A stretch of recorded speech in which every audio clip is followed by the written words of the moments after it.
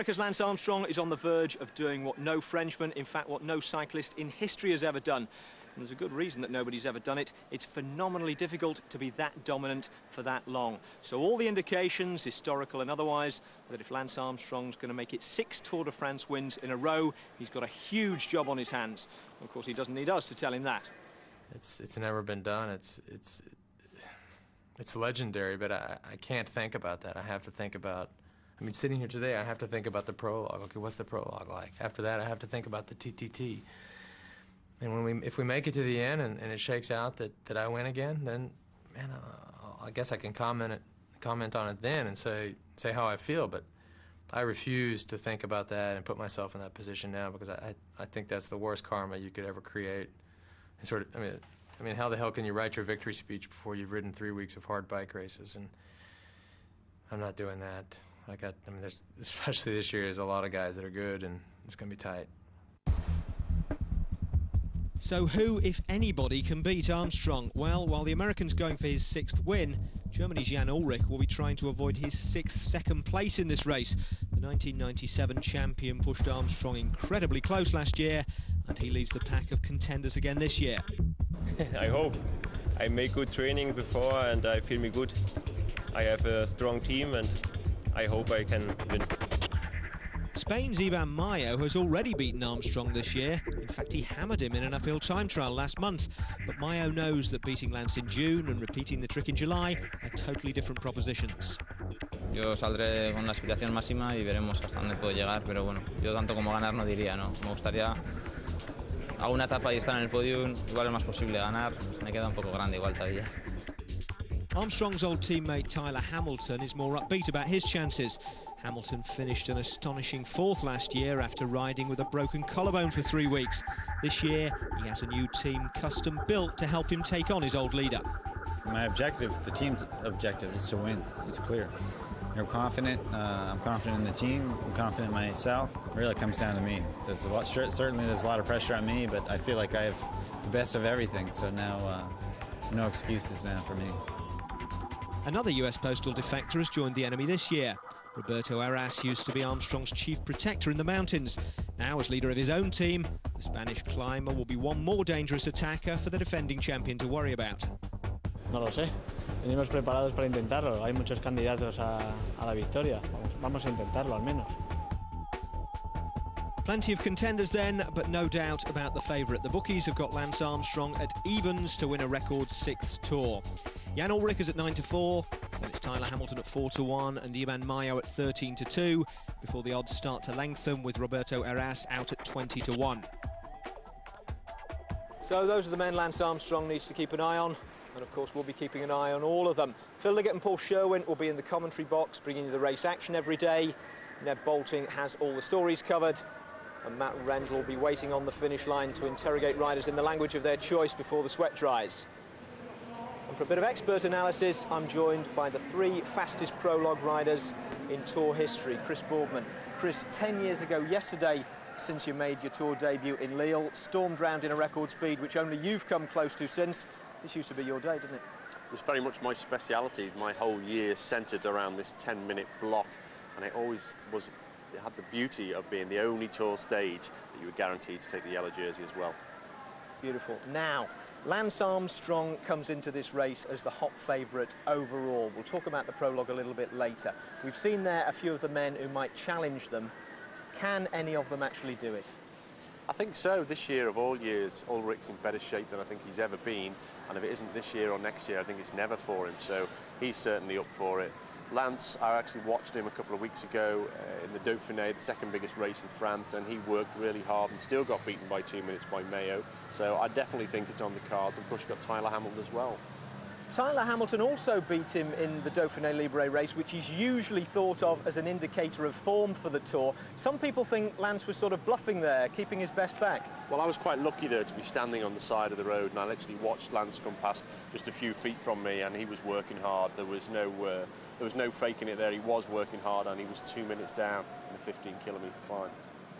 Jan Ullrich, you talked about being in good shape. That's crucial for Jan, isn't it? Because he sort of follows the Elvis Presley diet in the off-season and comes into form and condition very, very late. You think he's timed it right? He's got a very masochistic approach to training. He just seems to make it hard for himself every year. And I think this is the earliest he's been in condition, but not over the top. And as he's pointed out, he still thinks he's got some more to come. This is a 3-week race with the mountains at the end. So, yes, I think this could be Jan's year. All right, some dangerous contenders for Lance Armstrong. He does remain the favourite, though, and as the defending champion, he will be the last man to go in today's prologue. Let's have a look now at some of the start times of the men to look out for today. Well, the earliest of the prologue specialists to go is Australia's Bradley McGee, who won the opener last year. He's off at 8 minutes to 6.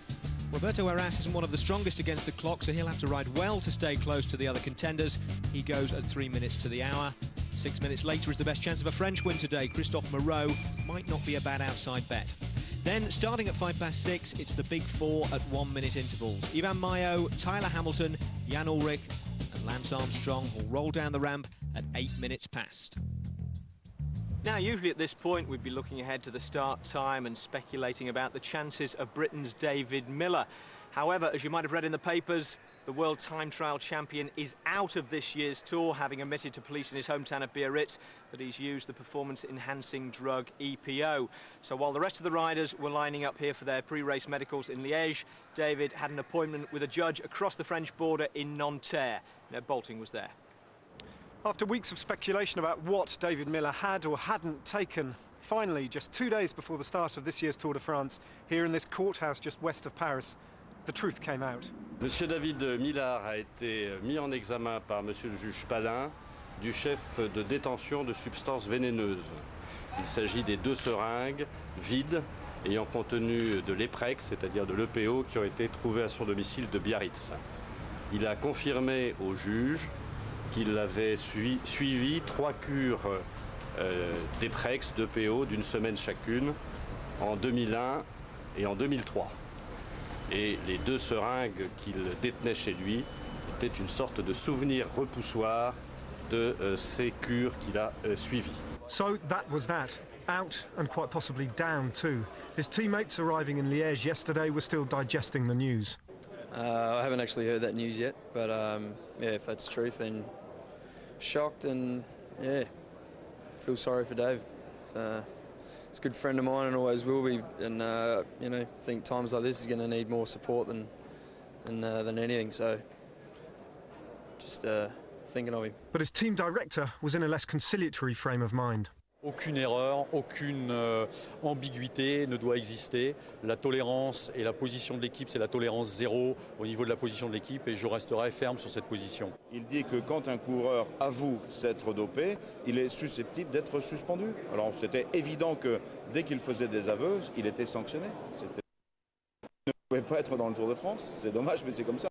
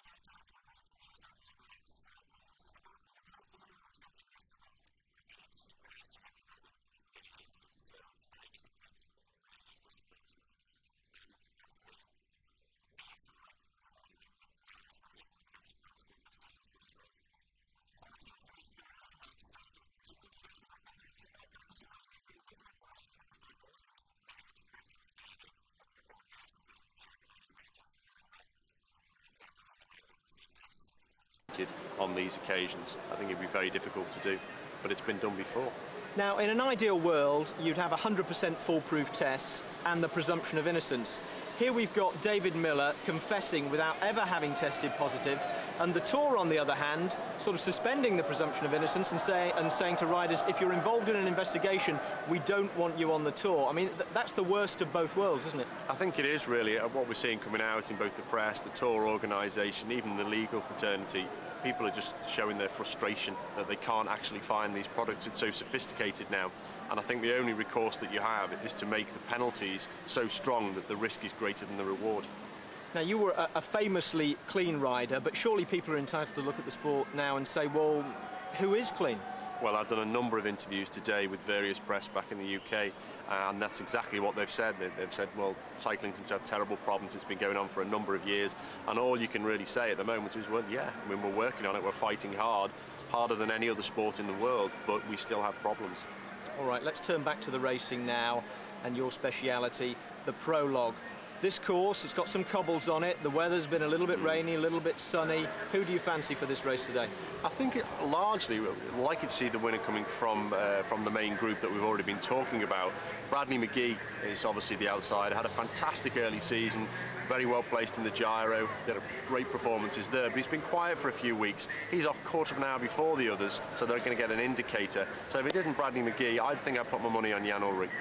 What about Armstrong? I mean, he's won the prologue twice in his 5 Tour wins. Absolutely, this is going to be a close one between those guys. Of course, again, Tyler Hamilton. But I think for pure power, Jan Ullrich, it's a good course for him. It's pan flat. A lot of similarities to Lille, where I actually set the record. So if it stays dry, maybe even see that go today. So a great race in prospect, and the first yellow jersey of the 2004 Tour up for grabs. Let's get over to the commentary box now and hear from Phil and Paul. Well, of course, the Miller affair is a great sadness to us all, and he'll be missed in the prologue time trial today, but there are plenty of riders in the prologue time trial to turn on the style. It's a wonderful atmosphere here in Liège because Belgium is the top cycling nation of the world, and the spectators really know their event. The Tour de France, Paul, the prologue, it's only 6 kilometres. How much effort will Lance Armstrong put in? Actually, I think he put in a fair effort because he liked to deliver a psychological blow to the men who think they can beat him this year, and especially, I think, Jan Ullrich. Armstrong will be very happy at the end of today's stage if he's in front of the big German. Now, everybody is saying that Jan Ullrich looking fitter and better than ever. He's been 5 times second. Is he likely to try today for the victory? Absolutely. He's a very good individual time trialist. He's on fine form this year. He has had absolutely no problems in his build-up to the Tour de France and the possibility of trying to beat Lance Armstrong. And last year, of course, the 100th year of the Tour de France, it was Bradley McGee of Australia who won. He's saying he can win again. I think he can. You know, last year he won the prologue by 0.8 of a second, just ahead of David Miller. He's already won the prologue this year of the Giro d'Italia. He says he's trained specifically for the mountains, but when you've got that kind of class at short distance efforts, the body never forgets that. What about the course? There is a strong wind blowing, quite a strong wind. It's a fairly technical course, but even so, it's the kind of course that men like Brad McGee can use the big gears, and we'll be seeing a very fast effort out here, probably approaching something like 53, 54 kilometres an hour. All right, well, this is our house for the next 3 weeks now of the Tour de France, and we hope you'll enjoy our coverage. Remember, you can email us, and we may even get time to answer some of your emails today. Here's the address. It's www.itv.com/Tour de France.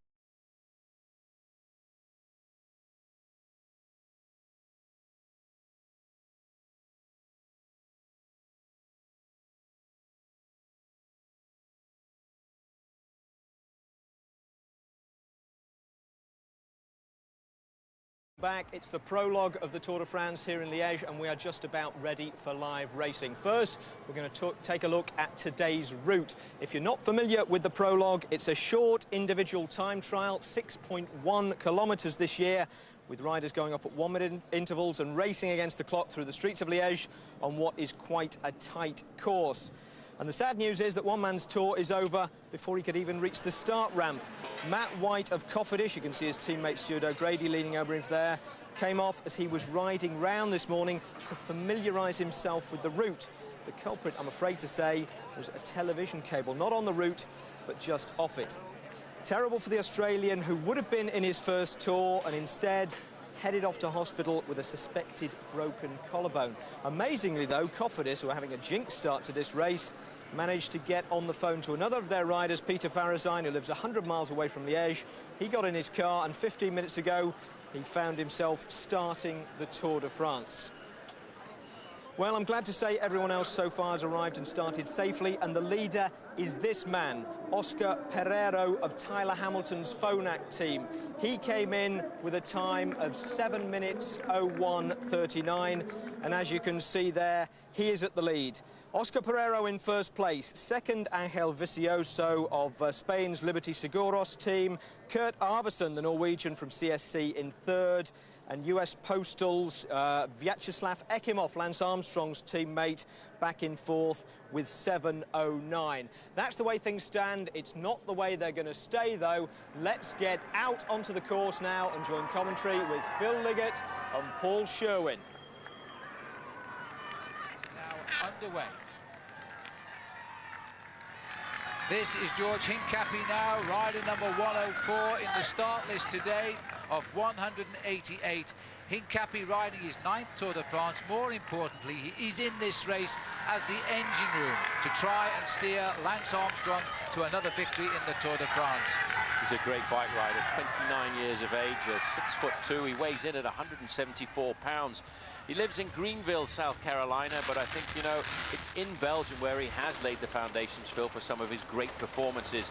And let's not forget that this year he was actually the winner of the 3 days of La Panna, which was just a couple of days before the Tour of Flanders. Just a reminder, still the leader in the finishing line is a first-timer in the Tour, Oscar Pereiro. He's in 7 minutes and 1 second ahead of the Spanish rider Vicioso. Just looking here at George Hincapie's style, it seems to me that many of these riders on US Postal Service have invested a lot of time and money over the last couple of months to get themselves into a very low aerodynamic position. You can see Hincapie's hands are a long way out in front of him here. That enables him to cut very dramatically through the wind, and he will like to go out, I think, this afternoon and set some time points for Lance Armstrong, who will be the last man to start. And Armstrong will get an idea from Hincapie just where the difficult parts of the course are, just where the wind is blustery, and just which corners are the corners that you cannot take at full speed. Filippo Simeoni, a teammate of Mario Cipollini, are about to roll down the starting gate. Mario Cipollini will start number 169 this afternoon at around about 11 minutes to 7 o'clock local time. So the riders continue to go down the start ramp here. This is Filippo Simeoni making his start. Domini Vacanzi, yes, they're in the Tour this year. You may recall last year there was a big controversy. They didn't get a ride. Cipollini wasn't here. Cipollini is here, and he looks quite sharp. We don't know how he's going to ride. He had a reasonable Tour of Italy till he crashed out of it, and he hasn't raced since. So we'll find out. He could be a man to challenge. In fact, he's been staying in the same village as we've been living in these past 2 days, and he's been out on his bike every day and taking his team with him. Always first man on the group. So I think he's taking this race quite seriously. Back to the images now of George Hincapie here out on the highway. Chance to follow this crowd line. No chance of going off course on this race, because the Belgians were actually starting to cram the barriers at 9 o'clock this morning for what has been a 4 p.m. afternoon start. That's a very good ride by Nicolas Jalabert at half distance there, just 5 seconds off the mark. The fastest time has been set by Angel Vicioso, a time of 3 minutes and 23 seconds. But you can just see now, if you look at the style here of Jalabert, he's starting to labour somewhat, as a lot of these early riders do, Phil. They go out to try and ride the course as fast as possible to give their leaders an indication of where the difficult points are. Now let's see what Kim Kirken has done here, because he is the new time trial champion of Luxembourg, which isn't very far away. He's almost a local rider here today. Big thing for him in his first Tour de France. He hasn't put that much effort in. 64th, 7:32.2, a long way behind Pereiro. You see, Paul, he's lost half a minute already before the Tour gets underway tomorrow. It's very easy to lose time if you get this event wrong this afternoon. The most important thing is to go out and look at the course in the morning, and then when you come into the starting ramp, you've got to have the engine hot. Most of these riders will have ridden for at least 1 hour before the start, and the last 15 or 20 minutes will have been spent on a stationary home trainer, a set of rollers, very much similar to the ones you can find in a gym. And the reason for that is so that you get onto the starting ramp and you're up to maximum speed immediately. Little chance to look at the low-profile position these riders gain on the bikes here. The bike's now strictly controlled by world rules. They can't just come out with these Superman positions in the past. That's why it looks rather cramped here for Nicolas Jalabert, because there is a distance reach limitation on the riders. So the world governing body of the opinion that it should be the rider who does the performance and not his streamlined bicycle. And the rider's now having to adapt to all of these special positions. Looking now at the Tour de France. Welcome back here to Liège, Belgium, at 3.8 miles in the prologue course. No change on the leaderboard. Oscar Pereiro, this is his teammate coming in at the moment. And this is going to be a reasonable time here for July Le Bourg. It's a very good time. He'll slip away just a little bit, I think.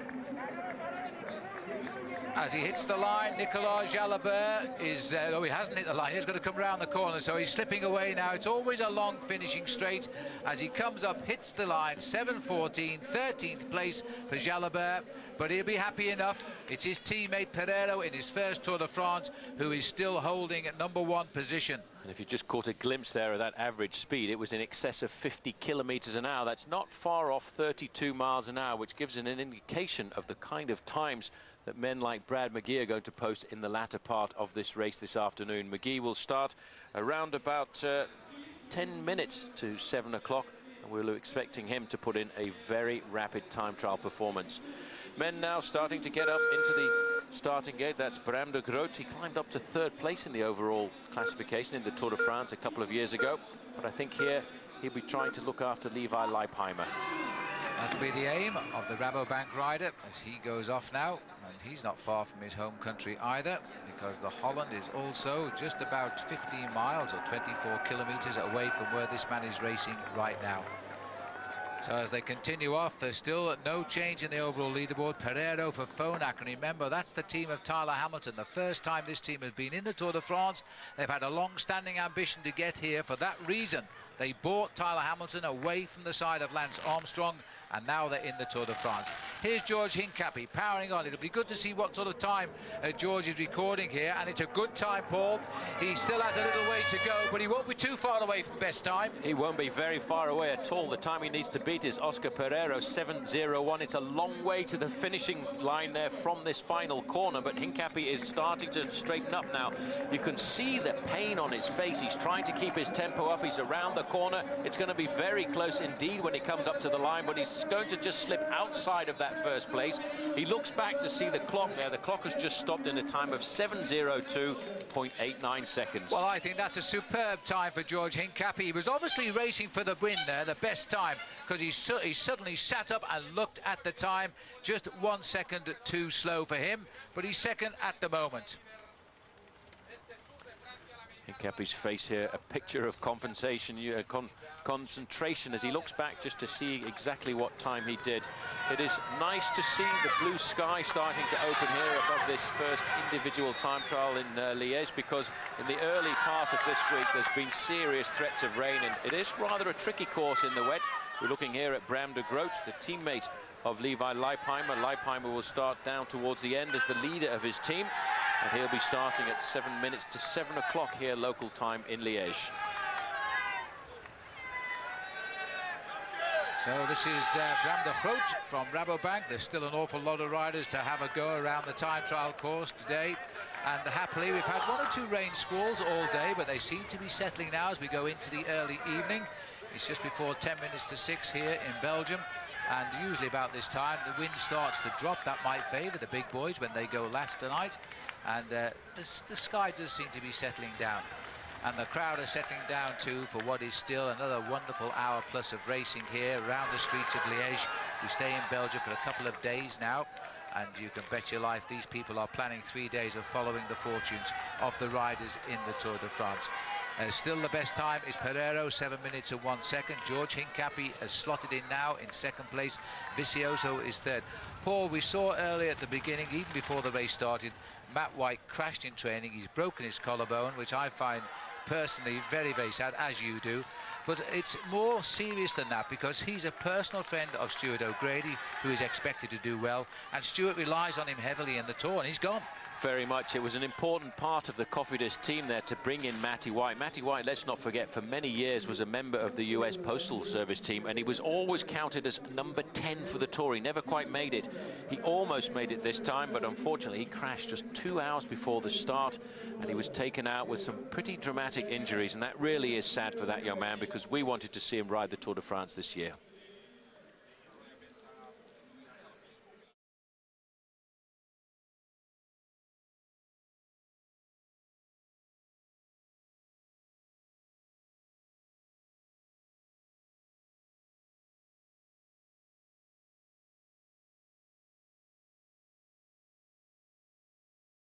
Welcome back to Liège. It's the prologue of the Tour de France, the first 6.1 kilometres of nearly 3,400. Before we go back to the action out on the road, let's take a look at what the riders have got in store for themselves over the next 22 days.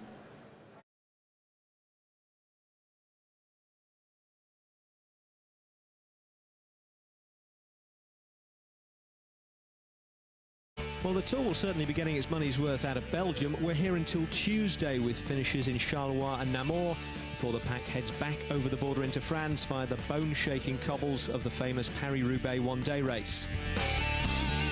There's a rule change in the team time trial this year, which may help some of Lance Armstrong's rivals. We'll have that for you on Wednesday. Then the sprinters will lead the pack on a high-speed chase cross-country all the way to the Atlantic coast. Week 2 starts with a plane journey to Limoges for the first of 2 rest days. And it's south through the vineyards, ignoring the free tasting signs, and into the Pyrenees. This is where the battle between the defending champion and the men who reckon they're strong enough to attack him will really start. The highlights will be consecutive mountain top finishes at La Mongie and Plateau de Beille, both stages that Armstrong has won before. We'll be live on Plateau de Beille on Saturday the 17th. After another day's rest, the riders head up to the Alps and the first individual time trial of the race. It's only 15 kilometres long. Those 15 kilometres are up the legendary climb of Alpe d'Huez. The Tour's most famous mountain has never been used for a time trial before, and this promises to be a classic stage. No sooner are the riders out of the Alps than they face the Tour's second individual time trial. The 55 kilometres against the clock around Besançon could well decide the race, and if they don't, then it'll have to be decided on the Champs-Élysées. Paris is still a long way for the moment, though. Let's have a look at the leaderboard. No change in the prologue. Oscar Pereiro of Phonak is still leading. George Hincapie second, and 2 US postals in the top 5. Vyacheslav Akimov at number 5. Just shooting out of the house there now, Patrice Algon. And they've got a hope here. Remember Dunkirk a couple of years ago? It was a teammate of Patrice Algon who won the stage then, and that was Christophe Moreau. And a lot of the French are saying that he might do the ride today that surprises everybody and gives him another prologue victory. Well, we'll see. But that's Algon who's now underway as we cut back here to Bobby Julich. I have a sneaking hunch that we might see Bobby Julich coming in with the best time shortly. Well, he looks good on the machine. He's nice and solid in the middle of those handlebars, keeping himself as aerodynamic as possible. Just going out onto the course. We'll get a time check at 3 kilometers. It's still the Spanish rider Angel Vicioso who's got the fastest time at 3.1 kilometers, a time of 3 minutes and 23 seconds. A serious beating of everybody else so far, but we are still waiting for some of the major specialists to come in. Vicioso, by the way, faded just a little bit towards the end. He crossed the line with the 3rd fastest time. Here we are, back with Paolo Bettini, the very popular Italian rider, popular here in Belgium because he races on a Belgian team, and they all know him because he's a man of the Ardennes. He has won at the Liège-Bastogne-Liège race here, and that is the big classic race, indeed the oldest one-day classic race in the world of cycling. It began in the mid-1800s, 1896, it actually, the mid-1890s, I should say, 1896 from memory. And it finishes, about 3 kilometers from where we're sat at the moment, isn't it? But in fact, it used to finish in this same boulevard when I was racing in the 1970s and 1980s, and since then it's been moved just a little bit away from the centre of town to the small suburb of Ans. And I think it's a much more difficult finish nowadays, a finish which was very good to David Rebellin in the early part of this season. Not really a time trial position here, looking at Paolo Bettini. He's much more the punchy style, the kind of rider who's a great aggressive bike rider. he will look for the smaller stages and the small climbs to try and get himself the possibility of a stage win. But he does need to put in a sterling performance on the opening day if he's got any dreams of trying to get himself the yellow jersey over the first week of racing. Well, the two-time winner of Liège-Bastogne-Liège coming up towards the line, just slipping a little way now out of the top 15. Well, he's coming up now to what is going to be a rather disappointing time for him. He's still looking at the time of Oscar Pereiro to beat, 7 minutes and 1 second. And he's going to fade well outside of the top 50 with that. You can see over the last few kilometers, it really is rather difficult. 7:31 for Paolo Bettini, but let's not forget, this is the man who won the World Cup last year and was second in the World Championships as well. And of course, this man has been a former national champion of Italy. Getting into the starting house now, Jose Enrique Gutierrez, a Spanish rider on the Phonak team, the same team as Tyler Hamilton, and he too is a very good individual time trialist. And this team, I think, are looking at the possibility of trying to win the Tour de France with Tyler Hamilton, and maybe looking to try and get themselves the first yellow jersey with this man, who is somewhat of a time trial specialist. Straight out of the saddle and up to maximum speed as quickly as possible. A lot of the riders you can see wearing aerodynamic helmets, and many of these helmets over the last couple of days have actually been examined by the race referees to have a look and see whether they conform to safety regulations. Over the past, a lot of these helmets, and you can see Bobby Julich there, was really pushing it too much. These bikes are not the most agile bikes at all. They're very difficult to maneuver in situations like this. Well, Paul, you saw that rock and roll then by Julich. I thought he completely misjudged that corner. These bikes are very difficult to maneuver, and he's obviously pushing himself quite hard. You can see by the fact that he's come through here with the second fastest time at 3.1 kilometers, just 2 seconds off the time set by Vicioso. But Bobby Julich is a good time trialist. He knows how to dose his effort, and that's how you win events like this. He's been out on the course right now for 5 minutes. He wants to beat the time of Oscar Pereiro, which is a time of 7:01.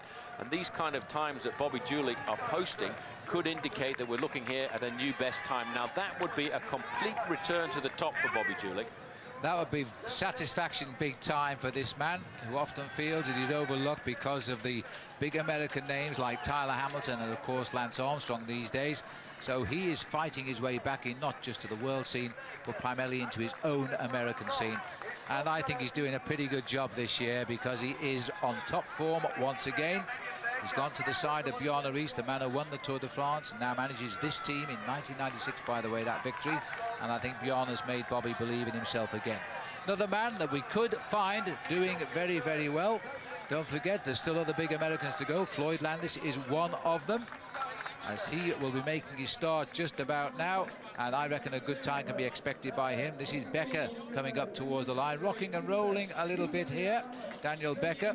But he is a good rider and a good time. 9th place, 7:10 for him. He is now, we've got 125 riders out on the course or have finished of the 188. But of course, Lance Armstrong, Jan Ullrich, Tyler Hamilton, Mayo, the big sprinter Pataki, they will be the last men to start today, and they could, even at that stage, deliver the time that decides the race. Here's the arrival now of Bobby Julich. He's going to be close. He's got to that point about the same time as George Hincapie did, who missed out by just a second to Pereiro.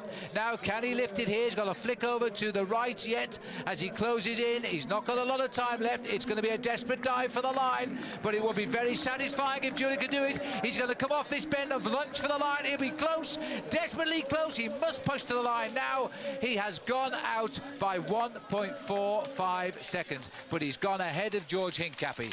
Very difficult the last half of this course, which is such a violent effort over 6 kilometers. Bobby Julich did look good out on the course. The top half of his body was rock solid on his machine. He was very aerodynamic. You could see the hands right in the middle of those handlebars, but the clock stopped just outside the time of Oscar Pereiro. It had to be that wobble, Paul. That cost him the race. It cost him a second. It cost him the lead.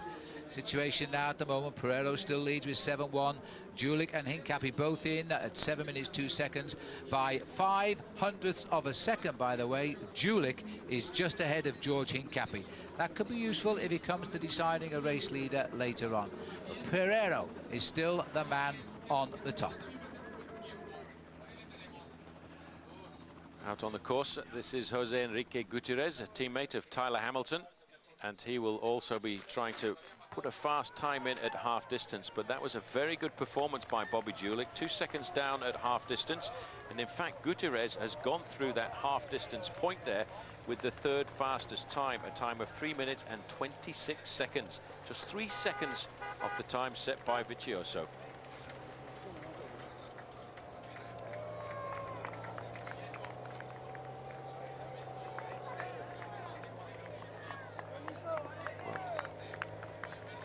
As the riders continue to take the corners here, and well, I'm rather sad to see Bobby Julich.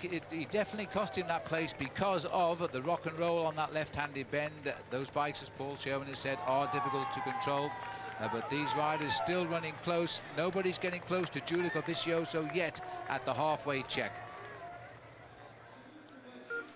Robbie McEwen in the start house now, wearing a new style helmet. A lot of change of design in helmets now. The safety becomes a big factor in cycle racing at this level.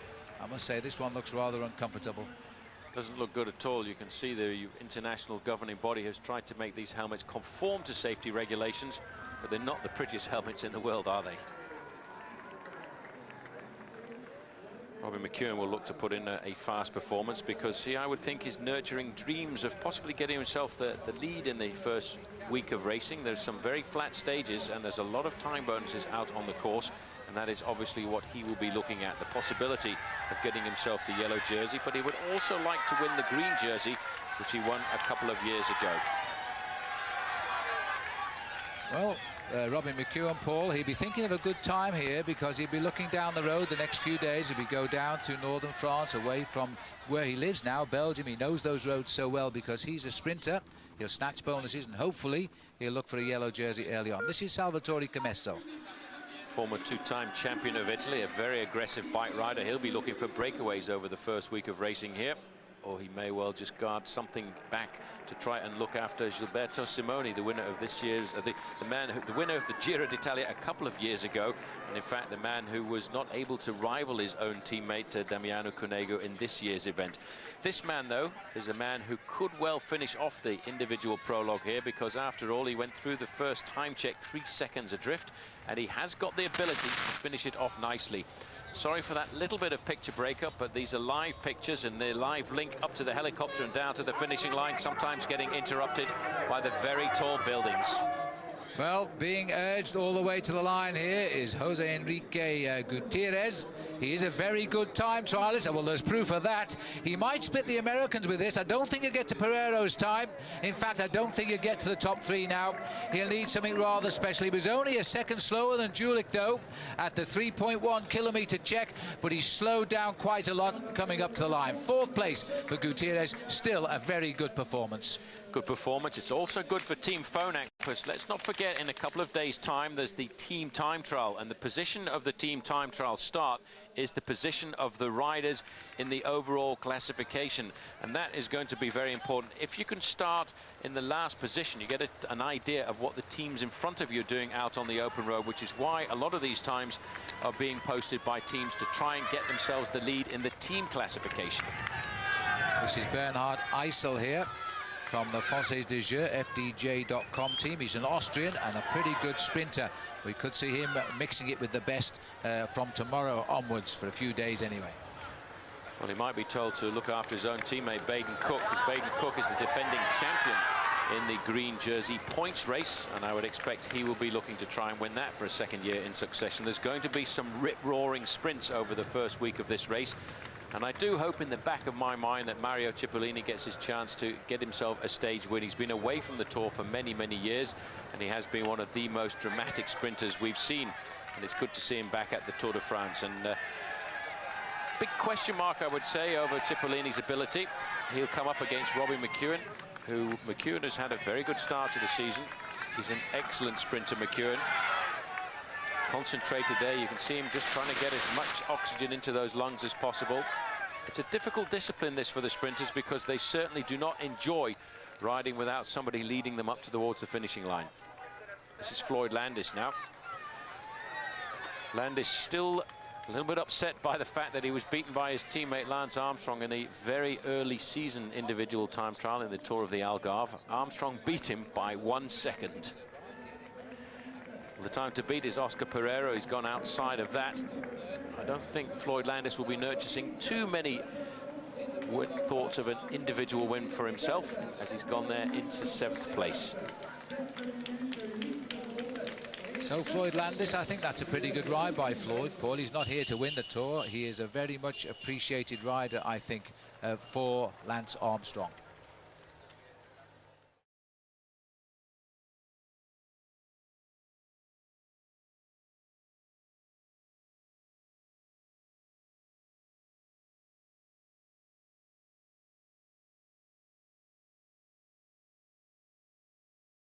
Welcome back live to Liège, where the business end of this prologue gets nearer and nearer. In a little bit under an hour from now, Lance Armstrong makes his 2004 Tour de France debut.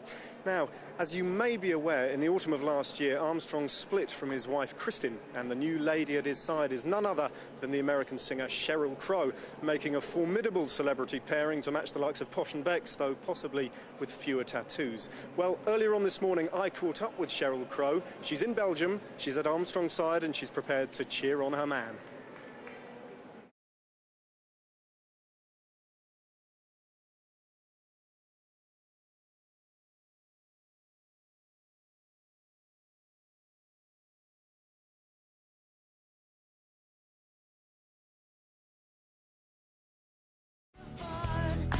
As a rule, you know, how do you find the whole sort of cycling circus and the media attention that Lance gets? I think cycling is like what rock and roll probably used to be like when the Stones were in their heyday. I mean, now rock and roll or music has become sort of, I mean, it's kind of silly, really. The personalities are, they kind of come and go, and careers are so much shorter. And even though the careers of cyclists are short, there's really a frenzy around them here. Obviously in the States, cycling is not nearly as big as it is here, but they're great personalities in the sport, and you really get to know who they are, and then you start following them like you do, or you would have your music idols. And people are very dedicated and very emotionally committed to their cyclist, and it's not dissimilar than probably what it used to be like.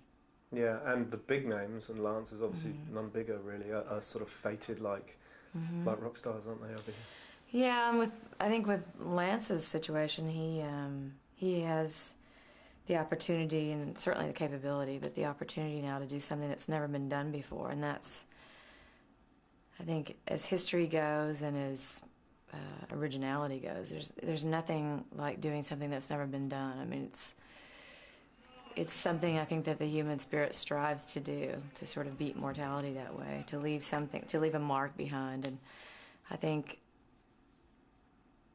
everybody really wants him to win, just to see someone do something that it has always been seen as the impossible. You know, you've had great cyclists before win 5, but this will really be history in the making. And if anybody can do it, it would be Lance. And I think also we've gotten the opportunity to watch Lance grow as a person through his career, and that's something we all relate to.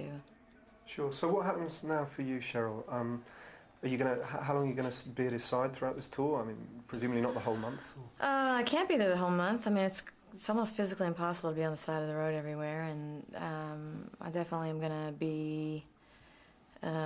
If I'm not there, I'll be watching it online, because I want to know what happens before the 2 hours that it gets picked up on TV. And I'm going to be around for the first 4 days, and then I'm going to come to some of the Pyrenees, and I'll be there for the last 6 days of the tour for sure. So. And are you, as a rule, a good watcher in the sense of, is your heart in your mouth all the time? Because I mean, you know, if it's anything like last year's tour, stuff's going to happen to Lance Armstrong. Yeah, I don't really know what to expect. I just know that he's very professional. If anybody knows how to handle himself on the bike, I think there's more to worry about with other riders who aren't as experienced as he is than what he's going to do. And also you have the elements of weather, like the cobble day, I think, is supposed to just pour. So yeah, I mean, I'm probably more nervous about it than he is. Well, out on the road, Australia's Michael Rogers has just gone down. The sprint has crashed. He is back up on his bike now. No change on the leaderboard, though. Oscar Pereira still leads. Let's get back out on the road. Well, I have to say that's rather sad that Michael Rogers crashed. That was where Bobby Julich almost dropped it as well. It cost him the race lead because he's in second place by a second. He lost all of that. That's a bit of a shock. Is it strange though, Paul? You know, the bike riders themselves, they ride races almost every day of their lives, but the Tour de France is such a special event. These early days in the Tour de France, even the preambles, they are so nervous and tense. So nervous and tense here. You can see Thomas Voeckler coming up. He's all over his machine here. He's had a brilliant season over the last couple of months, and he's now got himself the National French Championships. But I think I have to agree, Phil, Michael Rogers has been to the Olympic Games, he's been to the World Championships, but he said when he came to the start of the Tour de France last year, he did not know it was going to be quite so big. Now, this is the shop window of the sport, and the riders are on display 100% of their riding time. There's a camera everywhere. They are always under huge pressure. Let's go back down to the start house now, because this is a man who could win. A lot of people are tipping Fabian Cancellara as the likely winner of the prologue time trial today. Well, first timer, he's only a young man, and he's got a host of wins to his name already. Now's his chance. Well, he's national time trial champion of Switzerland, but I don't think he's had time to get himself the jersey made. He was 4th overall in the 3 days of Le Panne in the early part of the season. He is a star of the future, I would have to say. Just 23 years of age, but he's a man I think we'll see a lot more of as this race progresses. Back with Rogers, you can see he's back into his time trial position, but he won't be too happy with the time that he lost there. He's a long way down from winning this bike race, and that crash there has probably cost him a place in the top 10. Yes, I think it's not the stuffing out of him, quite frankly, now. He's got to find his rhythm, and he's got to try and get back into the action. I don't think we're going to see a top 10 finish for him right now, which is rather a shame. But there's a long way to go, Michael. Well, Michael Rogers picking his way through right now, and he will start to get just that little bit twitchy, especially when he's had a crash like that. You lose your nerve going into the next few corners, and it's very difficult to get yourself back up to top speed. But as you can see from the clock here, that indicates that this was going to be a very good time, because he's not far away from the top 10. Big face here on Michael Rogers now, but you see, Paul, we're right. He's slipping away from a top 20 finish here right now. This will be disappointing for Michael and for Mum. Well, he would have lost himself at least 15 to 20 seconds, and then getting himself back into the rhythm as well would have taken at least 1 kilometre. Plus, having had an accident like that, he would have lost his nerve in 1 or 2 of the corners, and I think he'll be disappointed with this time. Phil, 74th time, losing himself 28 seconds as well. Yes, that's very sad. Here's the fall for you. And watch the back wheel. He seemed to be out of the corner, and then all of a sudden he lost the back end of his bike. So I'm not too sure what the cause of that really was. He looked as though he was safe. This looks like the face of Oscar Sevilla. Baby-faced Oscar, who is now in the Tour de France, not as a likely winner, and we've talked about him as a likely winner in the past of races like the Tour of Spain, but here to help Tyler Hamilton, the American. And that's exactly why he's part of the team, because Sevilla is a great climber. David Moncoutier heading up towards the line as well. He's ticking over around the top 20 finish at the moment. But again, you'll be surprised once you get into this area how quickly those places drop. Look at that now. He's outside the top. Oh, he's in the top 30, just 7:18.52.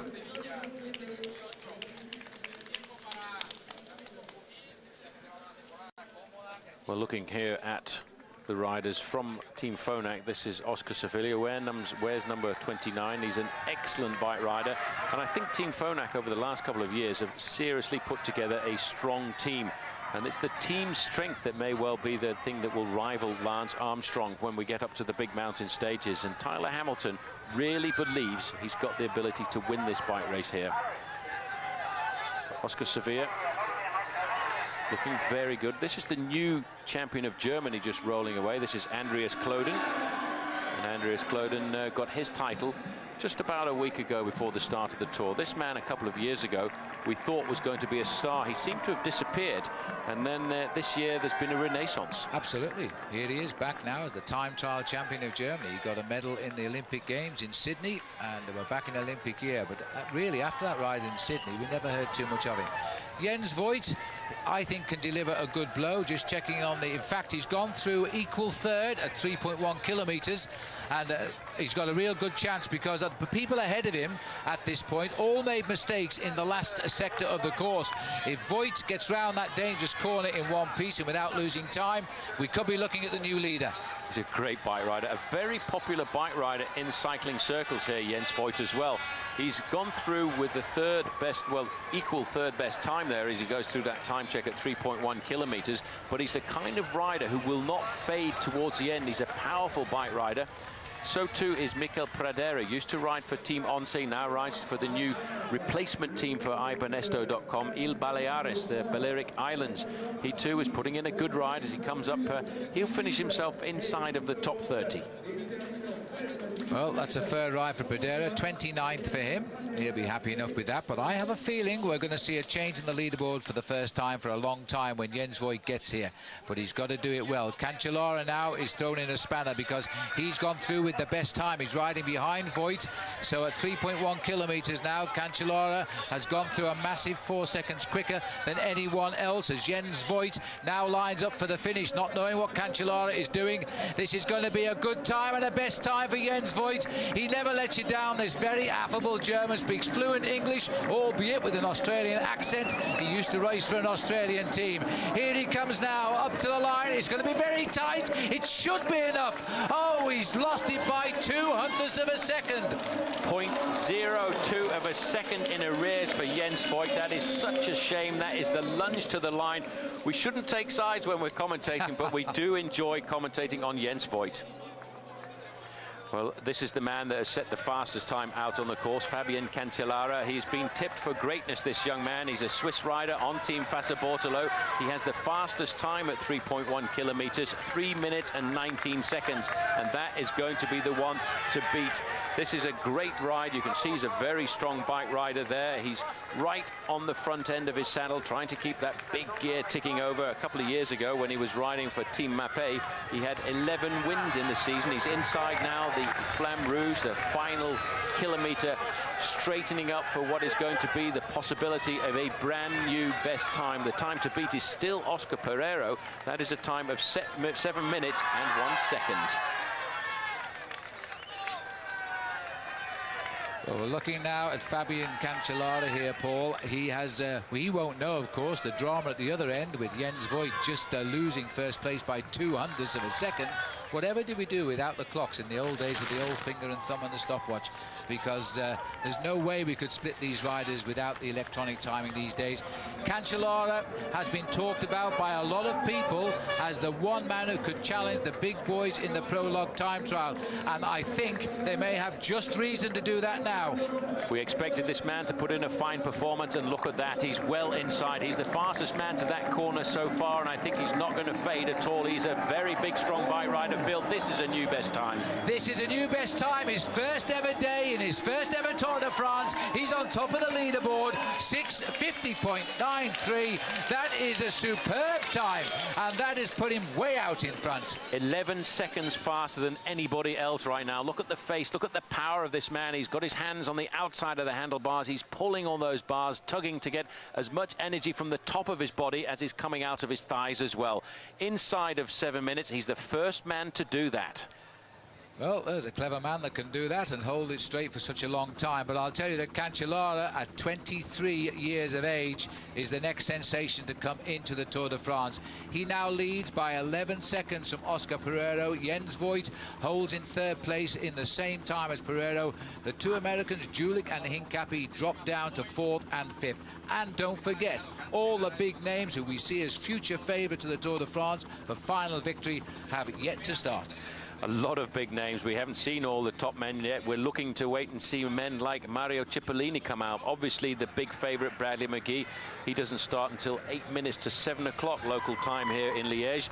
Out on the course, this is once again one of the teammates of Mario Cipollini, and he will be looking to try and see what he can do. This is Michele Scarponi, and he's the kind of rider who, for Domino Vacanze, could do a good ride in the overall classification after 3 weeks of racing. Scarponi is actually having a very good season, and I think he is the man for the long-term prospects of the team. Cipollini won't be thinking of winning the Tour de France, just the odd stage or two, but this year Scarponi's had 6 wins, and he finished second in the recently completed Tour of Austria behind T-Mobile's Cadel Evans, who incidentally wasn't selected for the race, and I'm not too sure about that as to why, but still the Australian not here. Yes, it's a pity Cadel Evans didn't make the split, but it's always very difficult when you ride for a top team in the world like T-Mobile. It all comes down to the final 9 places. We're looking here at Baden Cook. Where's number 163? This is the man who last year was the points winner of the Tour de France, just beating Robbie McEwen in the final sprint on the final day on the Champs-Élysées. He'll be looking for a fine form as well. Well, here we go, Paul. Oscar Sevilla swinging into the home straight. 7:16 for him. Not a great time, but a top 30 place at the moment. I think it's a good time for a man who is not reputedly a very good individual time trialist, but it indicates that everybody at Phonak is on form and ready to race.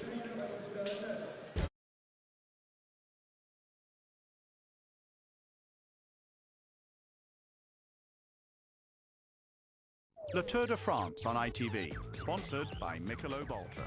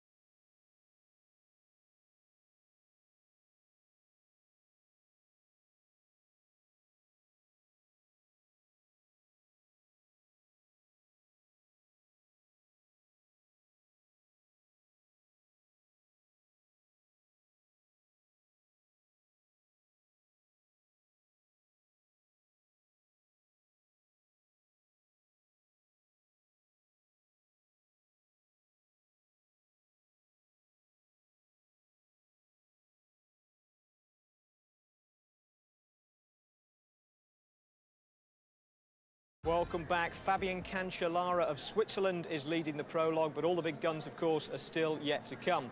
Now, as Lance Armstrong never tires of reminding us, it's not about the bike, but that doesn't stop the manufacturers spending millions on research and development to shave a seat tube here, and like Lance Armstrong is going to be contesting the prologue on. I think everyone's familiar with the shape that is a road bike. We have the drop handlebars, it's nice and light. But when we're going to ride against the clock, we need an altogether different machine. And if we're going to have a look at that, we may as well use one of the best bikes around, Lance Armstrong's. As you can see, this bike is a completely different shape to a road machine. It's got these funny bits that stick out at the front. The tubes are all shaped completely differently. And the whole point of this is aerodynamics. When you're riding against the clock on your own, your biggest enemy is the air around you.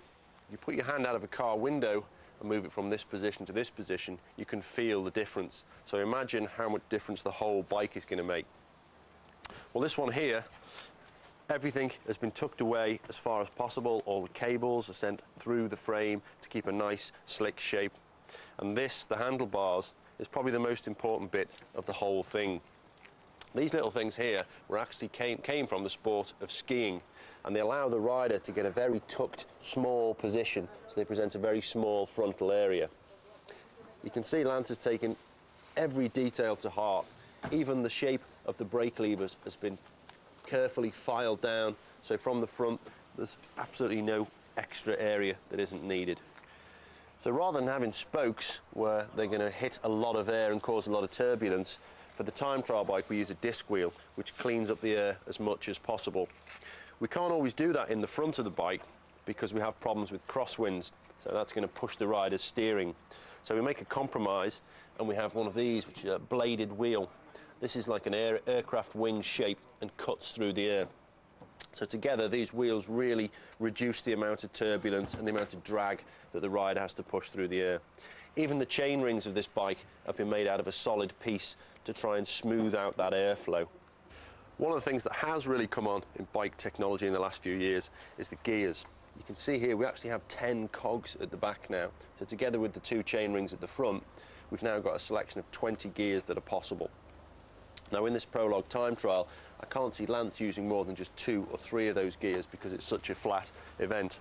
But that changes, of course, depending on which leg of the tour we're in. Well, it might not be all about the bike, but from what I can see, Lance is definitely leaving nothing to chance. Well, Lance is still to come, of course, but at the moment, Fabian Cancellara of Switzerland has 10 seconds on the rest of the field, with Pereiro, Voigt, Julich and Hincapie all bunched within a second. Let's get back out onto the road. Always a great moment of tension as the rider hears the clock counting down to leave the start house. Uwe Peschel, as he makes his start. This is Bogut riding his 9th Tour de France. He's won 2 stages in that career. He won at Aix-les-Bains in '96, La Plagne in the mountains 2 years ago. He's never won a time trial. He ain't going to win one today either, Paul. 36th. He's not. Funnily enough, the day that he won that stage to 1996 was when Lance Armstrong actually abandoned the Tour de France on that very rainy day on the road down into Aix-les-Bains. This is Didier Rousse, former champion of France.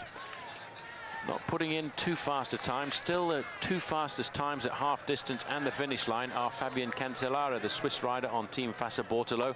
But this is, Phil, a brilliant crowd that's turned out here for the opening day of the Tour de France. It's a wonderful atmosphere. We expected it, though, because the Belgians are so good at knowing their sport of cycling. Fabian Cancellara, though, of Switzerland, a big pre-race favourite on many people's lips to win this prologue, has delivered the goods. He's the fastest finisher right now. He won't feel sure yet, though, because there are some very quick men to go in the last 10 riders to start. Round past the face of the town hall here, slightly uphill, but nothing to worry us too much.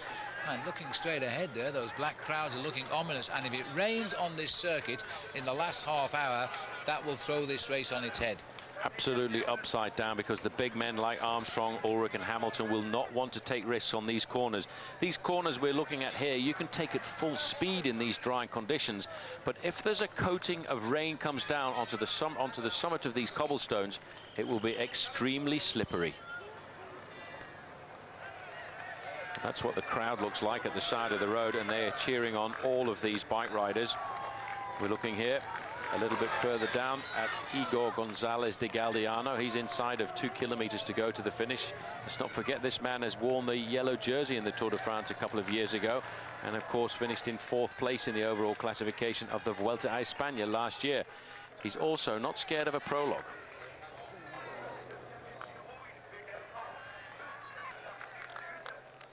Well, let's hope the rain doesn't come, Paul, as we continue now to watch the riders make the way around. This is Igor Gonzalez de Galdiano, just checking out. Well, he hasn't done anything spectacular through the 3.1 kilometer point. I think he's reached that now. He might just be approaching it, actually, because Veronka's gone through and he's 24 seconds down on the leaderboard, so he's not going to be too interested in that. Igor Gonzalez de Galdiano, I think that was, this is Tor Hushoff now in the start house. And he's won the time trial championship and the road race title of Norway in the last 10 days. Strong bike ride, had a very good start to the season. I'm not quite sure about the necklace round there. That might slow him down around 1 or 2 of the corners. But let's not forget as well, he won the opening stage of the Criterium International, Phil, and he finished 5th place overall as well.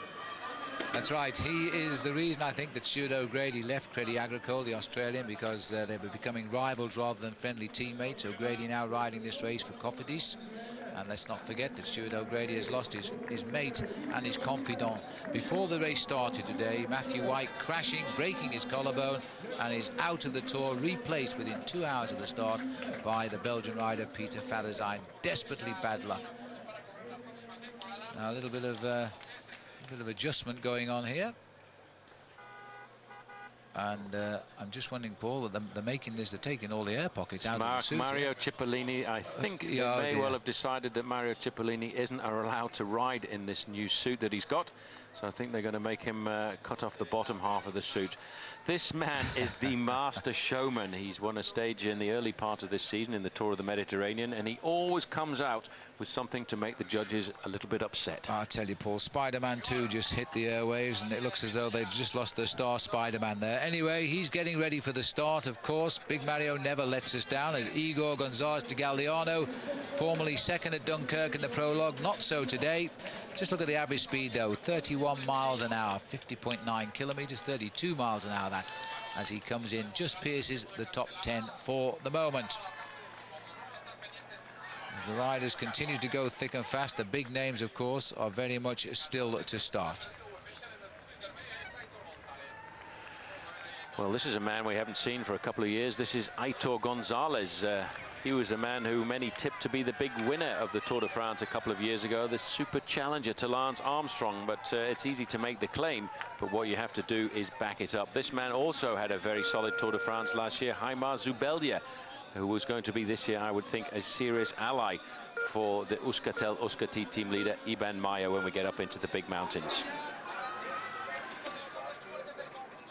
Finished 11th overall in the Vuelta a España, and not really all that comfortable when it comes to riding races like the individual prologues. But I'll tell you one thing, he's going out there very rapidly indeed out of the starting gate. As we go just a little bit further back and rejoin here Uwe Peschel, who rides for the team Gerolsteiner, a former national champion of Germany in the individual time trial, and I think a couple of years ago he finished 5th, and he was 3rd last year in the World Time Trial Championships. Well, Uwe has always been a good boy. He must be nearly as old as me now, Paul. He's been around an awful long time as a top time trial rider. I've seen him race for at least 12 years. Richard Virenque comes in, and nothing spectacular. 142nd out of the 152 finished so far.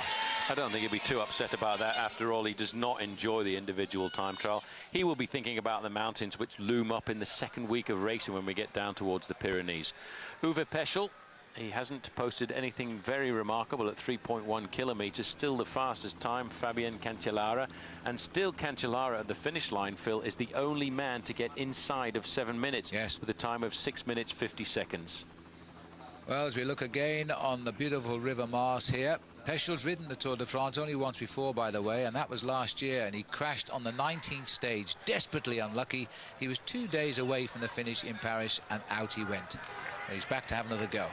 A tough race, the Tour. There is no forgiveness at all for an injury or an error out on the course, and any day. I remember a few years ago Sean Yates having an accident and having to abandon on the penultimate day of the Tour de France on the Saturday, and that was such a shame. To get so close to the Eiffel Tower and the Champs-Élysées It is a tough sport, and that's why the men who finish go away with some incredible stories. They do. Cycle racing is a sport that takes no prisoners, has no favourites, and as we now know with poor Matthew White of Australia crashing out 2 hours before he was due to ride the race, and it's been his ambition throughout his career to ride this event, and he still hasn't done it. The arrival then of Uwe Peschel.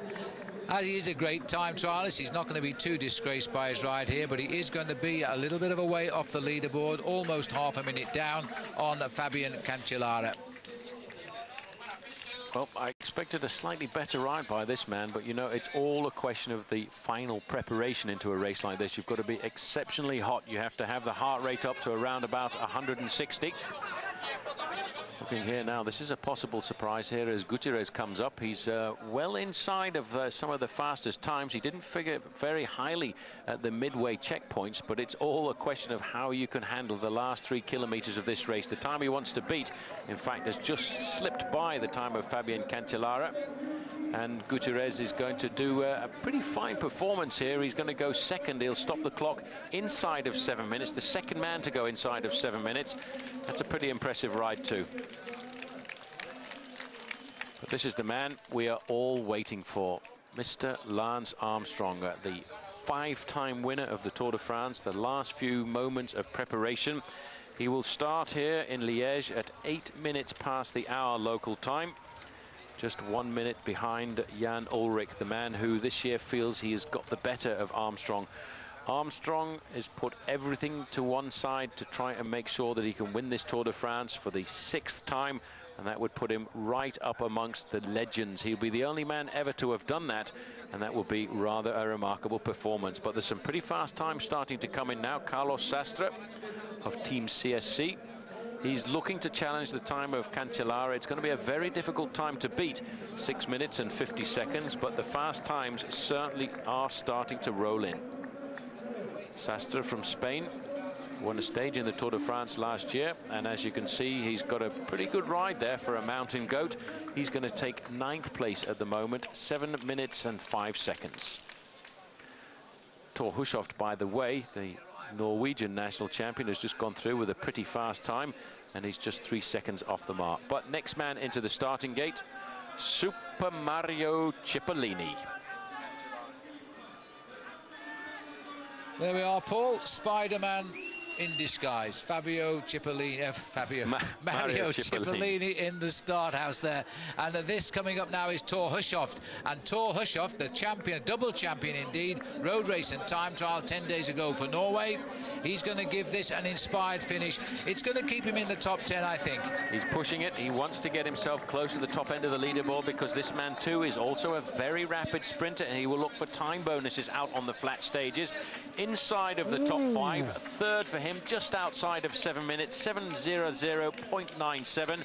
And I think that will be quite satisfactory for Crédit Agricole. I think he'd be absolutely delighted with that, Thor Hushovd. He's brought great form into the Tour de France. He's a little bit more than just a time trialist. He's a good road racing cyclist as well, and that is a very good performance for him. The racing now continues out on the course. Daniele Nardello is now launching his assault on the course. And he's a good all-round. You may remember a couple of years ago he had a bad crash on day 1, and he nursed that injured arm all the way around the Tour de France, but he flatly refused to abandon the race. They make them tough in cycle racing. This is Aitor Gonzalez. Now, he is a good time trialist. He hasn't always delivered the goods, but it looks as though he's going to run Cancellara close this time. Serious effort here. Don't forget, Cancellara is in with the best time. Gonzalez would like to take him off it. He won't do that now, but he still is going to get a good finish here. Gonzalez might have refound himself after a year in the doldrums as he drives up towards the line. See how quickly the time pushes you away from it, though, as a second makes a big difference in this prologue time trial this year. Desperately long way up to the line. 23rd place in the end for Aitor Gonzalez. Well, he really just needs to do something solid to get himself back up to the top of the sport of professional cycling. A couple of years ago, we thought he was the next man on the block, but since then, he's had a couple of difficult years, and he needs a good ride in the Tour de France this year to put himself back up amongst the greats. Still, Fabian Cancellara's time of 6 minutes and 50 seconds is the time to beat, but at least now there's another man gone inside of 7 minutes, and that was Gutierrez. This man, we know him exceptionally well from Italy, And this year, Gilberto Simoni, the former winner of the Giro d'Italia, will be looking to try and rival Lance Armstrong. Well, he got a face-saving stage win last year when things were looking a little bit bad for him after he'd won the Giro d'Italia. This year he got beat by his teammate in the Giro d'Italia. We'll see what he can do this time around. I think we might be surprised because Simoni, although 32 seems to be the magic age this year, he's also the same age as Lance Armstrong. I think he might be coming here on great form. Well, Jaime Zubelda hits the line, and that is a very, very disappointing time, Paul. 43rd place for him, when only last year he finished 3rd in this race. I'm very surprised. I think he too will be surprised by how he rode out there on the course, and a little bit of disappointment, I think, for the Euskaltel-Euskadi team. This man, though, you were talking about him before, Phil, Daniele Nardello. He's a tough bike rider. He did have that dramatic crash at the start of the Tour de France, but he's one of those riders who a team can always count on. He's always there, but this man was last year's winner of the prologue. Yes, now he's got 3 ambitions this year. He's achieved one, a top 10 finish in the Tour of Italy. Now it's to win the prologue and lead the race for a couple of days. Then it's to go and take a gold medal in Athens in the pursuit. Let's see how it goes. He's underway, Bradley McGee, from Australia, of course, as we now switch back down to the finish line here and see Gonzalez come in. Top 17 for him just now.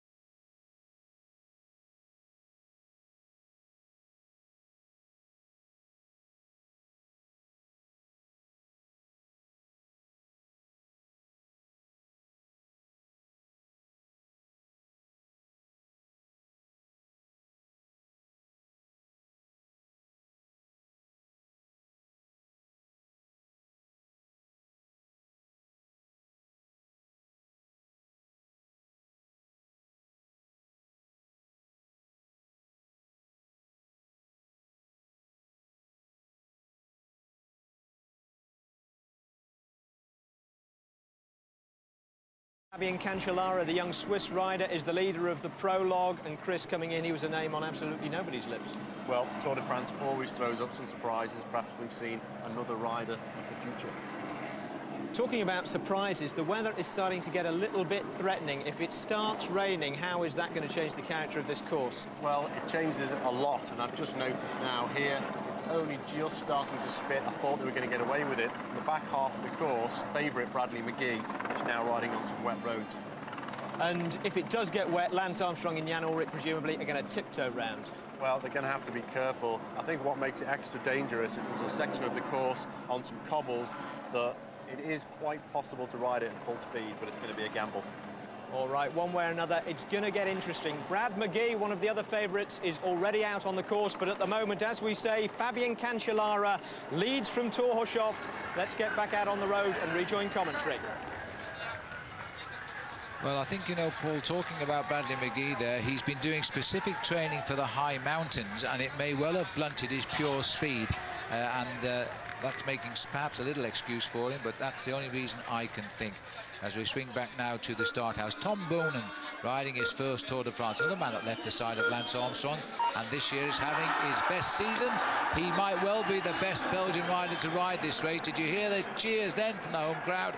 They can will this man on to a win before he leaves Belgium soil in 3 days' time. Huge effort now by Tom as he breaks into the Tour de France. The arrival of Simoni. Huge season for him as well. This is Simoni. He's a long way down, but we didn't expect him to ride all that well in the opening day prologue. He's a man much better suited to the big mountain passes. He'll have to be very quiet for 10 days and wait till we get down to the Pyrenees. He's not even managed to crack into the top 100. Simoni starts like he did last year after a successful venture in the Tour of Italy, so there's room for improvement. And the man that won last year in the centenary year of the Tour de France, he's close, but he's going to slip away, I think. It's a huge effort, though, by Bradley McGee. Young Cancellara might now start to think of himself as a prologue winner here, because McGee has gone out into second place. He's got to be quick. He's now third on the line. Last year's winner, 6:59.89, so McGee only third. Well, the rumour that he was sick overnight was obviously quite true. Apparently, he didn't go out training with his teammates this morning. He wanted to ride on pure class here this afternoon, but he just faded away. But he did put in still a pretty fine performance because he finished inside the top 3. So McGee fails this occasion to get into the winner's podium in a prologue time trial. He slots in third place, but there's still riders here who could dislodge him. As we now look out on course to Stuart O'Grady, and right now Stuart full of disappointment, having lost his friend and his rooming partner Matt White out before the Tour began with a crash while warming up on this course. Unbelievable. O'Grady looks very good here, ticking the pedals over very rapidly indeed, as Levi Leipheimer now looks as if he's going to threaten the top 10 places as well. He's not so good at the short, explosive efforts like this, but this man is certainly going to look at a top 5 finish in the Tour de France at the end of 3 weeks of racing. Look at that concentration. He stops the clock just outside of the top 10 in 11th place.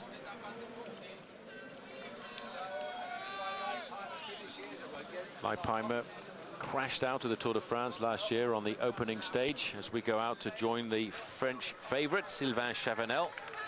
Chavanel, wearing number 121, is the leader of the Brioche La Boulangère team, a team that very unfortunately wasn't able to bring their man Yoshiba Belocchi to the start line.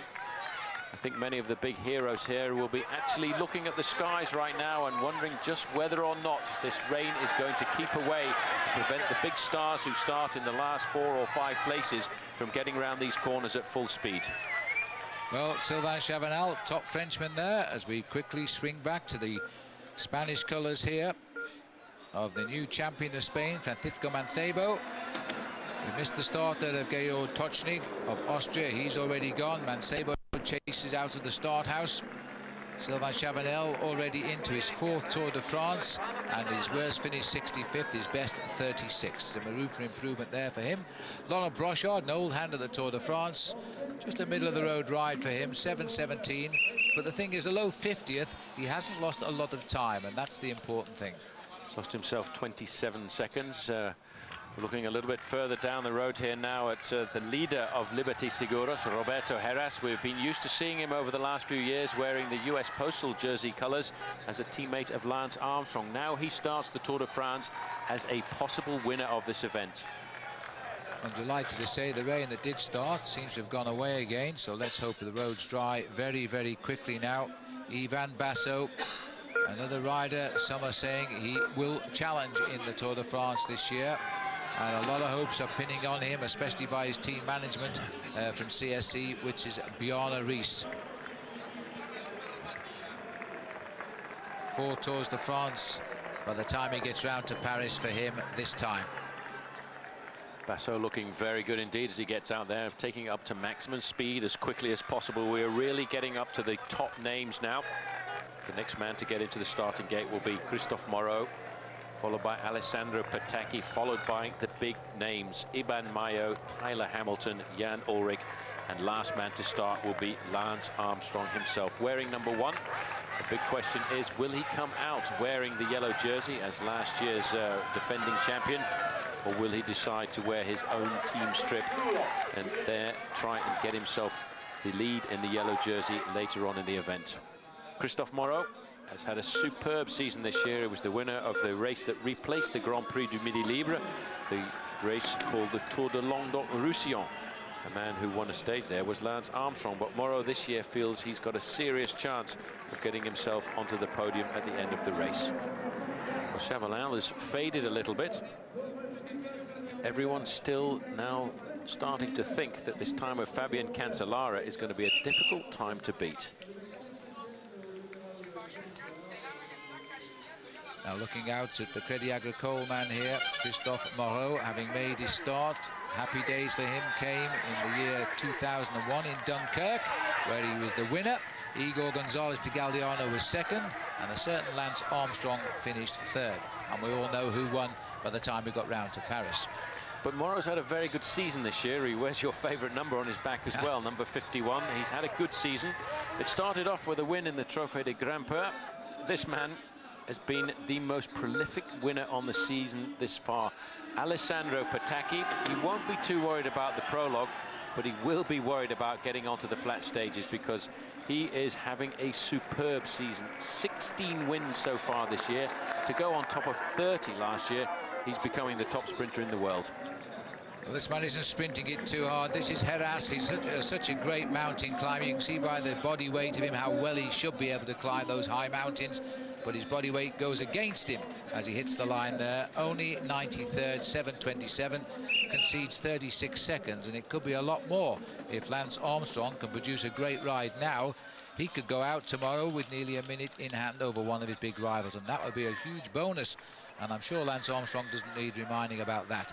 Looking in around the wheels of the Crédit Agricole team car here to Francis Moreau. As Paul has said, he is having a great season. This rider is having an equally great season. Iban Mayo this year, his best season in fact, and he is on form. Now, his one drawback to his all ability to ride in a big race is his ability to ride the time trial. He's won eight races this year, but I'm not so sure he can produce a great time trial yet. 26 years of age, he stands at 6 feet, and this year he won the Dauphiné Libre, and that was at the expense of, among others, Lance Armstrong and Tyler Hamilton. So he is on form. I'm just a little concerned he may have peaked too soon, but we're going to know shortly. Very difficult to keep the form from the early part of the season right through to the end of the Tour de France, and we all know that this last week of the Tour de France this year is going to be very difficult, with the individual time trial to the top of the Alpe d'Huez, followed up by a difficult alpine stage, as we get a chance to see a very happy, smiling Lance Armstrong going through the last few moments of preparation before he climbs up. And I think if you can hear the crowd there, Lance Armstrong too is pretty popular in Belgium. He is, you know. People try to say he isn't, but he is. He's absolutely adored in Belgium. There's the departure of Tyler Hamilton. He knows his team have ridden terrific today, especially with Oscar Pereiro, who still holds 5th place overall. Hamilton now gets the age advantage over Armstrong. He's 31 years of age, comes from Marblehead up there near Boston, and he won the Tour of Romandy, which is a great race in Italy, in Switzerland. He's won it for the past 2 years.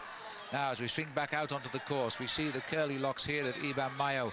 He tries now to find his rhythm. He will know at this stage, won't he, Paul, just how well he's going. You know after the first 500 metres how your body is reacting to the violence that you're putting on it through an individual prologue like this.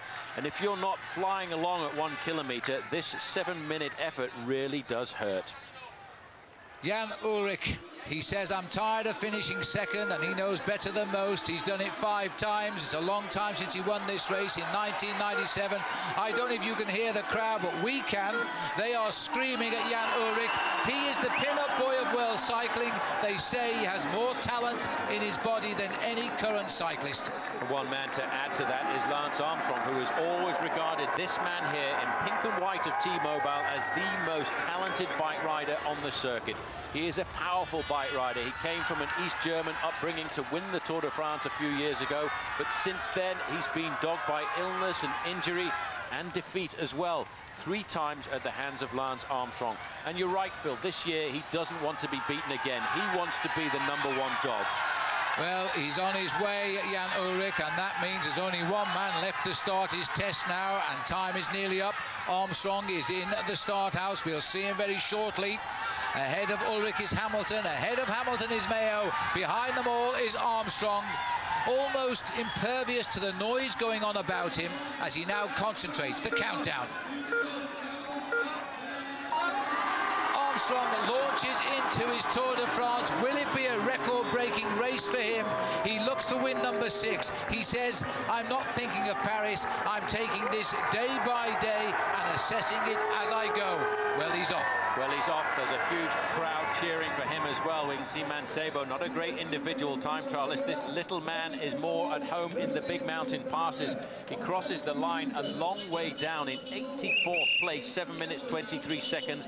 But the heads of state now, Phil, are out on the open road. Hamilton, Ullrich and Armstrong, for me, are the big names of the Tour de France this year. The question mark, I feel, is going to be Iban Mayo. Look at the powerhouse from Germany here. This man, those legs. Look at those muscles. Unbelievable. They're like pistons. They're huge muscles there that are pumping round these pedals. They're all to reach the 3.1 kilometre check at the moment, and that's where we'll get our first indication. But Mayo's there. Mayo's gone through 13 seconds off Cancellara's race time. Cancellara still looking set to win this prologue. Look at the comparison between the 2 riders. We've just got a glimpse there of the way they were pedaling. Ivan Basso, he's a man who I think can finish in the top 5, is coming into the finishing straight. Won't be too happy with this time. He's going to finish fairly close to 50th position, but more importantly, he's going to lose himself almost half a minute on Fabian Cancellara. 63rd place for Ivan Basso of Italy. Now the riders who we feel will be the big feature as the race goes on are coming.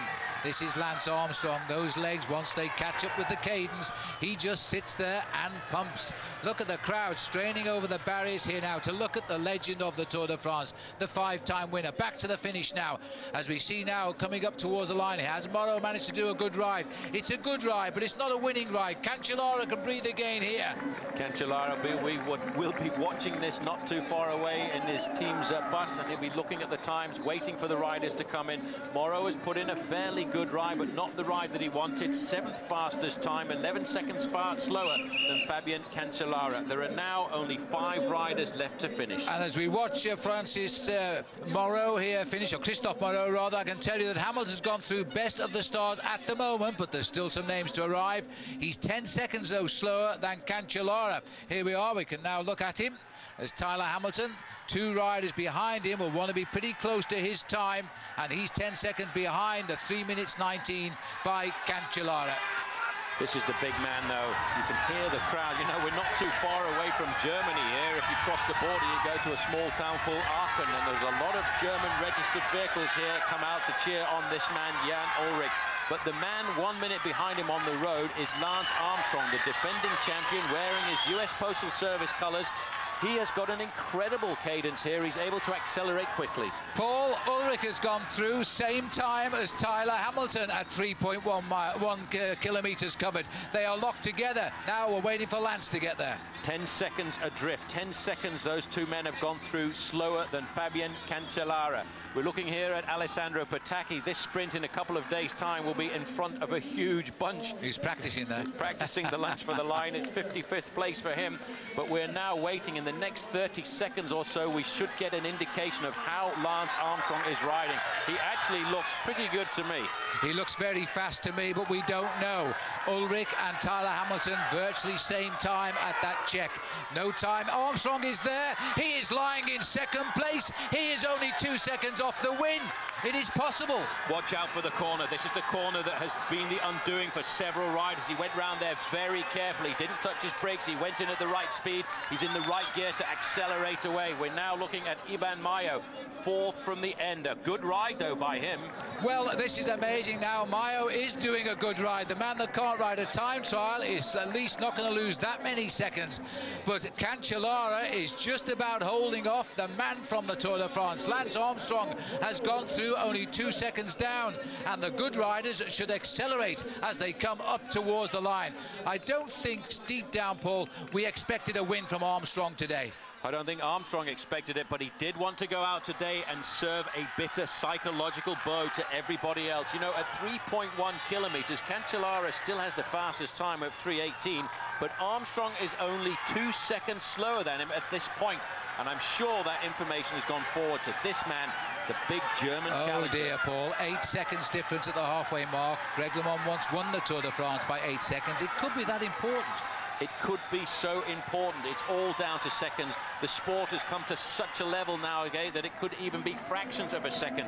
This man has the most ungainly time trial position and style in the world, but it's probably one of the most efficient. It is indeed, and Hamilton is not going to lose too much time. Nowhere near Cancellara's time, but only 17 seconds. It'll be rounded up to 18 seconds for the overall classification. That's not a lot. He won't be worried about that. He will be concerned about the form, though, being shown by Armstrong. 2 men left to finish. Number 11, the challenger. 6 times he's ridden the Tour de France, Phil. 6 times he's been onto the podium, never lower than second place in the overall classification. He dearly wants to beat this man, Lance Armstrong, who has been the dominator for the last 5 years in a row. In 6 miles, or 6 kilometres rather, of the Tour de France, we have already developed a great battle between these two terrific athletes. First and second in the Tour de France. 3 times Ulrich has finished second to Lance Armstrong. He's currently second in the time trial. He'll go back a little bit, but it shows you right now that Ulrich himself has continued to accelerate as he comes up to the line. It is not going to be a race-winning time, though. He's also just trying to conserve time here as Ulrich finishes 15th, just slightly better than Hamilton. Only one man now can beat Fabian Cancellara, who's not too far away from the finishing straight, and the man who can beat him is Lance Armstrong. The time he has to beat is 6 minutes, 50 seconds, 0.9. Armstrong is watching that clock tick over. Look at that face. The pain is going all through his body. It's telling him, please stop, please give me a break. But look at the time. Paul, it's unbelievable. This is a winning time. As he comes up to the line, Lance Armstrong, who won in Luxembourg in 2002, is going to throw down the gauntlet. You know, that book has made him a very, very angry man. As he races up to the line, he's going to have to sprint. It's going to be desperately close. He's missed it. As he hits the line, 1.65 seconds. Fabian Cancellara, in his first Tour de France, he's 23 years of age, has won the prologue. In the battle of psychology, Lance Armstrong wins that. He wins the first battle, but it's going to be a very long war, this 3-week event. Look at that face. Look at the man as he comes up to the line here. That is an absolutely superb ride, and he has, Phil, delivered a serious psychological blow to everybody else. He's announced to them that he is the strong man, but here is the winner. Oh. Here is the new yellow jersey, Fabian Cancellara, Phil, 23 years of age. I tell you, Paul, this is wonderful. He was born on March the 18th, 1981. He's been a professional since the year 2001. He was a sensational teenage star. He is now about to become a Tour de France stage winner at the very first day of his very first tour. You can't do better than that. He only recently won the National Time Trial Championship of Switzerland. So it's been rather a magical 10 days for Fabian Cancellara, and it was a tremendous time in the end. One of only 4 riders to beat the 7-minute barrier, and he was the best. Fabian Cancellara 2 seconds ahead of Lance Armstrong, 8 seconds ahead of Jose Enrique Gutierrez. Bradley McGee a long way down, not what he expected in 4th. In all his major rivals, but Fabian Cancellara, a young rider in his first tour from Switzerland, has beaten Lance Armstrong. He'll be the first yellow jersey of this year's tour, and we're going to take a break and be back to wrap it all up for you in a couple of minutes.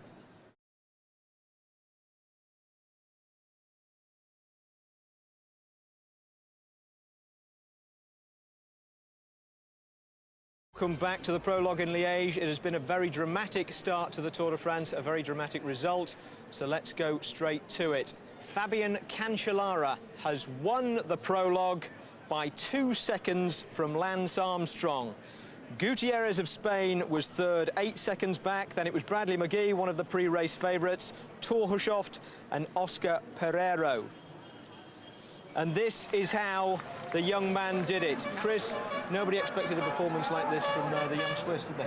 No, I think I'm going to get me coat now, Gary, because that was a result I don't think anybody could have predicted. Very, very curious. And that's the reason that we watch this race, because you get exciting things like this happening. I mean, from the look of him, he's looking pretty smooth there in the final stages. Well, we often see something new happen in the Tour de France, and I think we've probably just seen somebody for the future now. Cancellara, a long career ahead of him. He just won his first yellow jersey. And you know what this is like. You won the yellow jersey on your first day in the Tour. It's going to be pandemonium for him, isn't it? Yeah, it's a fantastic experience. And the nice thing about two nice things is, one, you take the jersey. It's the only stage you do. And two, is that nobody can take it away from you. You haven't even started the race, you've already got your award. Well, this man could eventually take it away from him. He looked like he was going to accelerate down that final straight and take the win, but just didn't quite have it. So different watching him and Ulrich. Armstrong presented what I would only describe as a controlled, aggressive ride. You know, he was very, very passionate there. He put everything into it, and he wasn't going to give in to the line. Ulrich, by contrast, looked almost sedate, almost disinterested.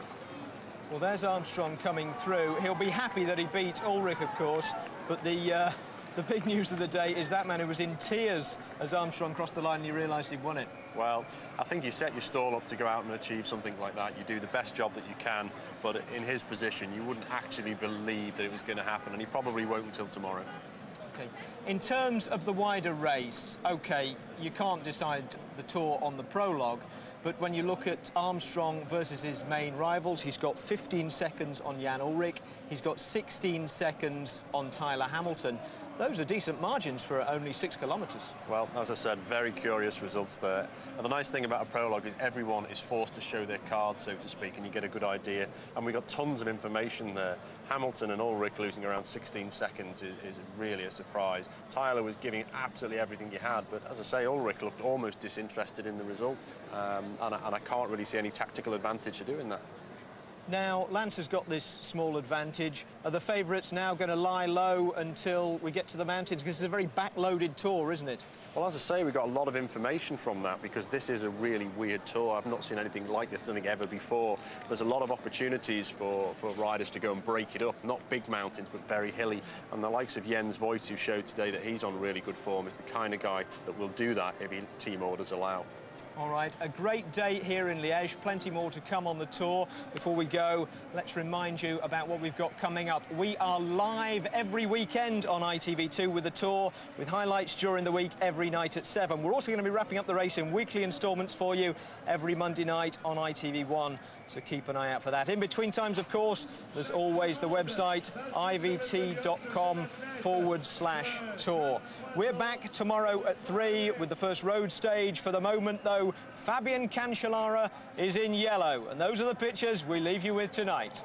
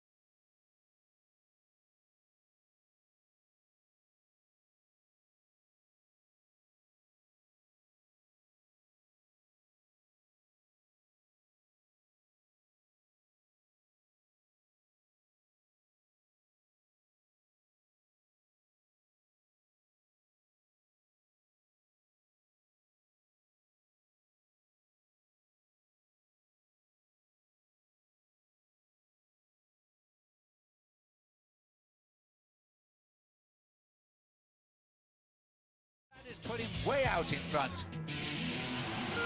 Jan Ullrich, he says, I'm tired of finishing second. I don't know if you can hear the crowd, but we can. They are screaming at Jan Ullrich. He is the pin-up boy of world cycling. They say he has more talent in his body than any current cyclist. This man has the most ungainly time trial position and style in the world, but it's probably one of the most efficient. Hamilton is not going to lose too much time, nowhere near Cancellara's time, only 17 seconds. Armstrong launches into his Tour de France. Will it be a record-breaking race for him? He looks for win number 6. Those legs, once they catch up with the cadence, he just sits there and pumps. He is lying in second place. He is only 2 seconds off the win. It is possible. As Ullrich finishes 15th, just slightly better than Hamilton. This is a winning time. As he comes up to the line, Lance Armstrong, who won in Luxembourg in 2002, is going to throw down the gauntlet. He's going to have to sprint. It's going to be desperately close. He's missed it. As he hits the line, 1.65 seconds.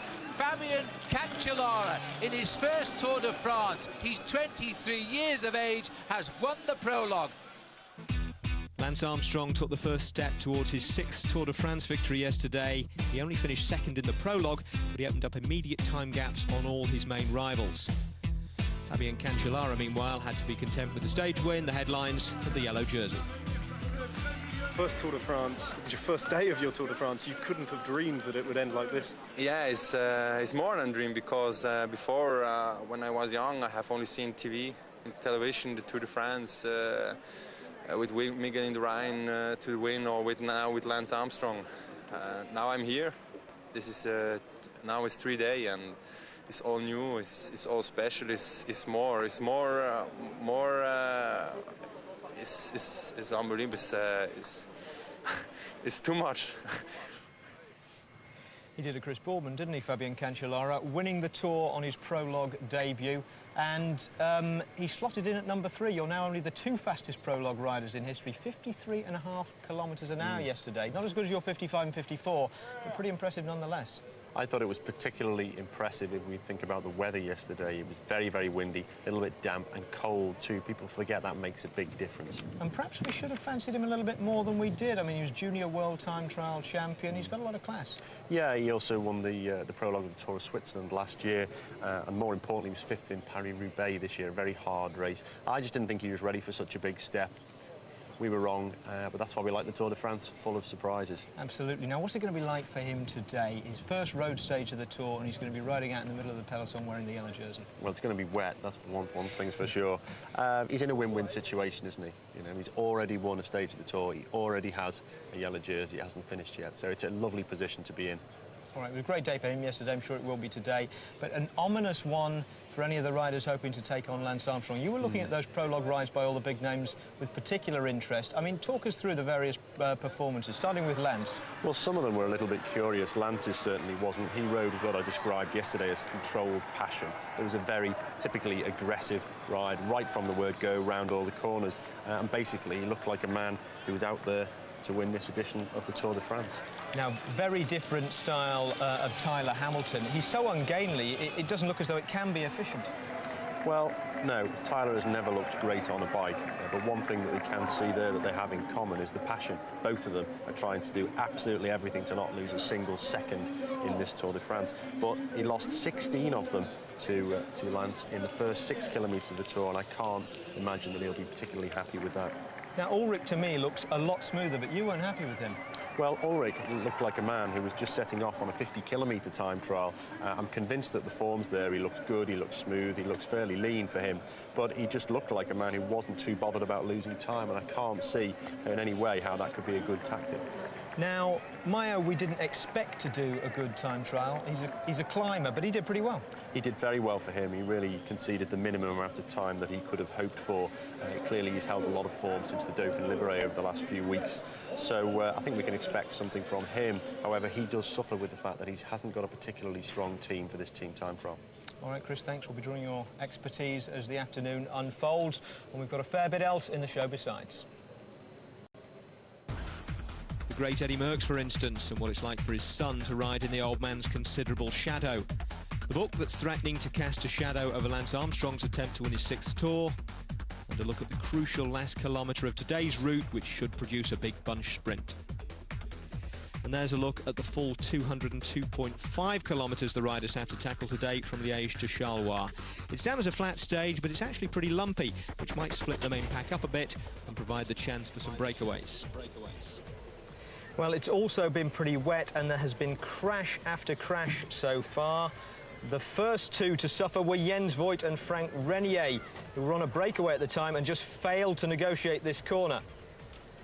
More painful, though, was Bernhard Eisel, the FDJ.com rider, who 1 minute was talking to his team car, then seemed to slip a little bit on the white lines in the middle of the road and clipped a wheel, and he went down.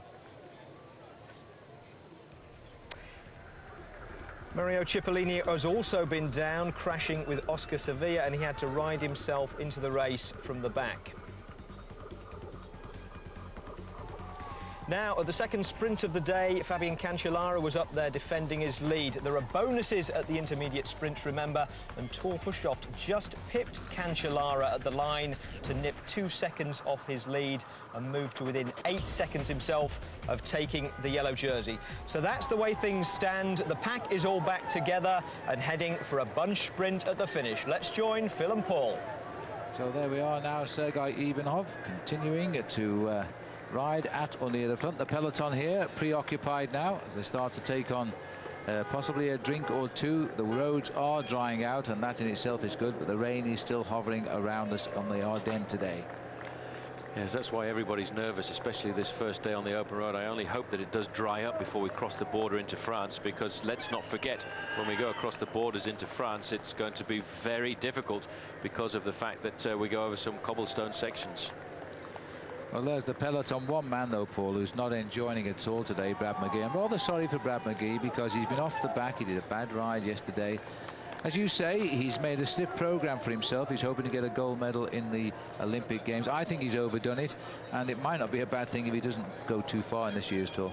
Well, I think he dug deep into his reserves much too heavily in the Giro d'Italia, because we were both very impressed by his performance in the big mountains, not only in the time trials, but in fact for a man who is looking at an Olympic gold medal in the team pursuit, or the individual pursuit, I should say, to push himself so hard over the big mountain passes, one day or another you've got to pay the bill for those efforts, and I think he might be paying that bill this afternoon. You could be right. Anyway, he's having a bad day in the saddle, that is for sure, but he's not alone.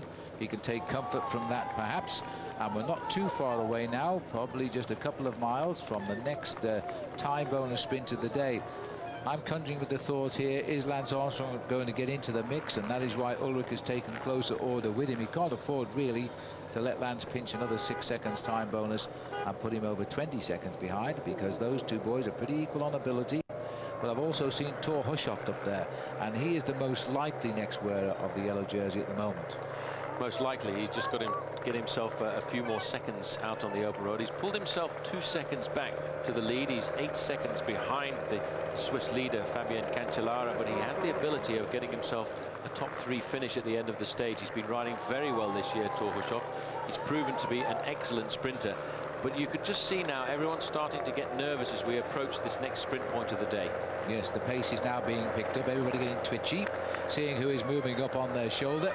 The Crédit Agricole boys, quite clearly, they're the teammates of Thor Hushovd, and they are looking to lead him out. Now, Thor is the rider just nipping in and out of the tail of those two boys in green in the white jersey, because he's wearing the colours of his country's champion, as he did the double just about 10 days ago and won both the time trial and the road race back home in Norway. And, you know, when you look down at your sleeves and you see you in your national champion colours, it does give you that added piece of bonus of feeling good, doesn't it? Big motivation to ride your national jersey in a race like the Tour de France. There are just 2 riders in front of him in the green and white jersey. Is the leader of the Crédit Agricole team, Christophe Moreau, and he may well be the man who will turn up the gas as we get down to the last kilometre or so, because it's a big opportunity for this French team here to try and get the lead in the first week of racing. Well, it'll be a terrific achievement if he does, and if he won, I think only 2 Norwegians ever to lead the Tour de France. I'm not absolutely sure, but I think Knut Knudsen once led the Tour de France. You've got the. All right, well, let's pass on that one. You've got the jump on me there, Phil. I know he led the Giro d'Italia on many occasions. He was an excellent time trialist, but I'm not sure of his Tour de France performances over the years. But Hushoff, certainly, we've seen him at both ends of the classification. There's Armstrong in the middle of the pack in the green jersey, not riding too far away from his former lieutenant, Roberto Heras, who has now jumped ship and leads and captains the Liberty Seguros team of Spain. Yes, there's such a great depth of field here this year, and that's why everybody is optimistic about a great Tour de France, and I think we're going to have one. It's been full of stories already. We're only on day 2 and stage 1. As we look at the whole field. Yeah, we'll see a Sear moving forward there as well in the red and white jerseys. There is going to be a battle in the next few kilometres for the time bonus sprint, because Jens Voigt has already got himself some bonus points out on the course. Thor Hushoft is a very good sprinter from the green and white jerseys there of Crédit Agricole. He, in fact, is in a different coloured jersey. He's in 4th position there in that line of Crédit Agricole riders, and he will be looking to try and get himself that little bit closer to the lead. It's always like this in the first week of racing at the Tour de France. The battle is for seconds. And then all of a sudden, once we get to the big mountains, the battle is for minutes. Now, when you see the riders go occasionally out of focus, it's not the skill of our cameraman, by the way. It is the exhaust fumes coming from the helicopter. So don't adjust your sets. But we're looking now at a good lead out here for Hushoft. He is 8 seconds, I think it is, Paul, off the possible yellow jersey at the moment. And so he needs these. There's the 1 kilometre sign. This is the view from the back. And one man I didn't see, but I presume he must be there, is in fact Tom Boonen, because you've got the blue and white jerseys there of David Monquis. There's the white jersey. That is Tom Boonen. He's up in 5th place now. He's not too far behind, and he will battle over the next couple of days to try and get himself the lead as well. Looks like Zanini leading them out here as well, and Boonen is the rider 4th in the wheel, and Boonen is the one man all of Belgium are hoping will give them a stage win before they say goodbye to the country tomorrow as we move into Belgium for the start of next week. As we come to 500 metres, now they're trying to lead out Boonen, but the yellow jersey is in the way as well. As Boonen starts to make the move, the yellow jersey is right on his wheel here. There's the lead out by all the quick-step boys. No sign of anybody else getting in on this. As Boonen now looks to have set this up, he's going to take on Cancellara. A big effort by Tom Boonen, this one, as he looks like he might get 6 seconds. Watch out for the rest of the riders, though, because here comes Cancellara. And I think Boonen may have gone too soon here. He's going to be pipped on the backstead. He's trying to get in. I think Cancellara got it. I think Cancellara got it. He may well. That's a photo. We've got to go back and look at the photo there, because Cancellara looked to be failing. Let's have a look at it from this angle. There you can see the white jersey of Tom Boonen in the middle, being challenged by the Cofidis rider, but it's the lunge for the line there, and it, in fact, I think Cancellara got himself I would second go for place. Cancellara. I think he was second, but it's very close. Oh, you're going for second? Much more accurate to see from the side view, but it was very close. Well, I think that was Jimmy Casper who is taking the sprint out. It doesn't really matter as far as the bonuses go, but Cancellara was best of the rest. That is significant.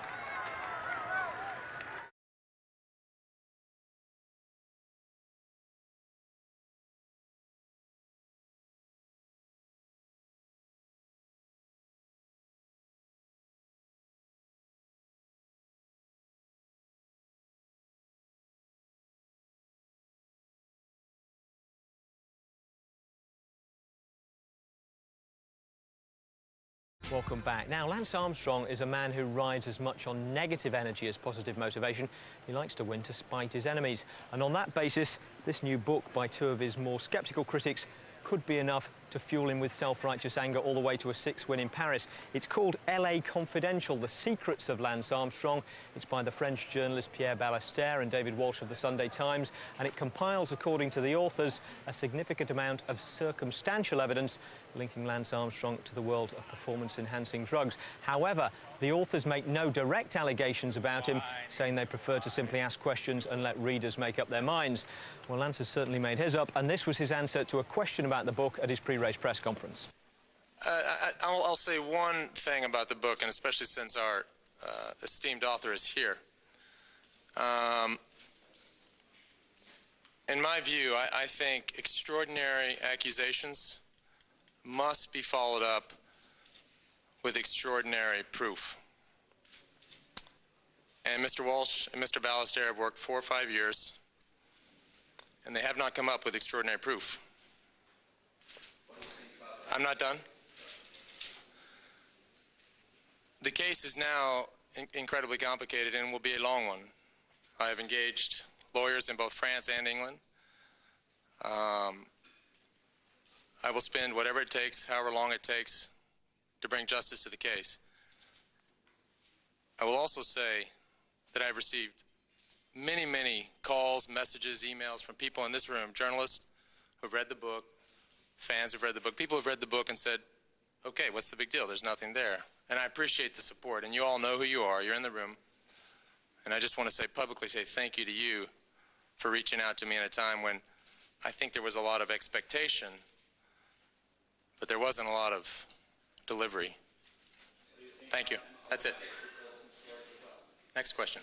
Well, suffice it to say that the next question was not about the book, which incidentally is only available in French at the moment. Whether there's ever an English edition, I think will be as much a legal decision as a commercial one. What's not in doubt, though, is that Lance Armstrong is absolutely furious about this book, and on past form, that is all going to come out on the bike. All right, let's rejoin the race now on the road to Charleroi with Phil and Paul.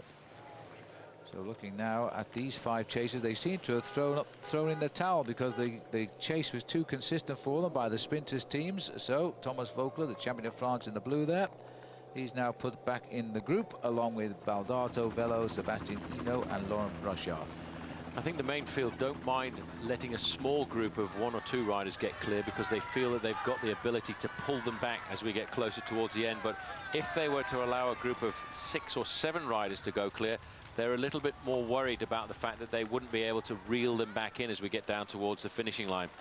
This man, in fact, won a stage in the Tour de France last year in a 2-man breakaway, and that was up against Fabio Sacchi, and it was quite amazing because if you remember back to that occasion, with about 1 kilometre to go, they shook hands and then they sprinted in a drag strip finish, yes. And it was quite remarkable because it was a very close finish, and Jakob Piel got himself across the line in first place. Yeah, great victory. Everybody wants to win a stage of the Tour de France, of course. Not many riders get the opportunity. But these 2 boys, as you see, 35 seconds is the gap now, so they're just edging away, but the sprinters might feel they've got this under control. About 26 miles from the finish is the moment, and 2 good workhorses here, 2 strong, experienced men, Jakob Piel and 12-time Tour rider Mark Wouters, who last year finished the Tour 115th, but he's not in the Tour to win it. He's in to help his team do well, and if he gets the chance, grab a stage. He's done it once before in Antwerp in 2001, and that's Belgium, of course. He'd love to do the same again here on this visit through Belgium. Yeah, and on that occasion, he actually got himself the yellow jersey at the same time, and that stole the chance away from Stuart O'Grady. These 2 riders now are building up and working very well together. They're holding on to around about 30 seconds over the front end of the main field, and they will both work well together. Jakob Piel, by the way, the CSC rider, is a very cunning bike rider, and a couple of years ago actually won himself a big World Cup Classic, and that was on the roads into Paris Tours. There's a nice shot of the whole of the US Postal team as they tell us 41 kilometers to go, 25.5 miles. Green jersey, strangely enough, on the shoulders of Lance Armstrong, and I'm trying to rack my brains here, Phil, and remember whether or not Lance Armstrong has worn the green jersey in the Tour de France before, and yes, of course he did. It was in 2000 when he finished 2nd in the opening day time trial to David Miller. Yeah, how can you forget that, Paul? Yes, and that Lance Armstrong, by the way, in his 10 tours, this is his 10th, has won 16 individual stages, if we're going to start throwing all these statistics out just now. There's the split in the peloton as they go both sides of the road. The roads, of course, throughout the Tour de France, closed for many, many hours, totally closed. Nobody goes on them unless you are a pedestrian awaiting the arrival of the event. It really does stop the world through each district it passes through. And in the mountains this year, where they are expecting predominantly in the Alps, many, many, many thousands of people that we may even be counting in the millions, and that is no exaggeration. They are talking of closing the roads up to 40 hours before. So if you're planning on spectating in the Alps, you must think of getting in there before the riders start before the police rather start shutting down the roads. Almost certainly, if you want to get a place, you definitely need to get there 2 or 3 days before. These 2 riders, they're not thinking about the Alps at all right now. All they're thinking about is building up an advantage over the front end of the main field. There was Roberto Heras riding very close to the front. Daniele Nardello is nice and comfortably at the front end of the main field, and so is his leader, Jan Ullrich, being very attentive on this opening road stage. Word coming to us. 1 minute is the gap now. They are continuing to move ahead at a crucial stage of the race. Main field keeping themselves together. I think they will just monitor that advantage, although it's gone up to 1 minute quite quickly. I think with the fact that we're still 40 kilometers to go to the finish, we could very well see a good organization from the teams of the sprinters, of which there are a lot in this year's race, pulling the race all back together towards the end. You see here, as soon as you get into a situation like this, you start to find the body heating up. Once you've been cruising along at a slightly slower speed, you feel the wind cutting through the racing jerseys, but these two men here, Phil, are at absolute full effort. Well, it's sort of the old and the not quite so old here with these two riders, but they certainly have what it takes in as much that they have the experience, and Mark Wouters here, the most experienced of them all. And that's why he was put in the Rabobank team, purely for his experience, because Mark now is not going to be a lot longer as a top pro bike rider. He's currently just 36 years of age, or 35 I think he is at the moment. So he's getting towards the end of his career, but he's had some wonderful rides to remember. He was once the time trial champion of Belgium, by the way. He's had his stage win in the Tour de France, and he's finished 4th in the Classic Paris-Roubaix, which he did last year. So he is a class act, believe me. He's also twice been the time trial champion. Road race champion as well a couple of years ago as well, if I remember correctly. But I think the important thing about this man here is he's had a long and illustrious career. In fact, he turned professional back in 1991. That's a sight for sore eyes when you see the blackboard man come up alongside the breakaway, and it indicates 1 minute. As long as the time gap is starting to go up, you certainly do feel confident. Well, another chance for Jakob Piel. He spent enough time with the boys. Two riders in front, as we said. He was in front with a mate, Fabio Sacchi, an Italian last time, and he managed to win that day. They'll have to work very hard, though. The American Day at Muir, 10th and 11th of July, and there's the old Texas sign up there. I wonder, Lance Armstrong so far has made a great start to his Tour de France. He's won the psychological battle yesterday in the prologue. The peloton, though, are going to have to fight to bring back these two riders, I think, because they are two men with the ability, and there aren't many, to hold off this field today. There's a nice picture of the US Postal Service. Just peeping into the picture there is Vyacheslav Ekimov, and he is the rider we think with the most Tour de France's under his belt. So David Bramati just having a quick word with Vyacheslav Ekimov there. And there is the yellow jersey, comfortably a little bit further back in the main field. Fabio Cancellara, 23 years of age.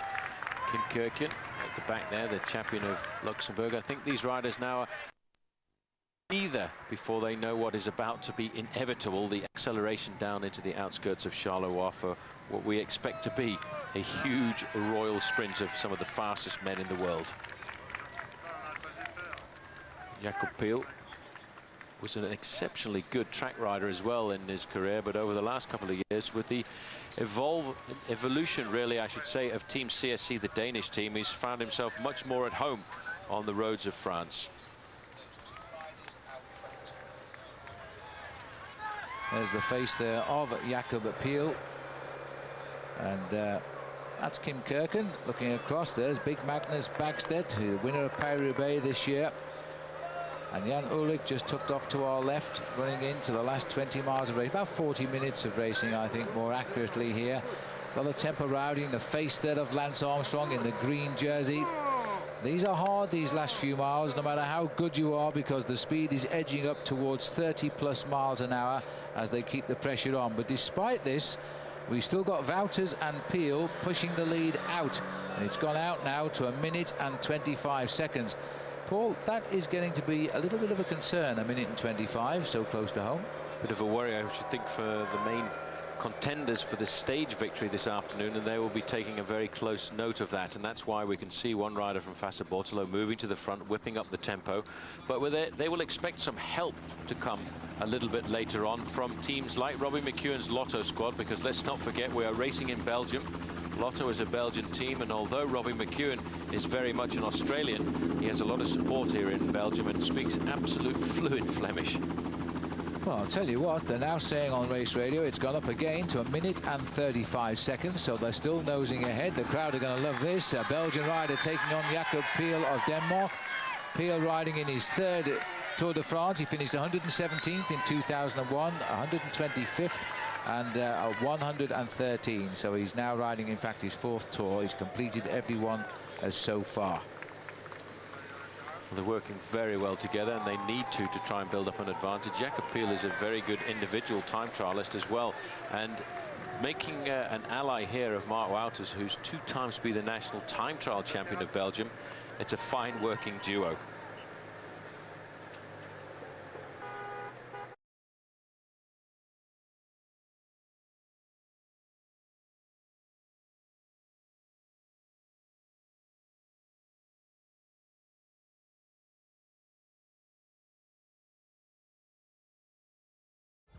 Welcome back live to Charleroi, where a 2-man breakaway, including Belgium's Mark Wouters, pursued by the peloton, are hurtling towards their destination. Now, we're right here in the very heartland of Belgian cycling, and the heritage is all around us. In fact, if you take France out of the equation, Belgium has produced more Tour de France winners than any other country. It's amazing what a bowl of moule and a plate of fruit does for the constitution. And they can also lay claim to arguably the biggest brand name in the whole of the bike game. Merckx. Hard to spell, hard to beat. We English love to insist that Hercule Poirot aside, he's the only famous Belgian, but ask most of the Belgian population and, to be frank, they probably agree with you. A serial winner of the Tour in the 1960s and 1970s, 5 times he carried the yellow jersey home. A climber, a time trialist, he had no weaknesses.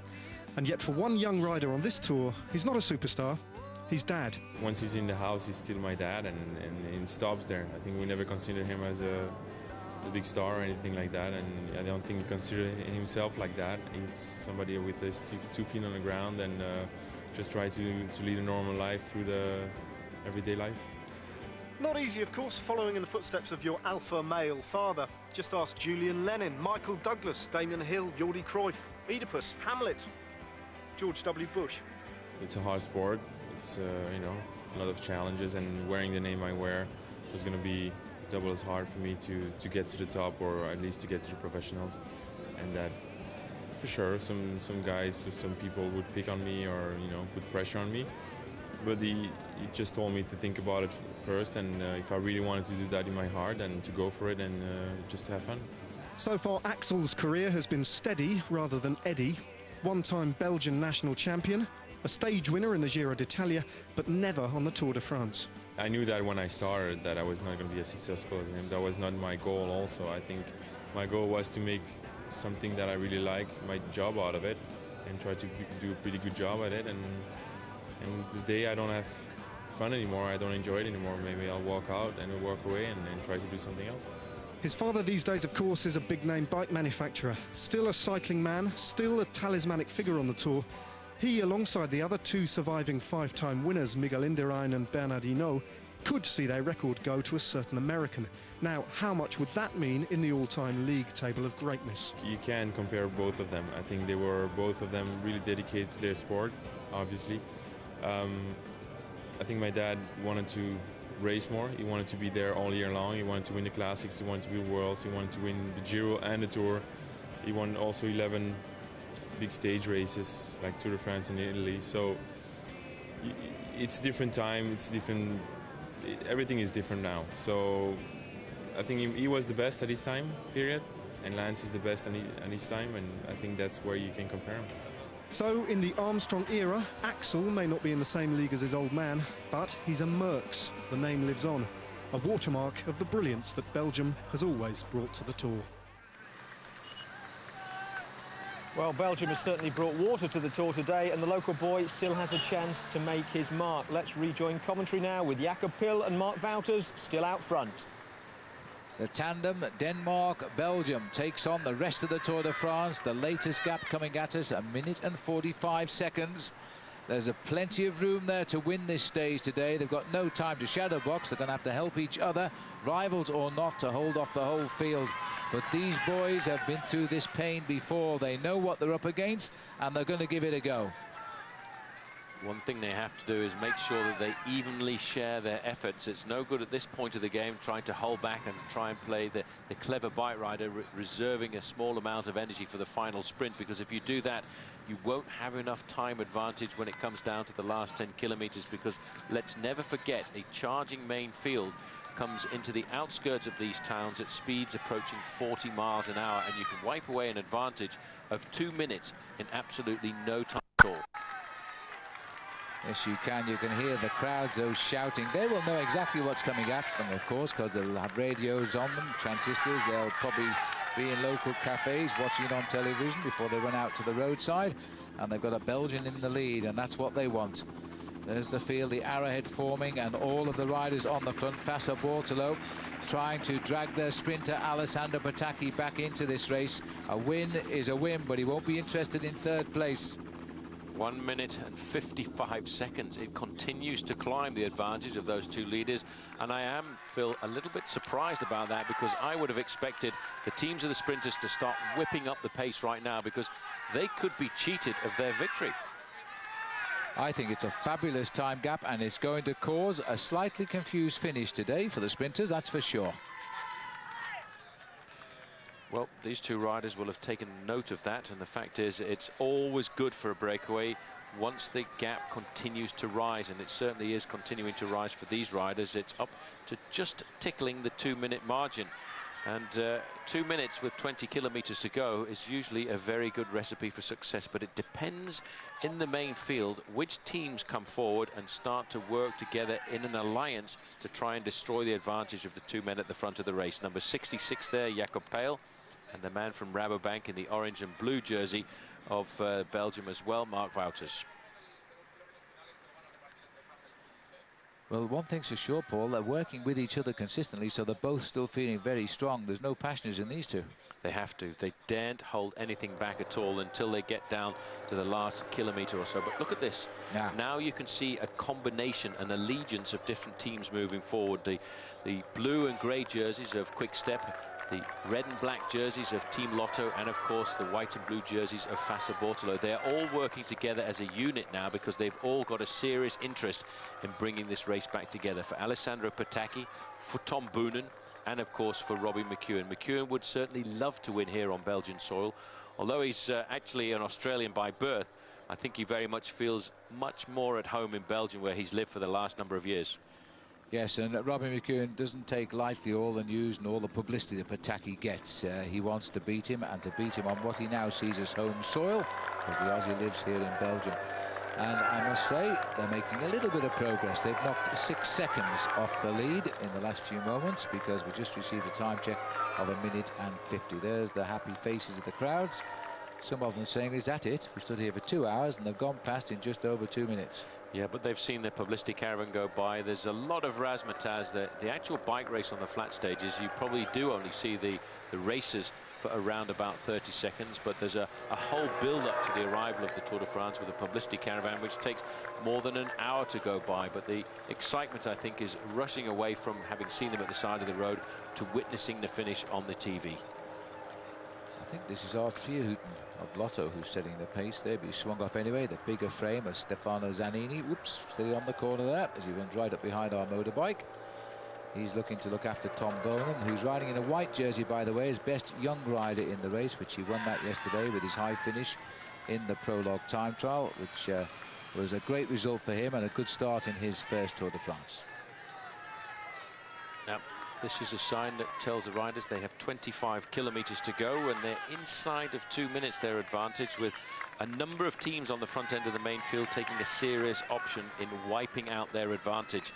If it starts to come down now, then there's a big chance that the main field will do their job of work and pull them back into the fold just before we get down to the finish. But at 2 minutes, it's actually going to be a very difficult gap to peg back. Jacob Pale, fingers very close to the handlebars as they go around this corner, and it has been rather wet out on the roads of Belgium this afternoon, and that has made the road rather slippy and treacherous.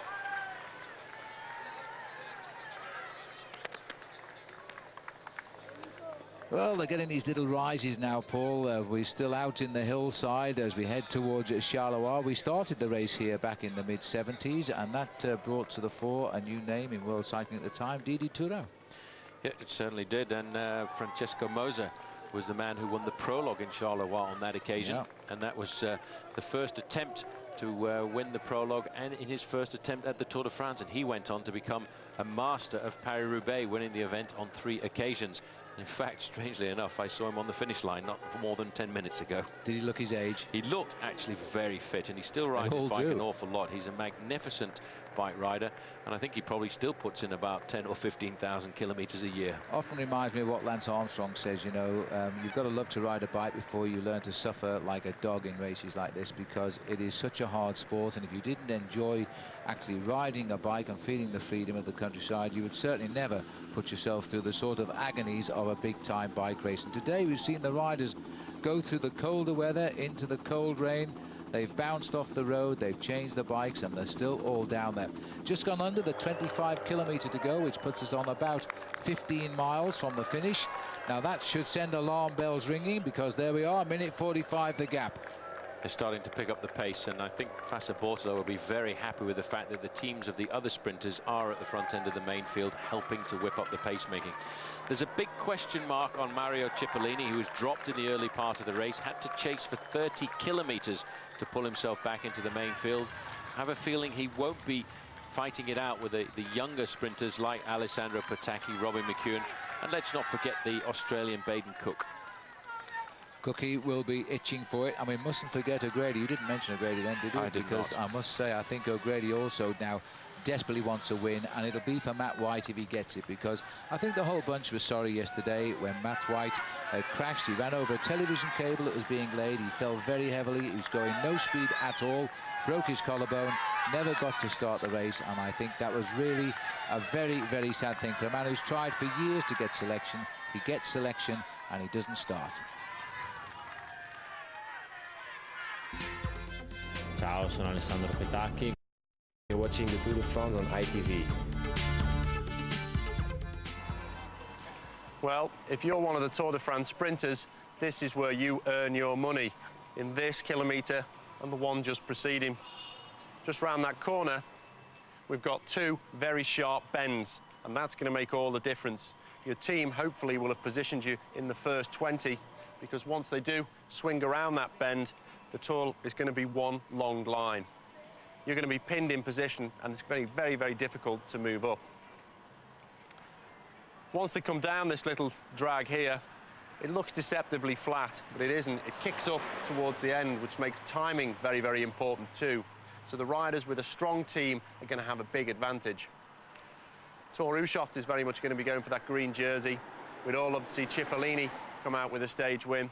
Of course, the likes of Stuart O'Grady, Robbie McEwen also in form. Well, one thing's for sure, whoever wins, I think it's going to be a very exciting stage. Well, it is going to be an exciting stage, but will it be a bunch sprint? Peel and Wouters are inside 20 kilometres to go now, and they still have a lead of over a minute and a half. Back to commentary. Down on the whole peloton, bar 2 then, as the 2 riders are still clear. Latest time check coming at us, 1 minute and 40 seconds. And Paul and I both feel at this peloton that there's some shadow boxing going on down there. They're not putting the weight into this because they don't want to carry somebody else's sprinter to the line. And I think that could be the only reason now that those 2 riders are staying clear by 1 minute and 40 seconds. David Bramati here trying again to get some life into the bunch to pull them back. They'll kill me for saying that because they're going quite quick, really. They're going very quickly. We're looking at a speed of approaching 30 miles an hour as they go under the 20 kilometre to go banner here. That's 12.5 miles to the finish line, but they are certainly not stretched out in full anger. There are 1 or 2 teams sending riders forward. You can see the green and white jerseys here of Crédit Agricole. That is for Thor Hushovd. Hushovd has got a very good chance of getting himself into the yellow jersey at the end of the day, but it is still hovering the time gap at 1.5 minutes. It's not coming down quick enough. 12 kilometres to go, 1.5 minutes. Unless they suddenly slow now, I reckon that this catch, if it is going to come, will be in the last 2 or 3 kilometres of the day. Be very, very sad indeed if that happens. These boys have made their move and they're going for it, but they look as though their faces now are beginning to show signs of the effort. The pain is creeping in now. It's starting to ache in every muscle in the body as you look to find some energy from somewhere else if you can. And the only place you can get that extra energy from is psychological energy. There you can see a line of dark blue jerseys. That's US Postal Service looking after the man in the green jersey.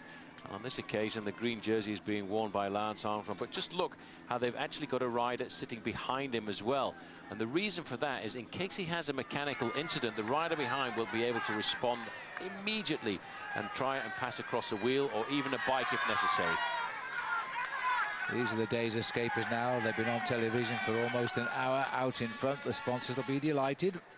Remember, it was Jens Voigt who was making the run early on, and he was in that long breakaway. Now it's his teammate, Jakob Peel, who's in for the kill. Little flick of the right arm there. That's the way of telling the rider behind, come and give us a hand out, get up to the front, while Jakob takes a little break on the back wheel of Mark Wouters. Rivals they are, but they've got to stay friends now because it's 2 against the rest. They have to stay friends now because, in fact, they've just lost another 10 seconds. They are starting to pick up the pace in the main field. I don't want to make any predictions just yet. I want to wait until I can see the time gap at around about 15 kilometers to go. But if it's a minute at 15 kilometers to go, I think they'll get caught. But this is a sad sight. This is the man who was the former World Pursuit Champion. This is the man who won the prologue time trial in the Tour de France last year and the Giro this year. Brad McGee is in all kinds of difficulty. Well, I think we heard reports he wasn't feeling too well before he started the prologue. He also said he didn't feel confident enough to win it like he did last year because he's been down in the Pyrenees using the mountains and training there, blunted his speed. Actually said after the finish yesterday too that perhaps he better give up all this climbing malarkey and start going back to his pursuing strength. His strength is pure speed, but the fact that he has been dropped here by the peloton, I am exceptionally surprised now. This man, I think, is tired. Very tired. Very tired indeed. I think he's going to have a hard time even getting himself inside the time limit here this afternoon. The best thing he can do right now is just give up and then try and ride sensibly to the finish and hope that he can recover over the next few days. And I think he'll certainly be taking some advice from the race doctor. And that will really have an impression on what he does for the rest of this season, because he rode superbly in the Giro d'Italia. Maybe he hasn't recovered from those serious efforts he put in when he went into the big mountains. He fought most unlike most riders. When he was losing contact with the leaders in the Dolomites, he really hurt himself to get back into those groups. And, you know, he retook the lead after leading early on with his prologue victory. He came back a couple of days later, reclaimed the leader's pink jersey, it is, in the Giro d'Italia. And then he hung on, well, hung on, I think is the actual word, to a fine 8th place finish overall. And that was tremendous. But look at him now as he dangles off the back. The body likes to rest occasionally, and in the modern world of cycle racing these days, in the old days they would race as much as 180 days. Nowadays the top boys seem to accomplish little more than 35 to 40 days of racing. Well, Brad McGee really is suffering. And look at this, his teammate has been sent back to look after him. That's Maddie Wilson, the Australian national champion. I really do question Marc Madiot sometimes. I thought the fact that they put him in the Giro d'Italia and followed up with the Tour de France was too much to offer in this day and age, when the top men are in fact trying to reduce the number of races they participate in. The official time check, in fact, is stretched out again. It came down to 1:20 and has now gone back up to 1:25. It's a precarious 5 kilometers for these two riders right now. What time they can conserve over the next 5 kilometers will depend on whether or not they can survive on the run down to the finish. 15 kilometers to go, or just inside. Just inside 15 kilometers. In fact, there is the banner, so not quite agreeing with our GPS system, but we're not going to argue. It's pretty close. They're now under 15 kilometers to go. That's about 9 and a bit miles to the finish. It is going to be tough now, but they might just get into the street, and then there might be a distraction in the peloton as they start to look at one another. Just looking at the speed, in fact, it seems as if the speed has dropped down a notch by the first two riders on the road. Once they initiated their breakaway, they had a lot of energy in their pedaling action, and they opened up the gap to pretty much close to inside of 2 minutes.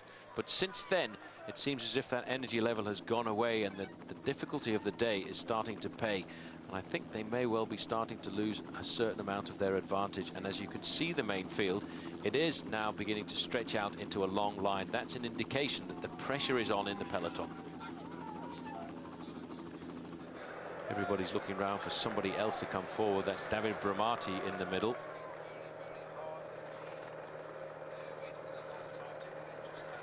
Servais Carnarvon.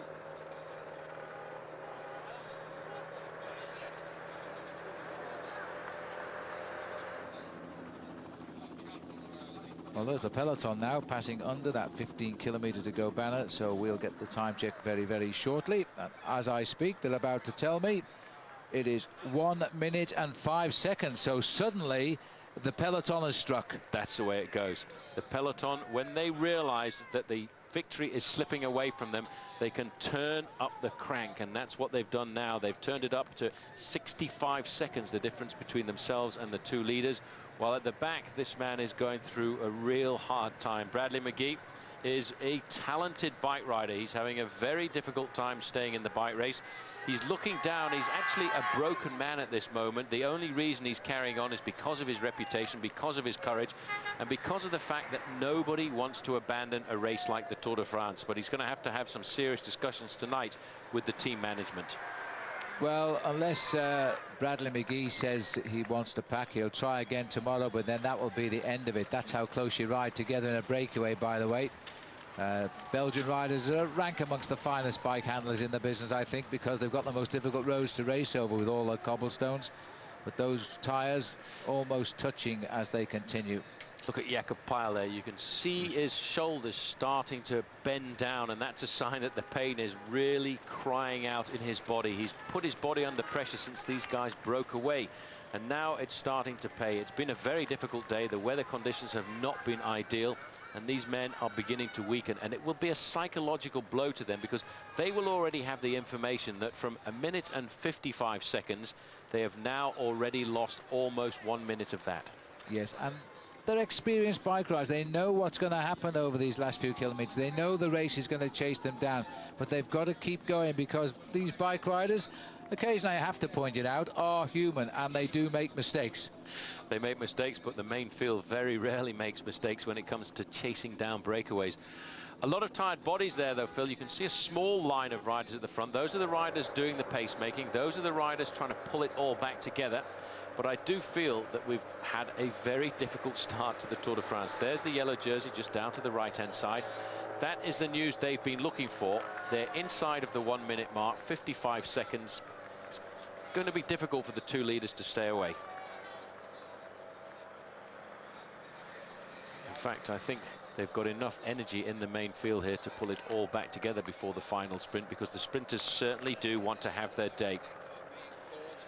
Coming down continuously, Domo Lotto, the Belgian team, looking after Robbie McEwen.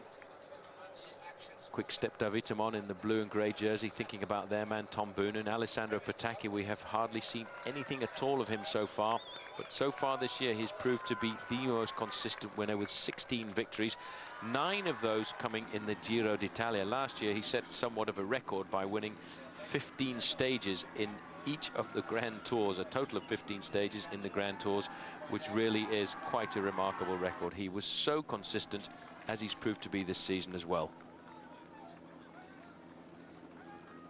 Jakob Pyle bowing his shoulders. He knows if they get to the outskirts of the town, it will just give them a fraction of an advantage. But the problem is, Phil, this last 10 kilometres, the roads are nice and straight, the roads are nice and wide. It's ideal for the main field to bowl along at a speed in excess of 50 kilometres an hour. We said earlier on it was a great approach for the sprinters. That's the road Paul's talking about, by the way, and that is really, it will spell the end for these two riders. They've come over that little rise, they now will see that long straight road. They will know that that is not the road to hang on away from this group when the bunch is chasing you down. They're now saying 45 seconds. That means they are going to have them in the sights on this straight. The difficult thing about a road like that, and the fact that it's long and straight on the run in towards Charleroi, is that the main field can also see their prey all of the time. They can judge exactly where they want to put them and exactly how much effort they need to catch them. There's a banner in the distance there. I would estimate that is the 10 kilometres to go banner, 6 miles.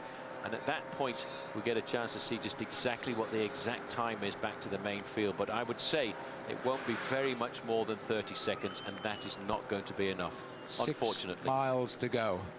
And they'll probably go under this with about, as you say, Paul, 30 or 40 seconds will be the gap, and that won't be enough with 6 miles still to race.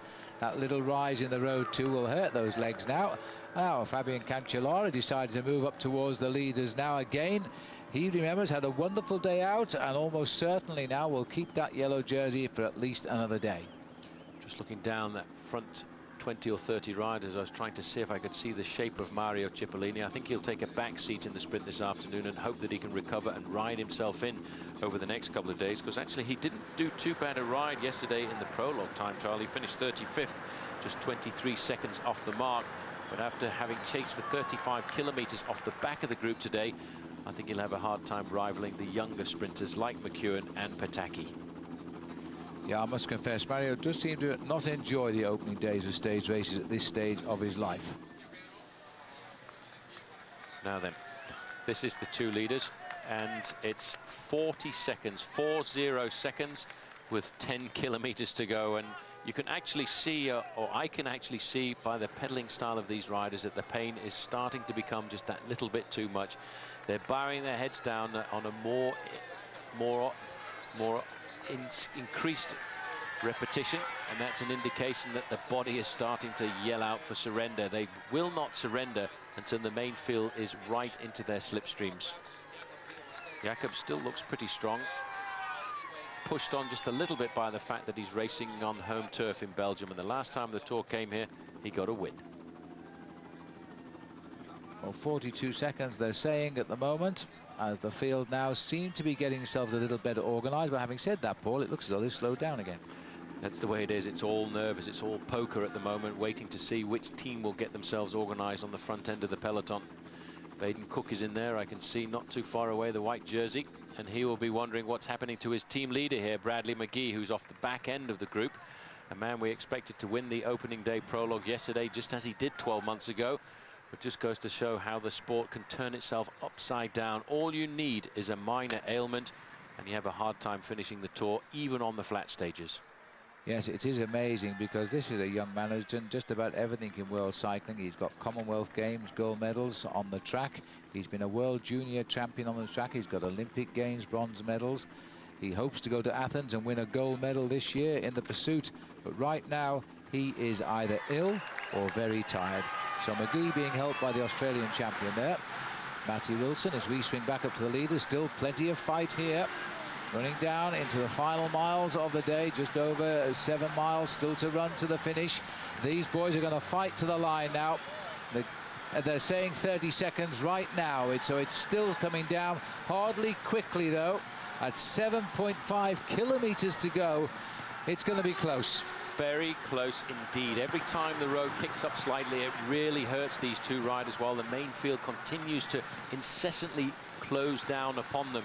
That will not be good news for them. There's official confirmation of that time gap, but they might still think with 7 kilometers to go they've got a chance. But as long as the teams of the sprinters don't play too much poker in that pack behind, they have got a chance of organising themselves and pulling it back together. Well, reorganisation, obviously a little bit of a slowing at the head of the peloton, because that's given other riders a chance to move their men forward, like a giant chess game this now, as they bring up more of the sprinters towards the front. To 28 seconds as I speak, so they're still chipping it off now, and they're going to sense the kill here. Fassa Bortolo moving up, that's Servais Canavan on the left of our picture too, and upcoming too on the far side, riders from the Lotto squad, who are also now trying to get their man Robbie McEwen into the play. Those two riders can't afford to lose more than 4 seconds every kilometre now on the run in towards the finish line. But this slight incline on the outskirts of Charleroi, in fact, is hurting absolutely everybody. They've lost 2 seconds, but they need to lose 4 seconds a kilometre if they're going to get caught by the main field. That little red car just shooting out there as well is not good for the morale. That is the referee, and he has to move out once the gap gets below 30 seconds. Phil, I'm sorry, but that is not 30 seconds. It is almost over. They are right there. This little hill here has hurt them tremendously as they run in, but this is one rider trying to get away from the group here. Looks like an Alessio rider leaping out of the gap here. It looks like Magnus Bagstedt to me. This looks like a very strong rider and a big boy who is coming clear of the field, and it's a move, a game which will spoil the day for the sprinters. Well, this is a very good move because this lone rider has got himself a very nice advantage. I don't think it is Magnus Backstedt. It's not big enough to be Backstedt. No, I think it's Lundqvist, Marcus Lundqvist, who's gone clear. Halfway across the gap, but when we saw the main field there, the whole of the field was together. It was very much, I would think, separated by 20 seconds. The main field, look at them all over the road, hovering, waiting for the moment to pounce, waiting for the moment to pull everybody back into the fold. Well, this is Marcus Lundqvist, who's gone clear, and he's one of the stars of the future for Swedish cycling. Backstedt himself said he's a good one. Well, that's a good tactical move to just try and see what happens if you've got the legs to get away from the field. And Lundqvist now is trying to cross the gap to reach the two leaders, and I think they'd be pretty pleased to see him just now. Well, this actually has a two-pronged tactic here, because in fact he's acting just exactly like a carrot in front of a donkey for the main field. They push themselves to catch him while he's starting to bridge the gap across to the two leaders, and that will pick the pace up everywhere. These two men are still surviving. They have still got about 20 seconds over the front end of the main field, who I think once they crest the brow of this incline will pick the pace up over the last 5 kilometres, and they'll be pushing 60 kilometres an hour, 40 miles an hour coming into town. They are desperately close to that 5-kilometre banner now. We're virtually in the suburbs of Charleroi. And Marcus Lundqvist, in only his second Tour de France, he finished 131st last year. Sorry, not last year, 1999, when he last rode the Tour de France. 5 years ago. He's getting the flavour again. Looking in the distance there, there's still a chance. There is always a chance until you've been pulled back completely by the main field. Lundqvist is going to get pulled up. There's no problem about that, because he hasn't really ever got himself more than 55 metres off the front end of the main field. You can feel the nervousness now starting to get into that peloton. You can see the movement. Everybody wants to be at the front, but not exactly with their faces into the wind, because it is very difficult riding in the wind at speeds approaching 40 miles an hour. There's a lot of movement. The sprinters all want their position. There is a failure right now for Fassa Bortolo to control the front end of the main field, as we can see Mr. Armstrong moving up into the first few positions. 5 kilometres to go. That was Armstrong who decided to move right onto the head of the peloton there. And I wonder, and don't forget, and we don't want to remind ourselves really, but the run-in last year, there was a massive pile-up at the finishing line. We don't want to see that again today, and in fact we think this finish is a great finish for the sprinters. Cancellara has shown us how to time trial yesterday. Earlier on today, he's also shown us how to sprint. At 5 kilometres to go, he is also in here, and there he is in yellow. Ulrich's team are moving to the front, but not for Jan Ulrich, but for ace sprinter Erik Zabel, 6 times a winner of the points competition. Yaroslav Ekimov just kicking it up there to bring the pace up a little bit higher. I caught the long, slim figure of the T-Mobile rider, Rolf Aldag, who happens to be sharing a room at the moment with Erik Zabel. We've not spoken about Erik Zabel very much, but you can never discount him in a sprint. And last time the Tour de France came to Charleroi, who was the winner? Erik Zabel on his birthday. Well, it's not the same date this year. His birthday runs on the 7th of July. I think it's the same date every year, so he can't win on his birthday today. It's strange the way that works, isn't it? Isn't but it funny? I think Erik Zabel will certainly be super motivated coming back here. You know, if you've won in a place in your career, you're always motivated when a race goes back there. These two riders now have been suffering for a long time. They're looking back and they know the main field is whipping up the pace. They know the main field is not too far behind them, and they know that very shortly the teams of the sprinters must get themselves organised on the front end of the peloton. 4 kilometres to go, 2.5 miles, 15 seconds. Well, I'm afraid it doesn't work like that in professional sport, and they're out to hunt them down at 15 seconds. It's all over. It's only a matter of when. Mark Wouters, it worked for him last time when he won in Antwerp. It's not going to work this time. Jakob Piel, it worked for him last time when he won down in Marseille. It's not going to work for him this time either. I've noticed Gerolsteiner also had a crash. There's a crash in the field. I don't know if we'll see it, but we're hearing shouts on the race radio. There's the split in the peloton.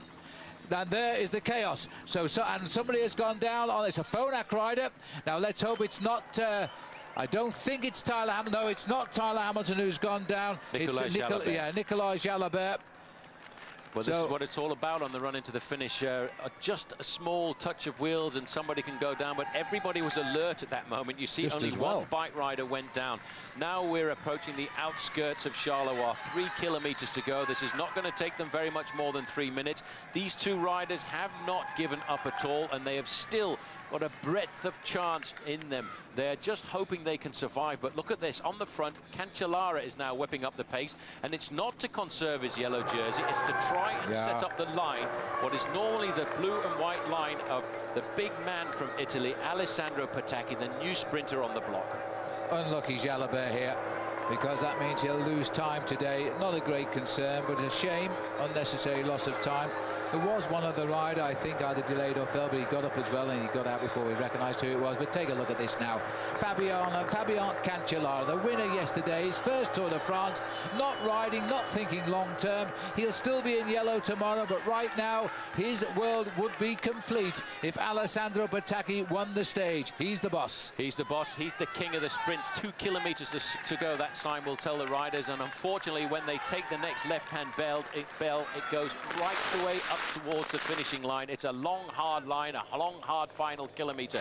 Cancellara on the front, shadowed there by Matteo Tossato, and not far away at the back end of that blue line will be Alessandro Patacchi.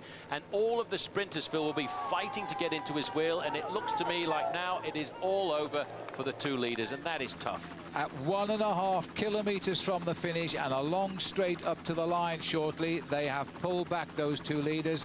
There is the catch as they come round that left-hander. So close, yet so far. Wouters looks across at the bunch. He'll see what he expects. The riders from Fassa Bortolo leading the charge as they are caught. And now it's AG2R for Kersipou, who has come to the front. That's thrown a big spanner in the works for Fassa. A lot of sprinters in the Tour this year. You can see the big organisation coming from AG2R, but they're getting swept away. They don't have the firepower of Fassa Bortolo, and there's still a lot of blue and white jerseys of Fassa Bortolo on the front end of the main field. There is a line of pink jerseys too there as well. That's Team Mobile. That is the team of Eric Zabel. Eric Zabel will be looking for the victory, but there's a good organisation coming in for Fassa Bortolo. They're looking for the final kilometre. They're kicking up the pace. This is a routine they put to success in the Giro d'Italia on 9 separate occasions. Eric Zabel there, Phil, is trying to get the jump up to the wheel of Alessandro Patacchi. He's got it. Under 1 kilometre to go now. Zabel has got. He's the first pink jersey we can see there. Also, Stuart O'Grady's trying to burst in onto the scene, and Jimmy Castro is there. Also, Thor Hushoff has started to bounce his way up towards the leaders. Wiped away now, the names we've talked about. Lance Armstrong, Jan Ulrich taking a back seat now, because this is a matter for the sprinters. You don't get mixed up with the men of steel who have no nerve, who won't win the Tour de France, but they can win these stages. Zabel is to the right. Danilo Hondo is there. So too is Fabio Baldato. This is going to be one terrific sprint. Well, coming up through the middle there, you can see Baden Cook as well, the man who won the green jersey points competition last year. The blue jersey of Gerolsteiner is Danilo Hondo. Thor Hushoff has moved up into 2nd position. Everybody is looking for position, and I think Alessandro Patacchi is out of place. But Thor Hushoff isn't. Hushoff is on the left of our picture here. Kersipou running in the centre of our picture now. This could be a tremendous result, and Robbie McEwen coming late on the line. I think it's Kersipou, so does he. Boy, McEwen came late, but he could have stolen it on the photo. He won a stage of the Tour of Switzerland when the other guy thought he'd won this year. Robbie kept going. I think I'm going to give it to Kersipou, but that was desperately close, and Hushoff was right there as well, and he will move right up the overall classification, probably to 2nd. Now, there is McEwen on the right. This is Jan Kersipou pushing to the middle. Hushoff is over to the left. The camera needs to show us down below. We're not interested in this because we need to know where those wheels are. Look at the face of Jan Kersipou. I'm pretty sure he knows with confidence that he was ahead. Let's have a look from the helicopter angle here. Hushoff starting the sprint there on the right-hand side. He's got a great line there, right up against the barriers. That means nobody can overtake him on the inside, only coming round the left-hand side, which is exactly what Jan Kersipou is trying to do. Kersipou admirably set up here by his teammate. A last lunge for the line here coming by Robbie McEwen. McEwen is up alongside the Estonian rider, but as you can see the lunge for the line, it was too desperate. Jan Kersipou gets win number 1. Nice move by him. Absolutely. How different it looks from the helicopter, because it was a clear victory there for Jan Kersipou of Estonia. Just having a look there, Alessandro Patacchi got it all wrong here this afternoon. The pressure of being the number 1 sprinter on the block. He's realizing now what Mario Cipollini has had to live with for many, many years. He's won himself 16 races so far this season. He was hoping to get win number 1 here on the open road. Well, that certainly did not happen. A good win by Jan Kersipou, just ahead of Robbie McEwen, and not too far away was Thor Hushoff. super sprint, and I think Alessandro Petacchi has just been forced to realise sprinting in the Tour de France is not quite the same as sprinting in the Tour of Italy, where he won so many stages this year. Thor Hushovd, the man of the moment there, because I think he might have moved up into second place overall with the small bonus this time out. Well, we were all looking for Alessandro Petacchi, but in the end it was Jan Kursipuu, who hadn't won a stage here since 2002. His 4th stage win now. We'll be back after the break to wrap things up for you. See you in a couple of minutes. Back, so the first road stage win of the Tour 2004 goes to Jan Kursipuu. We'll have the full result for you in a minute. But Chris, that was a funny old wind-up to a sprint, wasn't it? Talk us through that final kilometre. There was a lot of bluff there. We could see those last 2 corners really did line it out. Kursipuu, somebody who nobody's really been talking about in the last couple of days, but the guy's got some talent already. Fassa Bortolo seemed to be setting up Petacchi. They were all at the front coming in. Yeah, I think really they just underestimated the length of the straight as well. And it's just such a deceptive thing. It is so long. And that last kick as well, I think that really caught a few people out. A lot of people were caught out of position by the final 2 corners as well and weren't able to get into position to help their teammates. It looks that way. You can see lead-out men looking over their shoulders, unable to see the men they're supposed to be leading out. So coming into the final, it was just a free-for-all, strongest man. Yeah, Thor Hushovd actually did rather well. Crédit Agricole not known for doing fantastic lead-outs. I can't actually see who that is from here, but he got a really good lead out there. It just left him a little bit early. Hadn't had the final few 100 metres, not had that kick, that might have been good enough, but I think I just sat that little bit out. Very close, impossible to separate them there, especially with Robbie McEwen coming through on the line, but clearer from the aerial view. And there's Hushovd. Do you reckon he just went a little bit early? Well, he had no choice really. He had one teammate in front of him who was going to die. You either let him sap your speed as well, or you had to take it on. So he did the best that he could. Tactically, it was a good move to keep it hard over to the right as well. So you could see people coming, and he just didn't quite have the legs. In fact, I think he did rather well to hold on to 3rd. Robbie McEwen has surprised me. I thought he'd gone off the boil a little bit. Yesterday, he didn't look too great either, but tactics comes into this just as much as the physiology. And he had Kursipuu's wheel, but just a little bit late. Another 10 yards and he'd have taken the stage. I think that would have been another 5 yards, probably would have done it. He was coming up very, very fast. He just got knocked out of position a little bit early there, but Robbie's very good at fast, short sprints, and that's what that finish needed. Now, talking about sprints, I was very impressed to see Fabian Cancellara out there defending his yellow jersey by going for the time bonuses at the intermediate sprints today. I mean, he's really worn the yellow jersey and made something of it. I think the whole team is on a high and they are making the most of this day. We could see that they did an awful lot of damage in the middle of the race when the rain was coming down, the corners were slippery, and they broke the field into many, many pieces. Loads of crashes, but they stayed out of trouble. And then, of course, as you say, they went to try and bring in the likes of Jens Voigt, who very much had his eye on that jersey. They reeled him in just in time. Cancellara went for the sprint himself. Well, we do have confirmation of the stage result, so let's have a look at it now. There it is, Jan Kursipuu in first place, ahead of Thor Hushovd, who was the closest man to Fabian Cancellara in the general classification. I'm sorry, Hushovd third, McEwen second, but Hushovd the interesting placing because he was the closest to Fabian Cancellara in the general classification, and he will move up tonight, we think, into second place, pushing Lance Armstrong down into third. But sad to see Brad McGee, who we knew hadn't been well, rolling in over 6 minutes behind the pack today. Well, like Petacchi, it's a long, long season if you're going to do the gyro as well. 2-3 week tours, and I think what you could see in his eyes today was, well, I've got an Olympic Games coming, the prologue didn't come off, what exactly am I doing here? And as soon as you start thinking that, it's very difficult to keep it going. You expect him to start tomorrow? I think he'll start tomorrow. I think he's going to struggle to find some morale to keep this going, because what is the point in him being here? You know, the form isn't quite there. He has that Olympic title prospect coming up. For him, it might be a good idea to cut his losses, go home and prepare for that. Right. Now, what do you think happened to Alessandro Petacchi? He just couldn't get on the end of his own train, which is strange. Everybody expected him to be dominant coming into this tour. The rain seems to do odd things to different people as well. We could see that the gears had got very big and there was very laboured movements in the peloton. It was a really nasty first day. They just didn't set it up properly, and that sometimes happens. And again, it's been a long season for him too. So we'll see. All right, let's have a look at how today's result has affected the overall standings. Fabian Cancellara, as you can see, will hold on to the yellow jersey for at least another day. Thor Hushovd, with that third place today, has moved up to within 2 seconds of him. Cancellara, of course, got the bonuses out on the road, but there was an 8-second bonus. Nothing else now. His tour's complete. Now then, tomorrow is another long stage, just shy of 200 kilometres, and the last stage that'll actually finish in Belgium. Namur, to be precise. We'll have highlights of that for you at 7 o'clock tomorrow night, and later on there'll be a wrap-up of all the action of the first 3 days on ITV1. So, a great day here in Charleroi, another one in prospect on the road to Namur tomorrow. We'll be back for it then. See you at 7.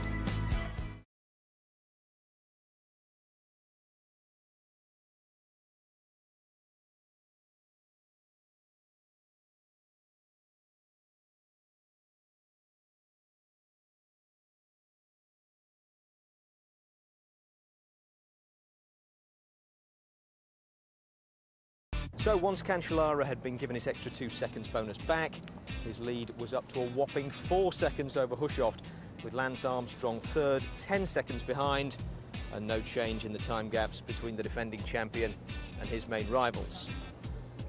So that's that cleared up, which just leaves the question of what happened to the world's fastest sprinter yesterday.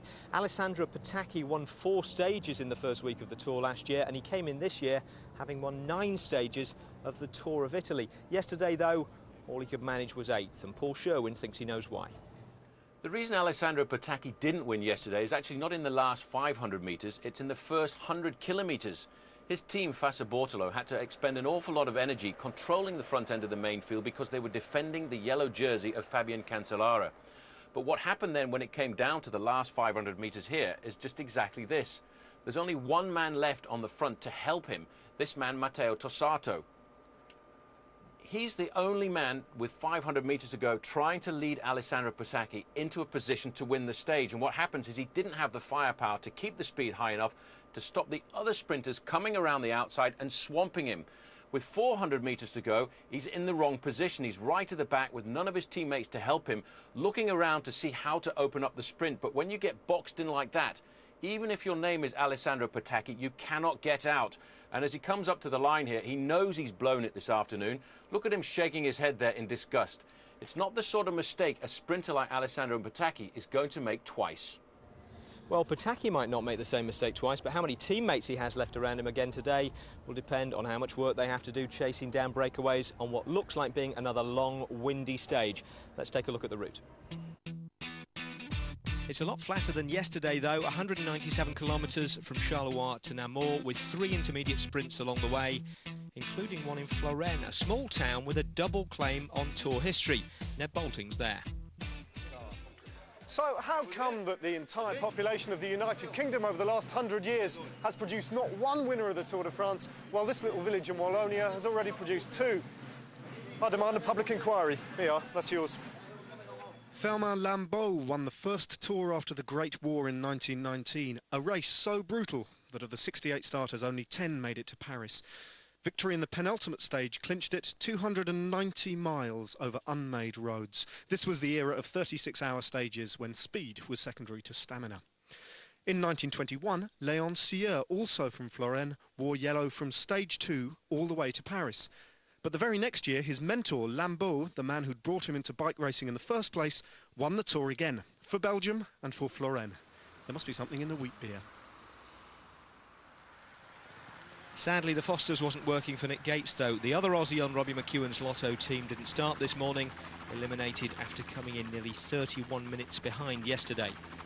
Thor Hushovd, by the way, is now leading the points competition, so look out for him in green, not the red and white we saw him in on stage 1.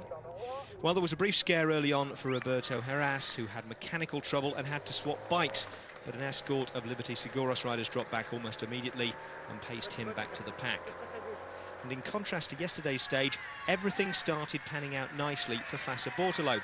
A break of 6 men got away, but none of them was any threat to Fabian Cancellara's lead, so Fassa were content to let them go, leaving Thor Hushovd's Credit Agricole team to do the hard work at the front, hoping to bring them back so that Hushovd could pick up some bonus seconds at the sprints. As we join the race, the 6 men out front are Germany's Sebastian Lang, Mark Scanlon of Ireland, Christophe Mongean, Jérôme Pinault and Christophe Edelen of France, and Jakob Peel of Denmark, who of course was in yesterday's breakaway. They have a lead of about 2 minutes 15 and they are climbing the Côte de Saint-Brieuc. Well, these are scenes which are, on many occasions, we save for the high Alps and the high Pyrenees in the Tour, but the Belgians, they just love their cycling. As they continue on the climb here, they've made plenty of room on the road for the breakaway of 6. Again, if you're just joining us, the 6 riders in the breakaway: Jakob Peel, Christophe Edelen, who's now the best placed on the overall classification, Mark Scanlon of Ireland, Sebastian Lang, Jérôme Pinault, Christophe Mongean, Français de Jeu. Only Peel and Mongean have won stages previously in the Tour de France. 2:20 is now the latest gap, so they're beginning to move away. Little bit of a jump here, and the rider taking it, Jérôme Pinault. And he just grabs the 3 points at the top, but there's also a little prize as well. Remember the break yesterday with Jens Voigt working so hard? Well, by the end of the day, he'd won 2,000 plus euros. Well, Cancellara is the man who's hoping to keep his yellow jersey, of course. Hushoft, if he gets a bonus at the finish, would take it over because there's a 20-second win bonus. Armstrong, I don't think, will bother. He's just watching the whereabouts of Ulrich Hamilton, Mayo, and you know, all the boys who are close to him. But there is a massive crowd on this climb. Yeah, it could indeed, Paul. We could be watching the Flèche Wallonne or Liège-Bastogne-Liège here. We certainly could. It's great to see the Belgians have turned out in their thousands to see the bike race here this afternoon. I'm pretty sure they must certainly been enjoying this charge through the Belgian countryside. The riders will really get a buzz from this. In the earlier points of today, you know, Jérôme Pinault got himself some points over the top of one of the big climbs, as did Jakob Peel. Yeah, that was the result over the Côte de Silencieux. Pinault, Peel, Mongean is confirmed. The gap has come down on the climb. The boys are riding, well, 2 boys are riding very strong at the front. The boys in blue, they're Servais Canavan and David Bramati. They brought it back 10 seconds on the climb. You may remember, if you're watching the Tour de France last year on the road to Bordeaux, the man who's leading the race right now, who incidentally has also won Paris-Roubaix, he's a man for the cobblestone, Servais Canavan. He won the stage into Bordeaux last year from a breakaway. This is the back end of the group. This is the man who's won the most time bonus sprints out on the course, Christian Edelen. Mongean on the far side, Jakob Peel. He has been very aggressive in the early part of the race here at the Tour de France. He's been in the breakaways on a number of occasions, trying to make sure that he can get at least some face time for Team CSC. This Team CSC really, since the start of this season, really have been very good. Well, Gerald Steiner, there's the very compact peloton. You know, people write in and ask us how can they ride so close together and not fall off, but you know, when you're a pro bike rider, you just sort of get in there and you're not really always conscious of people even being around you. Here's the new champion of France here, just loading up for the day, Thomas Voigtler, having a very good season. First time he's pulled on the tricolour jersey as champion. He did it the week before this race began, and he still, even though he's the champion of France, knows his place in the team, Paul. He's the big domestic today. Well, that's a great thing about many of these bike riders. They will go back. And don't forget, I've seen in the past riders like Lance Armstrong himself going back and bringing on board bottles for 1 or 2 of his teammates. You all have to go through this in the sport of professional cycling. Big Maggie Bagstead spent an awful lot of time at the back end of the race. And I noticed once again, he was sitting in the last 2 or 3 places. But I feel certain as we get closer to the finish, he may well move right up in the margins. The leading group of 6. I think they know now, Phil, that the writing is very certainly on the wall and they are going to get caught. They're not going to survive. It's not the same situation as yesterday, where we felt up until the last minute there was always a possibility that that 2-man breakaway was going to survive. These guys now, just looking at their faces, I get the idea that they feel almost certainly they know they're going to get caught. There's young Mark Scanlon from Ireland, rides on a French team. He really hit the headlines when he won the World Under-23 Championship. Junior, I think it was the junior he won, wasn't it, Mark Scanlon? Junior Championship, world title? Yes, Junior Championship. Yeah, he's right. A great star, regarded as a massive future for him in the sport. He's been the Irish national champion as well. Twice, in fact. And in fact, it's important to see him riding here at the Tour de France, because it's a long time really since we've had some top Irish riders. I remember in my complete era riding with the two best cyclists from Ireland ever, Sean Kelly, who's not too far away from us here, and of course Stephen Roach, who did exactly the same performance in 1 year as Eddie Merckx. He won himself the Tour de France, the Tour of Italy and the World Championships in a single season, and that was really pretty impressive. Fassa Bortolo now sending at least one rider up to keep an idea of just how the tempo is operating at the front end of the main field. I think we're going to have a magical sprint down to the finish line here this afternoon.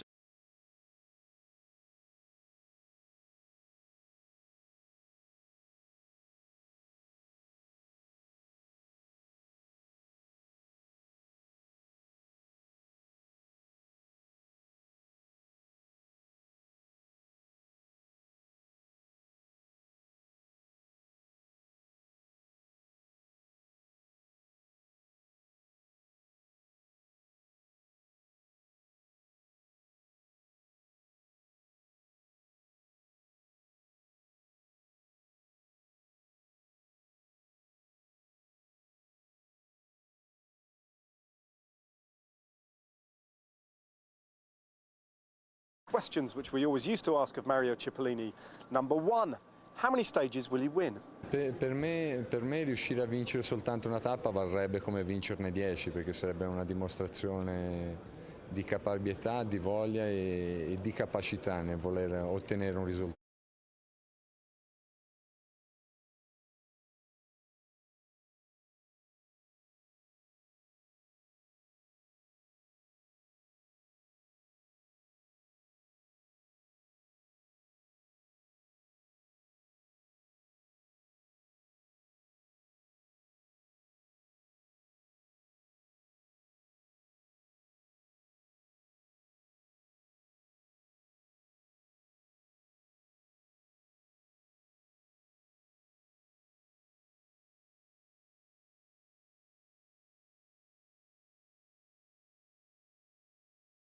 Su di lui esce da un Giro d'Italia estremamente vincente, per cui sarà sicuramente il faro di questi sprint e noi cerchiamo di rendergli la vita la più difficile possibile.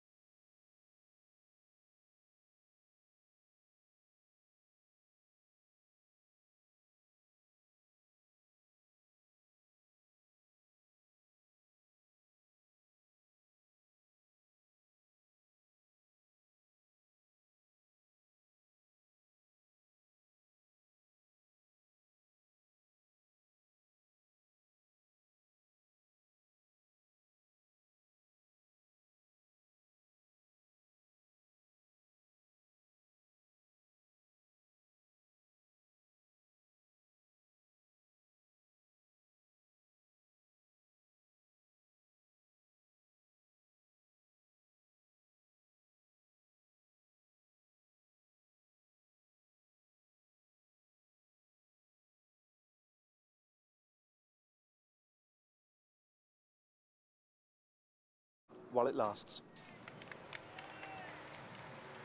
Looking here now at Christophe Mongeon, still a member of the six-man leading break. Mark Scanlon sitting right behind him.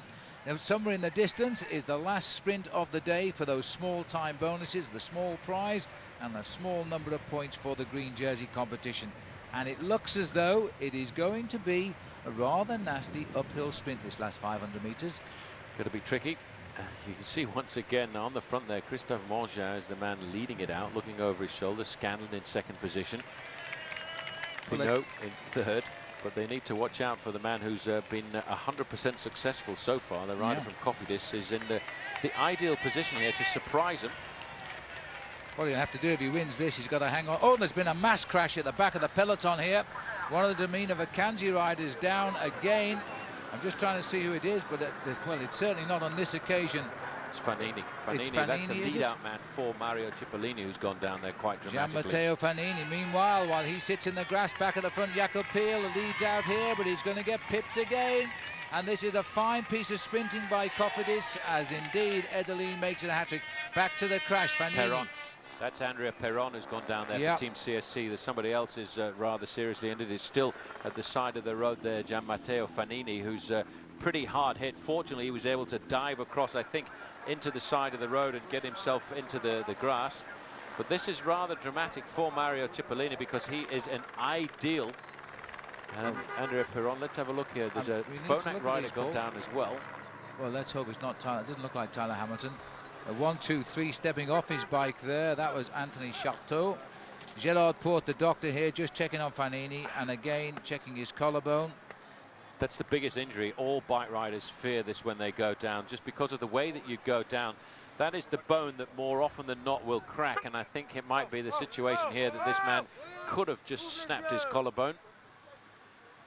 Well, it this doesn't look like he's getting up. I think this is they're called in the doctor's car there. It looks as though he might be out, and this is a big blow for Cipollini, that's for sure. Let's hope he can just take a little time out and see if he can come round. Well, there's the peloton trying to reorganize themselves now, and McEwen's teammates also getting control of the front, trying to bring him into play. He'd also love to win in Belgium. Fanini, it doesn't look too good at all, and it looks like he won't be riding to finish the day stage. That's a real shame, and that's a big loss for Mario Cipollini. Cipollini was saying at the start today that it might take him a couple of days. Here he is now. It might take him a couple of days to get his form back because it's been a long time since he's raced. Watch out in 3 or 4 days. But this man here was his big lead-out man, and now he is out of the race. So that's a double blow for Domino Vacanzi, and it looks as though he may well have broken his left collarbone. He looks in pain. That's why you have to be attentive. You have to ride at the front end of the main field, as we've seen Lance Armstrong doing since, I suppose, since 1999. He's always ridden in the top 15 or 20 places to avoid being involved in crashes. This is the leading group of 6. Tête de la course means the front end of the bike race.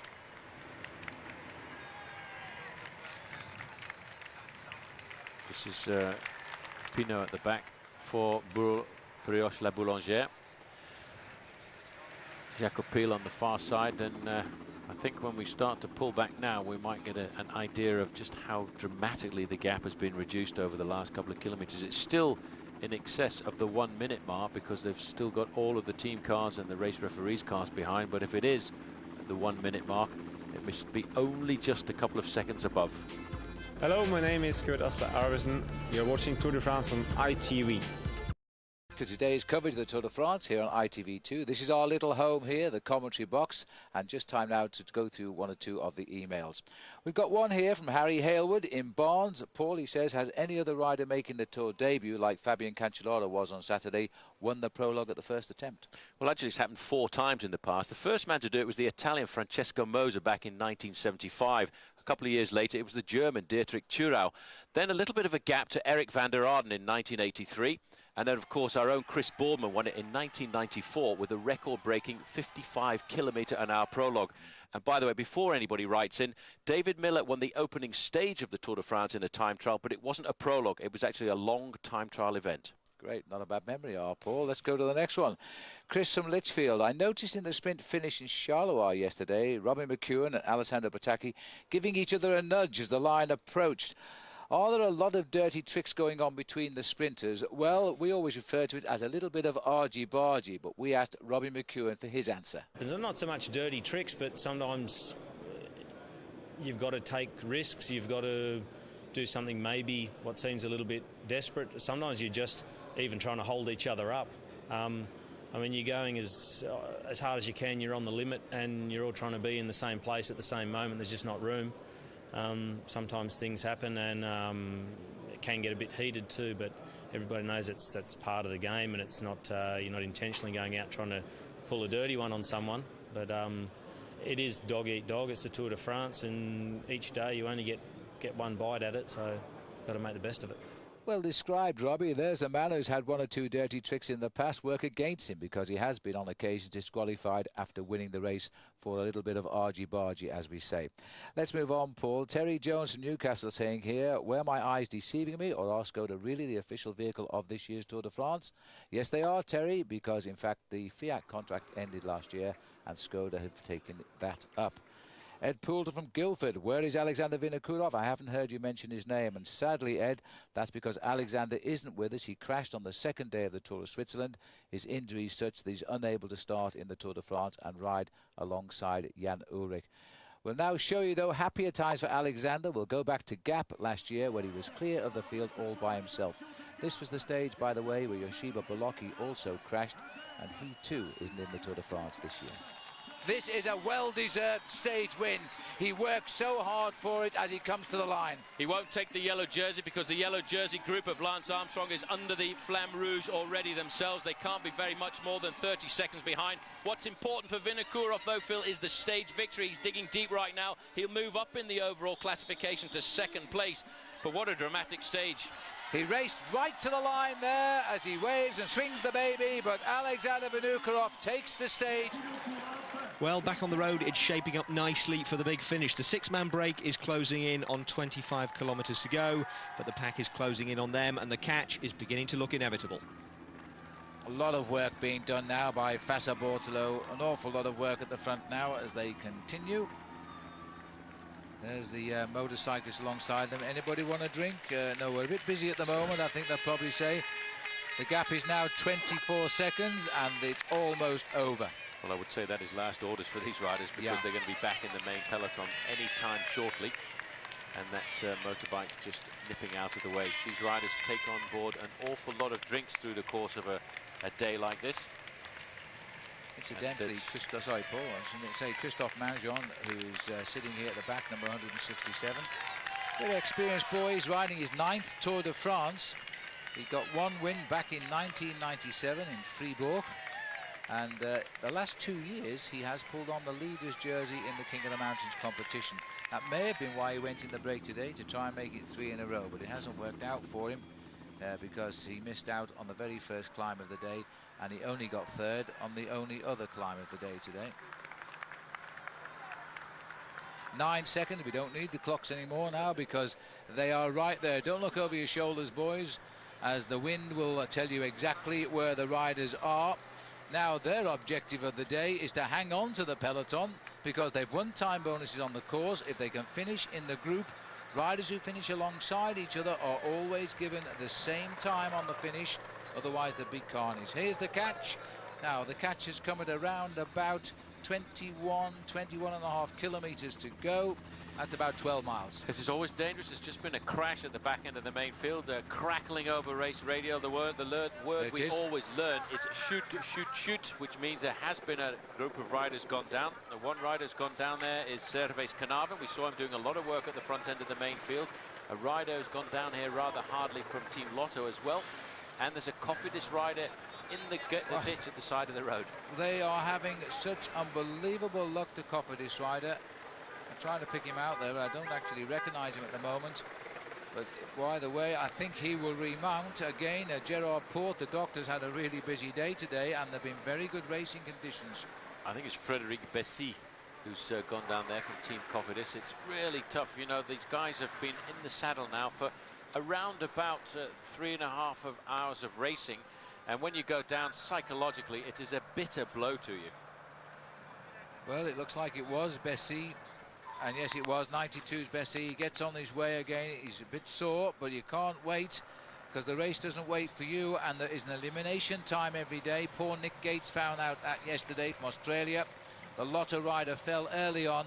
He battled all of the way to the finish, despite the fact he'd really hurt himself, and especially his knee.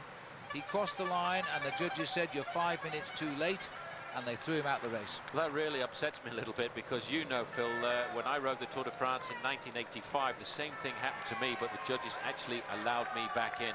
Postal, you can see here at the front end of the main field, are keeping the pace nice and high, and I think basically the reason for that is to keep Lance Armstrong in the first 10 or 15 places, completely out of the possibility of getting involved in a crash, because everyone is nervous right now. And if you come as a solid block to the front end of the main field and you take all the pace making, it stops any of the teammates of other teams coming around you and getting you swamped in the middle of that group, and that's where the accidents start to happen. That's right. US Postal team have got all of their big names out today, and now they put them all around Lance Armstrong in order to keep him out of trouble. This is a very, very good tactic, but you've got to be strong to do it.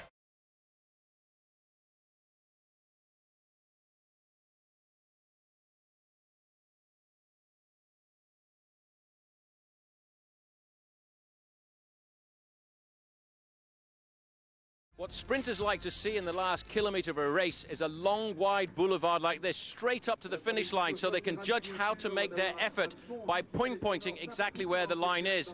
Unfortunately, that's not the situation today, because at 400 metres to go, the road actually starts to curve around. It curves around up until 150 metres to the line. Only then can they actually see the line and know when to open up the sprint. If Alessandro Patacchi wants to win this race this afternoon, he's going to want to go right along these barriers, probably in third position behind two of his teammates, and then he will open up the sprint for the line. Maybe he'll open up his account here at the Tour de France this year. Well, the bunch sprint is definitely on, but Thor Hushovd is going to have his work cut out getting up there for it. We didn't see him, but he was involved in that crash that brought down Frederic Bessy, and he's chasing the race on a replacement bike. Let's pick it back up now with the peloton 11 kilometres from Namur. Sounds like there's another problem. Arras has had a problem at the back end of the main field. Roberto Arras has been, his name is crackling over race radio to say he's got a mechanical problem at the back end of the main field. Let's not forget, this man who believes he can beat Lance Armstrong this year has lost already 37 seconds.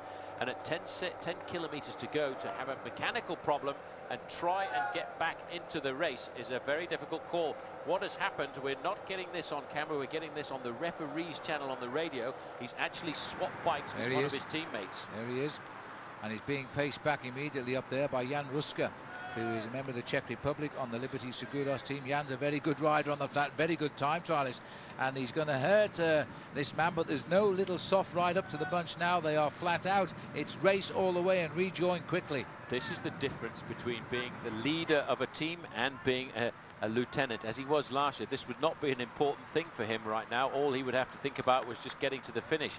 But as a man who thinks he could win the bike race, he has to get back into this peloton, move up to the front and hope there is no split at all. But the pressure is right on Roberto Arras' shoulders.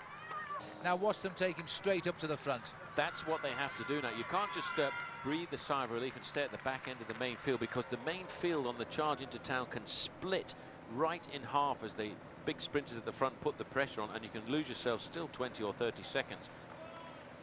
But just look at the speed of these boys. Paolo Bettini now still the leader in the King of the Mountains tonight, because he's done enough. He won the first climb. That's him off to the left, looking over, helping out the boys now, because he wants to see big Tom Bonen win the sprint. He certainly does. Bonen has been very aggressive throughout the whole of this season. He's the second most prolific sprinter. Cancellara is doing a fabulous ride, 23 years of age, but you see how the peloton can change in just the space of 100 meters. Fassa Bortolo were in complete control, then all of a sudden there's a general slowing down and riders move up around the left-hand side, round the right-hand side to keep themselves in the top 10 or 15 places. And in fact, I've just caught another glimpse of the green jersey of Thor Hushovd, and he's not far away from top spot. Well, he is a great bike rider, Paul. He's only 26 years of age. He's one of the best cyclists ever to come out of Norway. He's won 28 bike races. He'd like to throw them all in to win a stage of the Tour de France, I think, today. Time will tell. There he is, the all-green strip for him. His team colours are normally green, but of course he's got the points leader's jersey on of the Tour de France today. As the pacemaking continues at the front, Fassa Bortolo, I think it's Antonio Flecker, who won a stage in the Tour last year on a different team, who's setting the pace right now. Moving up there, you can also see Tom Bonen in that line of darker blue jerseys with a grey band down the middle. He's in an ideal position. They're pink jerseys riding together. One will be Daniele Nardello, the other will be Eric Zabel. Zabel this year is going to have to ride his sprints completely on his own, because the team is dedicated and built around Jan Ullrich. So if Zabel wants to get himself any stage victories, he's actually got to feed off the work of other teams. The AG2R rider on the front here would like somebody to give him a hand. He's done a big turn there, and he's finally got some help from Fassa Bortolo again. And Paolo Bettini Terrific bike riding he is. He was out in front of the action today, first over the climb after 7 kilometres. Just did enough to keep his lead in the King of the Mountains. Now he's gone back into the bunch all day, thinking of perhaps guiding Tommy Bonin into a stage win. The last chance for the Belgium in Belgium.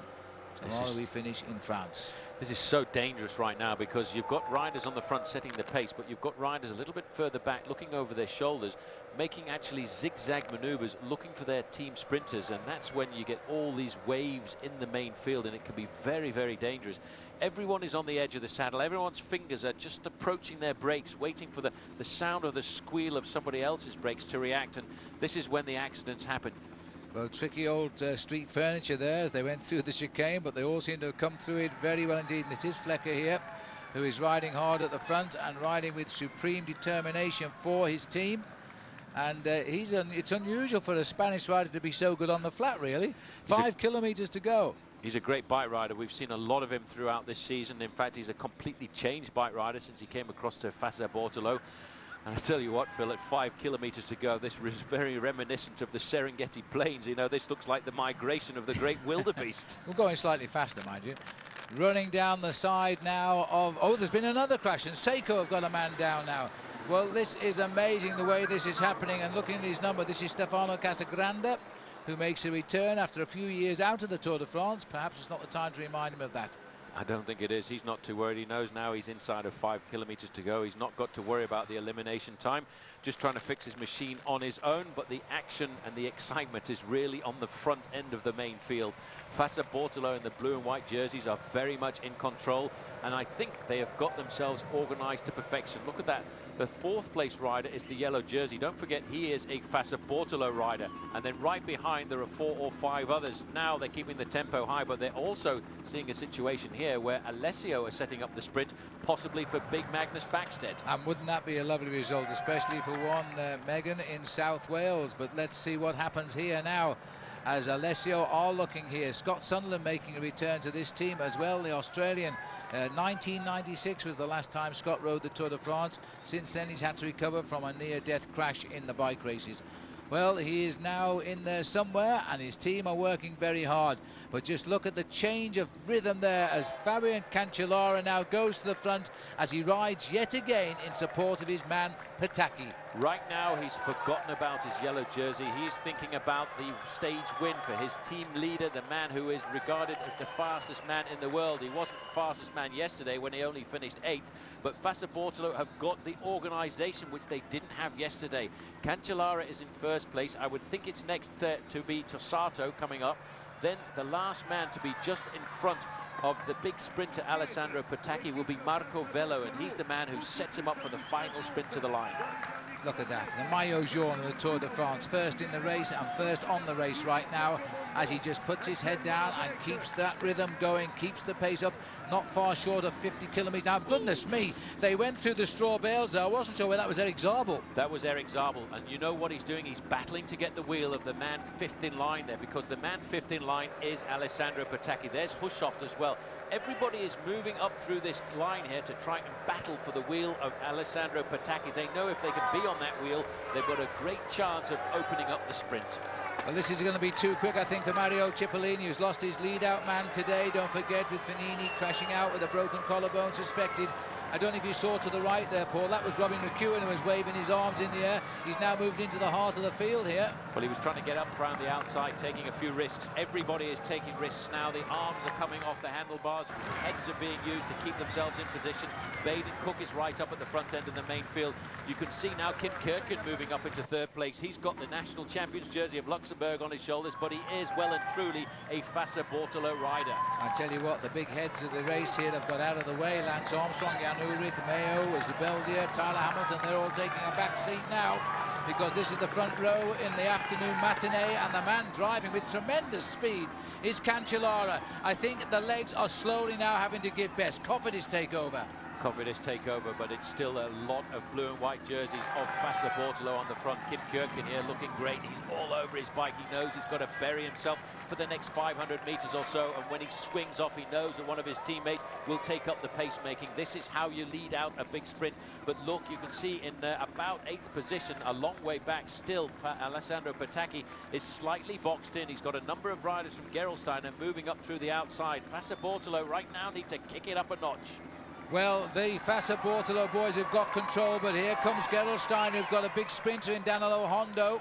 That's not Hondo who's got there yet, it'll be the helpers, but look at that sweep round to the right now. Momentarily out of range, here they come back into view now. Fassa Bortolo been split up here by the Gerolsteiner team, and Eric Zabel is still in there, the 6 times winner of the green jersey. Push off a little bit further down. This is going to be one terrific sprint. Pushoff needs to move up right now if he's going to get himself the yellow jersey at the end of the day. Don't forget he needs to finish in 3rd position, but now they're kicking up to the line. There's going to be a long sweeping left-hand bend. Alessandro Patacchi has got Eric Zabel right on his wheel, but in fact Freddy Agricola taking over supremacy. Well, look at this now, because Hushoff is being led here to a yellow jersey. First 3 will be good enough on the bonuses. The lead out now, and again Alessandro Patacchi has been moved out of it a little bit. Hushoff is finding himself in a perfect position as they swing now towards the finish. Hushoff must kick here. This is going to be a tremendous result. There's been a crash and a major pile up there as the riders go through, but keep your eyes on the front because Robbie McEwen is taking it. McEwen always comes out best when the going gets rough. Hushoff is the new maillot jaune of the Tour de France, and McEwen in Belgium gets the result, and he leaves behind the debris. Well, he left behind him the debris there. That's always going to happen when you've got a sweeping bend coming into the finishing line here. The man who went down, by the way, was Jimmy Casper, the Cofidis rider there, number 93, and he went down very hard indeed. But let's take one quick look at Robbie McEwen here. It was certainly a Robbie McEwen finish, a nice bend, a little bit of danger involved as well, keeping himself in the ideal position. McEwen gets the win that he wanted to, and as he said a couple of days ago, let's stop talking nowadays. Let's get on with the sprinting. That was a very, very heavy fall by the CSC rider, and that has taken out Jimmy Casper. There was only a couple of riders went down. Amazing how they do that. I don't think any of the big contenders like Lance Armstrong, Tyler Hamilton, Levi Leipheimer, Iban Mayo, or even Jan Ullrich were involved in that crash at all. And the CSC rider who went down fairly hard there as well, Arvidsson. Looks like Arvidsson, yeah. And he would have been looking to try and get himself a place. But Hushoff there in 2nd position will get himself a 12-second time bonus. That'll pop him into the lead for tomorrow. Well, he gave warning yesterday, Robbie McEwen, and he timed it perfectly today. No need for a photo. Tor Hushoff will be even happier with 2nd, and Jean-Patrick Nazon took 3rd. For the 2nd day running, though, Alessandro Patacchi was 8th, and this time he didn't have the excuse of a tired team. His train delivered him into the final 200 metres, but he simply lost the fight for position with Tor Hushoff, who separated him from his last lead-out man, squeezing Patacchi out as they took the final left-hand bend. And while Robbie McEwen was raising his arms, the Italian was shaking his head. It wasn't the same mistake 2 days running, but it was a mistake. With Gian Matteo Fagnini out nursing a broken collarbone, Mario Cipollini had no help in the sprint. He came in 10th as a freelance, while Lance Armstrong and the rest of the overall contenders avoided the home straight crash and finished safely in the same time as the winner. Not so Frederic Bessy, who was in that crash with Tor Hushoff and came in last 8.5 minutes down. Well, he was telling us about the argy-bargy of Tour sprinting earlier in the show, but Robbie McEwen didn't need to get nasty today. He won it from the front. Here he is with Ned. 2nd yesterday and a stage winner today. It's all working out beautifully for you, isn't it? Yeah, yesterday I was a bit disappointed because I felt really great in the sprint, but I ran out of road to be able to catch Kisipu. Today I started fairly early, and yeah, if you're not feeling really good, you don't win from that distance. I think I hit the front at 2:50 to go, but I felt great and I was able to go all the way through to the line, and to get one in, a stage win, in the first 2 days is great, takes pressure off now. And you had special reasons to dedicate that stage win today as well. Yeah, true. An ex-teammate of mine, Steve Vermont, he unfortunately passed away last week and was buried today. So for him and his family, and also for my teammate and roommate, Nick Gates, who couldn't start today because he injured himself yesterday. So a great day for Robbie McEwen, but as far as the standings go, second place was more important today. Torhushoff took it, and the 12-second bonus that comes with it was enough for him to leapfrog Fabian Cancellara and take first place. Cancellara, who did his bit at the front, delivering Pataki to the finish, is now second, and 2 good days for Robbie McEwen move him up to third and Lance Armstrong down into fourth. By the way, riders can't lose time for crashes inside the final kilometre of the race, so Kurt Asler-Arvesen keeps his 15th place, and all the other big names are where they were in relation to each other. So Torhushoff is the second yellow jersey of the 2004 race, the first Norwegian, as well as the first man named Tor, I believe, to lead the Tour. However, he almost didn't make it to the finish, involved in that crash with Frederick Bessy. Like 15k to go, I had somebody touch my bike and the bike broke down, so I had to change it. And the whole team went back to get me back on, and that was so hard. I was already then like tired, but last 5k I recovered, and Julian Din did a perfect lead out, took me up to the perfect position 200 meters to go. At that stage, you must have thought it would have been tough to end up in the yellow jersey. Yeah, after I had a problem, 15k to go, I said, oh, I think it would be hard to be top 3, but I'm in good shape. I have a lot of power, and now I took my 12 seconds, and now I'm in yellow. So no home winner for the King of Belgium to shake by the hand today, but at least he got to meet Eddie Merckx, so his day wasn't completely wasted. Now, before we go, we're going to launch this year's competition. Your chance to join us for the final stage of the Tour in Paris. It's actually an all-expenses-paid weekend in Paris, courtesy of Konica Minolta, with the spectacle of the Tour's arrival on the Champs-Élysées on July the 25th as the centrepiece. For a chance to be there, just tell us how many riders comprise a full Tour de France team. Is it A5, B9 or C13? 09012 933 393 is the number to call, or you can send a text to 86017 with the word France, followed by A, B or C. For runners-up, we've got 5 copies of Graham Watson's new book on Lance Armstrong, Images of a Champion. Well, tomorrow the Tour de France finally heads back into France. Not that the riders will particularly welcome the fact, because they'll be rattling over the cobbles used in the Paris-Roubaix one-day race as they head from Waterloo into Wasquehal. Join us for that, stage 3 of the Tour, tomorrow night on ITV2 at 7.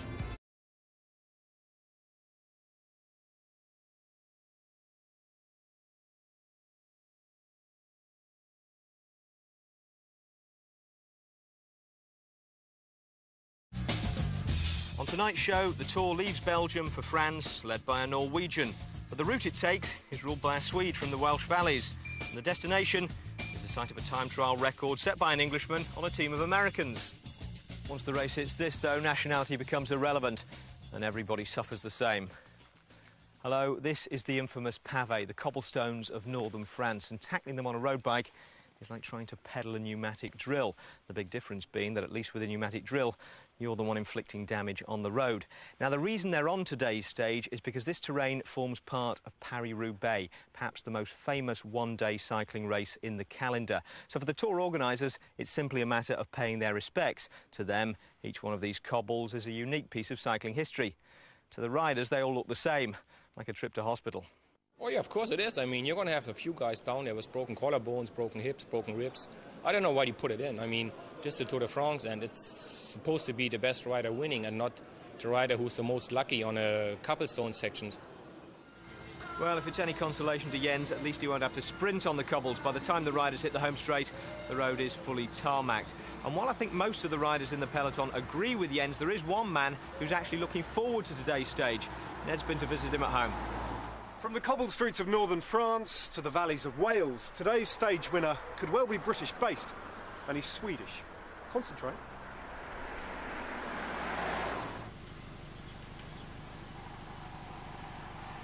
In the land of Dylan Thomas, a splash of spandex. The Welsh valleys have come alive to the sound of spinning Swedish chains. Magnus Backstead is in town. Can we sort of claim you as an honorary Brit? Yeah, go on. Yeah? Every other country does. Marriage to his wife Megan has brought the big Swede to live in Llanharan, just outside Cardiff. You go on your tummy then. Yeah. A move which suits him down to the ground. For me, like training around here is absolutely perfect. It's beautiful roads, and you know, I've got some friends around here as well that I can go out training with, so it works good for me now. I think I go quite sort of unnoticed around here, and you know, there's only the neighbour who sort of, you know, who knows what I'm doing, and that's about it. Like, does the name Magnus Backstedt mean anything to you? No. No? Have you ever seen a big 6'4", blonde-haired Swedish fella riding up and down wearing a big lycra bodysuit? No. You never seen him? No. You watch... But he doesn't train you, surely. He trains all around these hills. Does he?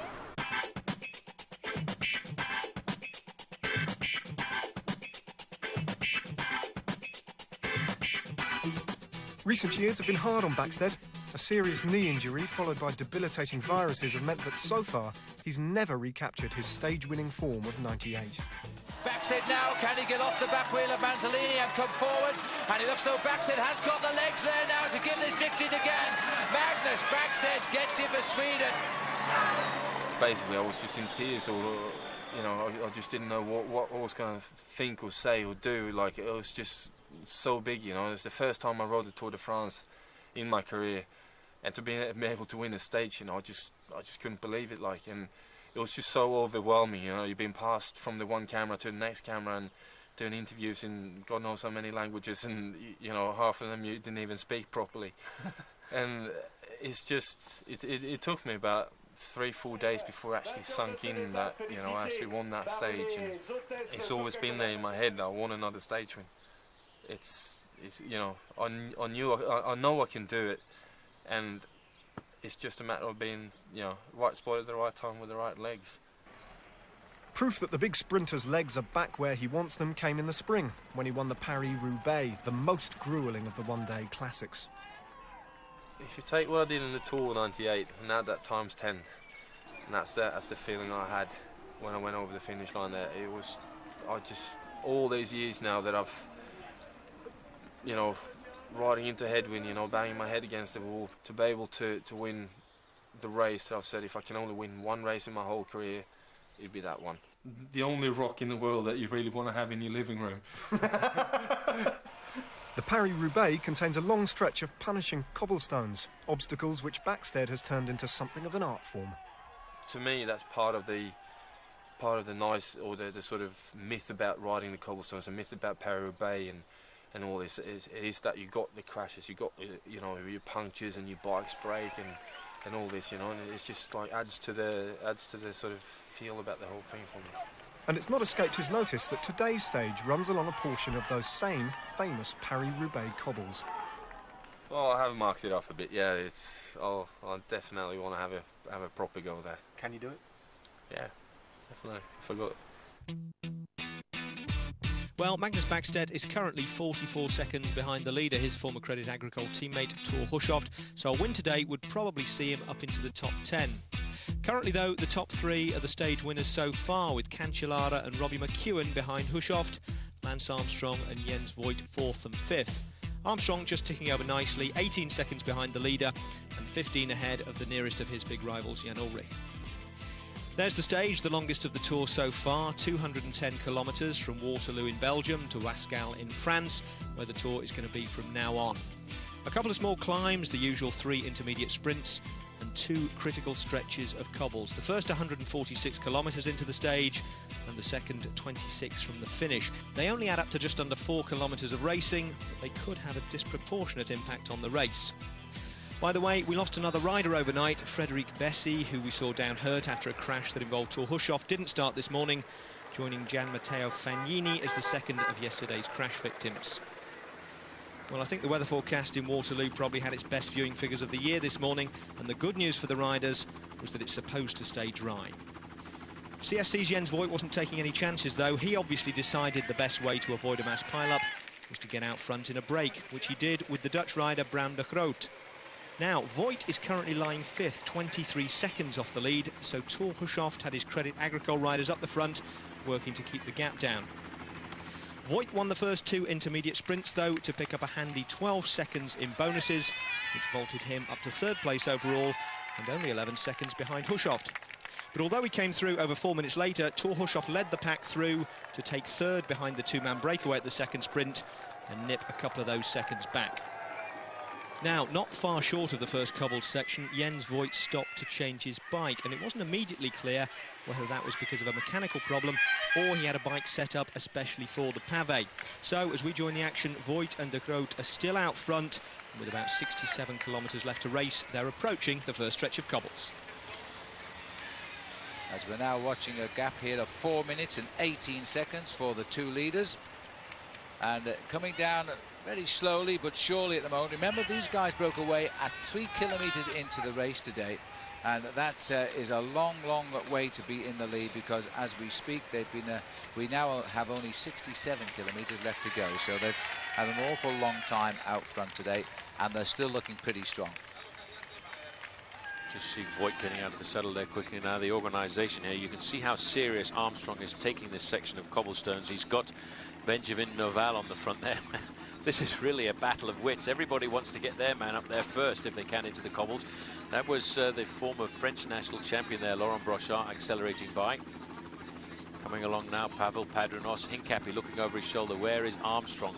Armstrong will be in the middle of that group, keeping himself at least in the top 10 or 15 places. There is a lot of work being done here now as they try to defend the front of the peloton. Just look at that long line, and there's been a crash.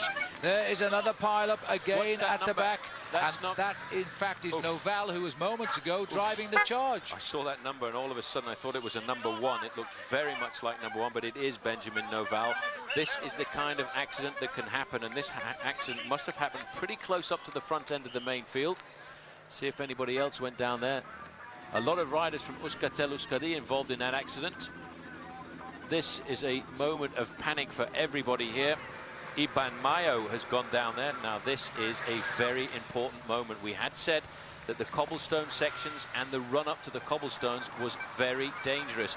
Iban Mayo does not have any teammates around him as we speak, and in fact 2 or 3 of his teammates went down in that incident. He's going to have a major battle right now to get himself up to the rear end of the main field. Well, the thing is, Paul, this has happened. That's a very nasty injury there because his shoulder's bleeding, and I think that is the end of the day for him. I'm not sure. It could be Tasato. Well, we'll have to wait now to hear the crackling over race radio of the riders who've gone down in that rather dramatic crash. You can just see here these two riders is not far away. This is the start of the cobblestone section. They are on the cobbles now, the cobbles known as the Pavé de Aire. They're not too far away from Ornat. It's a long cobblestone section here at 2.8 kilometres in length. But the two leaders, they are there. Jens Voigt using his experience on the front end of the group here. Bram de Groot is just quite happy, I think, to sit there. Now look at this. This is the Euskaltel train here, trying to pace Iban Mayo back into the main field. They won't get any help there from Benjamin Noval, who went down in the crash as well. This is Salvatore Comesso, and the other man in that group as well from fdjeux.com is one of the sprinters. Well, there they are, the two leaders on the cobblestones. Good stretches of cobblestones, perfectly straight. A nice crowd watching them. Just the two leaders. Bram de Groot is the second rider. Jens Voigt is leading over the cobblestones. The gap coming at us at the moment, 3 minutes and 24 seconds. But I'm amazed, Paul, that all the problems have started not on the cobblestones, but before we actually got on them. Well, the thing is, it is a big battle to get in there. Everybody knows. You see how wide this road is. There is nothing. This is actually a cattle track, which was probably put down in the Napoleonic times. And you want to get almost 200 bike riders charging down this piece of road. The safest place to be is in the top 15. So the battle before you get to the cobblestones is sometimes more dangerous than actually getting onto them itself. And that's what happened to Iban Mayo. He was taking risks to be up at the front end and was involved in a rather dramatic crash. But what's also important to note is you can see the acceleration. These men 15 kilometres ago had a 6.5-minute advantage. Their advantage now is only just over the 3-minute mark. Now let's have a look there. I can see a lot of blue jerseys at the front end of the main field, and that would indicate that Mr. Armstrong is present and correct. Yes, driving on at the front, and it looks like Big George has got control here. George Hincapie, now the strong man of Paris-Roubaix, is now getting control over his favourite terrain. This is a great section of cobblestones. You can really get the big gear going along there. Great job of work done by George Hincapie. If we could just have a little further look back, I wouldn't expect to see Jan Ullrich very far away. There's a few gaps starting to appear in the front end of the main field, but I think what's more important here is the fact that Iban Mayo has been involved in an accident and is hovering about 30 seconds off the back end of the group. Now, at this speed, it's going to be very difficult for Iban Mayo and his team to come back into the race. The two leaders are off the cobblestone section. They can breathe a sigh of relief, but the advantage that they had before it was 3 minutes, and it's not going to be very much now. And I wonder how that Soigneur happened to be in the right place. Now look at this. The peloton is splitting under the impetus of US Postal, and remember that Mayo and the riders in orange are still behind the race to the best of our knowledge. Well, that's a big split. I don't think they'll take advantage of this. They'll probably sit up once they get to the end of the cobblestone section, but a great job of work done here by US Postal Service. Yatislav Ekimov on the front end of the main field, Georgi Hincapie in second place there, and Lance Armstrong in third. This is Iban Mayo with his teammates, and he will be wondering, why have I come to the north of France? This is horrendous. I've never been over roads like this in my life. He has never ridden the Tour de France in the past, and this is what it's all about. He's very fortunate today in the fact that the weather is very good. It's a nice dry section of cobblestones. I think the tail end of the cars is just round the corner in front of him. And we're actually hearing that Iban Mayo is at 3 minutes and 10 seconds from the front end of the race. So he's only about 20 seconds off the back end of the main field. It's a tough fight. He'll get back, but what energy is he using up here? That is a big shame. But these are great shots and very much dramatic racing. Remember, this all happened before we got to the pavé today, and it was because of the hard riding by Armstrong. Ironically, Armstrong lost a man in this with Novell going down. Novell went down very hard. He's the only rider on the Tour de France team for US Postal who hasn't been to the Tour de France before. He's inexperienced, but they believe he's got the ability to ride well over the whole 3 weeks.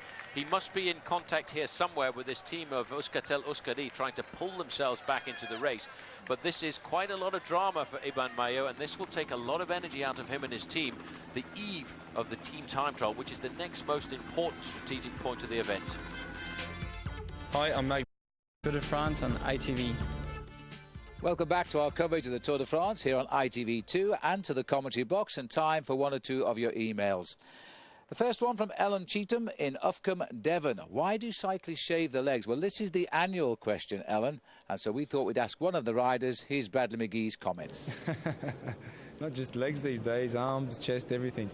Look, I don't know what the traditional role it is. It's definitely just... for me as an athlete, firstly, massaged every day. It just feels clean. It feels right.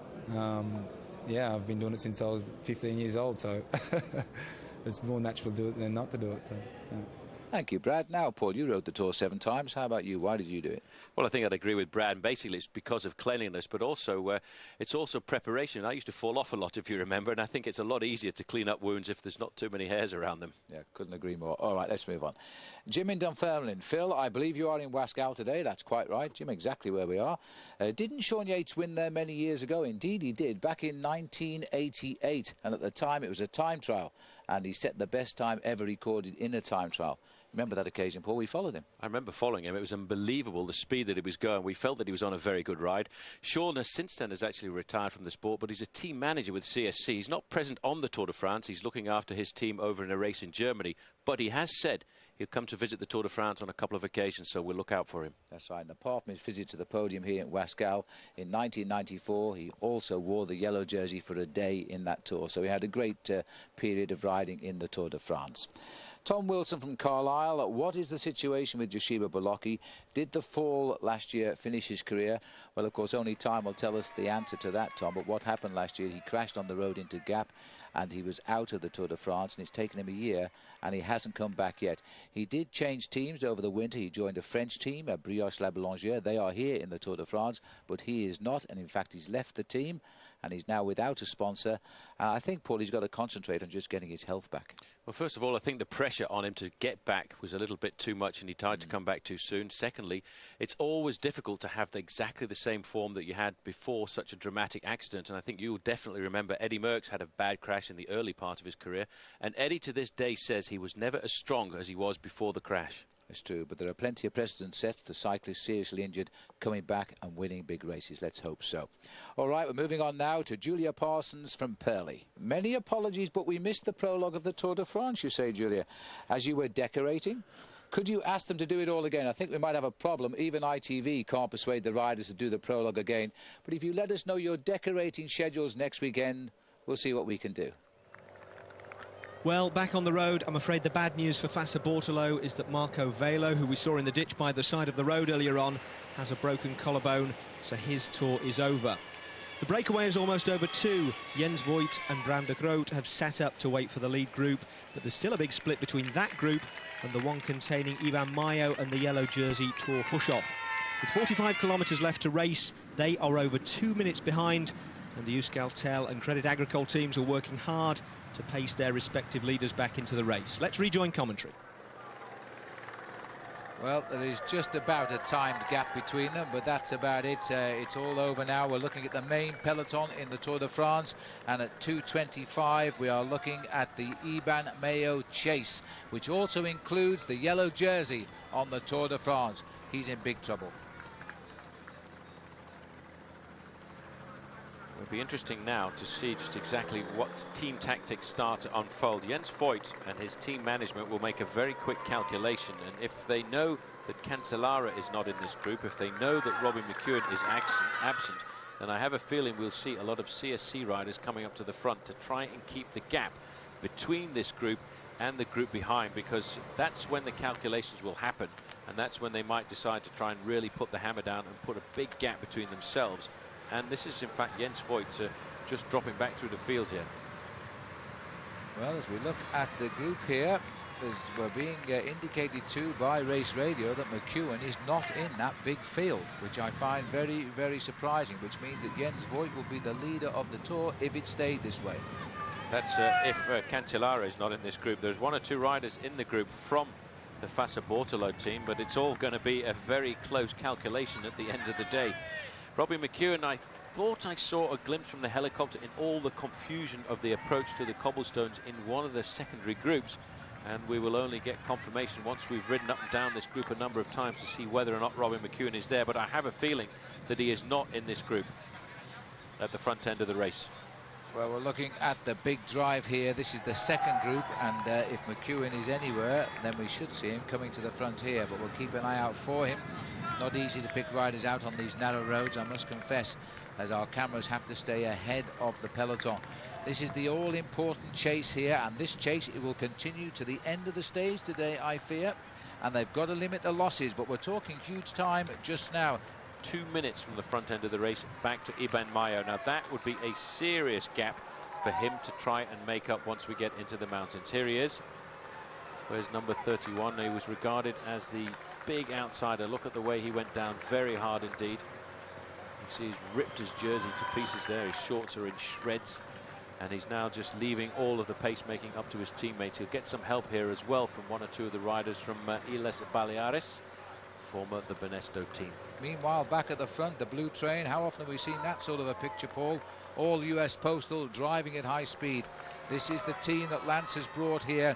He's got his batch of climbers and he's got his batch of pacemakers, and today he's called on his pacemakers. Well, they try and keep the pace nice and high. They're getting some help on occasions from riders from Team Phonak and 1 or 2 riders from the T-Mobile team of Jan Ulrich, because I think everybody would like to put a buffer between themselves and Iban Mayo on a stage like this, and it's going to be a long, hard chase for the Euskaltel team to pull it back, and I feel they might run out of steam, because let's not forget, they started the Tour de France with a handicap, actually only having 8 men. These guys are battling now to keep themselves in the chance of winning the Tour de France overall. If Iban Mayo wants to win the Tour de France, he's got to reintegrate the main field today. A minute 53 is what they're saying the gap is, so these boys are riding at more or less the same speed as the front group. It is so hard to have to try and bridge this gap, because at times, a minute 53, they will probably see the dust ahead or where the peloton is, and nobody helping, I noticed there, in the chase. Just the 2 teams, Crédit Agricole, Euskaltel, doing all of the work to try and put their men back into the thick of the action. But you can see there's a number of teams working here at the front end, and although we're being told on Race Radio that Robbie McEwen is in this group, I have still yet to get a glimpse of him. If Robbie McEwen is in there, well, then he will have moved up into 3rd place in the overall classification. But the sprint at the end of the day is going to be very important. Looking down there, there's Armstrong wearing number 1, his team very urgently going to the front end of the main field. A little bit further back at the main field is the leader of the Alessio squad, Magnus Backstedt. There we go, wearing number 43, Fabien Cancellara. Doesn't have to worry about too much at all here this afternoon. All he has to do is just sit in the group and feel nice and comfortable and see how the race develops, because in theory, if the race unfolds and stays the same as it is as we speak, then Fabien Cancellara will get the yellow jersey back, and I don't think he could have even imagined that was going to happen. McEwen, just at the bottom of our picture right in that green jersey, is in the pack. Boy, is he sitting pretty now. He's sitting very pretty. In fact, he's 9 seconds off the overall lead. That's bearing in mind that we don't expect Iban Mayo and the group of Thor Hushovd to catch back to the front end of the race here this afternoon. Currently, the overall standings would look like this. Cancellara is the best man in this group. 3 seconds behind him is Jens Voigt. 9 seconds behind him is Robbie McEwen. Now let's just watch out for this, because Jens Voigt there is just on the right-hand side. He's trying to get a few points, but I think they might be trying to lead it out for Cancellara as well. Well, if Cancellara gets it, McEwen will have to sprint even harder when he gets down there. And this is a big sprinter line. Hondo is coming up on the left of our picture. And I think Hondo surely is the sprinter, but no. Well, I couldn't see, but I think it was Hondo and possibly the other rider there from Cofidis. O'Grady. Was that O'Grady? Yeah. Oh, yes, Stuart that's the sprint of O'Grady. You can see his freckles from here. Stuart O'Grady. Now, let's have a look from the aerial shot. This is often the best way to see it, as no Hondo. He's so much clearer from the top. Hondo, O'Grady and Cancellara. So it's not going to affect the overall classification, which, just to reiterate, still looks like this. Cancellara, Voigt and McEwen. It's all going to go down to the final sprint of the day. Hi, I'm Bobby Julich. You're watching the Tour de France on ITV.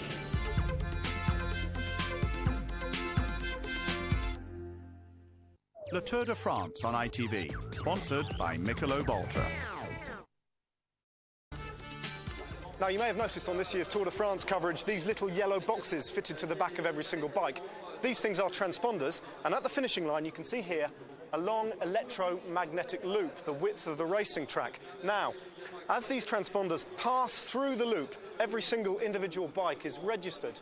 Don't be fooled by the fact that they appear to be behind the real finishing line. That's because they're fitted to the back of the bike, exactly 1.20 meters from the leading edge of the front wheel, so that when they pass through here, that means the bike itself is finishing the race. Now, what they do with that information is another story altogether.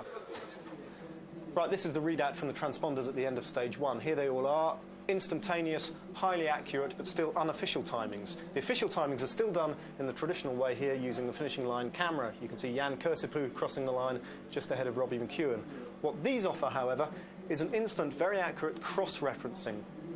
For example, here you can see this rider. You can't quite make out the number on his back, and although we probably know who it is, confirmation is given straight away here, because we know from his transponder crossing the line that Thor Hushovd was indeed in 3rd place. It's that sort of very accurate readout that these transponders offer the Tour.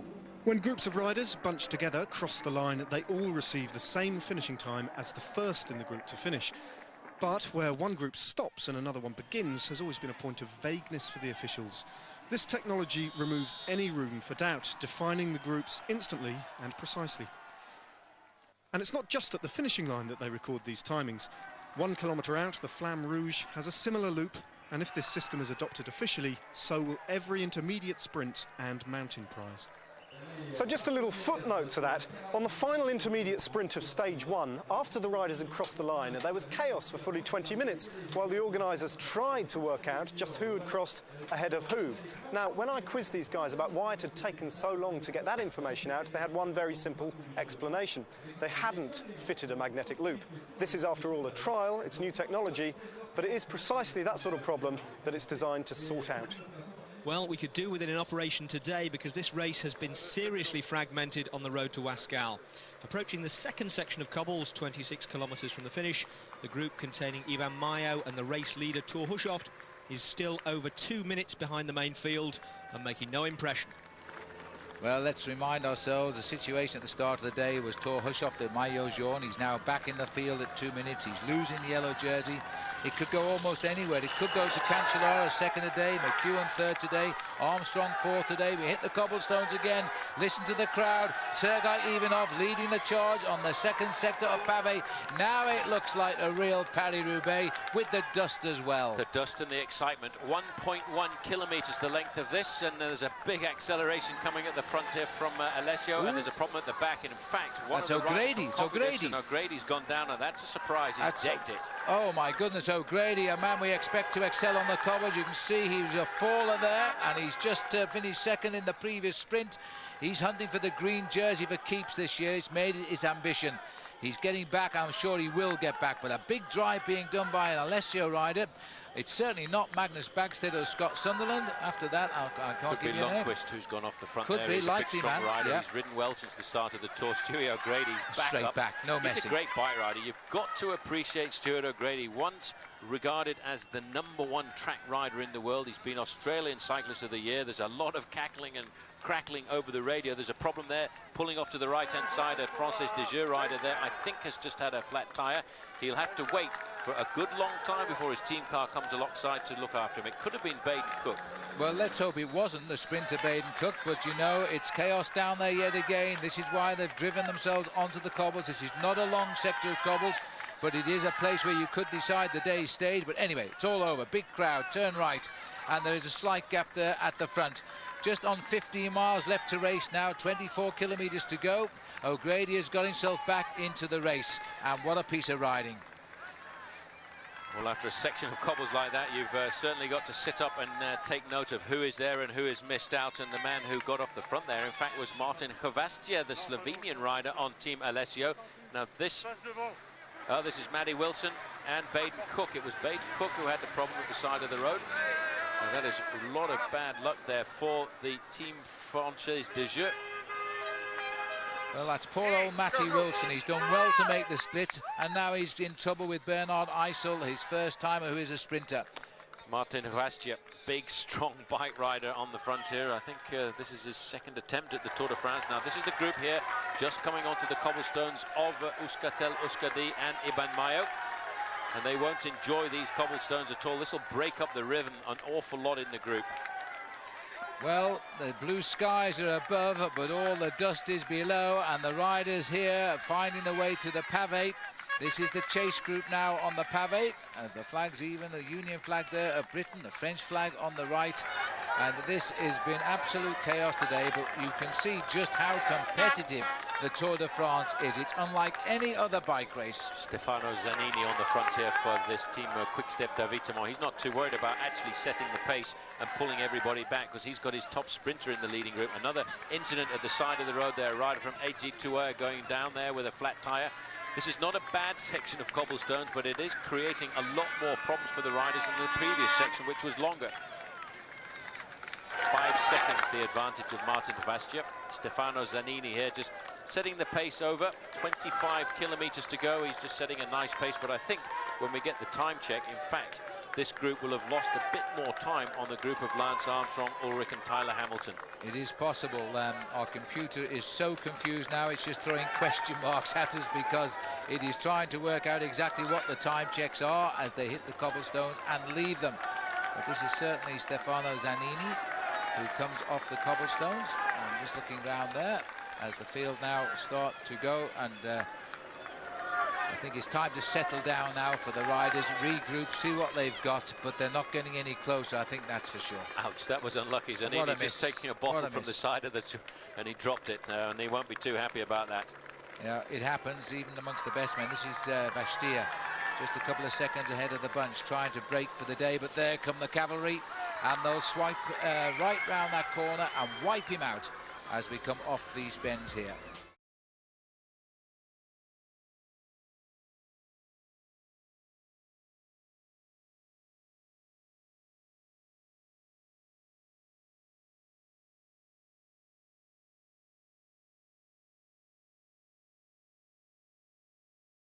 After battling over the cobblestones here in the north of France this afternoon, the sprinters of the race will be very happy to see this last final 1.5 kilometres, which are completely straight. It takes them right up to the line. A little kick in the last 200 or 300 metres, which will advantage strong riders like Alessandro Patacchi and Mario Cipollini if his form is starting to come up. But having battled all day over the cobblestones, unfortunately in the last 2 kilometres, there are 2 very tricky corners indeed. Now, we've seen in the past riders taking a lot of risks to stay at the front end of the main field. If you touch your brakes in the last 2 corners, you'll slip back down the main field 20 positions, and that'll be too late to be in the right position here to try and take out the sprint in Wasquehal. Well, the tight corners coming into Wasquehal are causing problems even further out than that. Approaching 13 kilometres to go, 2 Rabobank riders went down together. Michael Rasmussen was quickly back up and onto his bike. Mark Wouters looked a lot more shaken, though, and we're still waiting to hear on him, with the race now closing in on the finish. We're inside 10 kilometres from the finish here now, and the field again is being put under pressure. Now, it's these sort of attacks which are going to pull this whole pack even further ahead of the chasing group. And again, the hazards of the profession, I suppose, but the traffic furniture on these bends is always a worrying thing to see. They only get a split second to dive around it and continue the attack. Well, the group is coming back together again, slowly but surely. And number 13 there is Botero, but he's a little bit off the back with Stuart O'Grady right now. They're just about repairing the damage, I think. Well, they've just been picked up by the group of Iban Mayo and Christophe Moreau and the yellow jersey, and of course Eric Dekker in there, the champion of the Netherlands. They're still a long way behind. We're getting a time check of 2:56, and it seems as if they've picked up a certain amount of impetus once more. But the action really is happening at the front. What's more important with this group is to how much time will they lose by the end of the day in the last 10 kilometres. But look at this. There's the main field. They're not letting anybody slip away. There's no organisation yet either, as let's not forget Danilo Hondo is in this group, Yatislav Ekimov. And I just did one quick calculation, and Georgi Hincapie has always been one of my favourite bike riders. He's a great bike rider when it comes down to the individual one-day races at the start of the year. If Hincapie were to win the stage this afternoon, he could actually grab the yellow jersey himself. And I wonder if Johan Brunel has done that calculation. Well, it happened last year with Victor Hugo Peña, of course. Remember, the winner gets a 20-second bonus, second gets 12 seconds, third gets 8 seconds. And at this stage of the Tour de France, it could produce almost one of 7 or 8 riders as the new leader of the Tour. Just hope we get it right when we come to the finish. But Robbie McEwen, who's never worn the yellow jersey, and only 3 Australians ever had, by the way, Phil Anderson, Stuart O'Grady and Brad McGee. And I know that Robbie would like to join that rather salubrious group of Aussies. He certainly would. He's in fine sprinting form. The acceleration he got yesterday surprised 1 or 2 of his competitors, including one by the name of Alessandro Patacchi, who said, I wanted to get onto McEwen's wheel, but he came past me so fast there was absolutely nothing I could do. And when I saw that he got the gap, I basically gave up because I knew I wasn't going to win. This is the group of the yellow jersey, Thor Hushovd, the yellow jersey for a day. He started the day with an 8-second advantage over Cancellara, a 17-second advantage over Robbie McEwen, and 18 over Lance Armstrong, but that has all completely changed right now. Well, looking down there at a very select group, Alessandro Patacchi obviously feels confident now as he's got his team working again on the front. This is going to be a sprint royale, even though we split the field, because some of the best sprinters are still here. I'm not too sure Baden Cook's made it. I think he must have been left back. Baden Cook, I haven't seen him. I think he might have had an incident earlier on at the rear end of the events, but certainly Cancellara is looking to see if he can help his own teammate out to get himself the win. Cancellara will hope that Robbie McEwen doesn't get into the top 3, because if Robbie McEwen does not make top 3 on the stage, then Fabian Cancellara, the first wearer of the yellow jersey, will get himself the yellow jersey back again. But there's a lot of confusion. There are a lot of riders in this group here, Phil, from Fassa Bortolo, nice and organised. Don't discount Jan Ullrich having a go to try and lead out Eric Zabel, because Zabel is just bobbing around in and out there with the pink and white jersey of T-Mobile. There's always also the possibility that Mark Scanlon could win this. He packs a good sprint, although he'll feel his job perhaps is to lead out Jean-Patrick Nazon, who is still the team's #1 sprinter in this race. He won in Paris last year. and was right up amongst the placings yesterday. So he's warming up. Now the pressure is going on here as they try to take control for Pataki, but Lotto have a man in second place. This is a dodgy part of the course here. They don't come into the nice long straightaway until 1.5 kilometres to go. They're going through a nice little neighbourhood, but unfortunately there are 3 or 4 very difficult corners that they have to negotiate. Fassa Bortolo keeping the pace nice and high. They're trying to keep their man Alessandro Pataki at the front end of the main field. Danilo Hondo could be a serious contender for the win this afternoon. A couple of years ago, we remember, he won 3 stages of the Giro d'Italia. We thought he was going to be the new sprinter on the block. Well, this is the difficult part of the race today now, but they're going so quick. They've pulled it into a long, thin line, which will eliminate some of the dangers around the back streets here. As we run through the suburbs of Wasquehal, this is really a very nice residential area, although the neighbours have had to move their cars off the road today for the arrival of the Tour de France. 2 kilometres from the finish now. The big sprinters are still here. Robbie McEwen is here, Danilo Hondo, Jean-Patrick Nazon, and of course Alessandro Pataki, who's looking for revenge today. The team that's got the biggest organisation, though, is Gerolsteiner in the pale blue jerseys there. They're looking over their shoulders to see the position of Danilo Hondo. Jean-Patrick Nazon is not too far away. He won the final stage of the Tour de France last year, if you remember, on the Champs-Élysées, the one that all the sprinters want to see. Now they're at 1.5 kilometres to go. It is straightening up. Robbie McEwen is a long way back. Miles. Too far back. I think for the moment he's going to panic, but Robbie is a clever bike rider. He'll wait for a slight slowing at the front end of the main field and take advantage of that to catapult himself up into the top 5. Well, he is an awful long way back. If he wins this, it would not surprise us. He's a very talented bike rider. There he is there, the green jersey, sitting on the back wheel, I think, of Voigtler there, probably Kim Kirk, and actually a Luxembourg champion, similar colours to the champions of France and Holland. But Kim Kirken it is, and in fact McEwen has got his wheel. Now the big lead out though is coming for Danilo Hondo here, the third wheel of those 3 boys. A bit of an early swing over because Hondo's being left now, and Jean-Patrick Nazon and Mark Scanlon are both moving up here now. This is going to be a tight sprint, and Robbie still is not in the frame as they line up for the finish now. Hondo gets the big lead out. This could be a great win for the German if it happens. Jean-Patrick Nazon digs on the left of our picture now. Now Hondo goes here. Hondo launches for the line, but there's a big fan. Robbie McEwen no way through, or is there? Oh, it's a shame the cars come in the front view here, because there's McEwen off to the right now as we try to look over the top of the car. McEwen is digging in, and if he hits the line first, and I think he's going to, he's got tremendous power. McEwen on the line though. I think that's Jean-Patrick Nazon who has taken it on the line. That is a great result. McEwen maybe 3rd or 4th, and I don't think that's good enough, but we'll have to see how the maths work out on that one as to who leads the Tour. But the winner is Nazon. We think Nazon has he got the yellow as well? He's very close, but I think at the end of the day it's going to stick with Fabian Cancellara, because Nazon was just that little bit too far back at the start of this afternoon. It was a great move up through the middle there, and Tom Boonen wasn't far away either. Eric Zabel came up very quickly down towards the end, but it should be the new yellow jersey of the day on the shoulders of Fabian Cancellara. The way McEwen goes through the traffic here, he is unbelievable how he produces this finish. But I think on this occasion, he is well beaten. AG2R, perfect lead out for Nazon. The other AG2R rider sits up when he sees Nazon go by. Now, wait for the lunge to the line. McEwen, I thought, had it at this stage. Sorry about the car getting in the way there.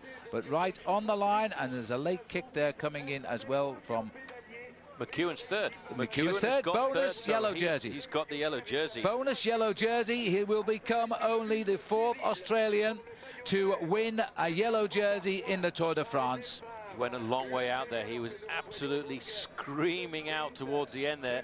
The fight there, Eric Zabel was so close. Zabel, the old man's coming good, Paul. He's good. He's always there, always present.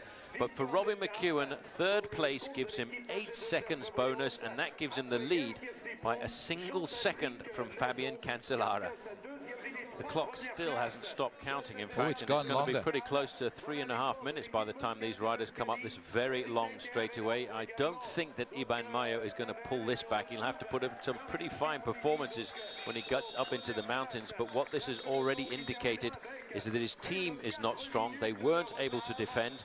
And what we will see tomorrow is Iban Mayo's disadvantage being extended even more in the team time trial, because they will have really tired out their bodies this afternoon, Euskaltel-Euskadi. Well, in writing out Mayo from a likely win in Paris in almost 3 weeks' time, Armstrong will look at one or two other challenges, I think, and they could be American, with the fine riding by Bobby Julich and by Levi Leipheimer today. Something like 3 minutes 55 seconds, and that's a terrific gap now. You will not pick up 4 minutes, certainly not in the next week. There's confirmation of the result. Jean-Patrick Nazon making the first stage finish in France a home win ahead of Eric Zabel, with Robbie McEwen claiming third and the all-important 8-second bonus that went with it. Now behind them, as you know, the favourites didn't all finish safely in the bunch in the same time. In fact, there was even a little time gap at the front. The first 14 riders finished 5 seconds up on the main bunch, and the USA's Levi Leipheimer was in it, so he gained slightly on Ulrich, Armstrong, Hamilton and the rest who were back in the pack. But that's nothing compared to the time gap from the main bunch to the group who were caught in that big crash. Aymar Zubeldia, fourth in last year's Tour, lost 3:53. So did Tour Hushoff, the yellow jersey. Christophe Moreau, the big French hope for a podium finish in Paris. Stuart O'Grady, who went down on the pavé. Mark Wouters, crash victim near the finish. Magnus Backstedt, who fancied himself for the stage win. And the biggest loser of the lot, Iban Mayo. He came in hurt, unhappy and unwilling to speak, leaving his teammate Zubeldia to put a brave face on a bad day for the Euskaltel team. En 4 minutos en el tercer día perder ya pues es mucho tiempo, ¿no? Y bueno, pero lo que te he dicho, ¿no? Hay que saber levantar cabeza y bueno, mirar hacia adelante. Well, this is Jean-Patrick Nazon's second stage win since the other one was on the Champs-Élysées last year, probably second place in his career highlights so far. It moves him up to 4th place overall, right behind Jens Voigt, who put in a superbly aggressive ride today until he was caught, Fabian Cancellara, who so nearly regained the yellow jersey, and the man who deprived him of it by a second, Robbie McEwen. Now, let's see what today has done to the placings of the overall contenders. Well, leading them is Lance Armstrong, who's 5th overall, and the closest men to him now are 2 Americans. Rabobank's Levi Leipheimer and a rejuvenated Bobby Julich, riding for CSC this year, are both within 10 seconds. Jan Ullrich is another 5 seconds behind, just ahead of Tyler Hamilton. The climbers, Francisco Mancebo and Roberto Arras, are over half a minute down, and it's a giant plunge down the classification to 101st place, where Iban Mayo is now 4 minutes and 7 seconds adrift of Armstrong. Unless he can pull something miraculous out in the mountains, his tour may be over. Robbie McEwen's, though, just keeps getting better. A yellow jersey to go with yesterday's stage win. Hey, listen, second on the first stage and then a stage win yesterday, and now the yellow jersey. Yeah, I've had places 1, 2 and 3. I would have preferred to win the stage today. I would have taken the jersey anyway. I tried to win, but I think it was a little bit of headwind. I came a little bit too early on the front and couldn't hang on to it. But I knew in the back of my mind that if I finished in the first 3, I could take the yellow jersey, and yeah, it's worked out like that. So I saw the other guys come past, and then the temptation is just to sit down and sort of give it away because you're not going to win. But I was still thinking about having the jersey, even if it's just for a day, and I got across in third. So it's a consolation for not winning the stage. Chaotic stage as well, wasn't it? All sorts of permutations were open all the way right to the end. Yeah, it was a difficult stage, just because all the classification riders are so nervous about the cobbles. And once we got on them, I realised why, because you see these Spanish climbers sort of bouncing left and right and can't hold the wheel, and it split, and that's why they want to start at the front so they can at least finish at the very back of the group and stay in contention. But it made it very difficult. It was really quick before the cobbles, and yeah, the group wasn't all that big at the finish, and it was a pretty tough day all round. The average speed was quite high, and we were really riding fast the last 70-80k. I have to remind our viewers that you ride on a British passport, Robbie, so it's great to have a British rider in yellow. Thanks very much. No worries. And apparently he said the same to Latvian broadcasting, who were next in line after us. Now, let's pause for breath after all that drama and have a look at the competition. Your chance to be with us for the final stage of this year's Tour in Paris. It's actually just as Lance Armstrong hit the front, delivered safely by the US Postal Service across the cobbles to Wasquehal. When the dust cleared and the damage was calculated, Mayo had lost nearly 4 minutes on the defending champion, as well as on all the other contenders. And the punishment isn't over for Iban Mayo. Today, he's going to lose more in the team time trial.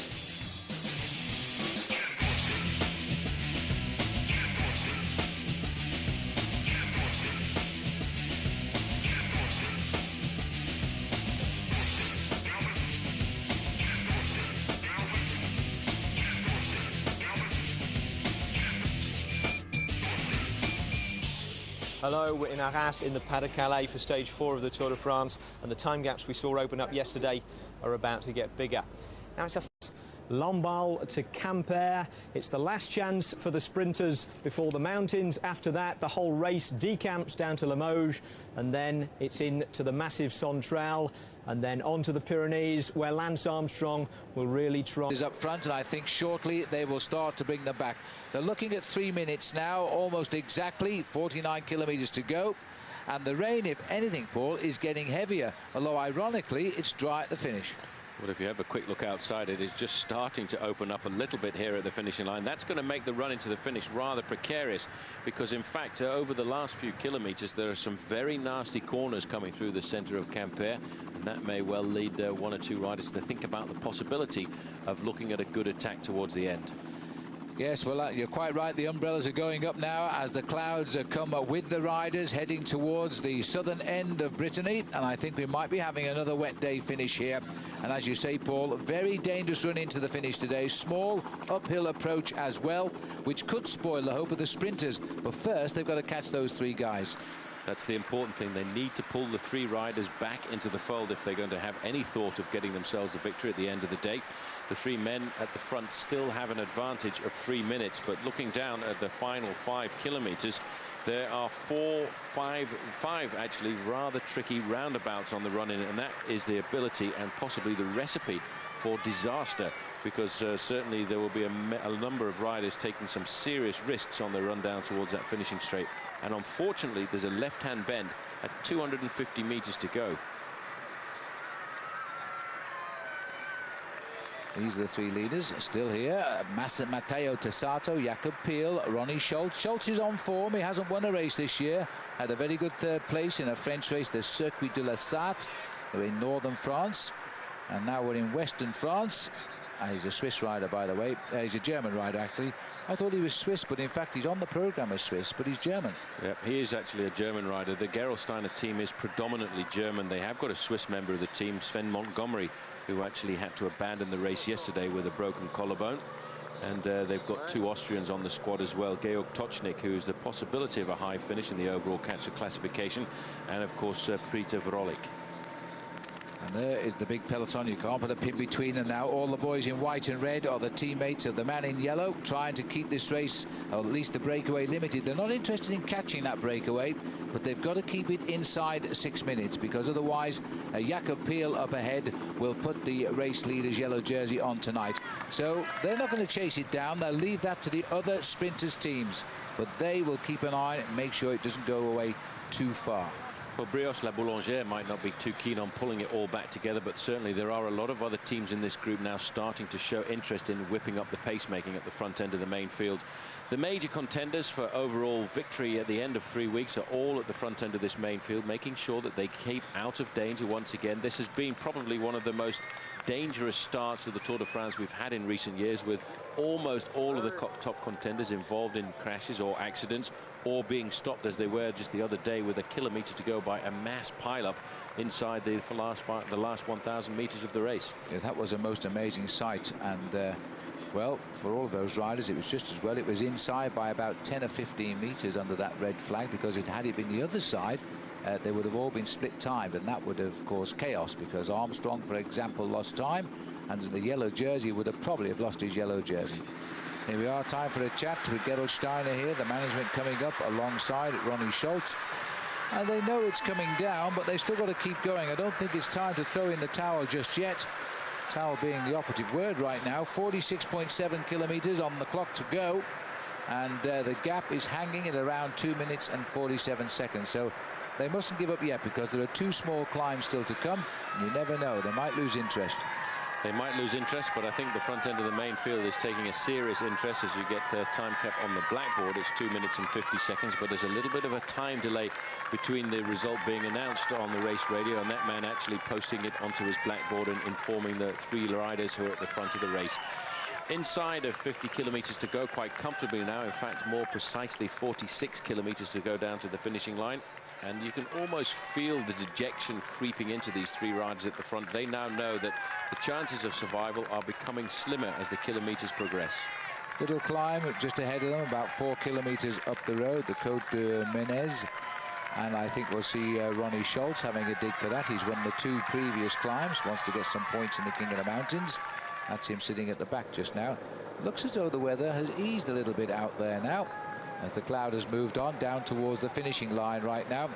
As we're looking here, the 2 Domina Vacanze riders trying to bring this race back together. I'm surprised that O'Grady and McEwen's teams haven't sent men to give them a hand now, because they want the green jersey.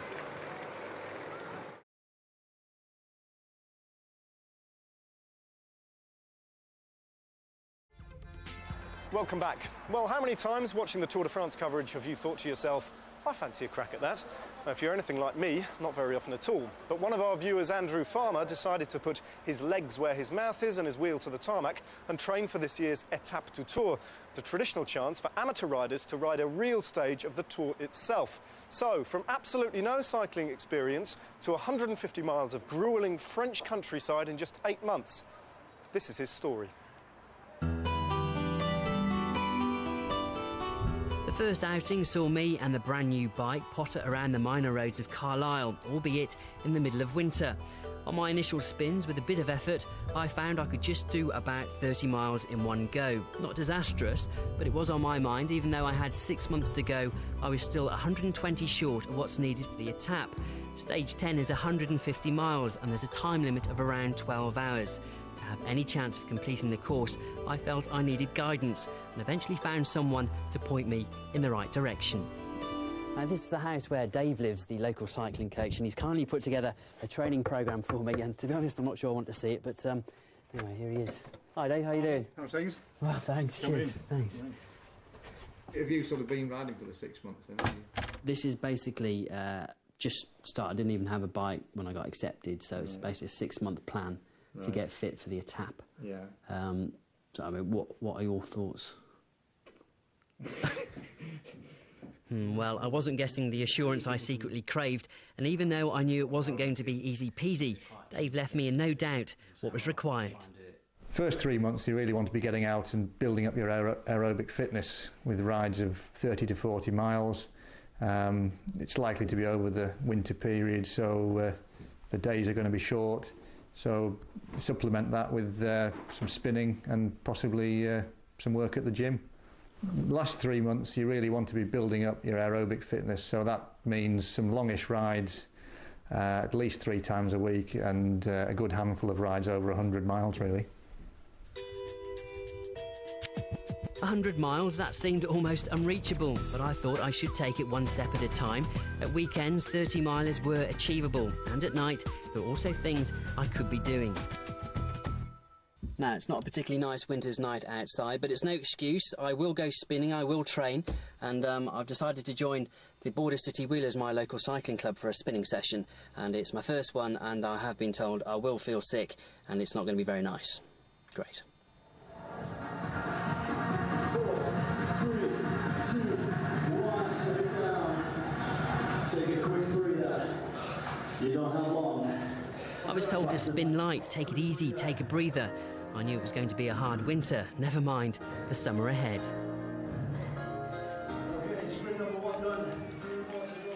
Back on the road to Quimper, the three-man break are inside 40 kilometres from home, and their lead is down to 2 3/4 minutes. Back to commentary. The rain continues here in Brittany as we look down here at the 3 leaders, the legs of Ronnie Schultz of Germany. He's been part of these 3 leaders since the 16th kilometre. They're now running into the last 40 of the day as they continue. This is over the top of the small climb of the Côte de Menez-Cuz, and no particular effort made by the 3. Schultz has won all of the small climbs today, so he'll be getting himself a few points in the King of the Mountains competition.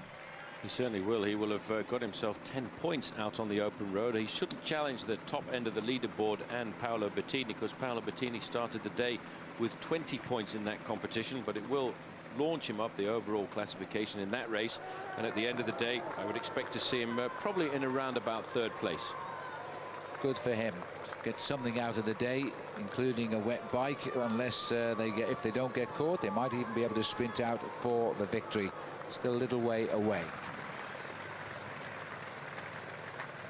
This is Angel Vicioso at the back end of the main field. He was involved in a very nasty accident a couple of days ago, but he's still surviving. He needs to stay in the bike race. He's a member of the Liberty Seguros team from Spain, and that's the team of Roberto Heras. Heras is regarded as the leader of the squad. He was a serious lieutenant of Lance Armstrong over the last few years, a big ally in the mountains, and now he's decided to take his own chance and see if he can dethrone the man who's dominated the Tour de France for the last 5 years. That's Andreas Kloden in the middle in the white jersey with the flag of Germany right across the middle of it, and he's a teammate of Jan Ullrich. All of the big leaders huddling up at the front end of that peloton, just hoping that they don't get involved in an accident on the running down towards the finishing line. Well, the riders here now, they're still not helping out, are they? I mean, we're seeing Stuart O'Grady not too far off the front, but now they're sending up riders from Crédit Agricole also, and that's for Thor Hushovd. He's a very good sprinter, and he could well be lifted into being a challenger if he won today in that green jersey competition. And I think it's a bit of a tactic, this, by Domino Vacanti, saying, hey guys, we're doing all of the work, and there's an awful lot of guys can win this stage, so they're shutting down a bit.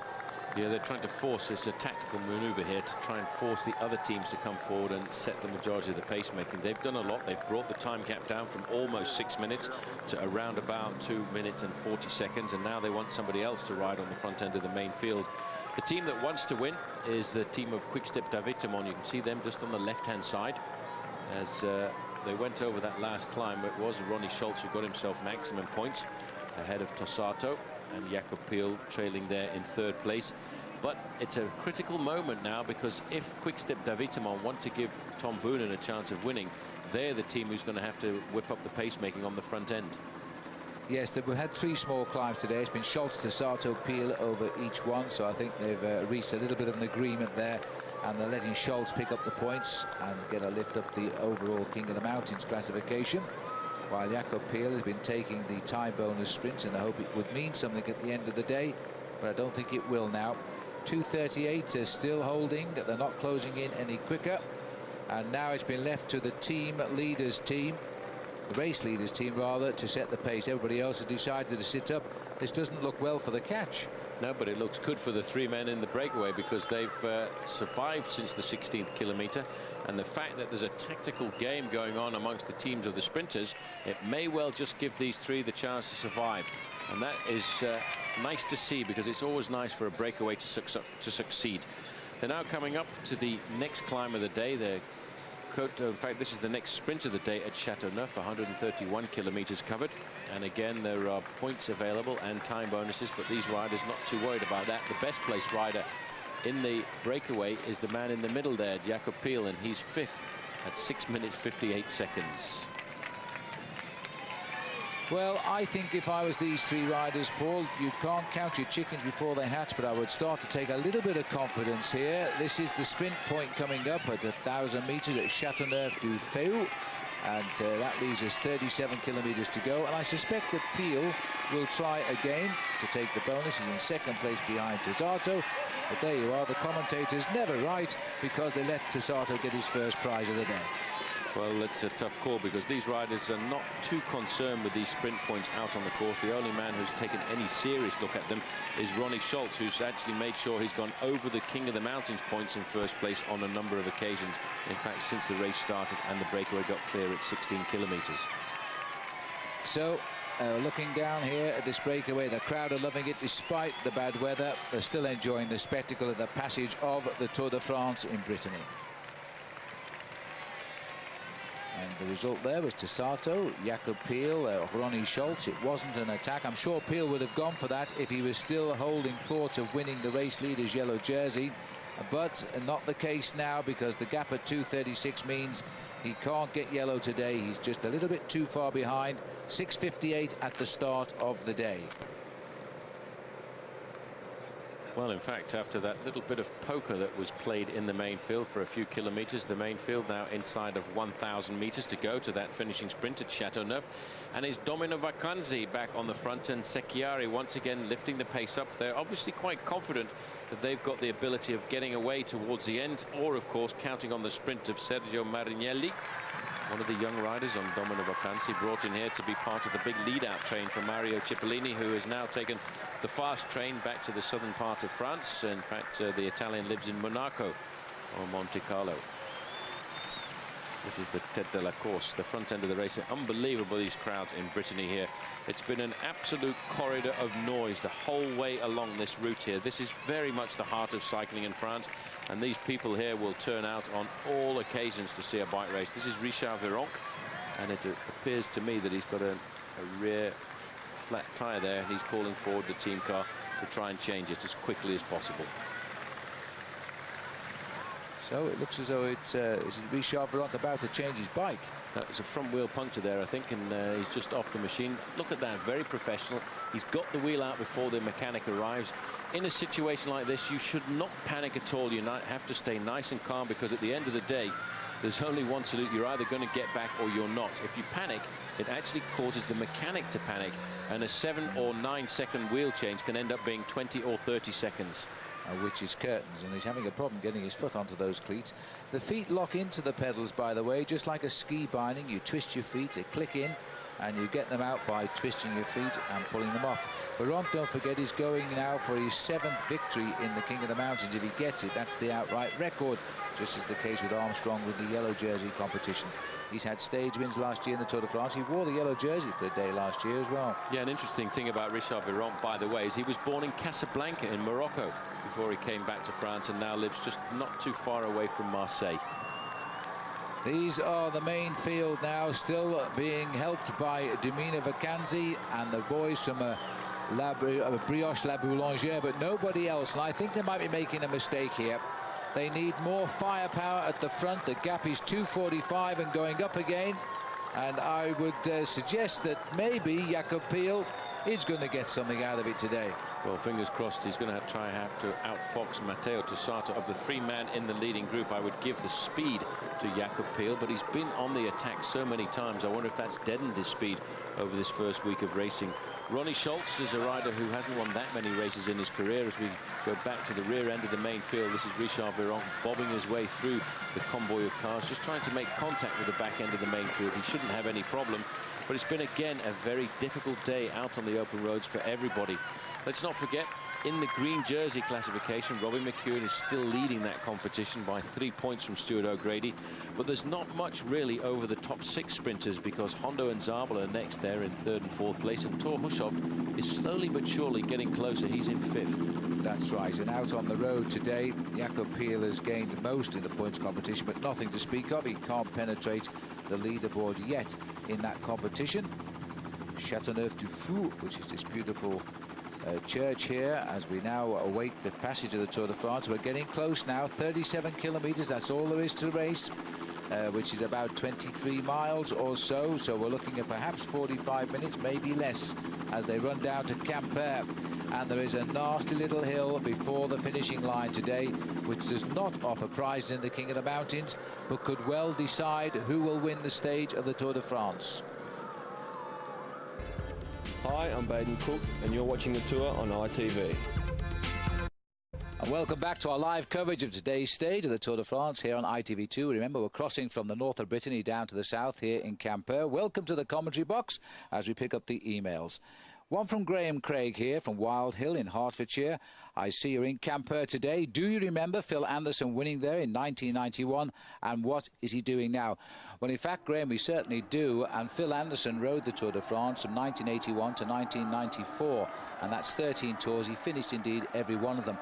In fact, he's now retired, of course, and he lives in Victoria State on the beautiful Great Ocean Road, where he has a big spread in Apollo Bay. Paul is also on the tour. Yeah, I saw him just a couple of days ago, and he still looks very fit. In fact, he comes to the Tour de France every year with a group of tourists and takes them around.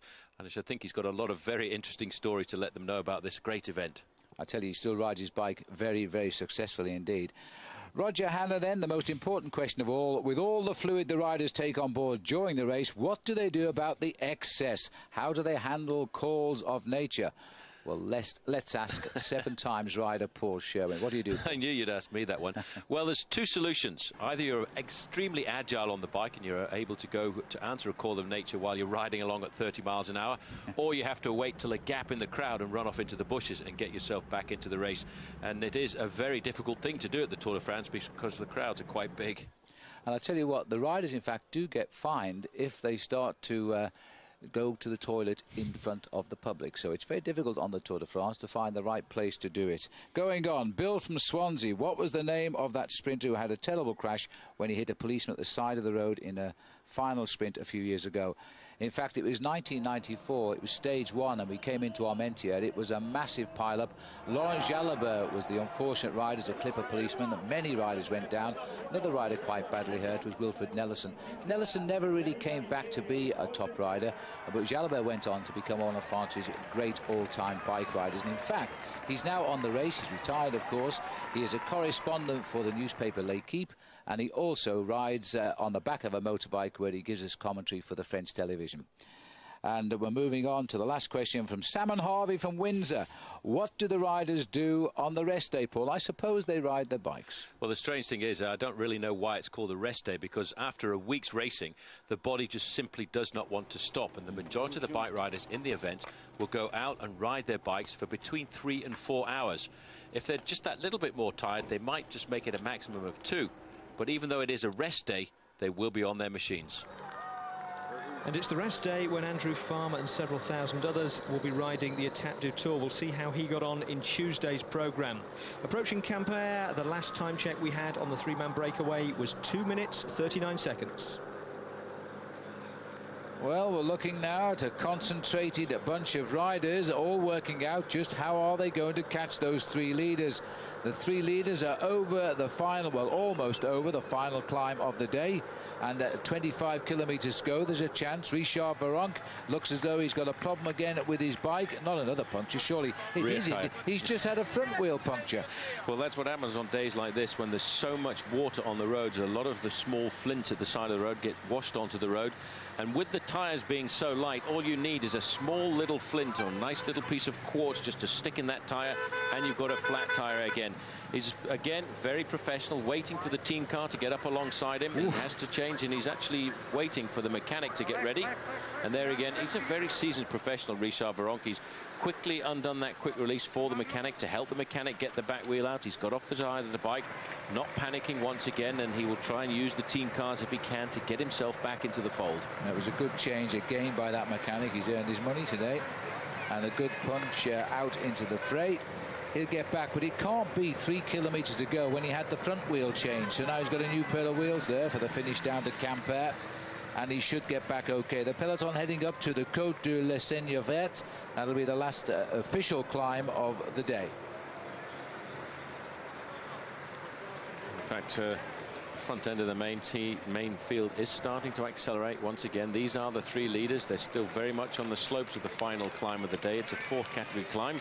The Côte de la Seigne Verte, 142 kilometres covered once they get to the summit, and that will leave them with around about 26 kilometres to go to the finishing line. This man at the back here in the red, white and black jersey is the CSC rider, Jakob Piel. He's the best rider in the overall classification in the leading group of 3. He was in the long breakaway a couple of days ago of 184 kilometres.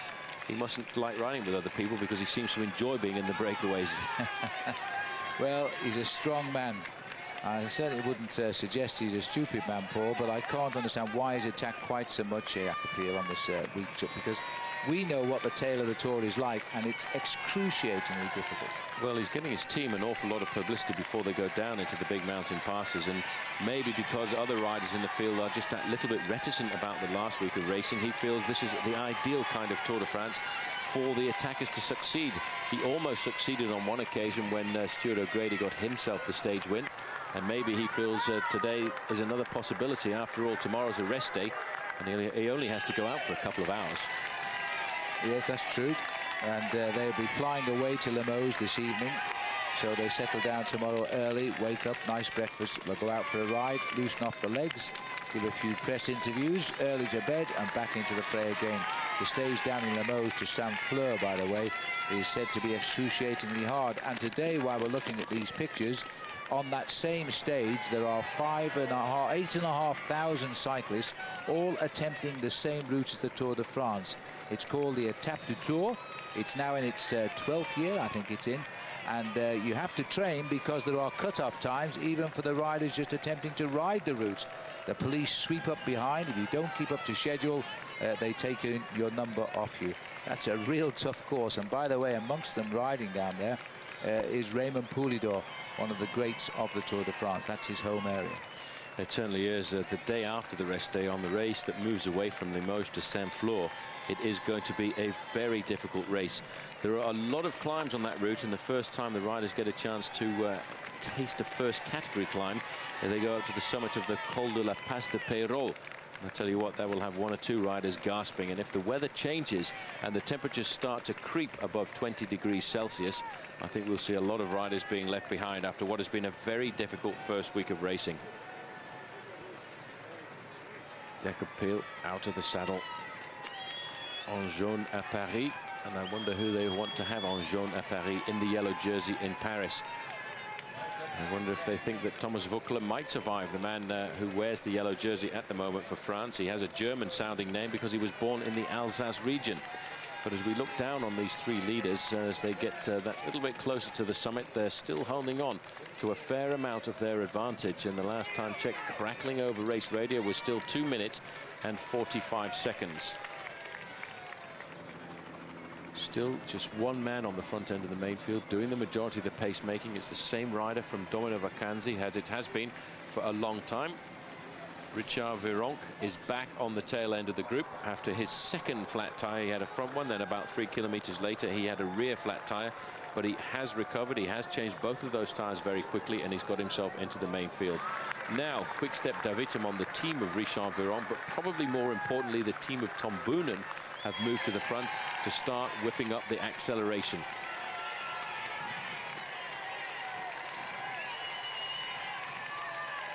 Well, the shouting of the people here in Brittany as they cheer on three riders. Everybody loves an adventurer, and they know these three have been out there since 16 kilometers. They've got just 25 or so, slightly over. We'll see the banner shortly, still to go.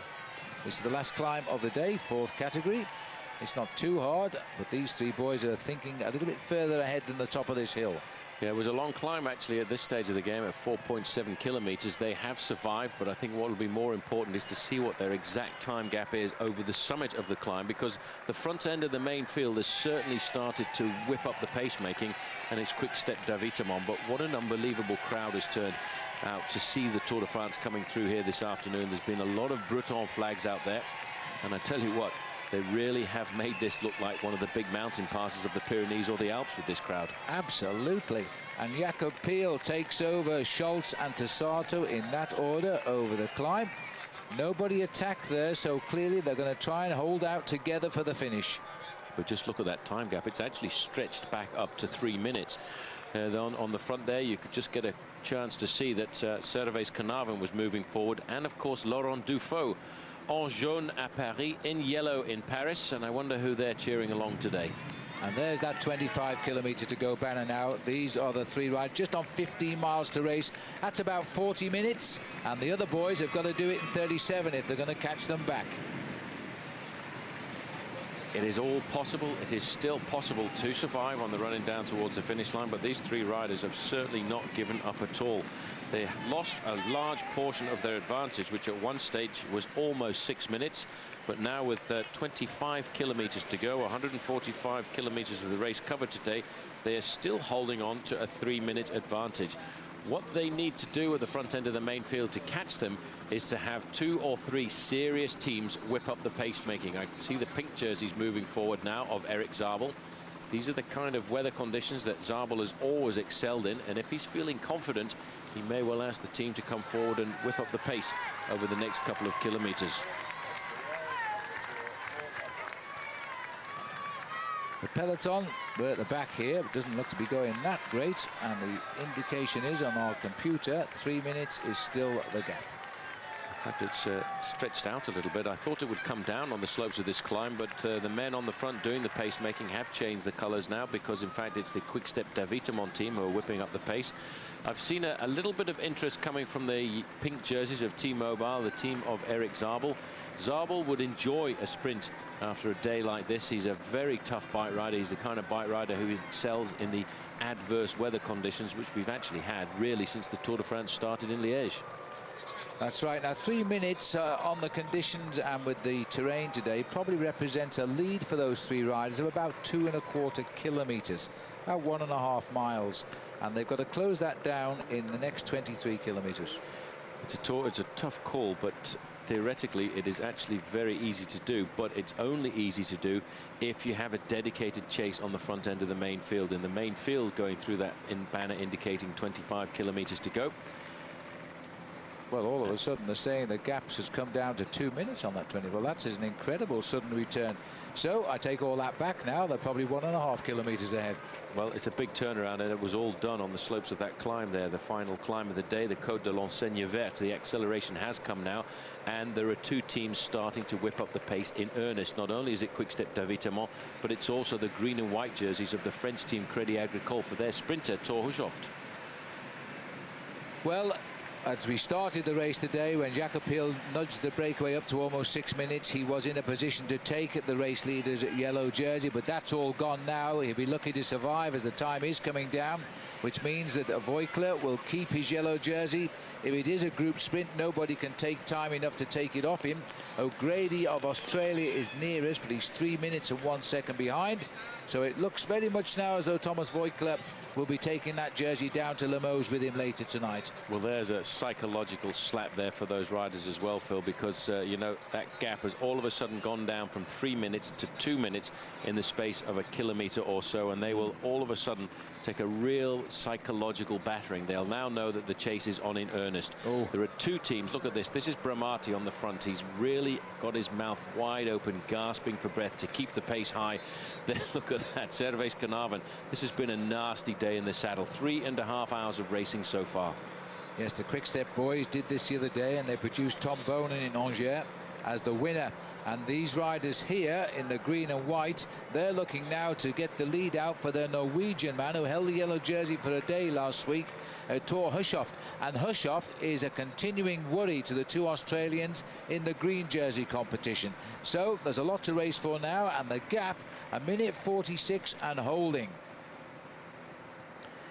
Starting to turn round. There are two serious teams on the front. The green and white Crédit Agricole boys joining forces and an allegiance with the blue and grey jerseys of Quick Step Davitamon, and they are whipping up the pace. What has been an average of 42 kilometres since the start is now starting to look very much more like an average speed of 46 kilometres an hour over the last few kilometres of racing. The next banner that these three leaders will see at the front will be a banner indicating 20 kilometres to go. And I think they'll be very happy to see that, although they'll be wondering with 1:44 seconds whether they will be able to hold on to survive.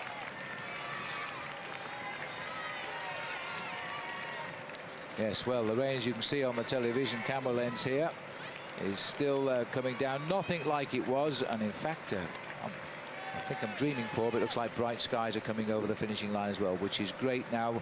We really could do with a dry finish. The approach into town is not the safest in the wet, I have to say, and let's hope the riders can get some dry roads on the running, because it's beginning to look now as though we may well get a group approaching the finish. Even if we do get the group coming in, Paul, this little rise before the line and the way the riders attacked yesterday in the Saint-Brieuc, they might break the hearts of the sprinters. I think they might. It's also a very tricky run in towards the finish line. There's a roundabout at 4.5 kilometres to go, followed 500 metres after that by another one. 500 metres after that, there's another one. There's one at 3 kilometres to go, and then it's a long, sweeping, right-handing course till we get to 250 metres to go, and the organisation somehow have managed to find a corner with 250 metres to go. So it could be very tricky, because I'm looking at the road surface here. It is not dry, it is slippery, and I have a feeling somebody's going to deck it in that corner.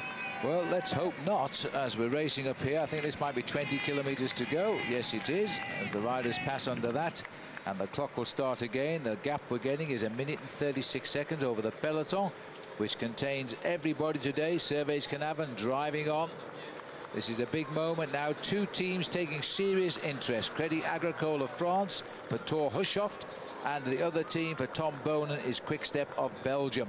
There's the long, thin line at the front now. Also noticing that the other big names like Jan Ullrich and Lance Armstrong are riding near the front to keep out of any possibility of a crash. They will not relax, the big contenders for overall victory, until they get inside of the Flamme Rouge, the red kite, for the last kilometre, because they know that only at that moment will the clock stop if there is an accident or an incident. But it's a very nervous final few kilometres here for everybody. We're inside of 20 kilometres to go, and this is Laurent Dufaux on the front. Christophe Moreau there, looking very concentrated, doing a big job of work for the team, and also thinking about the possibility of getting their second stage victory here, and that would go to the shoulders of Thor Hushovd, who has been a very consistent sprinter since the start. He's third in the King of the Sprint classification, the green jersey race. The three leaders now, I think, starting to feel the pain of having led this race since the 60th kilometre. They've been at the head of the race for around about 140 kilometres. The gap now is seriously starting to tumble. 20 kilometres to go. That's about 12 miles in old money, and they really are going to have to work hard, but they look up for it now. All of a sudden, a total change of attitude by Crédit Agricole. 1:25 the gap. I think they're going to get caught now. Just a last glimpse of that three-man leading group just started to show the pain that was appearing in their shoulders and their pedalling action. That steam seemed to have gone out of the engine room, but it certainly hasn't gone out of this front end of the main field. A lot of big rhythm being tapped out now by former champion of Holland here, Servaes Knaven. Crédit Agricole willing to help. Thor Hushovd for the boys in green, Tom Boonen for the boys in blue, if it came down to a showdown.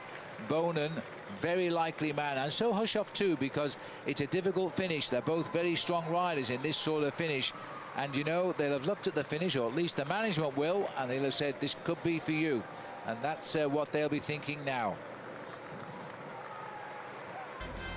Hi, I'm Stuart O'Grady, and you're watching the Tour de France on ITV. Welcome back. Inside 15 kilometres to go, and it looks as though the break is going to be caught. Will there be a counter-attack, though, like there was yesterday? Let's find out. Looking deep into the heart of the peloton right now as the workers on the teams try to finish off this three-man breakaway, who are trying to desist. 58 seconds is the gap, 14.5 kilometres, 20 minutes of riding on a bad day. Very difficult, very precarious. We're inside of 10 miles to go, and I make that time gap well inside of 58 seconds. In fact, an unofficial time check I've just run is 50 seconds for the leading three over the front end of the main field. So it's coming down all of the time, and still organisation from the green and white jerseys of Crédit Agricole and the blue and grey jerseys of Quick-Step d'Avitement. 50 seconds is not very much with 15 kilometres to go. No, it is not, and the riders now know they are so close. Once we catch up, we will go into the overdrive as everybody will start to launch attacks to try and beat the sprinters. Just look at the way this field is racing now on this right-hander. Number 19 was there, right at the front end of the main field in the pink and white jersey of T-Mobile. That was Eric Zabel. He's been one of the most successful German riders in the past when it comes to taking out stage wins. He's won 12 stages at the Tour de France in his relationship with this race, and he's won the green jersey points competition on 6 separate occasions. 6 straight occasions, I should say, because he won them all in a row. And that is the outright record, of course, taking over from the great Sean Kelly of Ireland and Carrick on shore. Looking now at the field here, and very, very evident in this last 20 minutes has been Crédit Agricole, the riders in green and white. The one odd man out is the rider in the Norwegian flag colours, because he's the champion of Norway, but he's on their team. Just up to our picture here, as Sergei Ivanov is trying to lead him through, is Eric Zabel. There he is, this very, very great sprinter. Getting a little bit old for the Tour now, but what a competitor he is. And 40 seconds, I think I saw on that gap. These boys are desperate. They'll just use every ounce of strength they've got left now. As long as they can, then they'll go behind again and hope the other guy can pull as well. This is the main chase, and I think they've got this race now nicely under control. Not too far away there from Eric Zabel. I caught the green jersey, which for the moment is being worn by Stuart O'Grady, but it's going to be his position on the finishing line as to whether or not he stays in that green jersey, because currently the situation on the road is that Robbie McEwen has taken over the lead in that race by 3 points. But there are 35 points for the first man to cross the finishing line, and the first 25 riders gets points in that sprint towards the line. There's Paolo Bettini. Now, Paul, you mentioned him, and he's looking forward today to be in this position in the peloton. Looking nervous, looking attentive. That's Stefano Zanini just off to the left. But there is Tom Boonen, already a stage winner in the Tour de France at 23 years of age.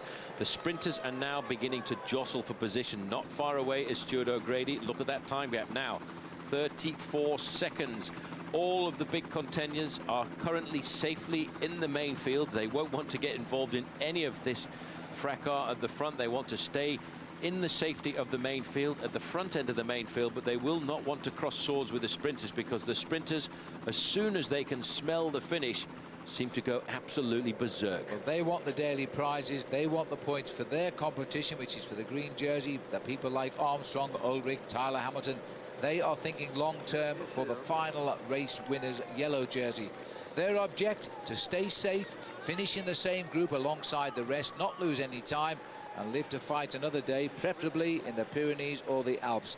The rain has started at the finishing line. It's going to be a little bit slippery down there, and the gap is down to inside 30 seconds. In fact, there's Servais Canavan there signalling to somebody, and I don't quite know what he was doing then. Well, he was signalling to the Rabobank rider there. They don't want riders like Levi Leipheimer, I don't think, getting involved in the manoeuvring at the front end of the main field. They want to have a good sprint. They want to have a safe sprint. Come on, he said. That little sign there he was indicating was, let's get 2 long lines going. This is a very experienced professional rider, a former champion of Holland. He knows that all the battle is taking behind him is the battle for the positions of the sprinters. The yellow car has been moved away. That is nasty. That is bad news. That means that the 3 men are inside of 30 seconds, and if we pull back just a little bit, we'll get confirmation that it's only 20 seconds. There's the main field. There is the prey. It is all over for the men that escaped after just 16 kilometers of racing. It is going to be a bunch sprint, unless, of course, Paolo Bettini doesn't launch a last-minute attack. Another huge day for the escapers. 142 kilometers they have led this race for. They're going to get wiped out at about 144 kilometers, and that'll leave 8 to run to the finish in Quimper. Everybody then will believe they can win at this stage of the Tour de France. Jakob Piel, how many times in the last 7 days has he been in this situation, caught in sight of the finish? It's happened right through almost on a daily basis. Well, in fact, a quick addition of his breakaway today and what he's been away since the start of the Tour makes it almost 600 kilometers on the attack. Out of the 1,200 kilometers the race has already done. He's looking over his shoulder here to see where the main field are. It's only around about 15 seconds. It is a vicious sport, this. Sometimes you want the breakaways to win. You feel as if they deserve to stay off the front. But there are 170 riders in that main field behind who say, well, why should we let them win? We want the glory as well. We've also had to ride 168 kilometers in the rain. And any moment now, it's all going to come back together. Absolutely right. As the field now repack here, the man who won the last time he came to Quimper, Phil Anderson, is now sat alongside us in the commentary box, enjoying seeing somebody else suffer for a change. The Australian here for a holiday and riding his bike. As the riders now continue up towards the finish, 11 seconds, the catch, there it is. Tessato, Piel, Schultz, the riders who have been superb again today, but the old legs didn't quite make it. At 10 kilometers to go, you were 10 kilometers out, Paul. You told me 20. I was 10 kilometers out, but that wasn't factoring in the fact that was going to be that very careful poker game being played from 30 kilometers to 20. It was a moment when everybody was trying to force other teams to come to the front and set up the pacemaking, but at 10 kilometers to go, it is still safe enough to allow these guys to get themselves organized for the sprint. The big contenders like Ulrich and Armstrong, Leipheimer and Tyler Hamilton now will try and stay to the front end of the main field, but they don't want to get involved in any risky business. The sprinters are now starting to feel the victory. They will take risks to try and stay in 10th or 15th position. They want to get to the front, but they don't want to put their noses into the wind until it's 200 meters to go. Armstrong is riding over there on the left-hand side, right in the front line of aggression, right behind his teammate there, Georgie Hincapie. Hincapie is doing a magnificent job as a pilot fish. There's a crash at the back end of the main field, but the main it's still happening here as riders are in the ditch, and this is always the danger. Riders have gone off to the right, now looking down there. It doesn't look as though they are any of the top riders. Liberty Seguros have got a rider down. There's a one rider down in the ditch again. This is why Armstrong, Ulrich and the rest ride at the front end of the main field. The AG2R rider who went down there very hard is Samuel Dumoulin. He's sitting in the middle of the road. On the far side, it looks as if somebody else is in the middle of the ditch. He's gone down very hard indeed. There's Liberty Seguros on the far side. I expect all of the top contenders are at the front end of the main field. I'd just seen Jan Ulrich, I'd just seen Lance Armstrong. Tyler Hamilton was very present, as well as Levi Leipheimer. This is rather sad for Samuel Dumoulin. We are hearing it was caused by a dog, but I've just seen a young lady there with a baby in the pram, and I hope that she's okay. Off to the left of the picture, looked all right. But this, unfortunately, doesn't look good for Dumoulin. The race has gone on, and we'll get back to it very, very shortly. I think Dumoulin, there are two riders left here at the moment. Maybe only one. No, there are two, but they look as though they're all going to get on and riding.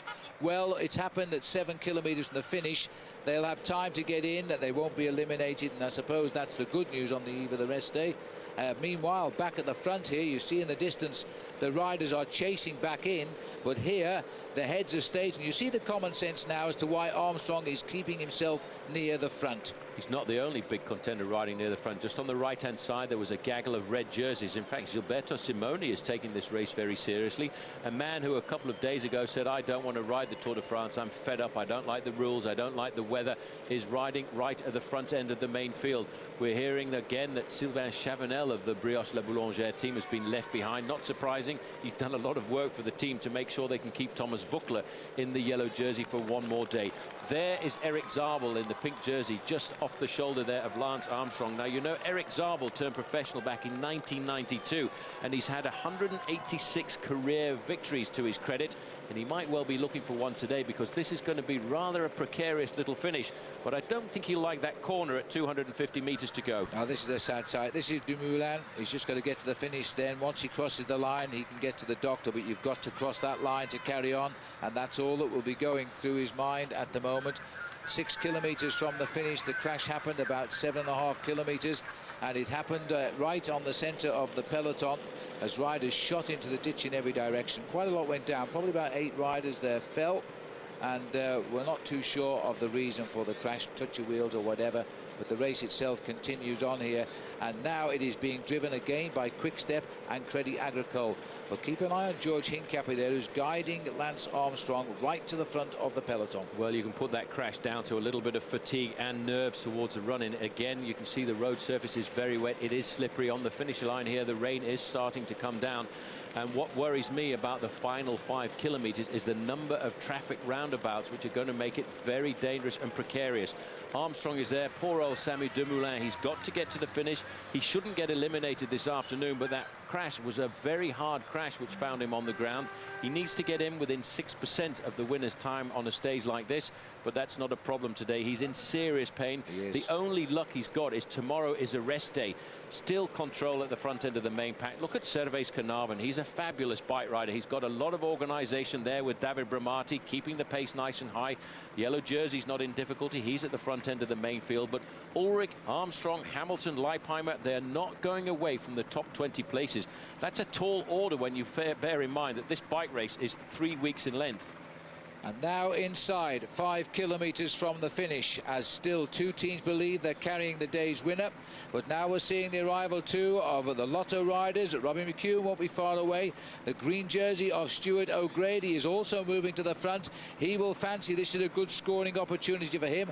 And off to our picture, I've seen Paolo Bettini. He fancies this because it's a sharp uphill before the line, and also the Italian former champion in Salvatore Camesso. All riders believing now they're in with a shout today. Well, Robbie McEwen will like this finish as a very nasty left-hand corner at 250 metres to go. In the past there, we've seen Robbie McEwen cruising around these corners, especially in the wet. It's as if it's dry for him. Don't forget, Robbie McEwen in the past started his career off as a BMX rider, and he's probably one of the best bike handlers in this event. Picking their way around the first of this big repetition of traffic roundabouts on the outskirts of Quimper. There are 6 of these in the final 5 kilometres. Fortunately, I've got my breath held here to see whether or not everybody's going to get around safely. At the back end of the pack, you can see how riders are picking their way around here very precariously. Well, I have to say that has knocked a lot of the wind out of quite a lot of riders there who've lost enormous distance by making that corner through the roundabout. It'll take a huge effort now for these boys at the back. Their day is probably over now, and it's going to go the front end that it's going to decide this race. There are more roundabouts to come. There's a very sharp climb. Just look how far behind now the men at the back of the peloton. For them, the day is over. The riders at the front will try to keep the pace high.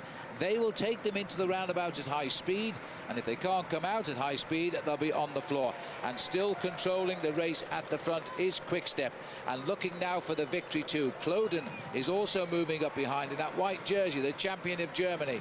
Kloden will be looking after Eric Zabel. You can see they've got the main field stretched out into a very long line. This is again to exaggerate the point of why the big contenders, Armstrong, Ulrich, Hamilton, Leipheimer, ride near the front end of the main field. This field could split on the run into the finish, and you've spent the whole day sitting in the pack, and just because there's a split down towards the end, you can lose 5, 10 or even 30 seconds to one of your challengers. Christophe Moreau whipping up the pace, but there's a big battle now happening between 6th and 10th place. The sprinters are all looking for the wheel that they want to follow. There is Eric Zabel, nice and comfortable in about 10th position, but Robbie McEwen is right to the fore. McEwen currently holds the lead in the green jersey points race, and he will want to try and get across the line ahead of Stuart O'Grady, who is the man wearing that green jersey, and O'Grady himself has been very close to the front end of the pack. 3 kilometres to go now for the whole field that's surviving in today's stage of the Tour de France. David Bramati continues. Kloden here looking over at his teammates to see the gaps are forming there, because 1 or 2 riders beginning to bottle out now on the slippery road surfaces. They know that the sprinters are forcing the way to the front. That is always by design. This is by nature a very tough type of rider to finish. The sprinters will be pushing and shoving. If they get caught, of course, they get fined or disqualified, but they've got to get caught first. It's a tough man's sport at the end of a stage when the whole field rush for the line. As they head now for 2 kilometres to go, all of a sudden it's thinning out a little bit at the front. Michael Rogers on the front. This man's got a very big turn of speed. He's thinking about just one thing. He wants to make sure that they keep the line a long, stretched out line. They're inside 2 kilometres right now. What he is doing this for is his own teammate, the young kid from Belgium, Tom Boonen, 23 years of age, winning a stage in the Tour de France at his first attempt. They've got another teammate up there as well in 3rd position. You can see the rider there from... Oh no, it's Il Baleares. That's Stefano Zanini will take up this one because he's in about 3rd position. Il Baleares, the Balearic Islands team, have been very aggressive over the last couple of days, but look at Zanini coming round there. There's another crash at the back end of the main field, but we'll stay at the front end of the pack. We might well switch if our camera gets hold of it, but Vicente Garcia da Costa is pushing on now for the Il Baleares team. He's been marshalled. He tried it yesterday, remember, and the light blue jerseys are trying to bring up now Danilo Hondo. There's Bettini, and there is the crash, and it's a Cofidis rider, I think, who has gone down. It looked to me as though it was Yannick Tombak. He's a sprinter. Well, he's out of this sprint, but he can, of course, get into the finish. That's really sad, but it seems to me whenever there's a crash, there's a Cofidis boy in trouble. Back to the front, and watch out for the boy in the white jersey with the red spots now. Stefano Zanini on the front, looking a little bit further back. You can see Paolo Bettini, Gerolsteiner swinging off. Robbie McEwen is not far away. Bettini are about to take up the pace making at the front, but there is the green jersey of Stuart O'Grady. In the middle, the pink jersey's on the shoulders of Eric Zabel. We're getting to the difficult part now. They're looking to see when they're going to notice the 1 kilometre to go. There's still a couple more sprints to go and a couple more corners. Bettini's got the acceleration. This is the one he wanted. This is a strong finish for Bettini. Koos Moerenhout, I think it is, who's latched up. No, it's Robbie McEwen himself who's latched onto the back wheel there. Good acceleration there. Stuart O'Grady's been caught out. He's waiting for somebody else to make the acceleration. They're inside of 1,000 metres to go, but that was the move that everybody was waiting for. Paolo Bettini was waiting to pounce. He's leapt off the front, and this might be just the right moment. McEwen right on his wheel. Well, that's incredible. McEwen McEwen has got onto his wheel. He doesn't know what to do here. He wants to win. He's even talking to Bettini as he goes past now. They're inside the last 600 metres to go, and they couldn't open the sprint because of the nature of the finish. McEwen has waited for the field to catch up and retake his place in a crucial stage of the race. Well, McEwen read the move, but Bettini went just a little bit too early now, as we got an attack now by Kim Kirken. Kim Kirken, he's got the gap for Fassa-Bortolo. This would be remarkable. 2 wins in 2 days if he can just hold off the front of the main field. Yesterday was Filippo Pozzato. This is the Luxembourg national champion with a slight gap over the front end of the main field. Crédit Agricole have got their man Thor Hushovd right up there in second position on his wheel. You can just see there tucked in is Eric Zabel, then it's Stuart O'Grady, then coming up there is Tom Boonen. The sprinters may well have just been caught out. This is the corner at 250 metres to go. They line up for the finish. Kim Kirken looking for win at number 3 of the season, may well have done it right. Thor Hushovd, the reason the boys in green and white have worked so hard, is coming to the front and he's going to get the stage win. It's all worked out for Crédit Agricole. That's what they wanted. Thor Hushovd gets the points. He'll be right up in that green jersey competition. He raced into the yellow and became Norway's first race leader early last week. He started off this second week of the Tour de France in similar style. Kim Kirken desperately unlucky, but a brilliant timed effort by Thor Hushovd. And just look at the face there of Eric Zabel, beaten again, as too is Robin McEwen, who will probably be the next wearer of the green jersey. Strong boy, Thor Hushovd. We'd have to count back and see just exactly what the move is by Thor Hushovd, because he has moved himself well up in the green jersey race. A fabulous win by this man, second win of the Tour de France so far, and of course, let's not forget, he had the bonus of wearing the yellow jersey as well. I thought they'd been caught out here by this last-minute attack by the champion of Luxembourg, Kim Kirken, from the Fassa-Bortolo squad. Look at the gap when he went clear. It was absolutely fantastic.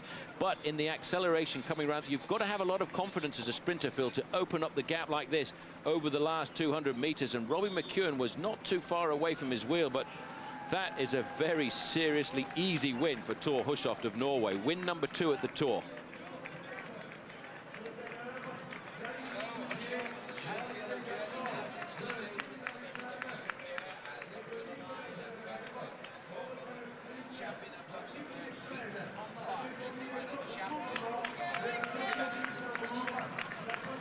Great move there by Hushovd, coming right by on the acceleration.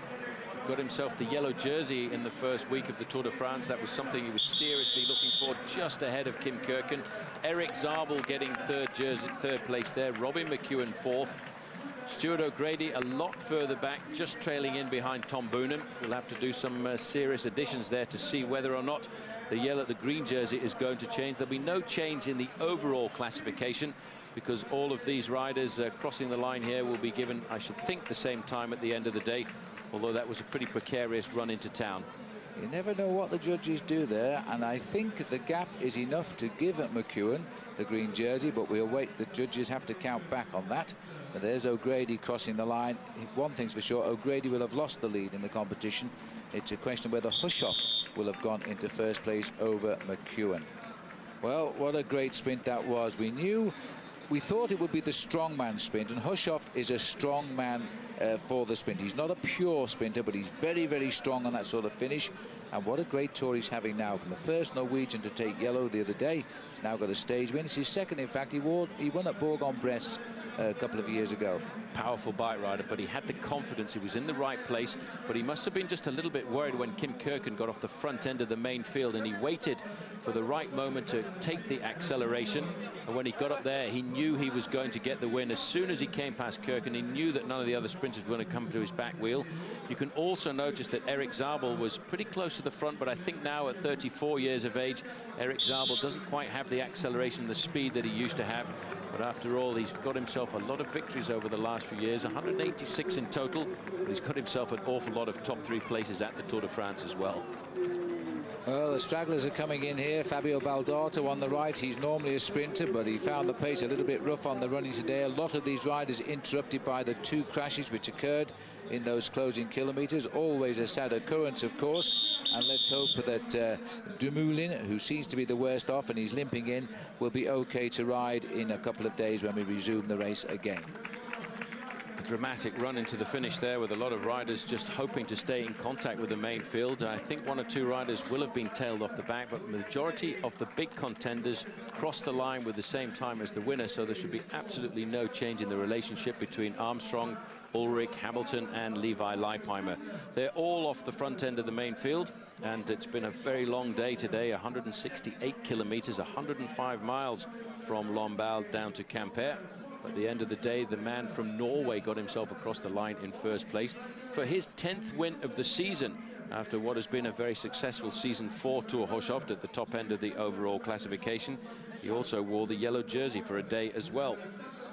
Looking down here at a replay of the sprint, Kim Kirken tried to surprise all the sprinters with a very difficult last-minute attack. He almost had them caught out there, but this man took some serious risks going around that final corner at 250 meters to go. Tapping his chest there just to indicate that he's got the win that he was looking for, win number 10, after his winning campaign that started well back in February of this year with a stage in the Étoile de Bessèges. And after that, he got himself a win almost every month of the year. And he certainly is a very tough bike rider.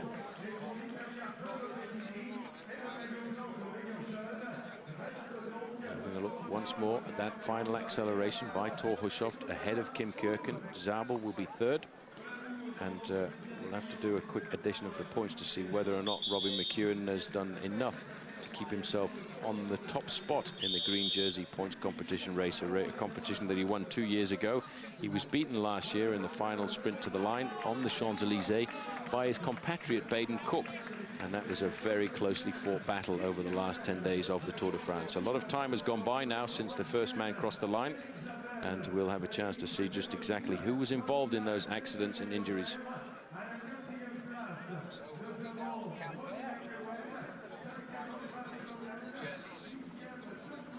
Well, I think we'll have to wait for the count back, Paul, as far as the green jersey goes. No doubt about the stage winner, but it is going to be a difficult decision for the judges. They better start counting quick, I think.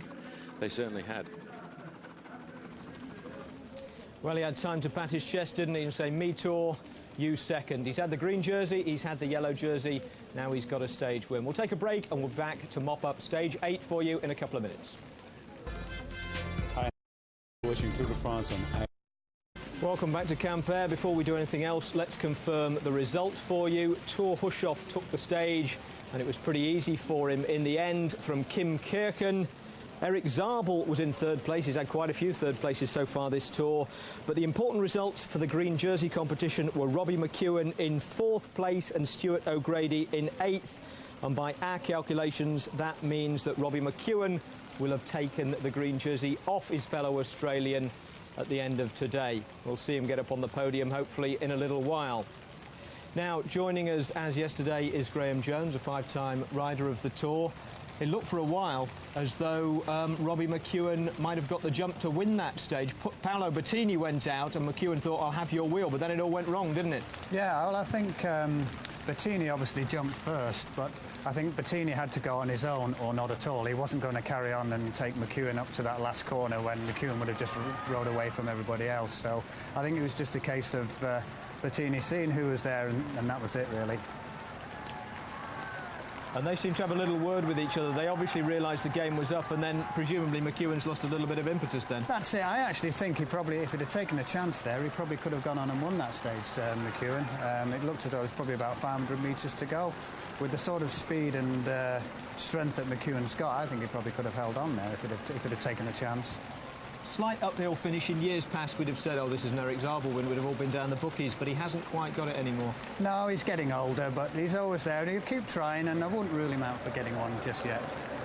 Kim Kirken thought he'd got it, I think. He had a little do off the front before the finish, but Tour Hushovd looked incredibly strong in those closing metres. I think if it hadn't been for Hushovd, Kirchen probably would have won that stage. I mean, he actually attacked just at the right second when everybody took a little break after catching Bettini and McEwen.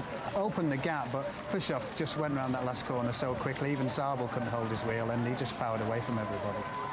Now, Hushoft is obviously interested in the green jersey as well. We think it's possibly Robbie McEwen, Stuart O'Grady in second place, and this man coming over the line now. Is Hushoft a serious contender for the green jersey?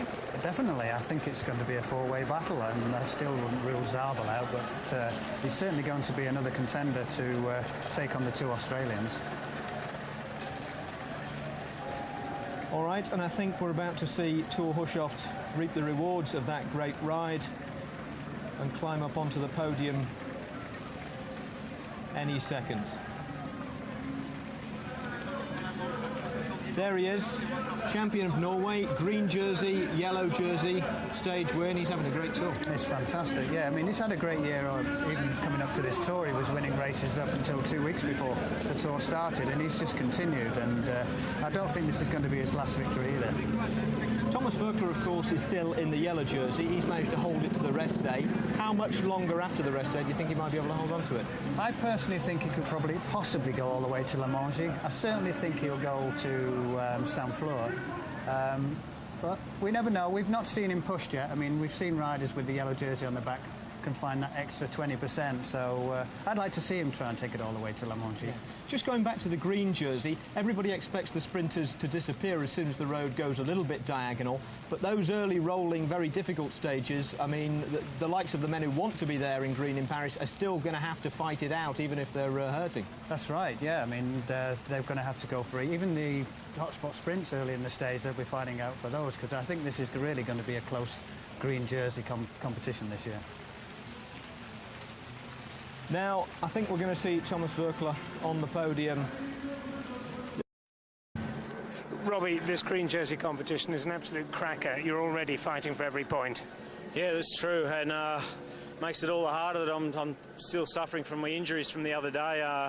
The first intermediate sprint today was uphill. It was only after 14k, and it's not much time to warm up and get things loosened up a little bit and be able to go at full tilt uphill. And I actually thought I had the first sprint won, and I didn't see Thor coming on the left, and I stopped a bit before the line.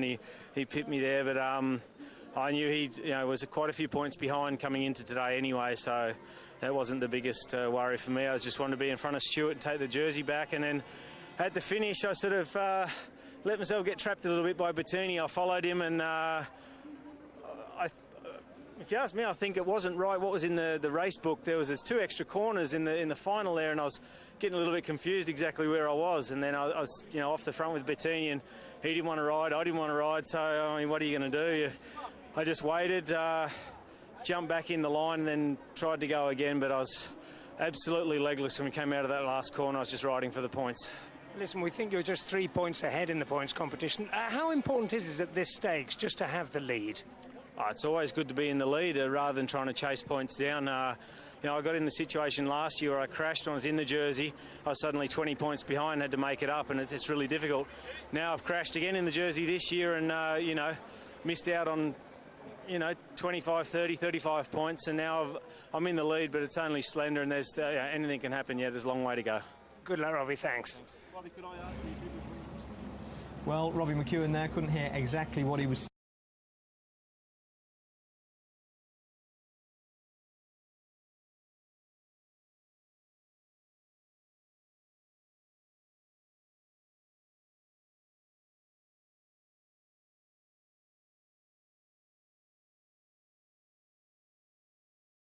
Tonight's programme, Riding to Redemption, or Still Taking Us All for a Ride. We'll recap the life and times of Richard Viron.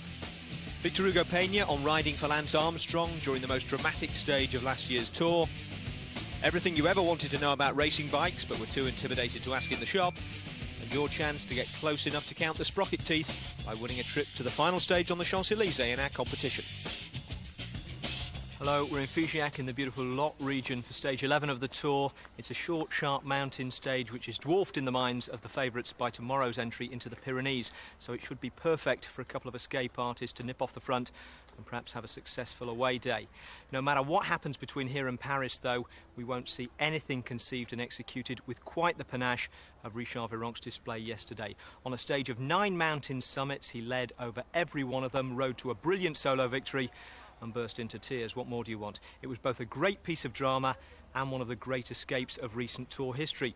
Apt, perhaps, for a man who's been involved in his fair share of both.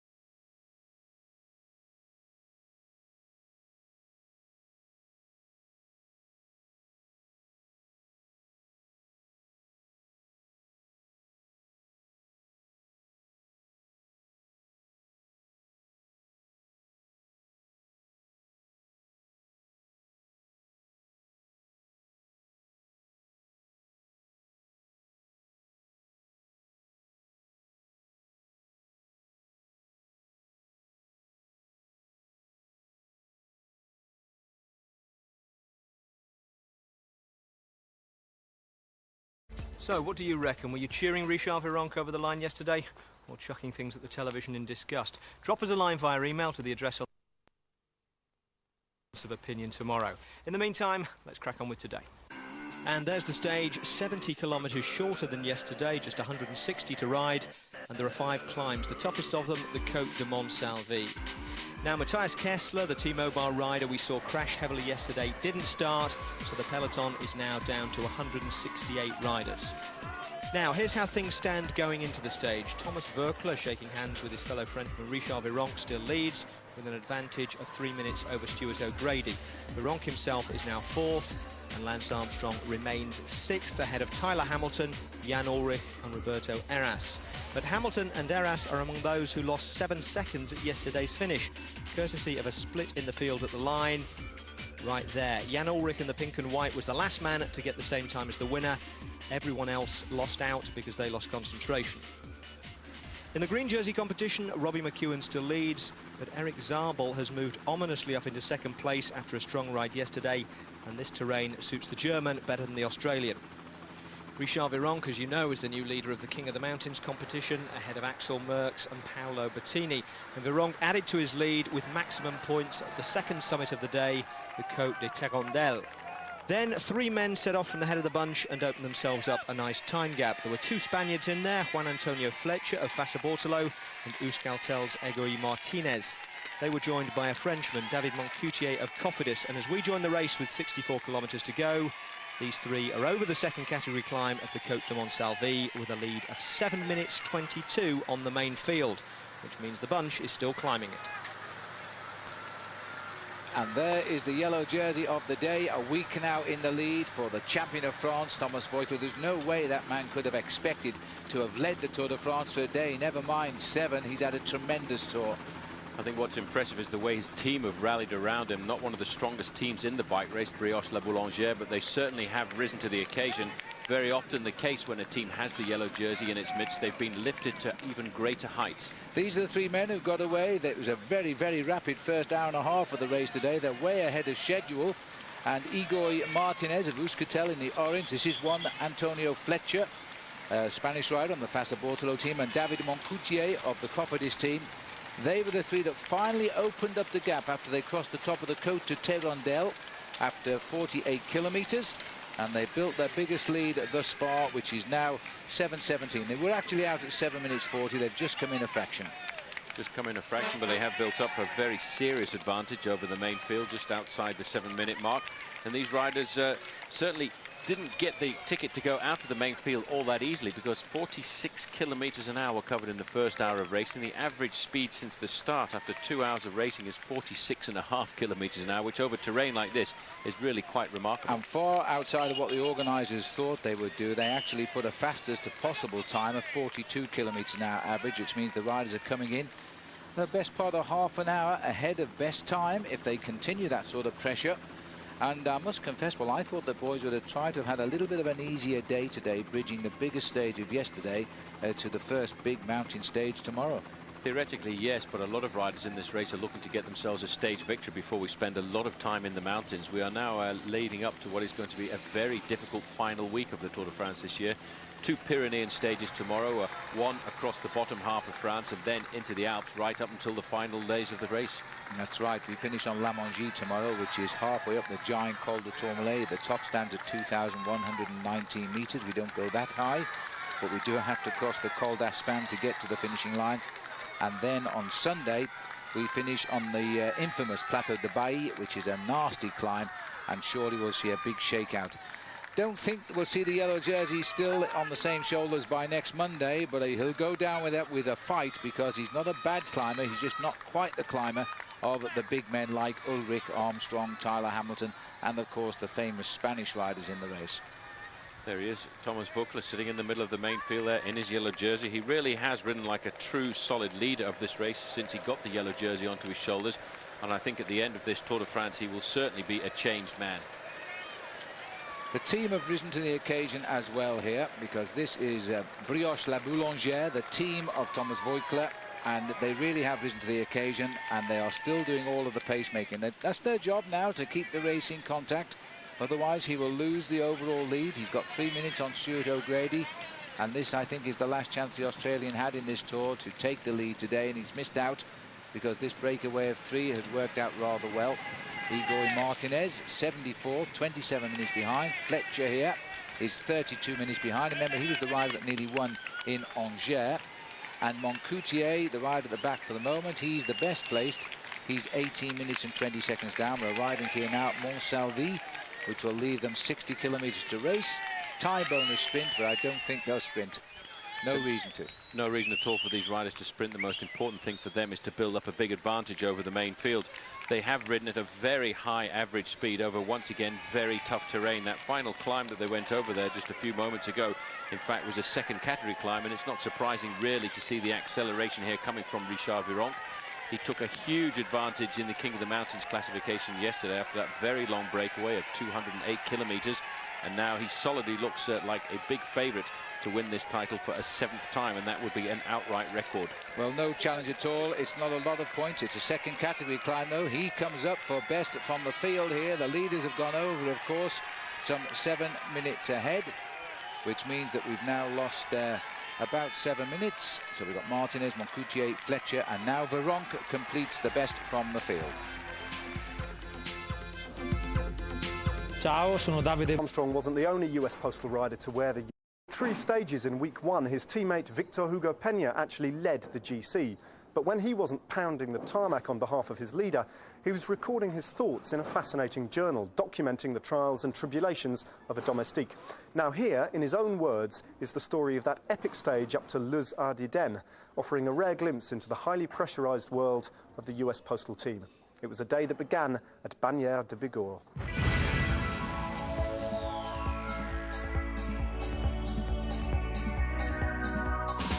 In the outskirts of Bagnères de Bigorre we accelerate. Before we leave town, the speed has several riders in distress. We are riding at 70 kilometers per hour. It is not a speed you can maintain for long. But I know I am on the best team, part of the team of the leader of the Tour, and it fills me with strength. The front of the peloton is blue. 5 US Postal Service riders, me, Equimob, Padrinos, Landis, and Incapié, open the way for Armstrong. Arras is collecting water bottles from the team car.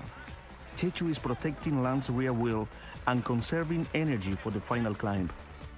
Then the Tourmalet starts. Mikel Arteche is ahead of me. I whisper to him, "Take it easy, Mikel. Catch your breath, so I can catch mine." Suddenly, Sastre, Mancebo, and Moreau catapult upwards. These are the riders who have been resting until now, not laboring at the front. I start to chase, but Ivan Mayo sprints past. Tricky follows and brings Mayo back, but Moreau persists. I can no longer match the acceleration of the climbers. After 125 kilometers, my work is done. And I begin to lose ground. I'm a good climber, but my job here is just to ride hard on the flat. Ulrich accelerates with incredible power. Only Armstrong can stay on his wheel.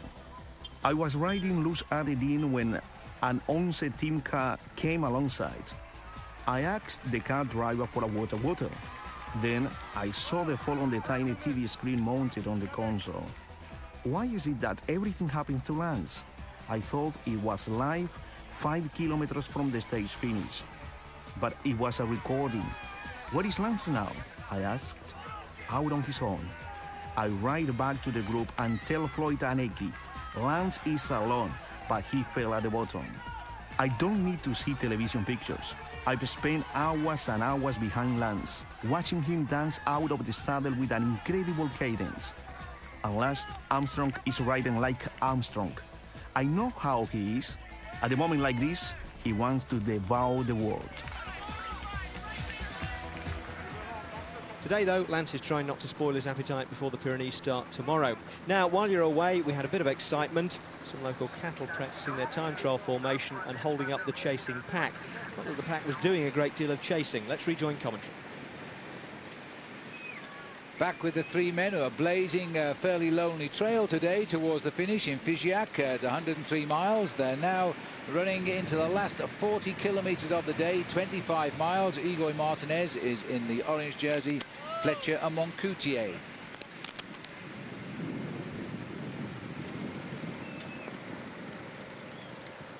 So these 3 leaders slowly but surely making their way down to the finishing town of Figeac. And the last time the Tour de France came to Figeac, it was not for a finish, in fact, on that occasion, but it was for a start of a stage, and that was back in 1978.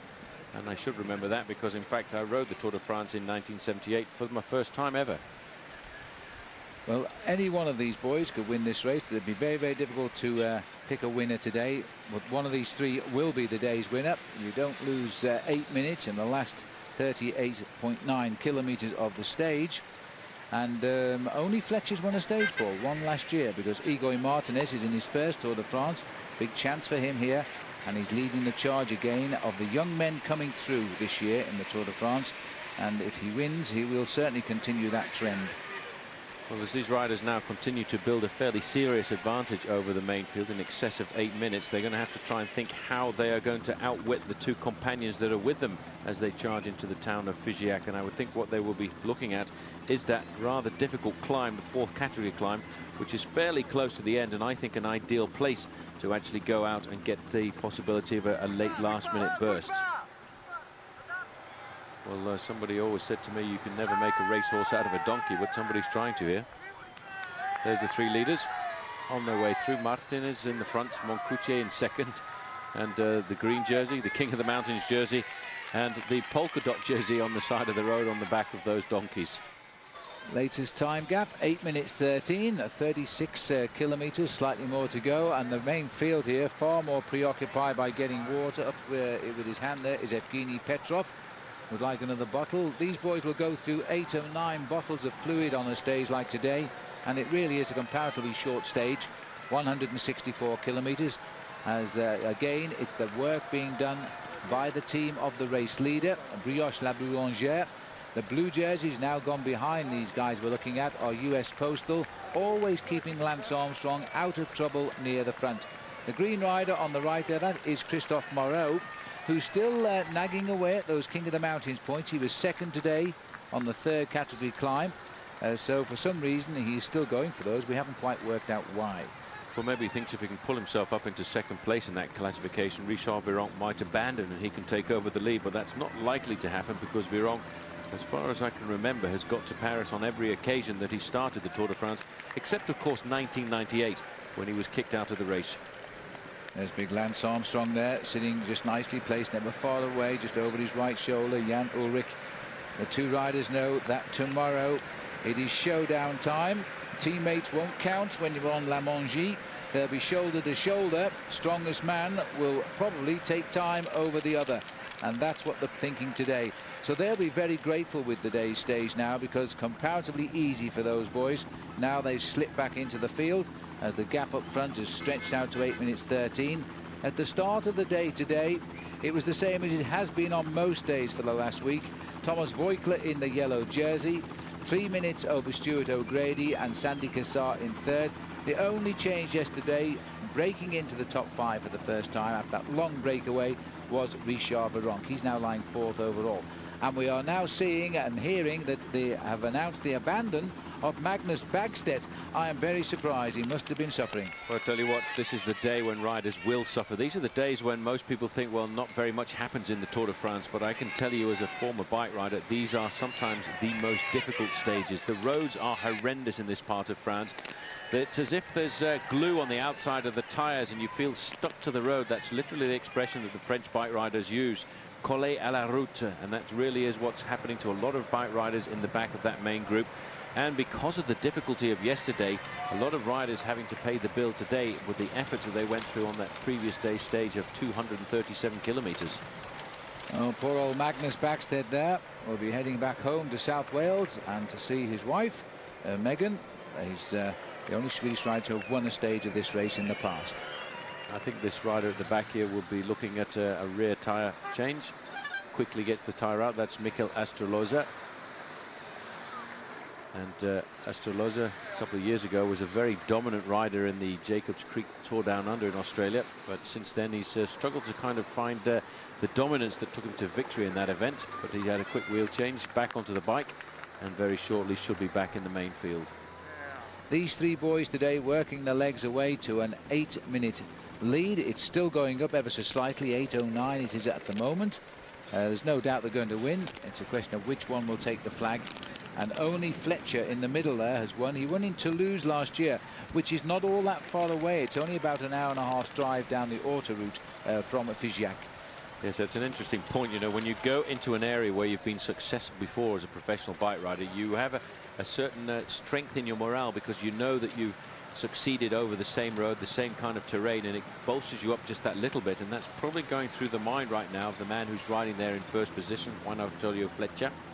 He'll be trying to figure out just exactly what the physical state is of the other two guys in the breakaway with him. And let's not forget, they escaped after 47 kilometers of racing, so now they've been in the lead for around about 90 kilometers of the day, and that's roughly 55 miles of racing. The body will be starting to weaken. There will be signs of weakness on the riders, and it's something that as a professional cyclist you learn to try and pick up if you can, and that's what Juan Antonio Fletcher, I would expect, is looking for. Fairly shortly they'll be coming into the small town of Moor, and that is where the final sprint point of the day is. And around about 5 kilometers after that, there is a very difficult climb, the Côte de Bagnac, and that's where I think if one of those three leaders is feeling strong, they will try and launch some kind of an attack. A lot of action at the back of the group. This is Juan Miguel Mercado, the Spanish rider on the quick-step Davita Monteim. He's obviously gone back to take on board food and drinks for Richard Biron, the leader of the King of the Mountains classification. 2 sprint points today. There were 5 King of the Mountains passes, but again, I don't expect to see a sprint or a challenge for this one. There's the 3 men. There's our helicopter just popping off 8 minutes down the road to locate the big pack today. 26 kilometers to go. It's about 16 miles. And these 3 riders still working together nicely, setting the pace. Quite long turns at the front. This is Igor Martinez. Then he'll swing over. David Moncoutier will come through. Only Fletcher at the back has won a stage. Everybody wants to win a stage, of course, in the Tour de France. You don't get many opportunities, and they've got theirs today for sure. This is the sprint, actually, Paul, with 24 kilometers left. But 7.5 kilometers after this sprint is that final King of the Mountains of the day. A very difficult climb up to the summit of the Côte de Bagnac. And I have a feeling once we get to that climb, one of these 3 riders will try and launch an attack and go solo to the finish. And that is what Juan Antonio Fletcher in the blue and white jersey there on the left-hand side needs to be aware of. I think from the leading group of 3, he is the fastest finisher and probably the weakest climber. As they come up, still it's the same order. Nobody attacking Moncoutier, Fletcher and Martinez. Moncoutier on the same team as Stuart O'Grady, who's still a big challenger in the green jersey competition. So he's just taking the points and putting them in the bank so nobody else can have them. And Moncoutier gets 6 points for the green jersey there. Fletcher, Martinez. Fletcher, I think, is going to be the man to beat when we get down to the finish. He's a very aggressive rider, especially over the last 5 kilometers. I must say, Paul, he very, very nearly won in Angers, and I thought he was going to till he died just in sight of the finish. In the town here of Moss, with 24 kilometers to go, no more sprints left now as we head towards the last climb of the day. Hello, I'm Et vous regardez le Tour de France avec.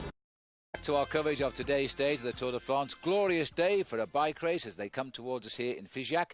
Well, we've had lots of emails actually over the week or so about the bike, so we thought we'd do an email special, and that's the reason Paul's showing, not with me here in the commentary box. In fact, he's standing outside with the bike, and we're going to ask him the questions.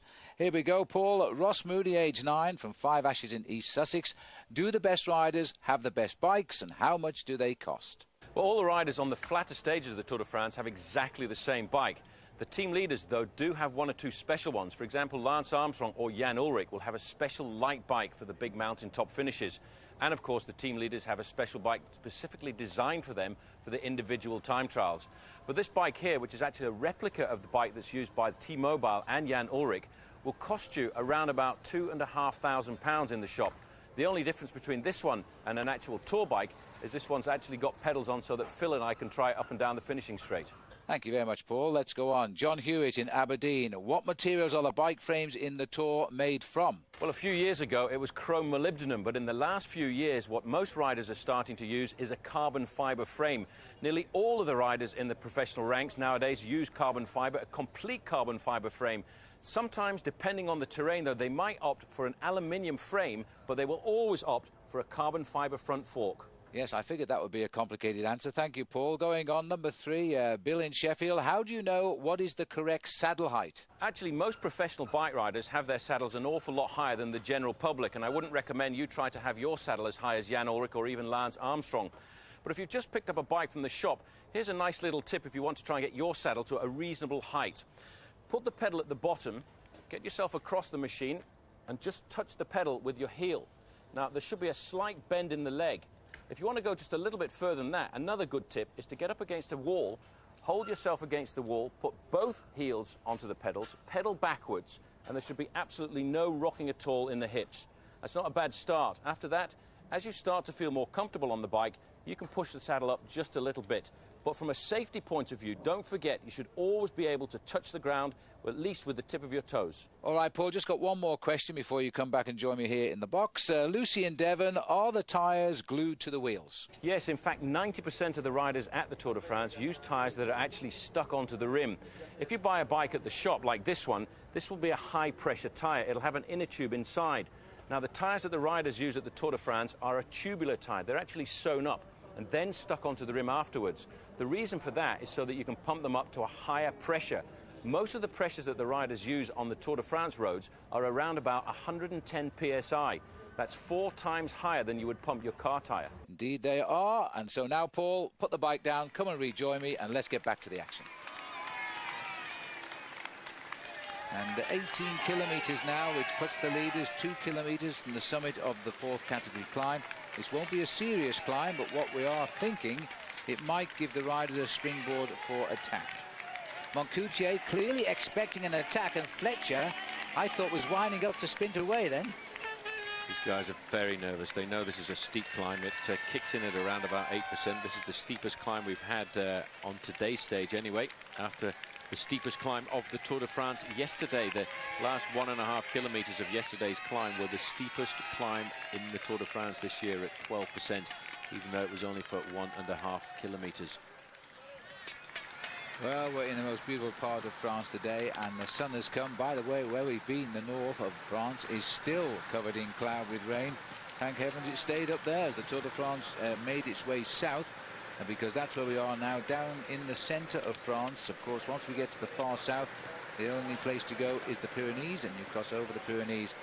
So today we'll finish in Figeac, and then tomorrow we will find the Pyrenees and the first big challenges of this year's Tour.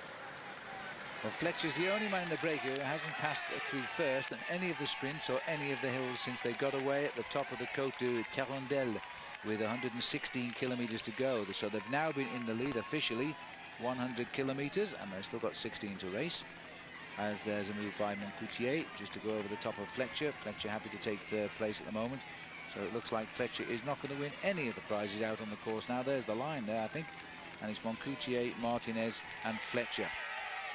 That's the order over the top. No challenge at all, but I think for a few moments there Fletcher was just a little bit worried. He was expecting the attacks to come, and those riders rode up there very nervously indeed as they made their way to the summit. They're over the final difficulty. One man having a very hard time there as well is Servais Knaven, but he will have done a lot of work on the first part of this race for his teammates, Quick-Step David Thomas, and of course the man who leads the King of the Mountains classification, Richard Viron. I think they will probably just cruise down towards the finish line here now this afternoon, because they don't really have very much chance of getting eliminated. Now, Thierry Maréchal, the Lotto rider we just saw pass back, he's been really helping. There's the rider who had that terrible crash a few days ago, Kurt Assel-Arvidsson. He's also dropping off the back now. They know they're safe. They're losing time, yes, but they're not going to be eliminated because they've only got 10 miles or 16 kilometres to go to the finish. If the field slow down, they'll get back. Otherwise, they'll ride in, and they'll live to fight another day, and the other day being a particularly hard one tomorrow. This is Christophe Laurent, one of the French riders on the RAGT team. Those guys getting dropped there are under pressure from yesterday's stage, which is a very difficult stage. At this point, this climb here at 16 kilometres to go, they've decided to just lift up their feet a little bit off the pedals and recuperate on the ride down towards the finish, and hope that they can recover and get through the next 2 stages, which are going to be horrendous. Yes, the car there looks to have had a nasty attack of the measles. They just resprayed it with all the polka dot red dots of Richard Viron's jersey.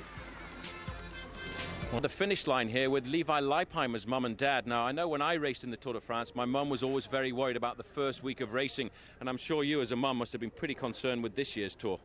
Well, that's an understatement, Paul. After last year, I was extremely nervous, and it was a sort of scenario where I wanted to watch it, but I didn't want to watch it, and felt like maybe I needed to be sedated.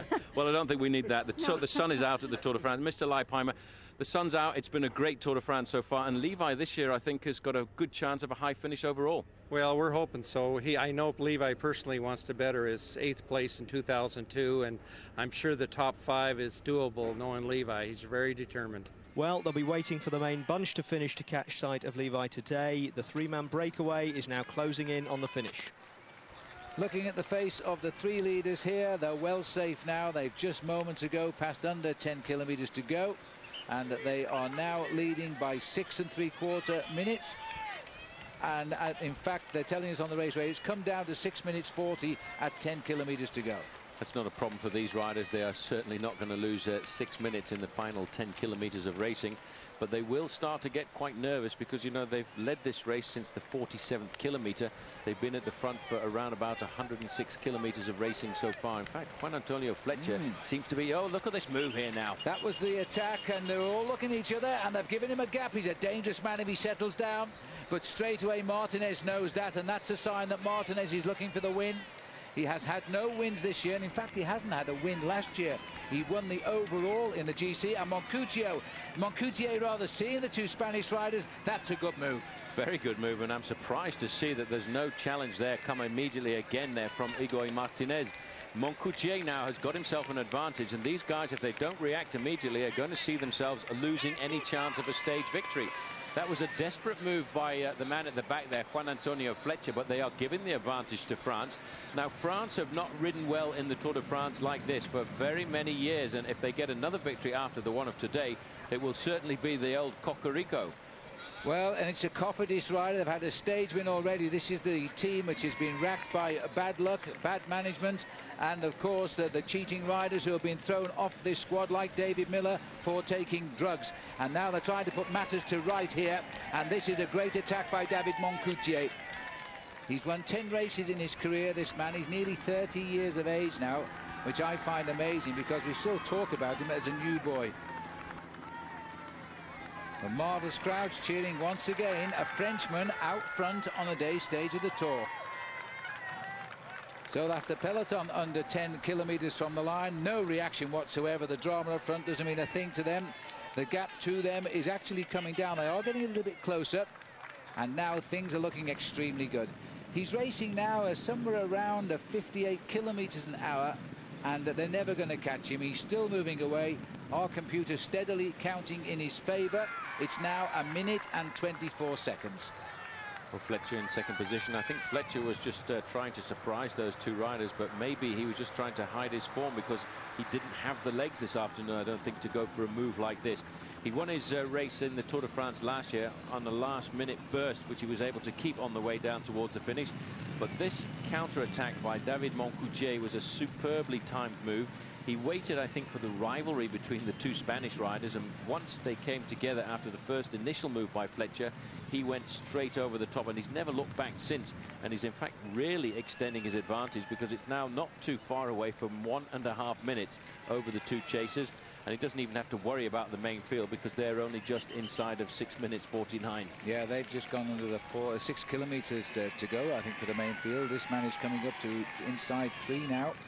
Just got to watch these corners, these roads, twist and turn, duck and dive, adverse cambers. Don't be taking too many risks now. The French crowd here are going to enjoy the occasion now as a Cofidis team is looking to take their second stage win of this Tour. And if you go back to April, they were all under voluntary suspension by the sponsors because they were trying to sort out a huge doping problem within the team. They didn't know what to do, so they stopped everybody riding until they sorted it out. They weren't allowed to race again, in fact, until the Dunkirk 4-day race in May. So they've done well to get themselves into shape for the Tour de France. Now they're looking for win number 2. Stewie O'Grady got the first one for them in the opening week of the Tour de France. Now Moncoutier is going to get the second one because these two boys, a wry smile there on the face of a fairly new pro. At least he's pretty young, Igor Martinez. They are not going to get it under the banner. And in fact, as we're watching these pictures, you might be hearing the cheers now. They've just cheered Moncoutier under the 2 kilometres to go banner. It's not long before he'll be with us here on the finishing line. No problem at all now. He just needs to not take too many risks on the run into town. There are 1 or 2 tricky little corners as he manoeuvres his way into the outskirts of this very interesting medieval town of Figeac. Cross over the bridge, which goes back to medieval times, but now he's in a nice long straight inside of 2 kilometres to go, and he can actually savour his victory here this afternoon because he's got a huge buffer over the 2 chasers, and of course he'll be able to wait for an awful long time before the main field comes charging into town as well. Well, the long straight road before we swing right and then climb the nasty little climb up to the finishing line. He won't worry about it now. His gap is 1 minute and 40 seconds. Even down here at basement level, the crowd are packed here, getting a glimpse of yet another Frenchman. There is the kite, the most popular sight by the leading rider of the Tour de France. It means 1,000 metres to the line. Well, in the outskirts of town right now, and he picks his way through very carefully. Now he can actually enjoy the last few kilometres. You can almost feel the pain being lifted away from his body as he now is looking to see the flag that everybody in the sport of professional cycling would like to see, and that is the last kilometre kite, the red kite, Le Flamme Rouge, and he's not too far away from it. And then you can hear the crowd here on the finishing line. They're actually just looking at the big screen here. There's the enjoyment. He knows he's got it, and this is a fabulous move by this young man. Well, we go back to 1994, and there were 3 French stage winners consecutively. Jackie Durand, followed by Luc Leblanc, followed by one Richard Virenque. That was 10 years ago. Richard Virenque won yesterday, and now Moncoutier is making it 2 French wins in as many days. Wise man, just making sure nobody's coming back at him. Never believe what the judges are telling you in time gaps. Make sure there's nobody in sight, and then enjoy the moment. He's going to win by about 1 minute and 30 seconds on the line, what has been an incredibly quick stage, arriving here some 25 minutes ahead of expected time. He's going to notch up his win number 11 here, but this, I feel today, Phil, is confirmation of what everybody's always expected from David Moncoutier. Everyone has always thought that one day he was going to be a great star at the Tour de France. Here he's starting to enjoy. He's inside of 100 metres to go.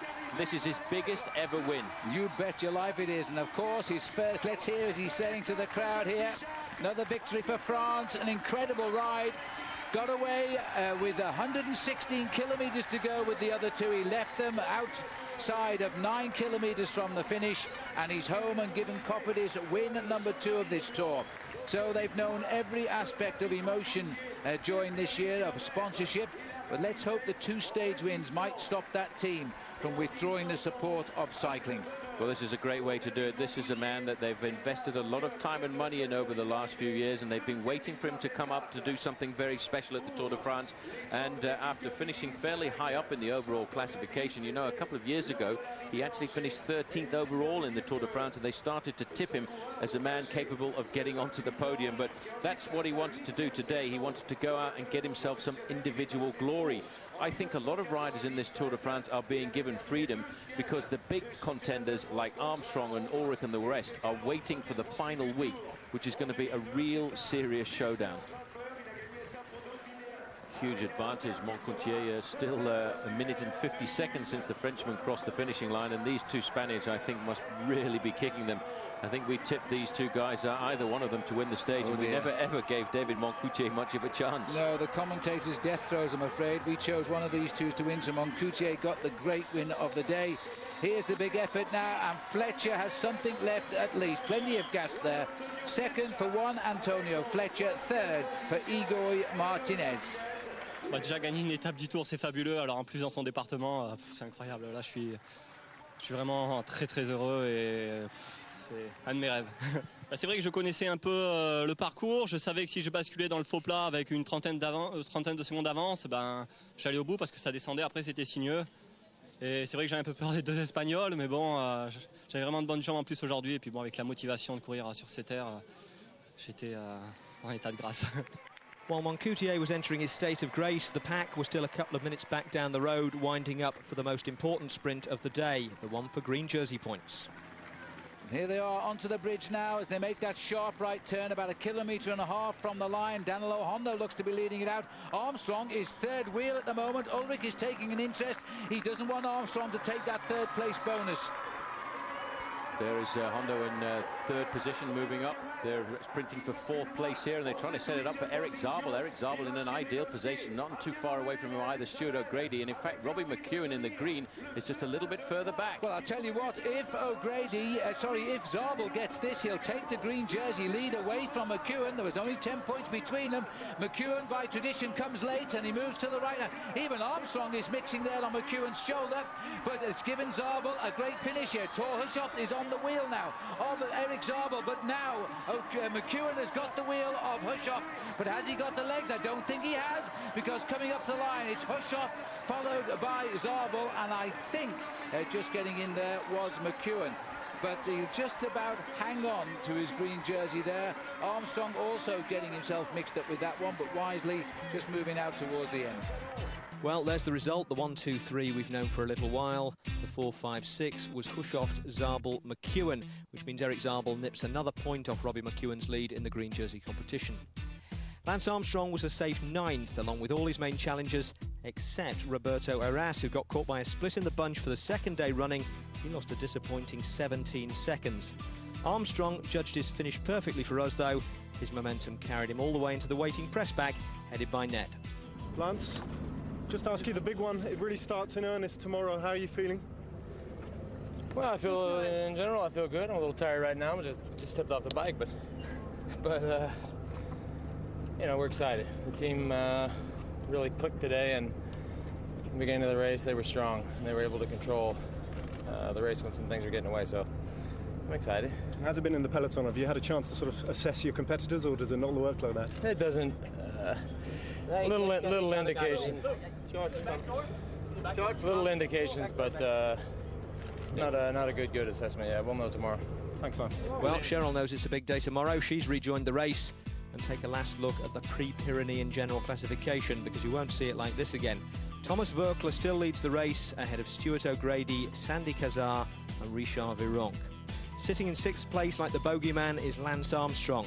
Then come all the men who reckon they aren't afraid of him and are about to get the chance to show it. Tyler Hamilton, Jan Ullrich, Roberto Arras and the rest. One man who doesn't have to worry about the Pyrenees is Magnus Backstedt. Sadly, as you know, he abandoned today, and afterwards he told us what the problem was. No power in the legs, and like I haven't been able to sit properly on the bike today. My back is just hurting me so much all the time, so I think it's one of them things, you know, it's just my back is not 100% yet from even from before the tour started, so just gotta get back home and try and sort that out now before I get back on the bike again. Well, Thomas Verkler has been in the yellow jersey for a week now, but he knows tomorrow is likely to be his last day. Well, we wait and see, and tomorrow the stage is very hard with the 2 final climbs, and if the legs are the same as today, I think it's going to be difficult, but I hope that they will be better. Well, in a few moments we're going to be looking ahead to tomorrow's big stage. First, though, we're going to give you a look at the competition. The prize is an all-expenses-paid weekend in Paris, courtesy of Konica Minolta, with the spectacle of the Tour's arrival on the Champs-Élysées on July the 25th as the centrepiece. Now, question lads have had their fun. The men at the front of the race tomorrow, as it heads up the final climb of La Mongie, will be those who've got a chance of winning the whole thing in Paris. There's only one other climb on stage 12, but it's the mighty Col d'Aspan. Then it'll be uphill all the way over 1,700 metres to the finish. The last time the Tour went to La Mongie in 2002, Lance Armstrong won the stage on the way to his 4th Tour.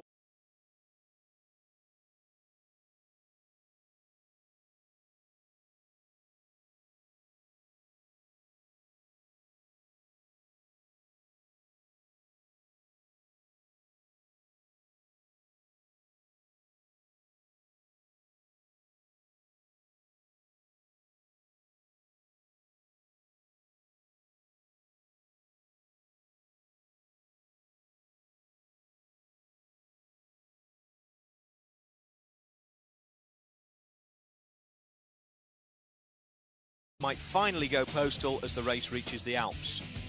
Lance Armstrong and Ivan Basso came out of the Pyrenees with a score draw. Their battle for overall victory resumes today. So does the David Miller story, and I'm afraid it's more bad news. Hello, it's stage 15 of the Tour. We're in the Alps, and David Miller is back in the papers. Actually, one paper principally. The French sports daily L'Équipe has obtained what it says is the transcript of Miller's interview with the judge investigating his doping case. If it's genuine, and there's no reason to believe that it's not, it's pretty depressing reading. It's a long transcript, but the front page headline extracts the key quote, "I was a cheat," and that admission relates specifically to 3 races, the Dauphiné Libre and the Tour of Spain in 2001, and Miller's time trial victory in last year's World Championships. According to L'Équipe, he told the judge that he took EPO in the run-up to all 3 of those races, and that would match the timetable already outlined by his lawyer. So once those details are placed officially in the public domain, we can expect to see him stripped of his title and his medal. He's already lost his job. His team Cofidis sacked him last night, and today he goes back before the judge with his former teammate Philippe Gaumont for further questioning.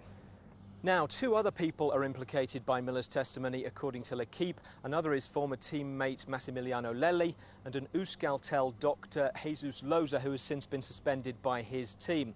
About the only comfort to be drawn from reading it is Miller's degree of candour and contrition.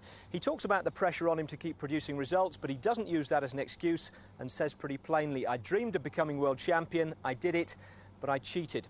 For the record, all his brilliant stage wins here at the Tour seem to have been achieved on nothing more than his natural talent, which makes it all the more galling for those of us who cheered him on that he felt he needed to augment that talent with illicit drugs. Well, I'm sure there'll be more to report as time goes on, but for the moment, let's get back to the race and a final week, which is the most brutal in recent Tour history. And it starts immediately. No warm-up, straight off the rest day into a 7-Alp stage, finishing up here at Villard-de-Lans. At least today, though, the strugglers can form a self-help group at the back. Tomorrow, they'll be suffering solo. It's a 15-kilometre individual time trial up the 21 murderous turns of Alpe d'Huez. 48 hours and 10 mountains later, the skin suits will be out of the wash for time trial number 2, 55 kilometres around Besançon. And whoever gets through that will have earned all the acclaim that'll be echoing off the cobbles of the Champs-Élysées at them on Sunday. Now, today, logic dictates that Lance Armstrong should take the yellow jersey from Thomas Voeckler. But like a Bolshe office junior, Voeckler's been refusing to take dictation for the past week now. Nobody believed that he could carry the race lead through the Pyrenees. He probably didn't believe it himself, but he did, and the courage he showed in the process has made him a national hero in France. Of course, they'll love him all the more when he loses it. And as I say, we've been wrong before, but today does look like the day. As you can see, his lead over Lance Armstrong is down to just 22 seconds, so Voeckler needs to match him pretty much to have any hope of holding on at the top. Armstrong has a handier lead over Ivan Basso, a minute 17. Behind him are Andreas Klöden and Francisco Mancebo, while Klöden's team leader Jan Ullrich is in 8th place, 7 minutes adrift. Behind him, the other pre-race favourites are completely out of touch now. Roberto Arras, 27.35 down, and Iban Mayo, 45.04. There's the stage. There'll be some heart rate monitors that look like that today. 7 climbs, the Côte de Chalimont, the tallest of them, at just under 1,400 metres. And once they get up here to the ski station of Villard-de-Lans, a little downhill kick towards the finish. So if there are going to be any miracle recoveries, that's where they'll be. There'll be no miracles for Iban Mayo, though. When he tried to abandon on stage 13, his team manager was there to force him back onto his bike. This morning, I think he just locked the bedroom door. So he was a non-starter, and so sadly was one of the most aggressive riders in the race, Jakob Piel of CSC. He spent over 550 kilometres on the attack in the first week, but he's torn a tendon in his right knee, so that brought the number of riders starting this morning down to 158. Andreas Klöden, the 4th place rider in the race, crashed early on, not sure how, and he needed a bit of medical attention, but he had teammates with him and got back into the main field reasonably quickly. Well, a break got away approaching the 2nd category Col de Limoges, and Richard Virenque was in it, so he picked up maximum points over the top to extend his lead in the King of the Mountains competition. There were a couple of green jersey contenders in the breakaway too. Stuart O'Grady, currently 4th in that competition, attacked on the descent, hoping to sneak away and win the intermediate sprint in the valley below. Thor Hushovd, who's 1 place above him, had been dropped towards the top of the climb, and by the time he started chasing, O'Grady was half a minute ahead. A smart move by the Australian, who knows he needs a few of them to stand a chance of taking the green jersey. He picked up 6 points after what was essentially a 23-kilometre sprint. Hushovd got 4 for 2nd. At the head of the chase was a group containing Lance Armstrong and his bodyguards, Ivan Basso, Francisco Mancebo, and the T-Mobile duo of Andreas Klöden and Jan Ullrich. The big question being who was riding for whom, or whether they were each riding for themselves. Ullrich was apparently in no doubt. Es ist für mich immer irgendwo ein Ziel, das Podium zu erreichen. Also ich habe hier eine Serie in der Tour de France, die nie schlechter als 2 war, und das ist mein absolutes Ziel. Und ich kämpfe auch noch um den Sieg, auch wenn das schon irgendwo so weit weg ist. Aber wie gesagt, es kann doch, ich habe immer gesagt, was mir passiert ist, kann auch mal Lance Armstrong passieren. Und Belucki ist letztes Jahr schwer gestürzt mit der Superform, und viele Favoriten sind schon raus, die auch um den Sieg mitkämpfen wollten. Die fahren hinten auf eine Stunde zurück, und es ist alles machbar. Ja, und das geht halt, wie gesagt, 3 Wochen und nicht nur 2 Wochen. Und Lenz scheint unschlagbar wieder zu sein, aber er kann auch mal Pech haben. And as evidence that he hadn't given up, Ullrich attacked Armstrong on the 1st category climb of the Col de l'Écharisson. There was no panic from Armstrong, but Ulrich was starting to pull away. As we join commentary still on the climb, Richard Virenque and Michael Rasmussen have attacked their group. They're about 3 minutes ahead of the main field, and Armstrong's group has upped the tempo to try to catch Ulrich, and riders are starting to fall off the back. Here at the back of the race now, it is Mancebo, and he is in desperate trouble. A little bit surprised, but you know, when Ulrich attacked, this peloton just dissipated all over the mountain. Certainly was a question of boom, boom, and out go the lights for a lot of riders because of that acceleration from T-Mobile. And they are certainly now, I think, trying to use today as the possibility of moving 2 riders up to a podium position. Well, what's happened here, because of this big attack by T-Mobile, Armstrong has actually lost a huge part of his teammates. George Hincapie's disappeared, Tricky Beltran has disappeared. The 2 men in there who will be able to help him out are Floyd Landis and Jose Acevedo. On the other hand, Ivan Basso has a very strong ally in that group as well, with his teammate Carlos Sastre, who's sitting on the back. The big surprise for me is actually to see Marius Sabolowskis from the Saeco team in the group, and not Gilberto Simoni. I think Simoni, like a lot of them, weren't expecting such an acceleration. You know, they take a little time to warm up to the climbs. This man is brute strength, as we've seen so often, and criticised him for it too. But today, it was clearly a plan. A lot of heavy work done at high speed by Giuseppe Guerini. Cloden himself was on Guerini's wheel, and then came the attack by Ulrich. Jan Ulrich likes the good weather. Yesterday was a very hot rest day. He went out for a bike ride, by the way, with his teammates. He rode for about 2.5 hours with the team, and then went out for a further hour-and-a-half ride himself, as if he had in the back of his mind something ticking away, nagging at him, because he's a great champion. He's won the Tour, he's been on the podium so many times. You cannot wipe that away from him. You know, he really wanted to do something special. And this is going to be a hard race now, when I felt they would ride easier this afternoon because of the fact tomorrow is the very important team to individual time trial. Look at this. This man never, ever gives up. Being trailed by Ulrich's teammate there, Sergei Ivanov. But Thomas Vogler, a lonely man in yellow. Nobody helps the leader of the Tour. You fight your way back into the picture. How many times has he done that over the past week? And still, this jersey is inspiring him to drive his bike on and on. He's slipping behind, of course, and as we speak, he is out of the race lead. Armstrong now looking for a 61st yellow jersey of his career. Look at that, moving across there. He almost indicated, I think he did indicate to Garcia da Costa to get on his wheel, because he might recover and be able to help him here, even though they're on rival teams. And Vicente Garcia da Costa has said, OK, made a huge effort, but he's on. Gonzalez has latched on as well. He's just cut through this breakaway that looked to be sailing to the day's victories and all of the spoils. And this is the Jan Ulrich of old. And I can't recall ever seeing him putting in an attack like this. Well, I think I do. It was way back when he actually went on to win his Tour de France on the road to Arcalis. If you remember, he jumped away from everybody and there laid the foundations of his victory that year back in 1997. But just catch a glimpse, if we go back to him later on, of the way he's breathing, sucking as much air as possible into his body to keep the energy and the oxygen flowing through those muscles. It's a long attack because he's looking now still at 53 kilometers to go to the finish. And, of course, don't forget, there are still 3 more climbs. Well, at the top of this one is the Côte de l'Échirasson. 12 kilometers of climbing behind, and now nobody challenging, as we thought. Rasmussen allowing Virenque, and a hand goes up there, probably for a drink, I would think, unless he suddenly had a flat tire. Virenque looking to see where he's gone. But maximum points on the first category climb there for him. Just surviving a little bit further down the road there is Laurent Brochard, just ahead of Jens Voigt, Mr. Attacking Style this year in the Tour de France, because his teammate Jakob Piel was not able to start this morning because of a knee injury. He was in the early morning breakaway, and they're a fair way behind Richard Virenque and Rasmussen, I would say around about 45 seconds. But look at the time gaps further back. Jan Ulrich now is only 2 minutes and 3 seconds behind, around about 50 seconds ahead of the Lance Armstrong group.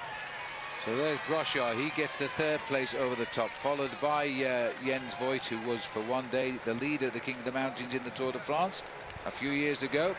I don't think there's any panic in the eyes of Lance Armstrong. He's just sitting calm and collected, got his teammates up alongside him. But this attack, I don't think he would have expected, although I'm quite sure that his team manager, Johan Brunel, did. Brunel knows exactly what's going on at every moment in the bike race. He's got an awful lot of information in that car with his. He's got the race radio. He's got television. He'll be keeping a very close eye on this breakaway by Jan Ullrich. Let's not panic, though. He's 6.5 minutes behind. Well, that reminds me of the times when Lance was put into difficulty on the Joux plan by Ullrich, and that was the Westies don't panic. Well, today we've still got a couple of real serious climbs to come. Both one second category, one third category, and the Côte de Chalimont. And the last climb is also second category, which brings them right up to the finishing line. It's going to be a tough day now, and the way they've hit this race, there's going to be a lot of riders spread eagle across the Alps. Well, as we start the descent downwards now, Ullrich is going to have to show some descending skills. Not his strongest points, but he's got the gap and he can't afford to let it close now. Well, I think it wasn't his strongest point a few years ago. He seems to have improved because, let's not forget, on that descent on the way down towards La Mongie from Col d'Aspin, Armstrong actually backed off on the wet descent because he was worried about actually losing it on the descent and throwing away his Tour de France with an incident like that on the road. I think now Jan Ullrich will take a few risks on this descent and try and extend his advantage before he starts the next climb, which is a third category climb. Oh, well, there's Stuart O'Grady now at the back of this group, which also contains, by the way, Levi Leipheimer. There he is, the small man in the orangish jersey, sitting there in front of Saint-Brieuc. They go over the top, nobody bothering about the points there, with the King of the Mountains topping first. But it looks to me now as though they will begin this descent, and it's good to see Levi Leipheimer has also made the move here. Voigt, I think, has decided to sit up here and wait because he knows that the man coming across the gap behind him is Jan Ullrich. And the fact is that Ullrich riding together with Voigt may just put some serious pressure onto the shoulders of Lance Armstrong, forcing him to chase and then give the advantage to this man's teammate, Ivan Basso, later on. Well, that's amazing. What has happened right now is, in fact, Jens Voigt has been told by the team management to sit up and wait for the group that contains Ivan Basso. This is a complete and utter change in the tactics. I thought there might have been a coalition formed between the two German riders, but no, what is happening now is Ivan Basso is seeing the possibility of losing a podium position, so they've sent Voigt back to try and put the race all back into state. Now, these are riders coming back. Garcia Acosta, this is Jens Voigt looking over his shoulder, and I would think immediately he'll put himself into the line of US Postal Service riders, and there it is, confirmation of what I thought the tactics was going to be. So Voigt told to come back, wait, and to take up the chase now because Ullrich has caused panic. We always talk about that man as having the greatest class of all the professional bike riders, and now you see why. He suddenly has turned on the style. So Ullrich on the front there, slowly but surely eating into the advantage of these men here. These are the last survivors of a 14-man breakaway who got clear after 53 kilometers of today's stage. That's where they are, the Col de Carry, 137 kilometers into the race, and here's the acceleration from Richard Virenque. It's 100% success for him this afternoon, apart from the first two small climbs of the day when there was a small breakaway by Axel Merckx, who got the maximum points on the Col de Aletrac and the Col de Le Puy-Saint-Martin. Well, there's Christian van der Velde swept in now from the leading bunch. And there's very few men left up front. Look at the face of Jens Voigt. 1 minute he was driving the attack of the day and he'd been out front in it for most of it.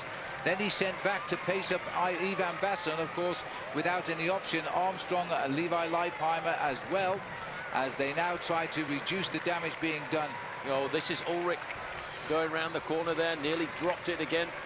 He's taking an awful lot of risks here, Jan Ullrich, to try and get him as much advantage as possible. Now, a few years ago, when Ullrich was in the lead, he was put in a lot of difficulty on the descents, and he earned himself the nickname of not being a very good descender. And the Armstrong group is not very far behind. In fact, 25 seconds apart. And again, Jan Ullrich there, taking a very wide berth. I don't know whether he's just an ungainly rider sometimes, Paul, but he certainly has a job at getting his bike around that bend. Very often you find that big riders are not that good at going downhill because the centre of gravity is a lot higher than need be. I also think that Jan Ullrich has opted today. He's obviously thought today about going out on this move, and you can see he's got very deep rims on those wheels of his. They're carbon fibre rims, which make the wheels exceptionally rigid. So when you're trying to throw the machine around corners like that, sometimes the bike doesn't respond as nicely as you would like it to. But the distance between Ullrich and the Armstrong-Basso group is being reduced slowly but surely. In fact, there's only around about 25 seconds between the two groups. So I'm quite sure on the long straightaways they can actually see Ullrich's group just in front of them. But right now, the man who accepts all the accolades as the man with the big class, the great engine room in that body, is now trying to put himself back up where he should be, and that's in the top 3 riders. A little bit of help here now coming on from Santos Gonzalez. But here comes the cavalry. But the gap pulled is the cars out. The gap could not be very much more than 5 or 6 seconds. 13 seconds. It's been a chase, and when he went, I thought he was going for a minute or so today, but they've worked hard. And I say they, let's just say the two, Floyd Landis and Jens Voigt, have worked like Trojans to get this race back in for their team leaders, Ivan Basso and Lance Armstrong. And it is still Voigt riding at the front. I don't think he'll be able to issue another chase like this today, so if Ulrich can go again, it may be the big boys will have to counter it. What a brilliant bike rider, Jens Voigt, once tipped as the #1 amateur athlete of the world, and here to actually come out and produce this effort, having been escaped from since the 53rd kilometre of the race. There's the gap between them. It's not really very much more than 10 seconds. Ulrich there sitting in 2nd position. It was a very good move. It's not a bad move at all, because what it's done is it's really blown the race to pieces, and on a day when I don't think a lot of people expected this, it's going to cause a serious change in the overall classification tonight.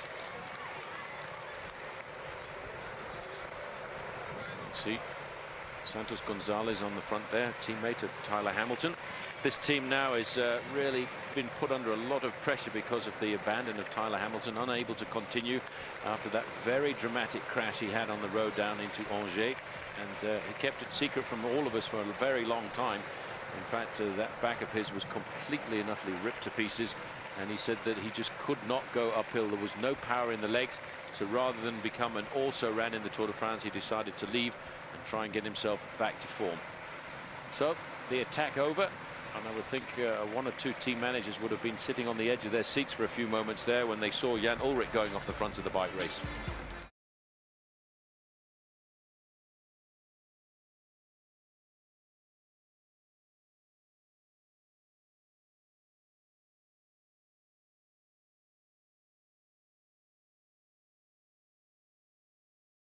Welcome back to Tour de France in the Alps today here on ITV2, so we won't take too long to talk about the emails. We've sorted through 1 or 2. This one, I think somebody's been pulling somebody's leg. It comes from Peter Turner. I've heard that tour riders put banana skins in their shorts to avoid saddle sores. Is this true? Peter, sorry, but somebody has been pulling your leg. Absolutely not true at all. But in the 1950s and 60s, riders, if they did get injured in the area known as the entrejambe in French, they would put a stake down there. And I don't think I'd like to do that on a hot day. No, they must have had a lot more money in those days too. Going on now, we've had lots of questions about the former top British cyclist Robert Miller, and typical of them come from Kevin Higgins and Alex Aikins here, among those who ask about the Scot. Paul, I believe he's now living in Scotland. Yeah, I don't think Robert's got anything to do with cycling anymore. After he retired, he did write for 1 or 2 magazines, but since then he's been living a fairly quiet life, very much out of the public eye. That's right. He was, in fact, our best ever British finisher in 4th place. The same year he won the King of the Mountains title in 1984. He also won 3 stages in Luchon, Gouzenège and Super Bagnères, all fabulous mountaintop finishes. Anyway, when we were through the Pyrenees, we did come across 4 riders enjoying themselves riding in the old team strip of Robert Miller. Ned Boulting caught up with them.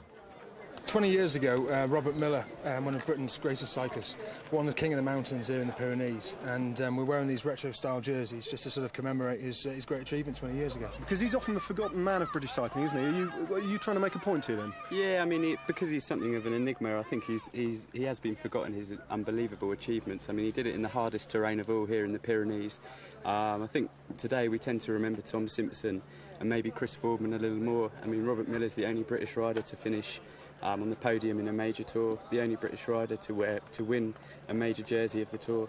So, I mean, we just feel he's been forgotten a little bit, his achievements, and we wanted to set that straight. Well, it's Miller territory today, and on the penultimate climb, the Col de Chalimont, the group of Lance Armstrong, Ivan Basso, Jan Ullrich and Andreas Kloden pulling in the 2 leaders.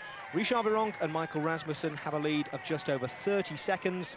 The yellow jersey Thomas Voeckler is in the main field, 6 minutes behind. So back to a familiar scene now, as we're looking at the 2 pacemakers and the #1 man, Lance Armstrong, followed by Ivan Basso, and also down there now Jan Ullrich, who has shown us there's still a glimmer of hope in that man. The lights haven't gone out completely. And also, I'm delighted to say, Levi Leipheimer has made the split here and will be climbing the overall classification tonight. Well, this looks like the catch now. Leipheimer's gone off the attack there, just at the point there that he's about to catch those two leaders. He's gone out of the group now. He's a serious candidate to get the victory. He won a stage this year earlier on in Spain in the Semana Catalana, and I don't think anybody will respond to that attack because he's a fair way down in the overall classification, and Levi Leipheimer at 14th is absolutely no threat at all to Lance Armstrong. Well, the interesting thing is he's come up to his teammate Rasmussen, gritting his teeth. Rasmussen's jumped on, and so too are Richard Virenque. Now we've got three strong men here, and we're only looking at 16 kilometres to go as they come up to the top. Virenque will be doubly determined here. He wants the points at the top of this climb, and he's not going to get pulled back by the peloton at this stage. Well, peloton, there are 13 riders in that pursuing group. This is a very intelligent move by Leipheimer. He's gone up to reach his teammate, and now he might well go on to the last climb of the day in the lead. Good move. He waited to see whether or not his teammate was going to survive. Michael Rasmussen has nothing left in those legs of his. Don't forget, he's been away since the 53rd kilometre of the race and put a lot of effort into the success of this breakaway. But what amazes me is Richard Virenque has been in that breakaway too, and he has the ability to push himself so hard to try and get this King of the Mountains title that he wants to take for a record 7th time. It looks like this may well be a race of records. Now Leipheimer is alone. He's got rid of Richard Virenque, and this could be a very well-timed move. Well, Team CSC, they were the erstwhile team leaders in this race. T-Mobile are now the team leaders, and US Postal Service are third in the team race, and it looks as though it goes on that way as well. This is now Leipheimer, had one stage of the Semaine Cycliste, which is a race in Italy. Settimana Ciclista, as they come now under the banner there. This is going to be a tough last bit to this race today. It's going to be almost a desperate free-for-all, I think. Well, once they go over the summit of this climb here, they've got a very long descent down into the centre of Villard-de-Lans, a descent tour which will take them down for around about 12 kilometres, and then it climbs up around about 4.5 kilometres to the finish. Armstrong still got on his shoulder there Jose Acevedo, his teammate, but there's a lot of tactical manoeuvring going on here because the Team CSC are starting to feel that they've got the ability, I think, to win the stage. My bet right now, if I was to go out and put a bet on anybody to win the stage here this afternoon, would be on Jan Ullrich. Well, it's a free-for-all, as I say. There's nobody hiding their effort now. Nobody's saving anything for tomorrow. They've had to race themselves back up here. Remember, Voiter's gone now, but they've got other guns in CSC, and Sastra's brought them back. Richard Virenque will find his legs again. He's just tagged on. We're down to 8 men now, and this is the leading group. Armstrong, Ullrich, Basso, Cloden, the men who occupy the top 4 places, or well, not quite in Ullrich's case anymore, but the strong men of the Tour are here. There's the yellow jersey. He's managed to get himself back into that group, but what a day he's having. Not a very comfortable one. He's really having to dig deep into his courage to stay in contact with the group. I can see by his pedaling style that he is so tired, that young man. He's held the yellow jersey for 10 days. The pressure, I think, has just become too much here this afternoon, and he's been put on the defensive. And this is the top of the climb, and Richard, this man is unbelievable. He's just nipped out of the group, takes the maximum points on top of the Col de Chalemont. If he were to win the stage now, which is the only other climb left, he would get double points, so he would have got 40 points, I think it is.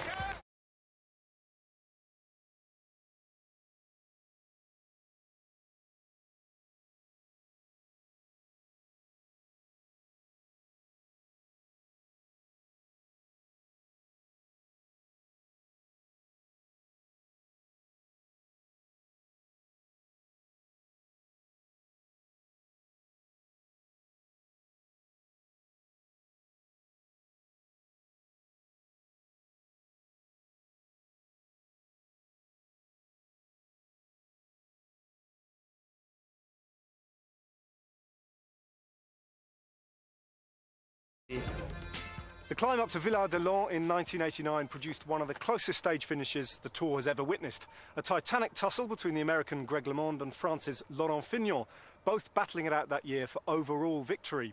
Now 15 years on, and Laurent Fignon remembers every turn of the pedals. On ne pensait vraiment pas qu'il puisse se passer quelque chose, mais dans la dernière côte de Chalimont, avant l'arrivée vers Côte 2000 à Villard-de-Lans, J'ai senti que mes adversaires étaient fatigués. Il m'a semblé qu'il y avait peut-être quelque chose à tenter. C'est pas une côte extrêmement dure, mais évidemment, dès qu'on se met à rouler très vite dedans, ça devient difficile. And now he's looking back at the guys who are chasing him for the yellow jersey. Fignon now desperately trying to gain a few more seconds so that he doesn't have to worry about that final time trial in Paris on Sunday. J'ai donc attaqué comme ça, à l'instinct. Il n'y avait vraiment rien de prévu. Et j'ai eu raison parce que aucun de mes adversaires n'a pu me suivre.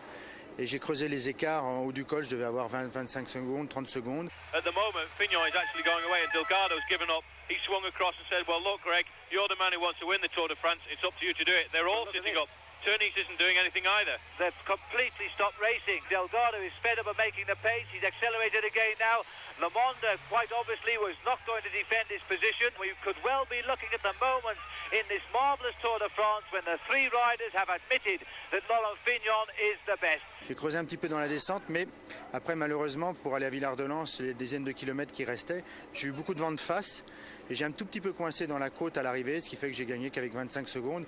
Mais je pensais que ça suffirait pour gagner le Tour. Hélas, non. And the crowd are standing up here, their hands above their heads. They applaud Laurent Fignon because he knows that today he's won the Tour de France. I'm sure of that. So that headwind proved decisive. If he'd managed to gain just 9 more seconds on that stage, he'd have won his third Tour de France. Instead, it was the American Le Monde who pulled on the yellow jersey in Paris, in the closest finish in the Tour's 100-year history. These two men have been Siamese twins throughout the race. Now the cord is broken and it looks like Greg LeMond might, but look at the finish by Fignon. They're all turned off. It's going to be close. 27.47 he must do. The clock is counting down. So are the meters to the line. This is going to be incredible. Fignon is bouncing off the barriers here. He's lost the Tour de France. The crowd has realised it. Laurent Fignon has lost the Tour de France. Right on the line as he comes over. 55 seconds is countdown. He has lost the Tour de France by 8 seconds. Can you believe that? Laurent Fignon has lost the Tour and Greg LeMond has won it. Well, Ulrich tried the heroics early on in today's stage, but a select group, including Lance Armstrong, Ivan Basso, Andreas Klöden and Ulrich, is back together now. They've just gone over the penultimate climb, so there's only one more to go and 13 kilometres left to race.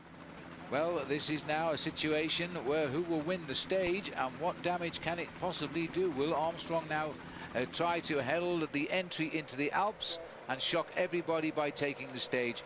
Or will Richard Veron claim double points by winning it because it's the last climb of the day and he'll increase what is a winning lead in the King of the Mountains?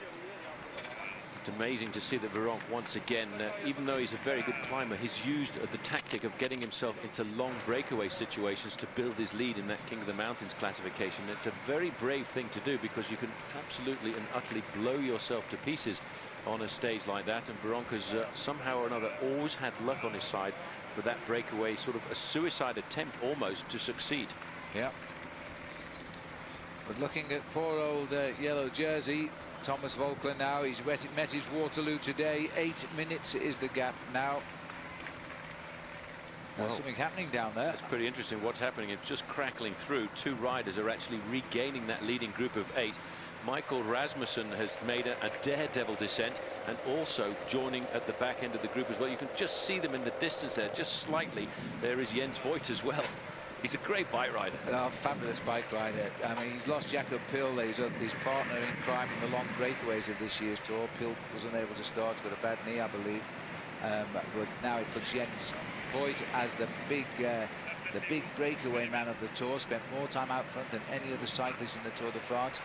But you see, they've taken great risks on what is a very narrow road, whereas the leaders, they've sort of done their job at the moment for the day. They're thinking now of how they're going to work out the final climb for the finish. And so they've slowed down. The other two will be wise enough to know that would likely happen. So they've taken 1 or 2 risks coming down this rather tortuous road, and it's paid off. There's now 10 riders in this group. Yes, Jens Voigt is a very good descender, and he's used those descending skills to pull himself back into the breakaway. He probably bridged around about 30 seconds on the descent of this climb, the Col de Chalimont. And also, we can never disregard the descending abilities of the man at the back there in the blue shorts, Michael Rasmussen, world mountain bike champion and an exceptionally good bike handler. Now let's watch them go around these bends here. They're just, you see how they lay off the back of one another because they want to see the corner for themselves, not just play follow my leader, because these corners can run out rather sharply. And there we go, under what will be 10 kilometres to go. 6 miles of racing to the finish, and yes, they back off just a little bit on descents like this, because if something happens to the rider in front of you, you need a fraction of a second just to be able to change your direction, as we saw Armstrong doing last year. So it's still Acevedo on the front. This group that we're looking at now is a group made up of 10 riders, and the majority of all of the big names of the Tour de France are in there. 2 riders from US Postal Service, Jose Acevedo and Lance Armstrong. In there as well, 2 riders from T-Mobile, Jan Ulrich and Andreas Kloden. 3 riders from CSC, giving them the tactical superiority, Ivan Basso, Carlos Sastre and Jens Voigt. And then finally 2 riders from Rabobank, Levi Leipheimer and Michael Rasmussen. And the lone Frenchman in the group, Richard Viron, just tagging onto the back. And there's another rider returning to the front group here, so that will make 11. This is Marius Sabalauskas from Lithuania, and he's the biggest surprise to me in the leading group, as he's ridden a lot of races so far this season, and I haven't really seen him riding at this level of the sport.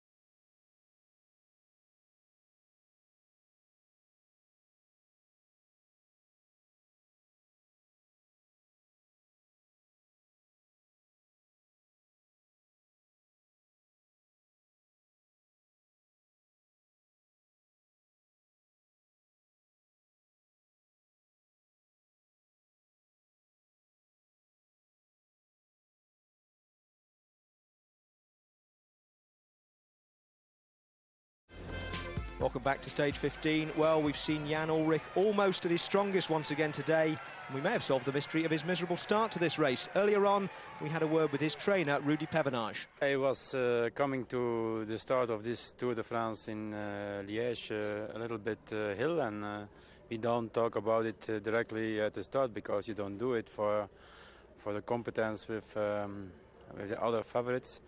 And we thought that the illness would be okay after a few days, but at the end it took 1 week, and with this bad weather in the beginning of the tour, it was not so easy to become a better condition. And now we hope the weather will be okay and the illness is gone. And Yanni had a lot of pains in the legs, and now they are gone, and I hope that today he will make a very good stage to Villard-de-Lans and make a very good week in the Alps.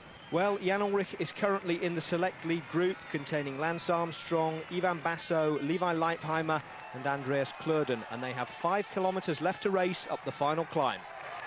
The face now of Jens Voigt. That man is going to continue until his legs will turn no longer. And then he will hope that Ivan Basso, or maybe even Carlos Sastre, but more likely Basso, will perhaps win a stage here. And Armstrong is going to have to go with him if he attempts to win the stage, because there's a small bonus for the first 3 riders over the line. He certainly does. He's going to be very attentive to that. 22nd for the first place, 12 seconds for second, and 8 seconds for third place. It could be very important after all. As you said a number of times, Phil, since the start of the Tour de France, Armstrong only won the Tour by 61 seconds last year. It is so important in the sport at this level to make sure you don't lose time anywhere out on the road. And in fact, it's quite interesting, the point that Ivan Basso and Armstrong have only been separated on 2 stages. The first time that they were separated was in the prologue time trial, where Ivan Basso lost 27 seconds, and the second time was in the team time trial, where he lost 50 seconds because of the new regulations. That's what gives him the 1 minute 17 second difference between Armstrong and himself as we speak today. Well, he's got 1.2 miles just to climb. That's no big deal now, as Carlos Sastre, that was, who's gone. We're looking now at the group here, and we expect some action to come from somebody. Here is Voigt as well. Only Basso left now, as expected, alongside Lance Armstrong. Acevedo is also casting adrift. It's going to be a battle royal because Leipheimer is still there, and so too is Richard Virenque. It's going to be a battle of the big men here, the big men at the top end of the overall classification. Armstrong has been left completely alone after the job done by Jose Acevedo. Michael Rasmussen also just slipping off the back, but Levi Leipheimer is still in contact at the front. There are 2 riders in the front group there for T-Mobile now, Andreas Klöden and of course Jan Ullrich. Virenque has been dropped off the back there, not surprising. He's been on the breakaway for a long time, so too is Rasmussen, no longer a member of that leading group. This is amazing how the strong men have just projected themselves yet again in this Tour de France. The men we have come to know from the Pyrenees, Basso, Armstrong, Klöden, are still there, but this time Ullrich is still there, and watch out, because our cameraman is going to have to catch up with them. Here they are now. Leipheimer sitting at the back on the wheel of Lance Armstrong.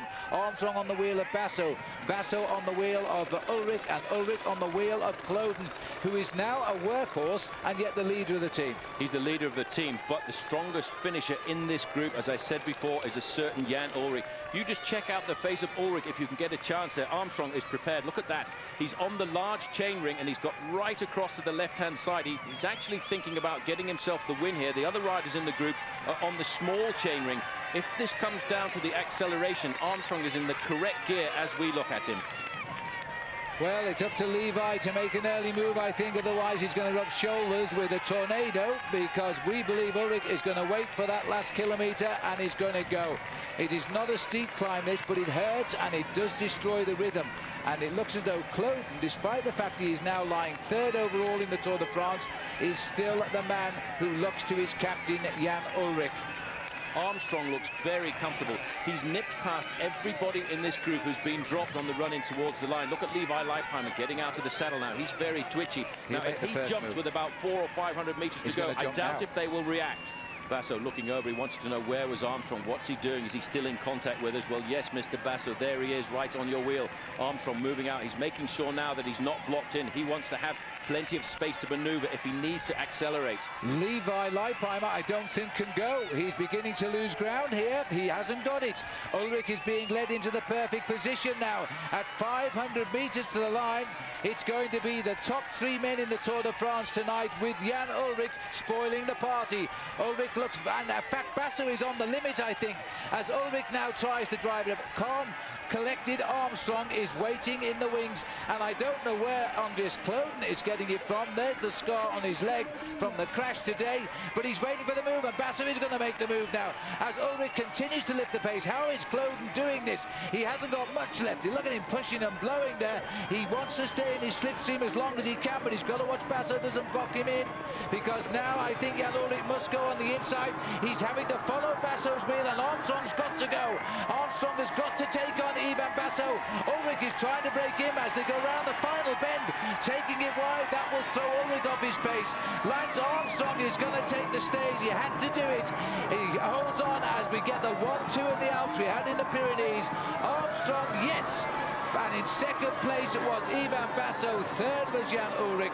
And fourth was Andries Kloden, and still to come in will be Levi Leipheimer. He had no choice, he had to win. But did you see the way he went around that corner? That was important. That's why Armstrong is such a meticulous man for preparing the Tour de France.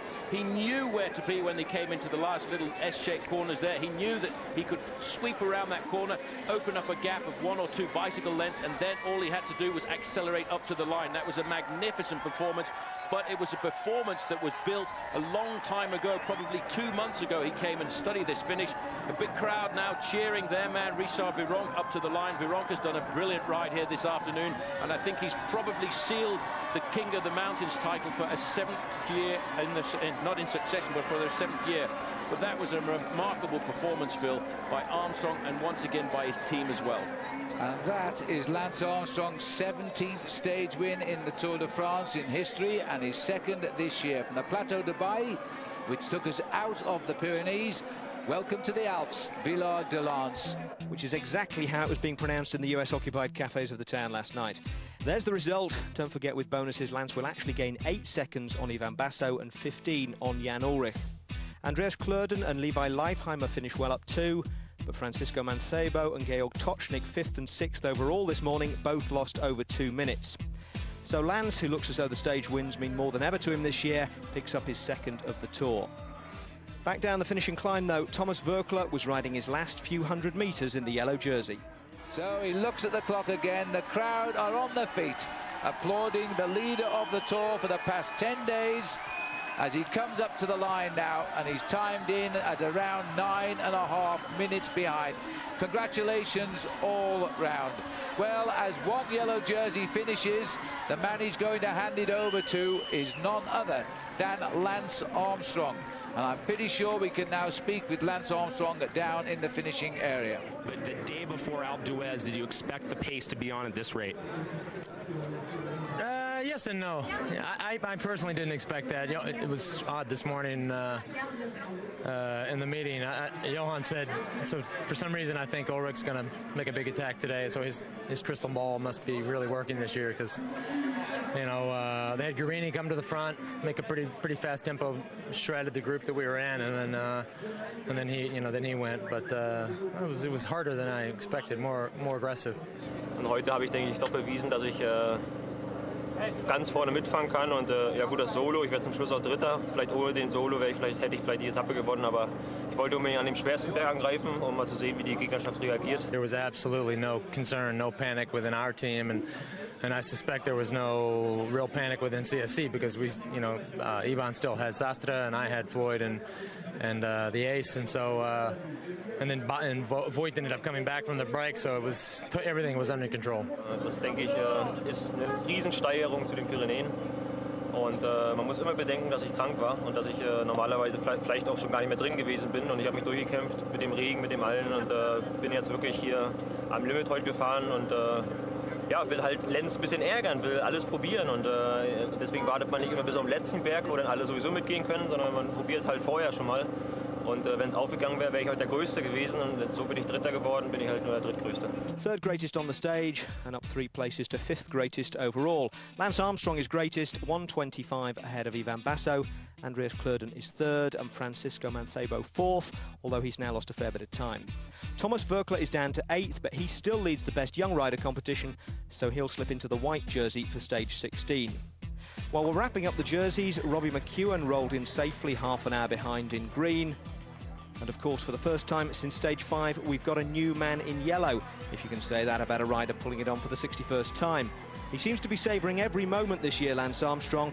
He was certainly more demonstrative than we've ever seen him on the tour as he came over the line. Because it's different to win in the sprint. You know, to win alone, you kind of ride up and you think, okay, I'm alone, what am I going to do? But you know, the excitement of winning in the sprint, you don't know until the final 10 or 15 seconds that you're going to win. So it was a surprise for me. I felt strong in the final, half a kilometer, and I was excited. Well, clearly. It's Lance 2, Basso 1 at the moment. Yeah, but those are all little battles, and we need to worry about the war. Well, he's winning the battles and the war at the moment, and as the new race leader, Lance will be in the privileged position of being last man down the start ramp for tomorrow's time trial up Alpe d'Huez. Now, we'll get to that in a moment. First, though, your chance to see Lance and the rest of the riders up close.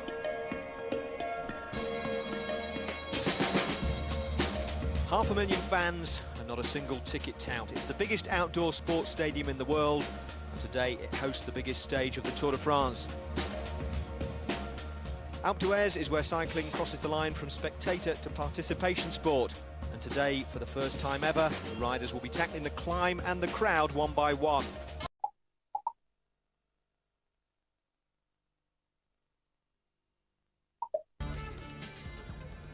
Welcome back. Well, Jan Ullrich has just come in with a new best time of 1:07.50, but behind him, Lance Armstrong is going faster. Well, as we look here at Andreas Klöden, he has now done enough to lift himself into second place. Basso has gone through the third check now, a full 1 minute 30 seconds slower than Ullrich and a 1 minute 20 seconds slower than Andreas Klöden. So he's lost second place here. Here is Basso, now heading down towards the final few kilometres of the time trial. Armstrong awaited at the final check of the day, and we expect that to move him straight back into the lead of this time trial.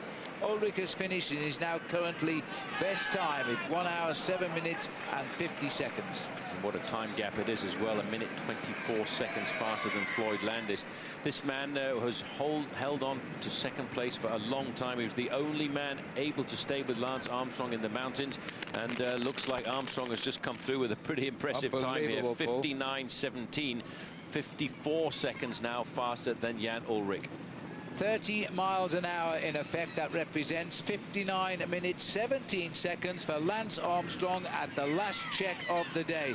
At the finish, Ullrich is in. He won't keep the lead. Armstrong will knock him off the top. 1:07.50. Landis is holding second. Bobby Julich is holding third. George Hincapie, another American, 8th, while Leipheimer is 9th. It'll be all change when the last 3 men out on course arrive. That's 4 out on course arrive. This is Andreas Klöden, who is now into second place in the Tour de France. What a reversal of form for this man, who seems to be dropping away from the top level of international cycling after a very, very promising year 2000. It is now a terrific situation here. As the finish time, 1:07.02 is they're saying there. Oh, they're counting his time, I beg your pardon. 1:07.50 is the leading time at the finish now by Jan Ullrich. Now, it doesn't look like he can make it in time to beat Ullrich.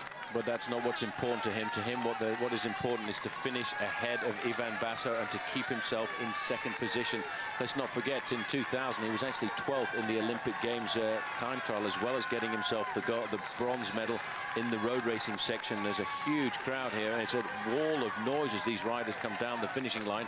Ullrich, I think, will stay in front of his teammate when it comes down to the final classification, but this man has done a remarkable job. He's pulled himself up from third place at the start of the day up into second place overall by tonight.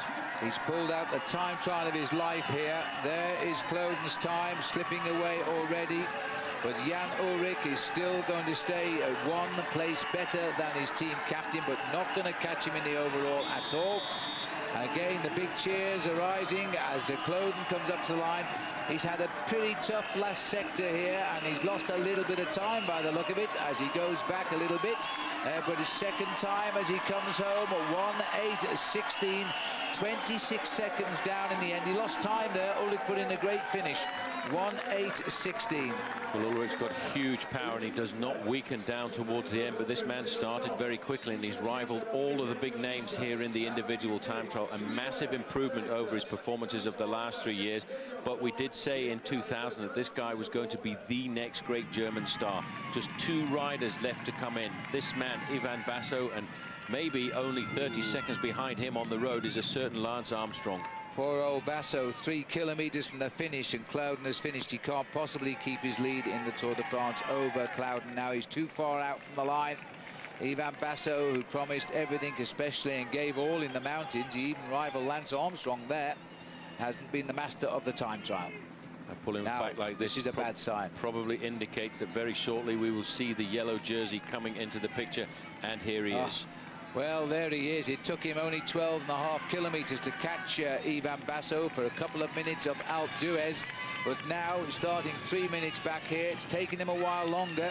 But it could be a finale finish here. 2.5 kilometres to race to the line, and Lance Armstrong has the pole of the rider who was starting this race second in the Tour de France. And if he can just keep on chasing him down, it's the best magnet you could possibly have. Well, if he catches him, it will be a huge margin back to second place overall in the Tour de France, because if he catches him before the line, he will have wiped out the 3 minutes that they started apart on today's stage, and he will be 7 minutes and 9 seconds ahead of him in the overall classification. Yes, and that's the Clouden will come over, of course. He'll be up into second as well. But there's one thing that is quite clear through all the calculations. Lance Armstrong is head and shoulders above anybody else in this year's Tour de France. There he is. He crosses back over the River Doubs, which is the river he crossed on his way out on this circular course. Different bridge, of course, as he's now racing in here. There is the 2 kilometres to go. And Lance Armstrong is still lining up that man in front and trying to pull him in by the line. Impressive, to say the least. It's a real added boost to the morale when you can see the rider, you can see the cars behind the rider in front of you. It just pushes you that little bit further on up towards the final few kilometres of the race. You can see Basso has really suffered this afternoon. He's a great mountain climber, but he doesn't have the ability yet to ride a very good individual time trial. But he has improved. Let's not forget last year he lost massive chunks of time in the final time trial up the road into Nantes, and here he can just look up in front of him and see the red kite, which indicates he's going to start the last 1,000 yards of the race. There it is, the kilometre kite for Ivan Basso. It didn't come soon enough. It's cost him second place in the Tour de France. He'll still get third because Jan Ullrich has not taken the time required to climb over him, and he's certainly not taken the time required to climb over his teammate Andreas Clouden. This has been very definitely a race of reality today. And here comes Armstrong. He dips under. He's about 150, 200 metres behind Ivan Basso. Knowing this man here, he will lift it even more to try and get this rider before the line. They could swing in the home straight almost together. Basso has given everything left in his body today. It hasn't been enough, but like all Tour de France riders, they give everything they possibly can. They're all great professionals. He's inside now, the last little section of the individual time trial. Armstrong will try and catch him, but he might not just do it before the finishing line. He doesn't really need to either as he come up and they start to straighten out. Basso is inside of the last 500 metres. He's tried and he's ridden the individual time trial of his life here this afternoon, and just around that corner the clock will stop for Ivan Basso, and almost as soon as he cuts the line we will see the shadow of the yellow jersey coming out of the gloom. Well, Basso's time just now has gone by. Second place has left him in the Tour de France. The rest is how far he will now be behind Andreas Clouden, but he will be ahead of Jan Ullrich. He will be on the podium, but he's lost the second place finish. Huge sprint finish, and not by much, I have to say. He hits the line at 1:09:39, and now comes Lance Armstrong, again with all of his rivals under his nose, and the look at that time, 1:06:49. Lance Lance Armstrong just confirmed his Tour de France win. Look at that average speed as well, Phil. 49 kilometres an hour for Lance Armstrong. That is one of the fastest time trials we've had in the Tour de France over many, many years, and over this distance as well. 55 kilometres of racing. He has done what he wanted to do here this afternoon. He has confirmed his authority. He's banged on the table with his fist to say, I am the boss, I am the winner. The wearer of the yellow jersey needs to win the final time trial stage, and it's his 5th win at the Tour de France this year. He matches the record of Laurent Fignon, 5 wins. First time Lance has won 5 stages, of course. What a way to go out as a winner of the Tour de France for a record-breaking 6th time. 5 stage wins, the master of the time trials, the master of the mountains, the master of the team time trial. He's left absolutely nothing, just the skeleton for everybody else in this year's Tour de France. That's the scrum, and just look at it, because everybody knew that right now was the day that Lance Armstrong confirmed himself as the winner of his 6th Tour de France. Yes, he certainly did that. His time very reminiscent of the average speed that he did a few years ago in many of the other individual time trials. Greg LeMond is still the owner of the fastest individual time trial in the Tour de France a couple of years ago, and that was at 54 kilometres an hour. But Armstrong here, with this victory this afternoon, has got himself win number 21 on the stages of the Tour de France over the last few years. Well, there is Richard Virenque. He'll get a final polka dot jersey. He certainly will. As but we continue now here to look. Sorry, Paul. I'm just watching here Lance Armstrong. That face, the concentration, the way he pedals. Unbelievable. His time and his average speed is very similar to nearly all of his average speeds. Beats Lance Armstrong, strangely enough, again by a minute and 1 second. That is incredible. It's haunting Ulrich, because 61 seconds is what he lost the race by last year. 61 seconds is what Armstrong beat him by to the summit of the Alpe d'Huez as well. It is a very strange number. Maybe they'll give Jan Ullrich number 61 in the Tour de France next year. Andreas Klöden, brilliant ride by him to take 3rd place, a minute and 27 seconds back. Floyd Landis has done a superb performance there, 2:25. Bobby Julich announcing and confirming that the Americans have done a great job selecting him for the time trial at the Olympic Games. Well up there. Now this is what the overall classification looks like here this afternoon. Not really very many changes apart from 2nd and 3rd. Well, that is probably now the final order of the Tour de France too. 6:38 is his winning margin. He's won by more than 7 minutes in the past, but I have to say that this is probably his most convincing victory ever, and it's taken him 6 races to tell us that. Andreas Klöden in 2nd place. Ivan Basso goes down into 3rd. Jan Ullrich stays there in 4th, and Acevedo stays there in his best ever finish, 5th. Acevedo is definitely the man to watch for the future. He's done a great job, and basically let's not forget that the majority of his position in that high place in the overall classification was working for this man. But Armstrong over the last few years has developed this unbelievable cadence, which is he's the only one who's able to perfectly execute it. He pedals at around about 100 revolutions for every minute, but he keeps the gears nice and high as well, and pushes himself to basically the same average speed. I had a quick look at the average speeds of his previous time trials, and they're all around about the 49 kilometre an hour mark. Not going to rival the speed of Greg LeMond, who did 54 kilometres an hour, but he's consistently exactly the same. And you know what? I think the performances here at this Tour de France would indicate that there's absolutely no way that this man is slowing down as he gets older. Well, there's absolutely no sign of him getting older, and he's not only just won his 5th stage of the Tour de France, but he's also had his 10th victory of the year this time around. Incredible man. Well, he climbed to win up Plateau de Beille, he sprinted at Le Grand-Bornand and Villard-de-Lans, he time trial uphill on Alpe d'Huez, and he's done it on the flat here in Besançon today. 5 stage wins for Lance Armstrong. Graham Jones, there's no denying that he's won this with absolute authority. No, he's been absolutely fantastic, and I actually think he's been probably stronger than ever, and he's just put everybody in their place this year. Mountains, time trials. In the past we've seen him, he's been strong in the mountains but not quite as dominant in the time trials, or vice versa. This year it's just all round.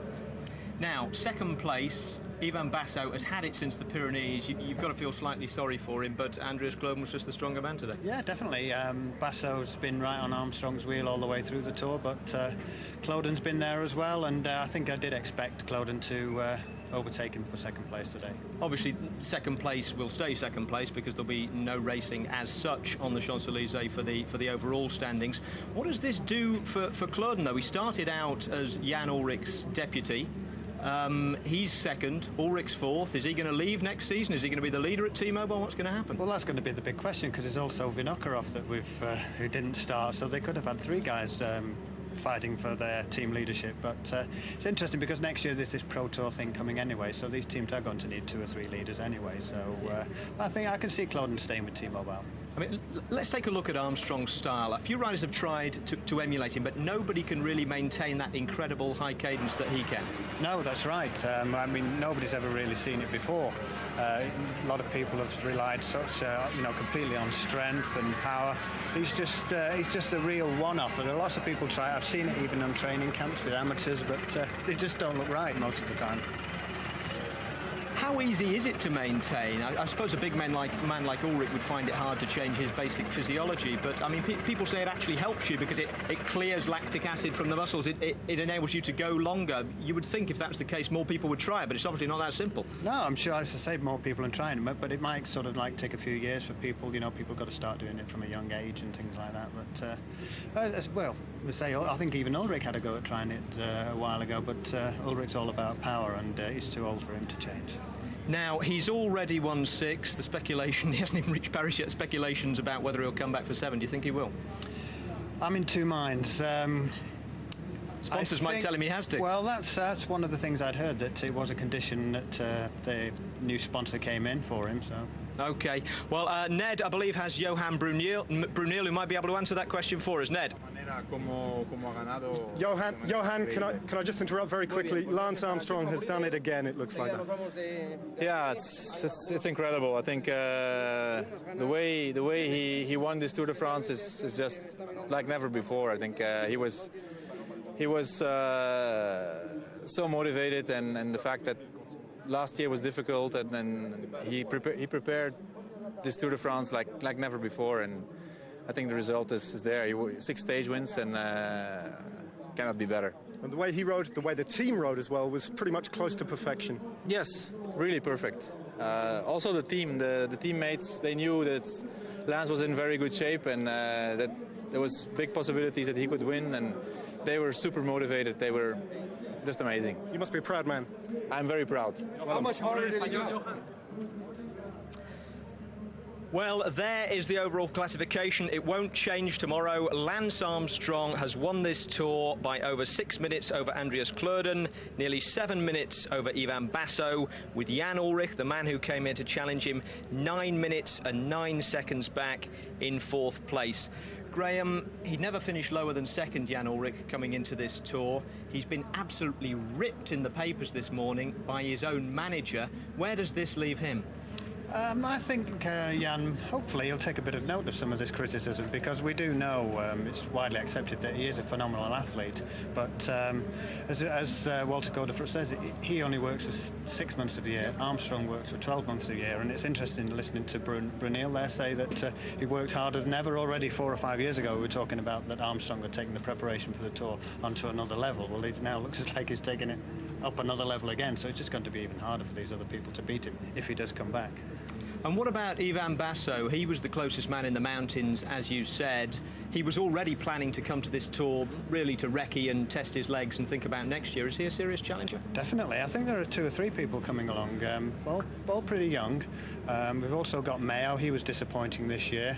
So I think it's looking quite exciting for the future, but it depends on whether, who comes back. Yeah. And very quickly, talking about young riders, sad to see Thomas Voeckler finally slip out of the white jersey of best young rider.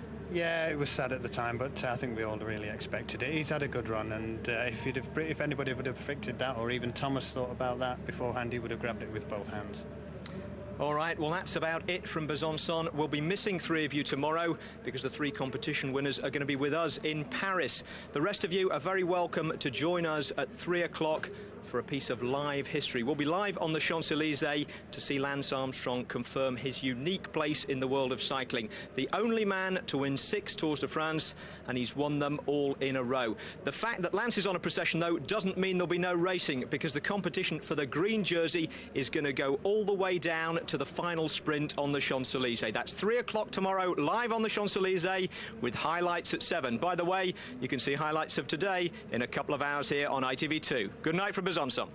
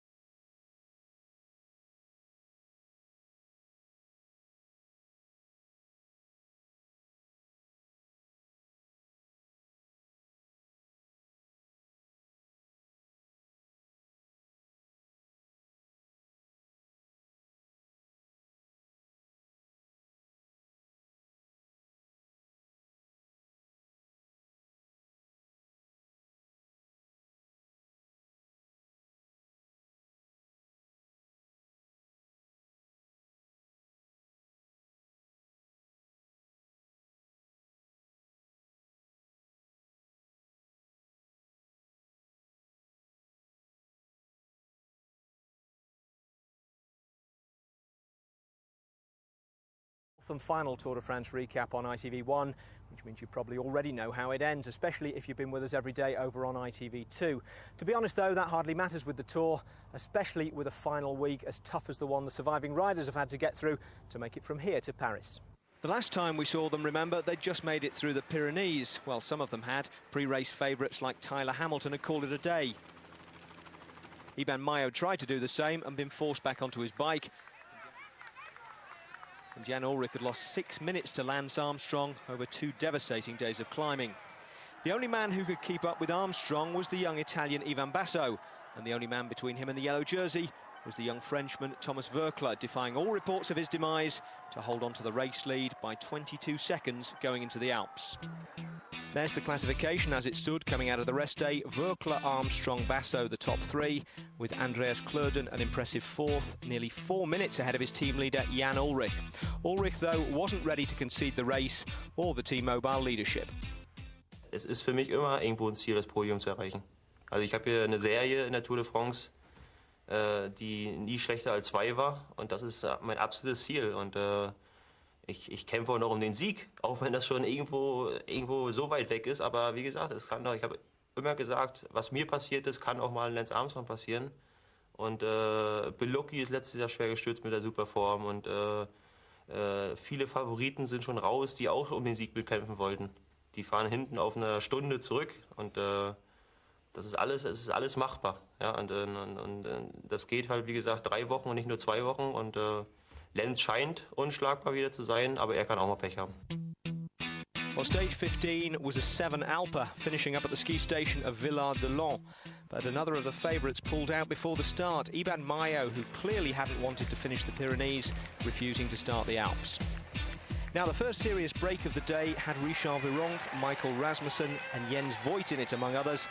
Virenque extending his lead in the King of the Mountains by taking maximum points over the Col de Limouche.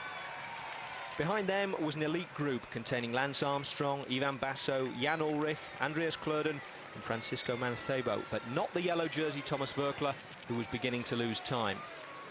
On the next climb, the Col de la Châtre-Saint, Rasmussen and Virenque broke clear, and behind them, Jan Ullrich backed up his pre-stage talk by attacking. He quickly built up a lead of around 40 seconds before the Armstrong group started upping the tempo to try to reel him in. Look at the face of Jens Voigt. 1 minute he was driving the attack of the day and he'd been out front in it for most of it. Then he sent back to pace up Ivan Basso, and of course without any option Armstrong, Levi Leipheimer as well, as they now try to reduce the damage being done. So the attack over. And I would think one or two team managers would have been sitting on the edge of their seats for a few moments there when they saw Jan Ullrich going off the front of the bike race. So, on the final climb of the day, the lead group of big names was all together. Armstrong, Ullrich, Basso, Kloeden, Levi Leipheimer in there too. And it was beginning to look as though they might be fighting out a mini-sprint finish. Here they are now. Leipheimer sitting at the back on the wheel of Lance Armstrong. Armstrong on the wheel of Basso.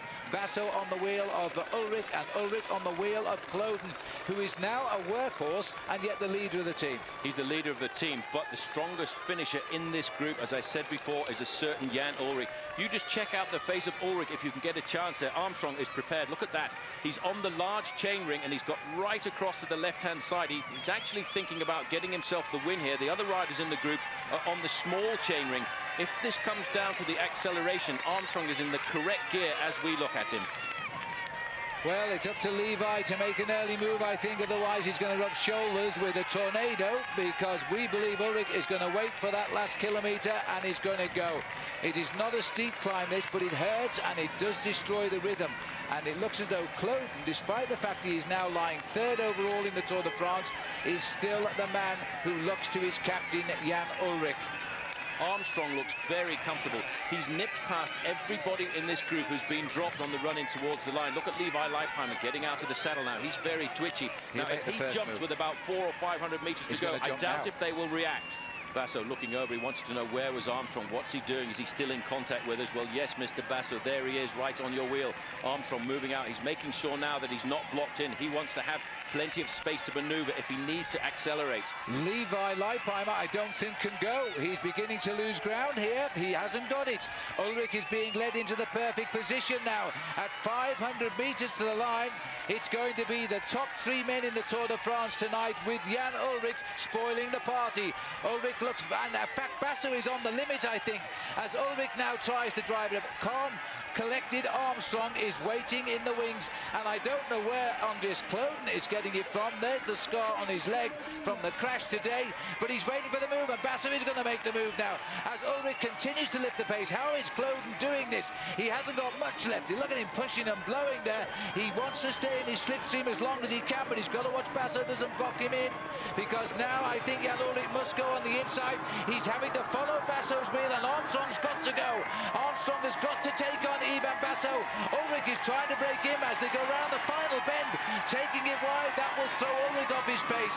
Lance Armstrong is going to take the stage. He had to do it. He holds on as we get the 1-2 in the Alps we had in the Pyrenees. Armstrong, yes. And in second place it was Ivan Basso, third was Jan Ullrich, and fourth was Andreas Kloeden, and still to come in will be Levi Leipheimer. He had no choice, he had to win. But did you see the way he went round that corner? That was important. That's why Armstrong is such a meticulous man for preparing the Tour de France. He knew where to be when they came into the last little S-shaped corners there. He knew that he could sweep around that corner, open up a gap of 1 or 2 bicycle lengths, and then all he had to do was accelerate up to the line. That was a magnificent performance. And that is Lance Armstrong's 17th stage win in the Tour de France in history, and his second this year. From the Plateau de Beille, which took us out of the Pyrenees, welcome to the Alps, Villard-de-Lans. Which is exactly how they'd been pronouncing it over cold beers in the US-occupied cafes of the town the night before.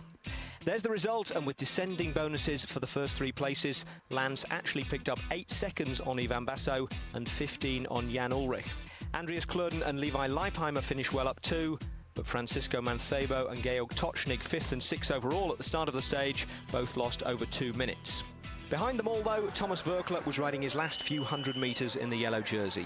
He came in 9 minutes 30 behind the leaders, who were already peddling their respective versions of the day's battle to the media. But the day before Alpe d'Huez, did you expect the pace to be on at this rate? Yes and no. I personally didn't expect that. It was odd this morning in the meeting. Johan said, so for some reason I think Ullrich's going to make a big attack today, so his crystal ball must be really working this year, because they had Guarini come to the front, make a pretty fast tempo, shredded the group that we were in, and then he went. But it was harder than I expected, more aggressive. Und heute habe ich, denke ich, doch bewiesen, dass ich ganz vorne mitfahren kann. Und ja gut, das Solo, ich werde zum Schluss auch Dritter. Vielleicht ohne den Solo hätte ich vielleicht die Etappe gewonnen, aber ich wollte unbedingt an dem schwersten Berg angreifen, um mal zu sehen, wie die Gegnerschaft reagiert. There was absolutely no concern, no panic within our team, and I suspect there was no real panic within CSC because we, you know, Ivan still had Sastre and I had Floyd and the ace, and so and then Voigt ended up coming back from the break, so it was everything was under control. Das denke ich ist eine Riesensteigerung zu den Pyrenäen. Und man muss immer bedenken, dass ich krank war und dass ich normalerweise vielleicht auch schon gar nicht mehr drin gewesen bin. Und ich habe mich durchgekämpft mit dem Regen, mit dem Allen und bin jetzt wirklich hier am Limit heute gefahren und ja, will halt Lenz ein bisschen ärgern, will alles probieren. Und deswegen wartet man nicht immer bis zum letzten Berg, wo dann alle sowieso mitgehen können, sondern man probiert halt vorher schon mal. Und wenn es aufgegangen wäre, wäre ich heute der Größte gewesen. Und so bin ich Dritter geworden, bin ich halt nur der Drittgrößte. Third greatest on the stage and up 3 places to 5th greatest overall. Lance Armstrong was greatest, 1:25 ahead of Ivan Basso, with Andreas Klöden 3rd and Francisco Mancebo 4th, although he'd lost a fair bit of time. Thomas Verkler was down to 8th, but he still led the best young rider competition, so he'd be riding in the white jersey for stage 16. So, for the first time since stage 5, there was a new man in the yellow jersey, if you can say that about a rider pulling it on for the 61st time. Not that he was counting, Armstrong was already looking ahead to the Tour showpiece stage, the next day's time trial up Alpe d'Huez. I feel strong. I mean, I felt good all day, and I didn't feel.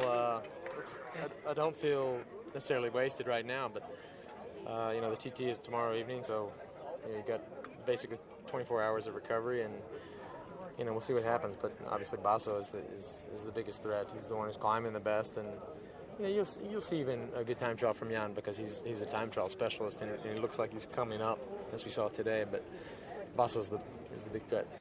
Actually, the big threat was the mountain itself, 1,850 metres high, 21 switchback turns, and lined with 500,000 fans. We'll be off to the Tour's most famous mountain after the break.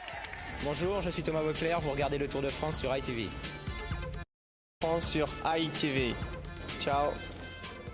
500,000 sports fans and not a ticket tout in sight. Alpe d'Huez is the world's biggest outdoor sports stadium and the one where cycling is most likely to cross the line between spectator and participation sport. This year, for the first time, the riders were going to be tackling the climb and the crowd one by one. And for the inaugural time trial on the Tour's most famous mountain, Lance Armstrong, as race leader, would be starting last. In his sights would be Ivan Basso setting off 2 minutes ahead of him, Marco Pantani's Alpe d'Huez climbing record, and for all intents and purposes, overall victory. There's the stage profile, which doesn't really tell you much about Alpe d'Huez.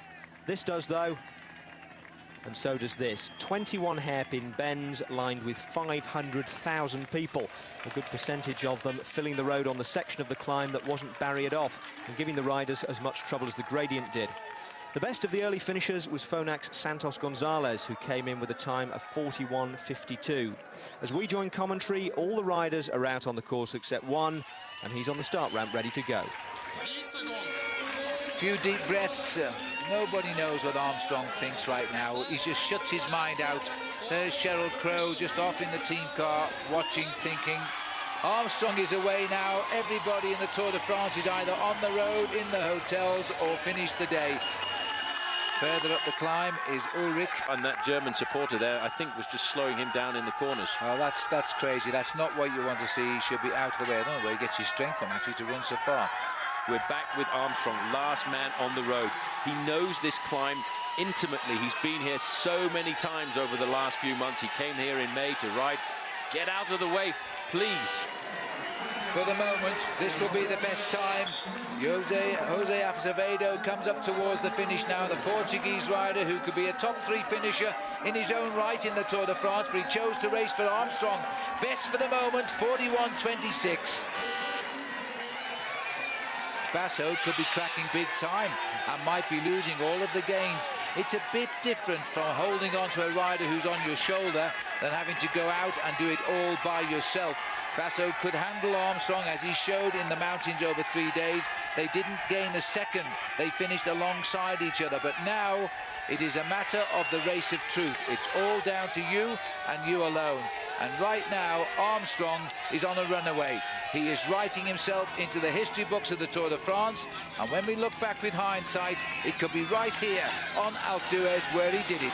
As Lance Armstrong is going to stop the clock with the best time at this point, 23 minutes. And as he heads up towards the banner, about a half a minute. Let's see where he stops it now. Best time, 23:28. Lance Armstrong is about to crown a wonderful day on Alpe d'Huez. Now look, coming into the finishing straight, this is going to be the new best time. Well, it's going to take away Acevedo's 41:26 pretty convincingly. Ulrich drives to the top, but the man who's got so much power. We thought he was going to drop away from the Tour de France. In 2 days, he's put himself right back in it. 40:42, he finished like a sprinter. 40:42 for Jan Ulrich. Unbelievable, what a sprint, what a finish. He had a lot of power left towards the end. There is Ivan Basso. You can see his shoulders going down. The top half of his body is going from side to side. He's looking for more power. He's saying bridge to engine room, more power, but there is not any more power. Compare that to the style of the man behind him in the yellow jersey, bouncing on those pedals. You can feel the energy, you can feel the nervousness in Armstrong's pedaling action. He knows he's got this race in the bag. He wanted to catch the man who was 2 minutes in front of him. I wonder if he'll look across as he goes by. I wonder. Armstrong is now, exactly as they cross, 3 minutes 25 seconds in the lead in the Tour de France now. It's going to be more than that. A little glance there came from Basso. Nothing came from Armstrong. We could be looking at the second time here coming from Andreas Kloden, and the man who disappeared from the top level of the sport for 2 or 3 years is right back now. And his biggest rival for a place in Paris is going to be Jan Ulrich, his team captain. Kloden is now fighting his own team for a top finish, because with the collapse of Mancebo here, who's being caught for 2 minutes, Jan Ulrich will probably slot into 4th place now overall. Kloden will hold 3rd. And there's surely the incentive there for Kloden to outsprint. No. 2nd at the finish, though, and only 40 seconds behind Ulrich. Here he comes now. I said it earlier, the majority of this crowd in the straight, I'm sure, is American, and they will welcome the arrival of Lance Armstrong, the king of the Tour de France, yet again. Listen to the crowd. They are cheering him to the line. He is going to beat 40 minutes for the climb. Absolutely, he's seen he can do it as well. Every second counts in this man's life as Armstrong races to the line now. Ulrich is well beaten and still 2nd as Armstrong hits the line this time. He will do it in 39 minutes and 41 seconds at 23.44 kilometres an hour, 15 miles an hour. And there's not much to add to that except the statistical evidence. Jan Ulrich rode a brilliant mountain time trial, and not even he could get within a minute of Lance Armstrong. Andreas Kloden finished 40 seconds behind his team leader, and US Postal's Jose Azevedo showed what a talented individual he is when he's not sacrificing his legs for the boss. The young Russian Vladimir Karpit was also an impressive finisher in 7th, and he was starting to put pressure on Thomas Voerkler in the Best Young Rider competition. Roberto Arras lost another 5.5 minutes to Armstrong, and with the cut-off set at 33% of the winner's time, 2 men were eliminated. Art Verhoeven of the Netherlands and Italy's Davide Bramante, victims of the phenomenal performance of the stage winner. I wanted it bad. I wanted it because of the history around the mountain, and because of the importance to the race. I mean, it's still a tight race. I knew I had to be good. I knew that the other guys would be good, and so I mean, all in all, it was a very important day. And here's how the day affected the overall standings. Lance Armstrong's lead over Ivan Basso was up from 1:25 to 3 minutes 48. Andreas Kloden had dropped to over 5 minutes behind. And Jan Ulrich had gained and lost, now a hefty 7 minutes 55 behind Armstrong, but closer to Kloden and Basso, and up into 4th. Well, 4 days previously, he didn't have a stage win to his name, Lance Armstrong. Suddenly, he had 3 and complete control of the race. His satisfaction at a job well done, though, was tempered by a feeling that complete control of the race was something the organisers didn't have. They're always close on the climbs, that's the way it was in the Pyrenees, and when you open the road, they're going to get close. And quite frankly, I think I have to say, although I enjoyed my day, I think it's a really bad idea to do a time trial on this mountain. It's not safe. There's too much at stake to have Alpe d'Huez open with such a history and such an aura about it to put 1 million people on the side of it that have been there for weeks, and or some of them up to a week, and could have, who knows, been drinking all day long or whatever, and they get a little angry, and stuff can happen. So I was, some of those sections I was lucky I made it through. Nous avons déjà connu des ambiances comme ça, très tendues, très limites, avec beaucoup de spectateurs déchaînés, mais il s'agit d'un déchaînement d'enthousiasme. Et donc ça n'est pas proprement agressif, c'est même presque pas agressif du tout. On craint toujours l'accident, évidemment, mais votre question veut dire qu'il ne faut plus faire d'étapes comme ça? Non. Ah, ça ne veut pas dire ça. Non. Donc alors nous le referons dans quelques années. Stage 17 was the biggest climbing day of the whole tour, but at least the crowds were going to be spread out over a range of mountains, starting with the Col du Glandon at 1,924 metres, and following up with the literal high point of the race, the Col de la Madeleine, 2 kilometres above sea level.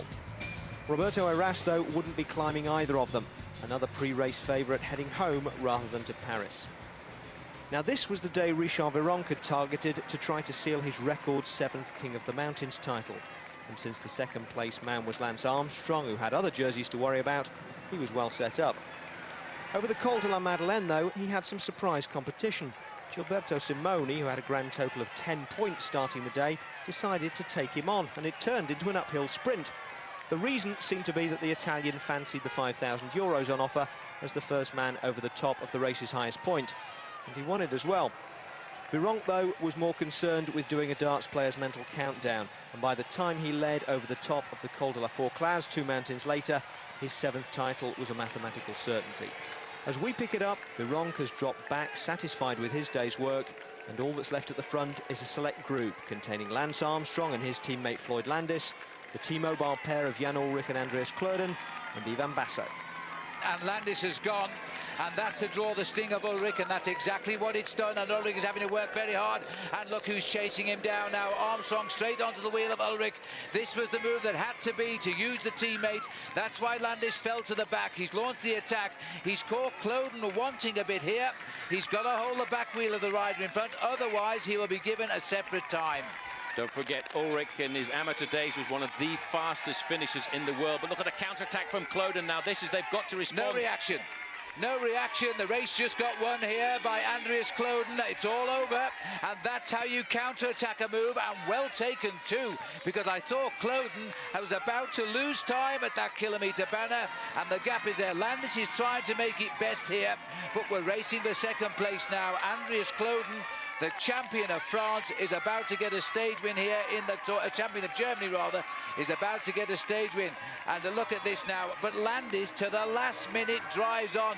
Kloeden doesn't have a lot more left here, but it's enough to win the stage. And a slight gain here because he lies 3rd overall.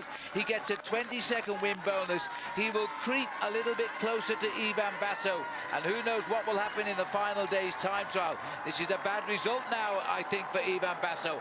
And still Ullrich is waiting for the move from Lance Armstrong. As Kloeden goes up to the line now, it's not going to be far to the finish. There is a time gap, but the man in yellow is running at him with that usual determination. Ullrich is in the slipstream. Armstrong is coming with an incredible rush, and Kloeden has realised it too late. Is there any stopping Lance Armstrong in this Tour de France? And the answer is no, there is not. Well, sprints, mountain finishes, time trials, and now last-minute catches on the line. He was doing his Eddie Merckx impression, Lance Armstrong, and on the overhead camera, his slow-mo seemed to be running at a different speed from Andreas Kloeden's. He was winning the race in style, and there's confirmation of his 4th stage win in the last 5. He got the 20-second win bonus too, of course, against 12 for 2nd and 8 for 3rd, so he gained more time on his challengers, although challengers had long since ceased to be the right word. Armstrong's only competition now was with history, and he seemed to be going out of his way to win his 6th tour with the panache of a great champion. That's a question of when you start the sprint, because you have to calculate how far there is to go and how far ahead he is. And so I was, I launched the sprint and I thought Jan would be on my wheel, but as we saw, I barely caught him. This was the big Alpine stage. We were expecting a big battle, but it didn't really happen. Full credits, I guess, to the US Postal Team. Yeah, I think the intentions were there from the other team to try something, but US Postal and the boys in blue were simply too strong. They controlled the race, and as you saw in the last climb, Floyd set such a fast rhythm that nobody could do anything. Are you starting to think about the 6th crown? I don't know. As we said, luckily for Richard Virenque, Armstrong had no interest in the King of the Mountains competition. And with that wrapped up, Richard could concentrate on rolling round safely to Paris on a public lap of honour. Matt Rendell spoke to him after the stage. Cette fois maintenant, roi des montagnes au Tour de France, cette année c'était peut-être la plus difficile. Oui, c'est sûr, avec le nouveau règlement, ça a été très compliqué pour moi. Et, bon, je ne suis pas encore arrivé à Paris, mais je vais savourer les jours qui vont arriver en tout cas. Et une satisfaction spéciale alors, vous avez effectivement trompé les lois. Quand vous voyez que le règlement ne vous avantage pas, et c'était très compliqué, beaucoup de stress tous les jours. Et je suis content, aujourd'hui j'ai conclu encore beaucoup de cols devant et ça y est, c'est gagné. Vous savez au moment sur le Fort Classe que vous êtes le roi des montagnes 2004? Oui, mon directeur sportif me l'a dit à la radio, et donc c'était super. Félicitations Richard. At the top, meanwhile, only the time gaps had changed. No one within 4 minutes of Lance Armstrong, which seemed about right, and a three-way fight shaping up between Basso, Kloeden and Ulrich for the other 2 podium places. After the break, the Tour heads out of the Alps and into the final time trial. See you in a couple of minutes.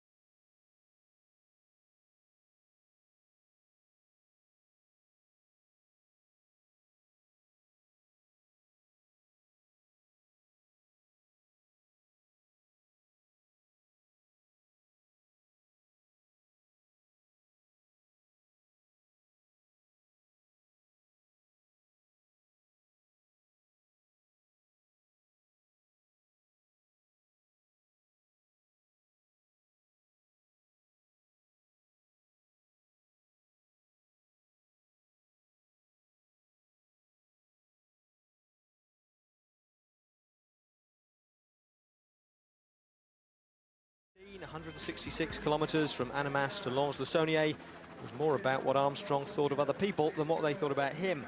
It was a wet start in Annemasse with the forecast changeable, the boss of the race and the leader of the pack exchanging formal pleasantries before the official off. And it might be Jean-Marie Leblanc's event, but on the road, Armstrong makes the rules and enforces them when he needs to, which he did early on in the stage. What happened was that Filippo Simoni tried to attack to join a 6-man breakaway that had built up a bit of a lead on the peloton. The trouble is that Lance doesn't like Simeoni, who was actually suing him for slander in Italy after Armstrong called him a liar. I won't bore you with the details of the case, but suffice it to say that Armstrong didn't want Simeoni to get into the break, and he personally rode across the gap to make his point. I'm not sure in which language, he speaks a bit of Italian, and the result was that Simeoni returned to the field, having apparently been told by Lance to sit at the back and shut up.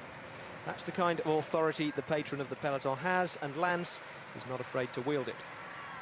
Well, that over with, the break was free to proceed, and closing in on Lons-le-Saunier, 2 Spaniards attacked off the front of it, Juan Miguel Mercado and Vicente Garcia Acosta.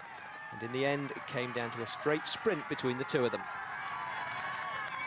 And look at the way Vicente Garcia da Costa checked out what the situation was. He thought he put in a big effort here now. Juan Miguel Mercado has got his slipstream. They're still working together as they run to the line. He's given Mercado the advantage here, but look at the distance there. They're charging up the road at him. That's Fletcher coming as well. There's no room for finesse. They're right on the back wheel. They got 15 seconds. A flick of the elbow there to call Mercado through. He said, not likely, not now. I've got the best position here. I'll just watch you. And I think Vicente Garcia da Costa might be making a mistake. There are the riders in the distance. They're not going to quite get on the wheel of these two riders. Now comes the jump. Vicente Garcia da Costa a little bit slow there. He should have looked for that one coming. And now Mercado is going for the win here in his second Tour de France. I'm not sure he's going to get it because the gritting of the teeth now, and he's got it on the line. And oh my, yes, I should imagine you are very annoyed about that. But Juan Miguel Mercado gets his first stage win, and it is Fofanov and Joly. It's Fofanov who gets third. A great day for Juan Miguel Mercado, but one that did nothing whatsoever to the overall standings. Lance Armstrong kept his race lead unchanged heading into the time trial. What was under threat was his reputation, as Filippo Simeoni arrived to tell anyone who'd listen his version of what happened between him and the defending champion out on the road. Armstrong oggi ha dimostrato qualcosa di che tipo di persona che è. Ripetere quello che ha detto Armstrong sarebbe troppo grave davanti alle televisioni pubbliche. Preferisco tenerle per me, però sono cose che mi hanno fatto male. Senti Filippo, è vero quanto è stato detto che Armstrong ha detto a Cipollini che non voleva vedere Simeoni selezionato al Tour de France? Sì, è vero. Cipollini ha fatto di tutto perché non venissi al Tour de France. Io volevo vincere una tappa per ringraziare in modo particolare Vincenzo Santoni, il team manager della mia squadra, che mi ha dato fiducia e mi ha portato al Tour de France. Oggi era un'occasione buona, però è così, la vita è così. Ma è vero che Grazie Filippo. È vero che ti volevi fermare, Filippo? Sì, volevo scendere dalla bicicletta e volevo smettere di correre in bicicletta, però devo ringraziare i miei compagni di squadra, Scarponi, Secchiari, Mori, e parole anche di incoraggiamento da parte di Bettini, di Commesso, che mi hanno fatto capire che se il 90% dei corridori sta con Armstrong, c'è un 10% che sta con me. A me mi basta. Lance Armstrong, meanwhile, wasn't his usual accessible post-stage self. In fact, he tried to get away without taking any questions on camera, but Ned caught up with him. Lance, can I ask just what went on between you and Simeoni today in the race? I was just following the wheels. There is a rumour going around that you'd asked Cipollini that he shouldn't be selected for this year. That's absolutely not true. Absolutely, 100% not true. Absolutely not true. How can I ask a team not who to take? I can barely control that on my own team. Lance a bit uncomfortable under questioning about matters that cast him in anything less than a champion's light, but the next day he was back on more familiar territory and he was posing the question. What does history tell you for the final time trials of the Tour de France?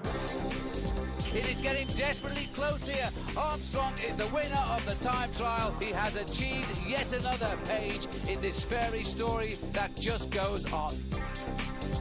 Armstrong rocks and rolls his way home here now. He wins the time trial, and look at the speed. That is the second fastest time trial ever seen. Armstrong finishes best time. You look at that face. That face knows what pain is all about. This is an unbelievable ride, and listen to the crowd bring the American champion home. There's no argument who the champion is of the Tour de France for the fourth year in succession. Lance Armstrong is now sure of making it 5 in a row. The joy is there. Rarely do you see him just show this kind of emotion. That's for him and that's for the team.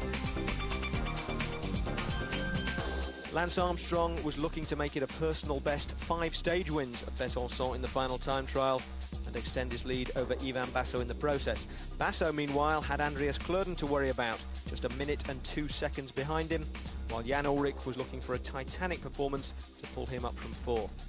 As we join the action, those 3 men are already out on the 55-kilometre circuit around Besançon, and Lance Armstrong is about to join them. Concentration on his eyes. He knows history is about to repeat itself if he can win this, because over the last 6 years he has always won the final time trial, except once, and that was last year. But look at this, new best time at 18 kilometers. Jan Ullrich has gone through there with 23 minutes and 30 seconds, but only, Phil, 7 seconds faster than Floyd Landis. As we look back there, we've got confirmation that at point number 1 in the time checks, Andreas Kloden is just 4 seconds slower than his team leader and team captain, Jan Ullrich. This looks like the legs of a certain Armstrong. Where's number 1? So at the first time check, it's Ullrich, 4 seconds ahead of Kloden, 4 seconds ahead of Ivan Basso. Basso has done a fabulous ride. He certainly has in the opening 18 kilometres. It was a little bit hard, those opening 18 kilometres. It might favour more Ullrich now. Armstrong has just arrived as we watch him. Clock has stopped. Best time, 22:47. That is amazing. 22:47. The first 4 riders at 18 kilometres are the first 4 men in the Tour de France. This is Andreas Kloden. Well, Paul, he was 4 seconds behind Ullrich, and now he's falling a little bit away. He's now gone back 17 seconds, but he's holding Ullrich in his sights. Well, I think this is a remarkable performance by this man as he comes up towards the second time check at 35 kilometres at Courcelles. It's an indication that he's riding very well indeed.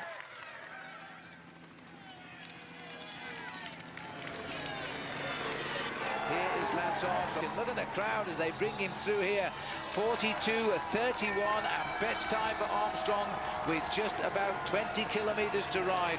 42 minutes and 31 seconds. Well, Jan Ullrich is the man who's powering his way through. He is setting up the trailblazing, but Lance Armstrong is wiping him out when he comes through, and it looks as though Kloden is also closing in on him rapidly. Landis still holds best time. At the moment, he looks as though he'll finish 3rd or 4th on the stage now, and that's a great result for Floyd Landis. But the big 4 of this year's Tour de France have ridden their best here today. Unfortunately, Basso, the weakest of the time trialists in this group, is now losing his 2nd place overall. As we're watching Lance Armstrong bring this time trial to a victorious end here, and that's what it is now. We're waiting for the check coming up at 47.5 kilometres. Here comes Jan Ullrich. He's bridging almost a 3-minute gap. Look at that huge cheer to the line. Jan Ullrich, best time, 1:07:50, and that's the loudest cheer we've heard today. Again, the big cheers are rising as Kloden comes up to the line. He's had a pretty tough last sector here, and he's lost a little bit of time by the look of it as he goes back a little bit. But his 2nd time as he comes home, 1:08:16. 26 seconds down in the end. He lost time there. Ullrich put in a great finish. 1:08:16. Well, Basso's time just now has gone by. 2nd place has left him in the Tour de France. The rest is how far he will now be behind Andreas Kloden, but he will be ahead of Jan Ullrich. He will be on the podium, but he's lost the 2nd place finish. Huge sprint finish, and not by much, I have to say. He hits the line at 1:09:39. And now comes Lance Armstrong, again with all of his rivals under his nose. And the look at that time, 1:06:49. Lance Armstrong just confirmed his Tour de France win.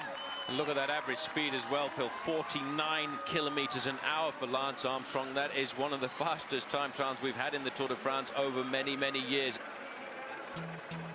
And there's the measure of his superiority. Exactly like Alpe d'Huez, Jan Ullrich, the closest man to him, and exactly like Alpe d'Huez, 1 minute and 1 second behind. Andreas Kloden was 3rd on the stage, but his race was with Ivan Basso, and he overtook the Italian to claim 2nd overall. And look at the strength in depth of US Postal. With no team orders for once to save their legs for the leader, they placed a terrifying 6 men in the top 16. Talking of 6, though, the boss was apparently still reluctant to tempt fate by actually saying the number. I'm always careful to say that we have another day to go, and if you crash on the Champs-Élysées and don't finish tomorrow, then you don't win. And so I have to be careful and hope it works out. But you know, what does it mean to me to win 6 tours? It's very difficult to say, and I don't know. You'll have to ask me in a couple of weeks, I think. But you know, when I won the first one, I thought I could die and go away a happy man, and to win 6 it's very hard to put into words. Well, he'd have to think of something before the Champs-Élysées, but in the meantime, this was the story in numbers.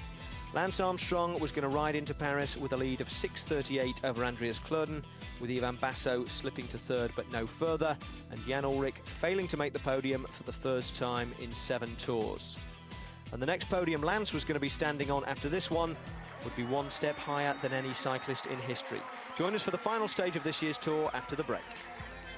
Hello, Andreas Klöden. France on ITV, sponsored by Michelob Ultra. Hi, I'm Robbie McEwen. You're watching the Tour de France on ITV. Welcome back. So all that remained for Lance Armstrong was the ceremonial procession into Paris. With his courtiers all around him, he set off from Monterey on stage 20 at a pace that any Dimbleby could comfortably commentate on. It was different for the sprinters, though. They had points to race for, both out on the road and here at the finish on the Champs-Élysées, to decide who was going to win the green jersey. The Australian Robbie McEwen is the man in possession. Thor Hushovd of Norway is the man trying to take it off him. There are 11 points between them and a maximum of 47 available on the stage. But it's not enough for Hushovd to take the points. He needs to book quite a few places between him and McEwen, and there really hasn't been much clear air separating the two riders in the sprint so far. So it's going to be a game of cat and mouse, or wildebeest and wallaby possibly, two sprinters with more contrasting builds you couldn't really find. Now there's the stage, 163 kilometres starting out from Montereau, and there are 2 sprints out on the road with 6, 4 and 2 points for the first 3 men through. The first of them comes after 86 kilometres, and the second once they hit the Champs-Élysées. 9 laps of the Champs-Élysées this year, and of course the final sprint, the most prestigious one of the Tour. Well, there was the usual rolling photo call to start the final stage, and generally the winner's up front with his teammates for the pictures. Not today though. Lance was in splendid isolation with a motorbike escort between him and the mortals. One mortal in particular, though, decided to risk his wrath by attacking, and it was Filippo Simeoni, the Italian rider who fell foul of Armstrong's authority on stage 18 when the race leader personally denied him the right to join a breakaway. He made a point off the front for a few kilometres, leaving Lance with the public relations dilemma of whether to risk taking the shine off his big day by slapping Simeoni down again. Well, US Postal did lead the chase, and Simeoni was reeled back in, but Lance seemed to have asked the French television cameras not to show it. Anyway, excitement over, and back to the celebrations until the first sprint. And Credit Agricole had a big train to lead Thor Hushovd out for it. Eric Zabel, currently 3rd in the standings, was in close attendance too. The Credit Agricole got their timing all wrong. McEwen came up on the inside and took it easily in the end, and that extended his lead over Hushovd to 13 points. Now, the next sprint, as I say, is on the Champs-Élysées, and that's where we pick up commentary. We're turning now onto the Place de la Concorde, then we will swing right onto the Champs-Élysées. About 300 metres they'll pass through the finishing line. Then the 8 circuits will start, and then the style will be on, because the sprinters straight away will try to hit the front, just up the climb. It is a climb to the Arc de Triomphe.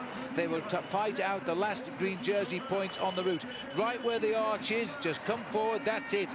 For the moment, Vyacheslav Yekimov and all of the US Postal team bring their man back onto the Champs-Élysées. A deja vu, the way it's been since 1999, and there's no change this time.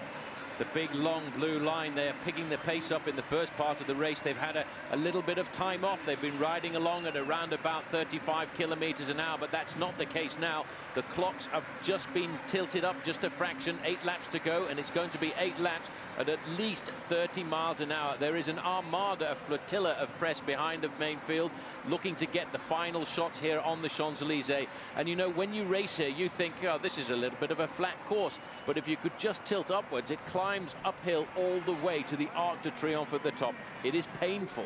It does, and this is the drag now, and there goes the first sprint up on the inside. This is what we expect. This attack by Brioche La Boulangère here, who's launched an attack. Sylvain Chavanel, the leader of that team, which found no leader for 10 days in Thomas Vogler, might spoil the party for the sprinters here. Well, now this is a good move, and now you can see that the team of Lance Armstrong have switched off the gas. They've let it up to everybody else in the bike race. This was what they were expecting to happen on the Champs-Élysées. There was a first move that came there from Sylvain Chabanel, and almost immediately there's a group forming off the front. Look at Robbie McEwen. There's a big sprint here with Hushovd and McEwen. He takes him on again, and he's too fast because he's still coming. No, yes, no. Hushovd proves a point, but he only gets 2 points advantage. He's neutralised what they got the previous one. So things were all square and McEwen's lead was back down to 11 points. So it was all going to come down to the final sprint of the Tour.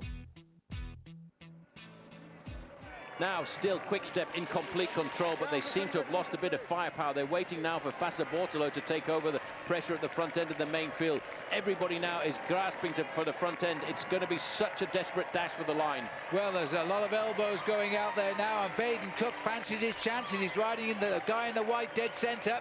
Just moved off the wheel of that cruise, which he really wanted. Hondo, the second boy in that light blue colour.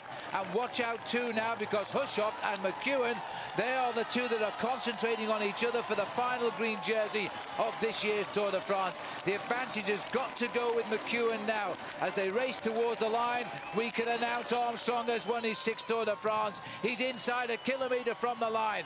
They now race across the Place de la Concorde for the last time. Now they line up for home. Watch for the rider in the green jersey. He has that habit of popping up out of nowhere. Robbie McEwen, there he is, has won twice here before. Tom Bonan is trying to dig in. He's on the wheel of Zabel. Zabel's on the wheel of Hondo. In the middle is Cook, and the big kick for the line now. But watch Zabel on the right. Zanini is leading on the left. Bonan is coming on the right. Here comes Hondo. Watch out for the rider in green, McEwen.